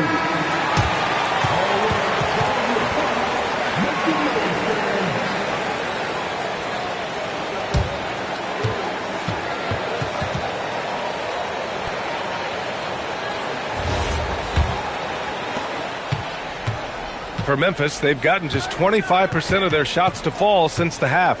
2 for 8. To the middle. Here's Edey. And the dunk by Edey. Making sure of it with the two-hand slam, B.A. Yeah, I don't blame him. With the score this tight, you cannot take a chance here. Pass to Maravich. Going inside. O'Neal. Ooh, the lead pass was in the perfect spot to set up the layup. O'Neal's got his second bucket on the night. The Grizzlies have gone cold here in this third quarter. Just 3 of 9. Here's Bailey. Fires the 3. It's rebounded by Minnesota. O'Neal's got rebound number 8 here already in the game. He's lost his rhythm completely this quarter, but he's determined to stay after it. Now here's Pippen. 11 points in the game. Gets the 3 to fall. Well, the defense has been lackluster out of the locker room, and that is why they are finding themselves in a tough spot. Pass to Bailey. Takes a 3. Goes back up. And the bucket is good from Edey in deep. Edey's got 12 points. One reason this game is so tight is because both teams are hitting the boards with reckless abandon. Outside Ross. Let's go with a 3. The rebound by Willis. Willis has got 6 rebounds in the game. Three-pointer, Buzelis drains the triple. He's got 10. And that's a promising shot for Buzelis. The Timberwolves trail. Pippen outside. Ross for 3. The rebound by Edey. Edey's got 10 rebounds here tonight. So active. To the left wing. 2 seconds separating the shot clock and the game clock. Here's Robertson. Pass to Buzelis. And here's Bailey for 3. They get it again. Just great positioning to get the rebound, then get it back up.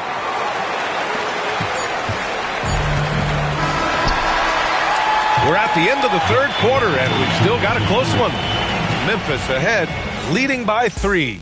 And we're just moments away from the start of quarter number 4. Stay with us.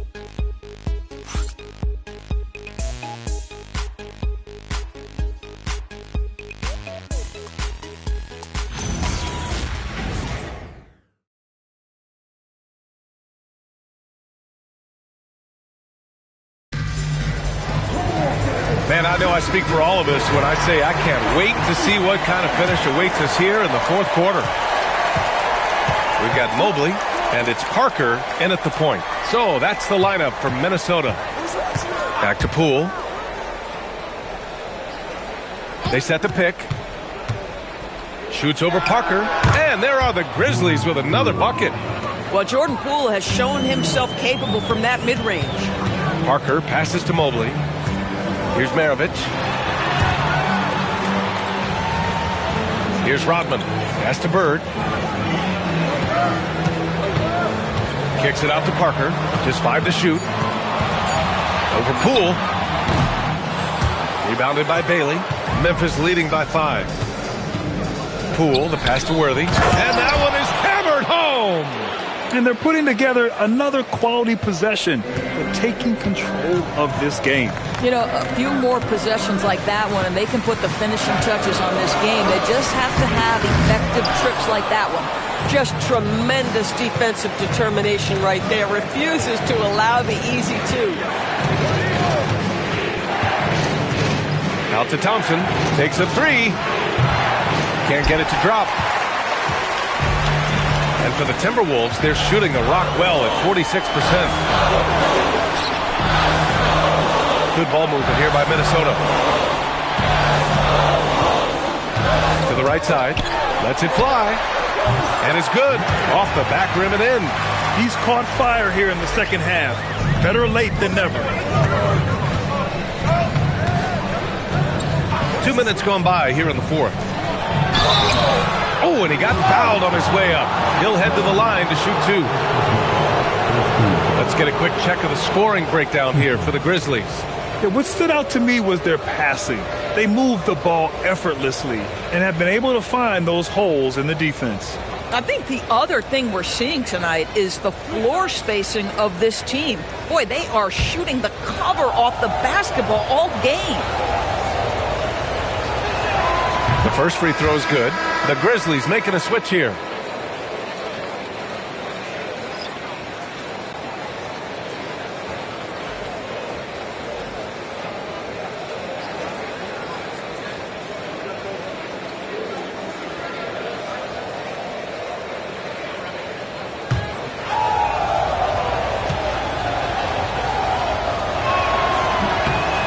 That one goes in. 2 from the line that time.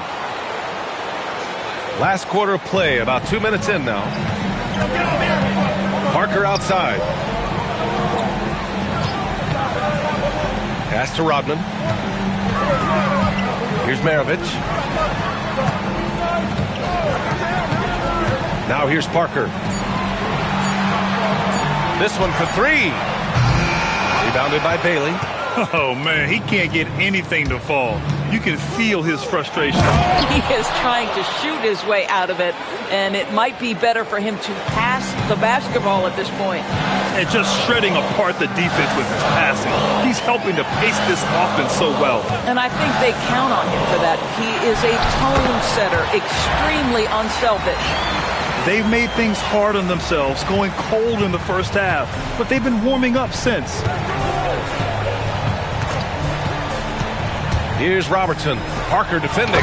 Boy, you love the efficiency with which he's going at things tonight. This is what we've come to expect from him. And Chris Finch calls timeout here, rallying his guys to make sure they all know the plan.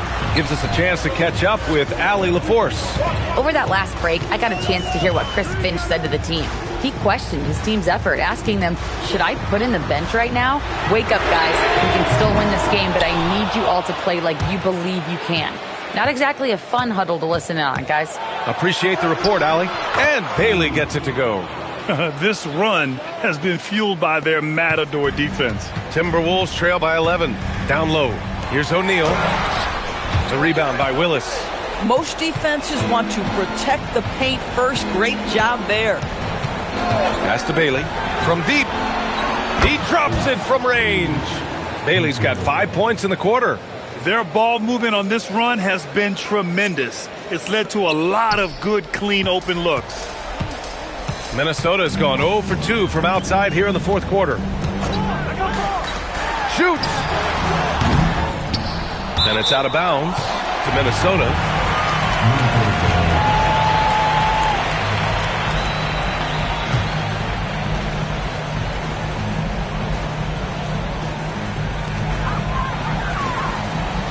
Screen by O'Neal. From deep. Oh, it's kept alive from Minnesota. Here's Bird. Another shot.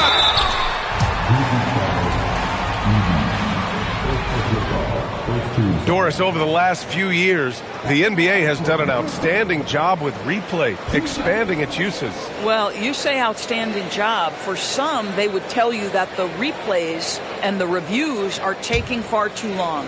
For me, I have no problem with the time it takes because ultimately these are game-deciding, series-deciding, and often job-deciding outcomes. Let's get it right. And you have to think that they're leading this game because of how they've controlled the boards tonight. And there's a pick. 11 feet out. Oh, it's off. Timberwolves trail by 14.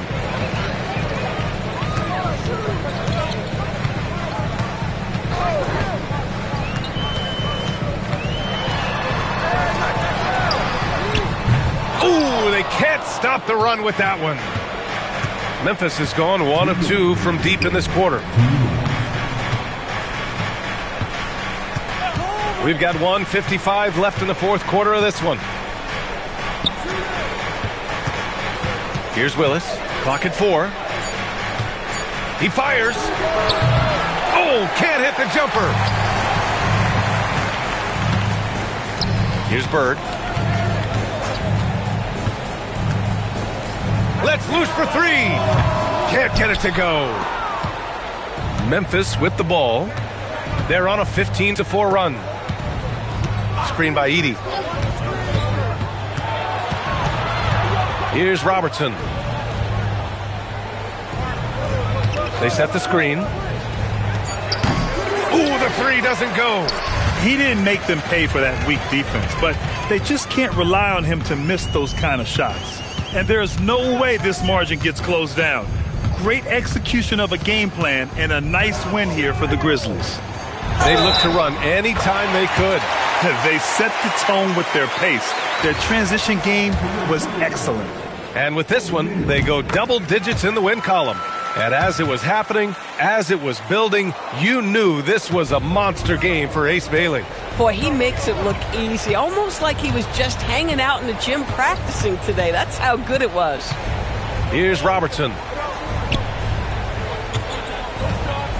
Here's Willis. He launches. Oh, he can't hit it. And you know they're extremely disappointed right now. I mean, this one getting away from them. Well, they definitely have some things to work out, and you'd love to see them finish this game the right way. This is why you want ball movement and player movement. And that's made it hard for the defense to key in on any one individual.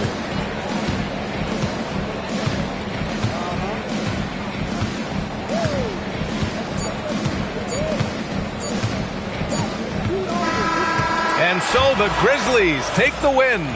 They have to feel good about this performance. It's one they can.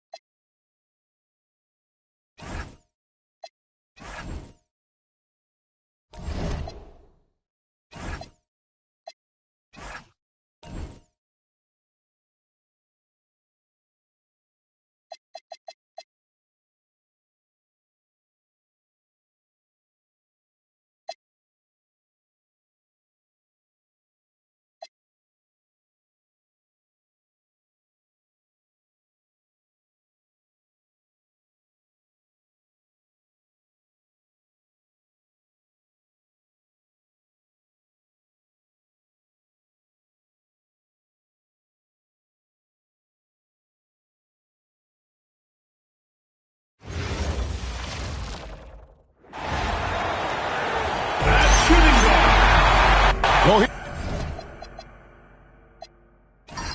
we are, Tim. We've finally reached the final game of the regular season, and what a ride it's been. But for others, they still have something to play for. There is no doubt this is what you dreamt about as a kid. The postseason, there's a lot of work ahead in either case, but obviously, if you wanted one of these playoff berths, you understand this is where legacies are made. The starters for the Portland Trail Blazers. We've got Davis. Anthony Davis is out there with Khalil Ware. Then it's Hughes, and it's Barnes, and at the 3 spot. Both teams running perimeter-oriented plays that are working. Yeah, just going back and forth, it is really competitive out there. And that one's good by Marley. Yeah, Thunder Dan Marley, a lights-out perimeter scorer, a talented shooter from deep.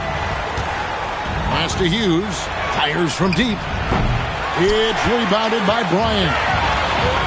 Utah's gone 2 of 2 from three-point range here in the first quarter. Here's Marley. Takes a 3. The rebound by Hughes.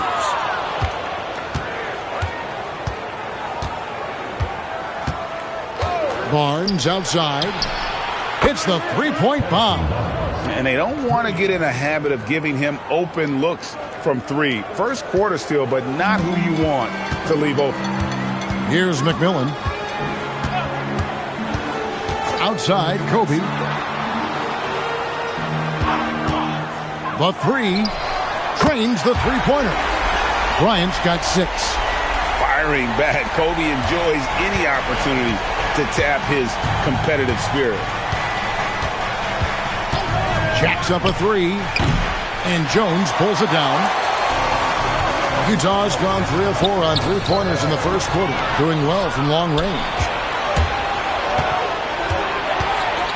Here's Hughes. Last game he had 13. Fires the 3. Here's Davis, and Davis throws it down. Notice to the league, it's going to be very hard to keep Davis off the glass. Jones with the screen on Hughes. Outside, Bryant. It's good. Bryant's got his 3rd basket of the night. You can't have a better start than that, connecting on 4 of your first 5 field goal attempts.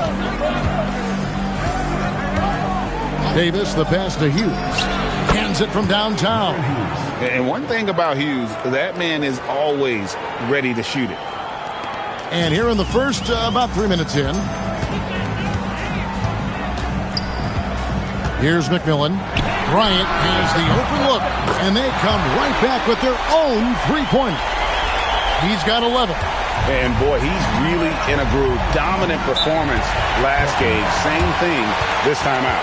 And that confidence has carried over to tonight. He is playing great basketball. Thabo Sefolosha has checked in for the Trailblazers.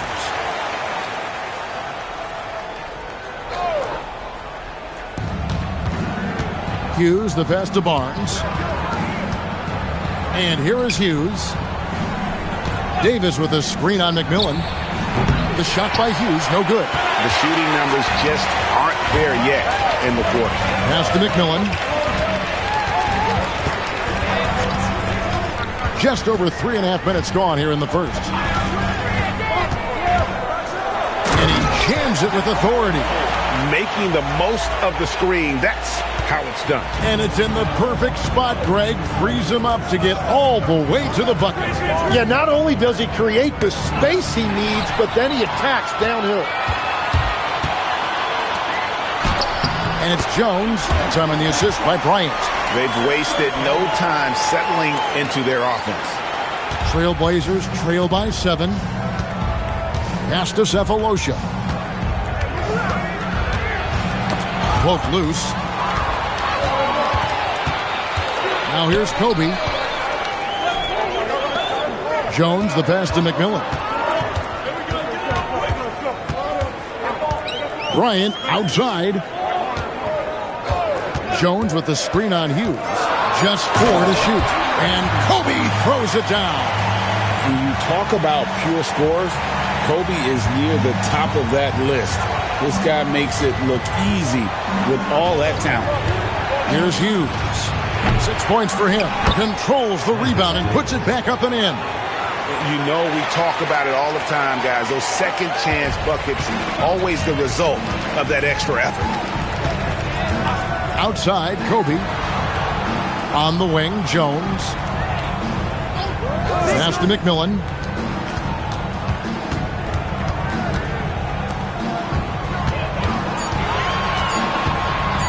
Shoots. Portland grabs the miss. They're moving on after the tough loss they took at the hands of the Warriors. Hey, they had their opportunities, but let's face it, they choked from the line. Hard to win that way on the road. And I wonder if the crowd noise got in their head. It seemed like it was affecting them. And the Jazz with possession here. Harrison Barnes, missing his rush, took the opportunity when he saw it. Kobe's got 16 points. Guys, he's been a one-man air raid coming at them time and time again. This defense is trying to stay connected to him, but he is on a mission. Now here is Sefolosha. Hasn't made one yet. And even without that 3-ball dropping for him, the defense should have done more on that last play.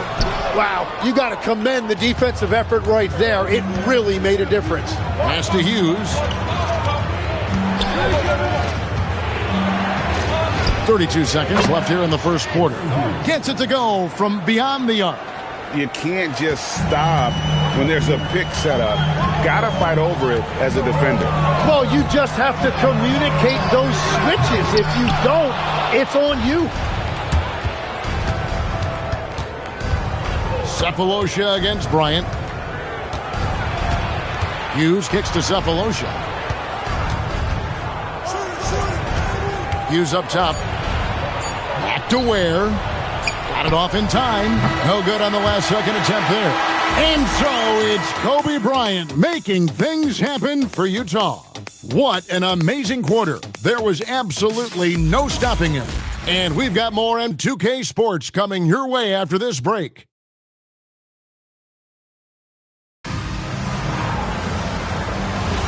And for those of you just tuning in, the second quarter of action is where we're at right now. And a moment to look at the scoring approach in terms of where the points are coming from for Utah. They've looked to fire as much as possible from outside the arc, and so far they are hitting at a high clip. And then there's the points off turnovers. They've really made the other team pay when they've lacked ball security. Here are the five Portland has to start the second quarter. Scott is out there with Sefolosha. Then it's Collins. Then it's Barnes. And it's Ilgauskas in at the 5 spot. Here's Winters. Three-pointer. It's good from long range. Winters has got the lead up to 10 now for the Jazz. That's a breakdown defensively. He is far too good of a shooter to leave that wide open. Outside, Scott. The 3 from Barnes drops in the tray. Barnes has got 6. Both teams running perimeter-oriented plays that are working. Yeah, just going back and forth. It is really competitive out there. Now here's West. Scoreless thus far. Lucas. And Lucas slams it in. Not the kind of aggressive defense they need to cut into the lead. Yeah, you have to protect the rim, Greg, a little better. Yeah, I mean, when you're fighting back, you cannot give up plays like that. Scott can't get it to go. Jazz leading by 9. Pass to Moutier. Here's Winters, covered by Barnes. Here's Winters. 9 points last game. Here's Moutier. Portland grabs the miss, and this game, the first chance they've had to see Utah. And we saw how competitive and entertaining the season series was between these two terrific teams last year. And all of these guys know it's a chance to make that early statement. I expect this game to have, it's not quite a playoff atmosphere, something very close to it. Winters misses. Trailblazers trail by 9. Here's Scott. Here's Collins. And foul on the shot. He'll shoot 2 at the free throw line.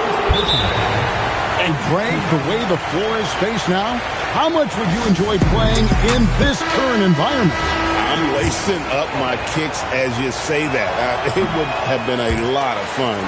But not only do you have more room to operate, defenders practically, they can't touch it. Here's what Utah's going with right now. Yves Missi, he's checked in for West. Jones comes in for Lucas. Kobe's checked in for Elo. And McMillan subbed in for Emmanuel Moutier. Here's McMillan. Here's the 3. The Jazz again can't hit it. Hughes with it. Now about 3 minutes gone in this second quarter of basketball. Ilgauskas, and it's denied. They get it back. Outside for Davis. Pass to Barnes. Portland needs to get off a shot. They get it back. And the jam by Ilgauskas. And not a long trip to the rim for Ilgauskas. Using that reach to just hammer it down. Here's Winters. Just under 3.5 minutes played here in the second quarter. Top of the key. Collins grabs the miss. I love the anticipation defensively there to get into the perfect spot. Bryant on the wing. He's guarded by Davis. Hard work and soft hands. Guys, that's what made that play possible. No simple offensive rebound there. Going for the tip in. For 3. Hughes, good. Hughes got 12 in the game. Just reliable, guys. He's just always trying to make the right play. And Utah making a change here. Marley's checked in. Davis is checked in for the Trailblazers. Cephalosha comes in for Barnes. Pass to Bryant. Here's McMillan. And the foul called on Larry Hughes. That is his first foul of the game.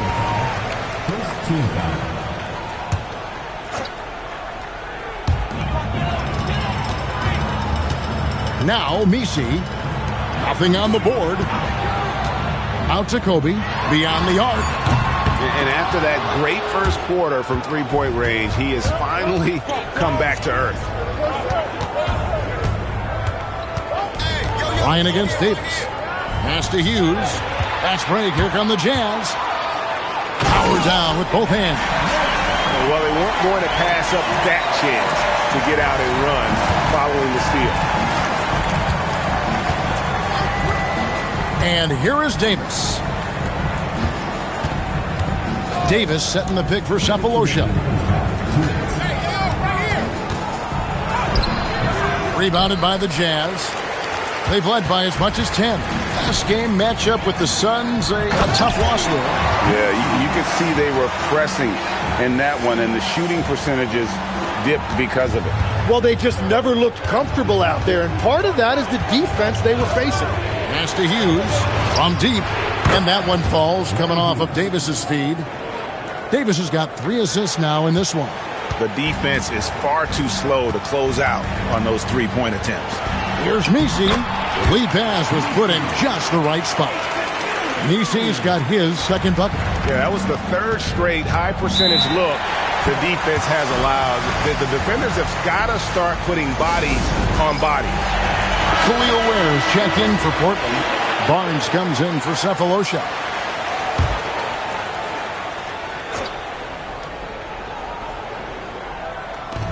.112 left here in the second.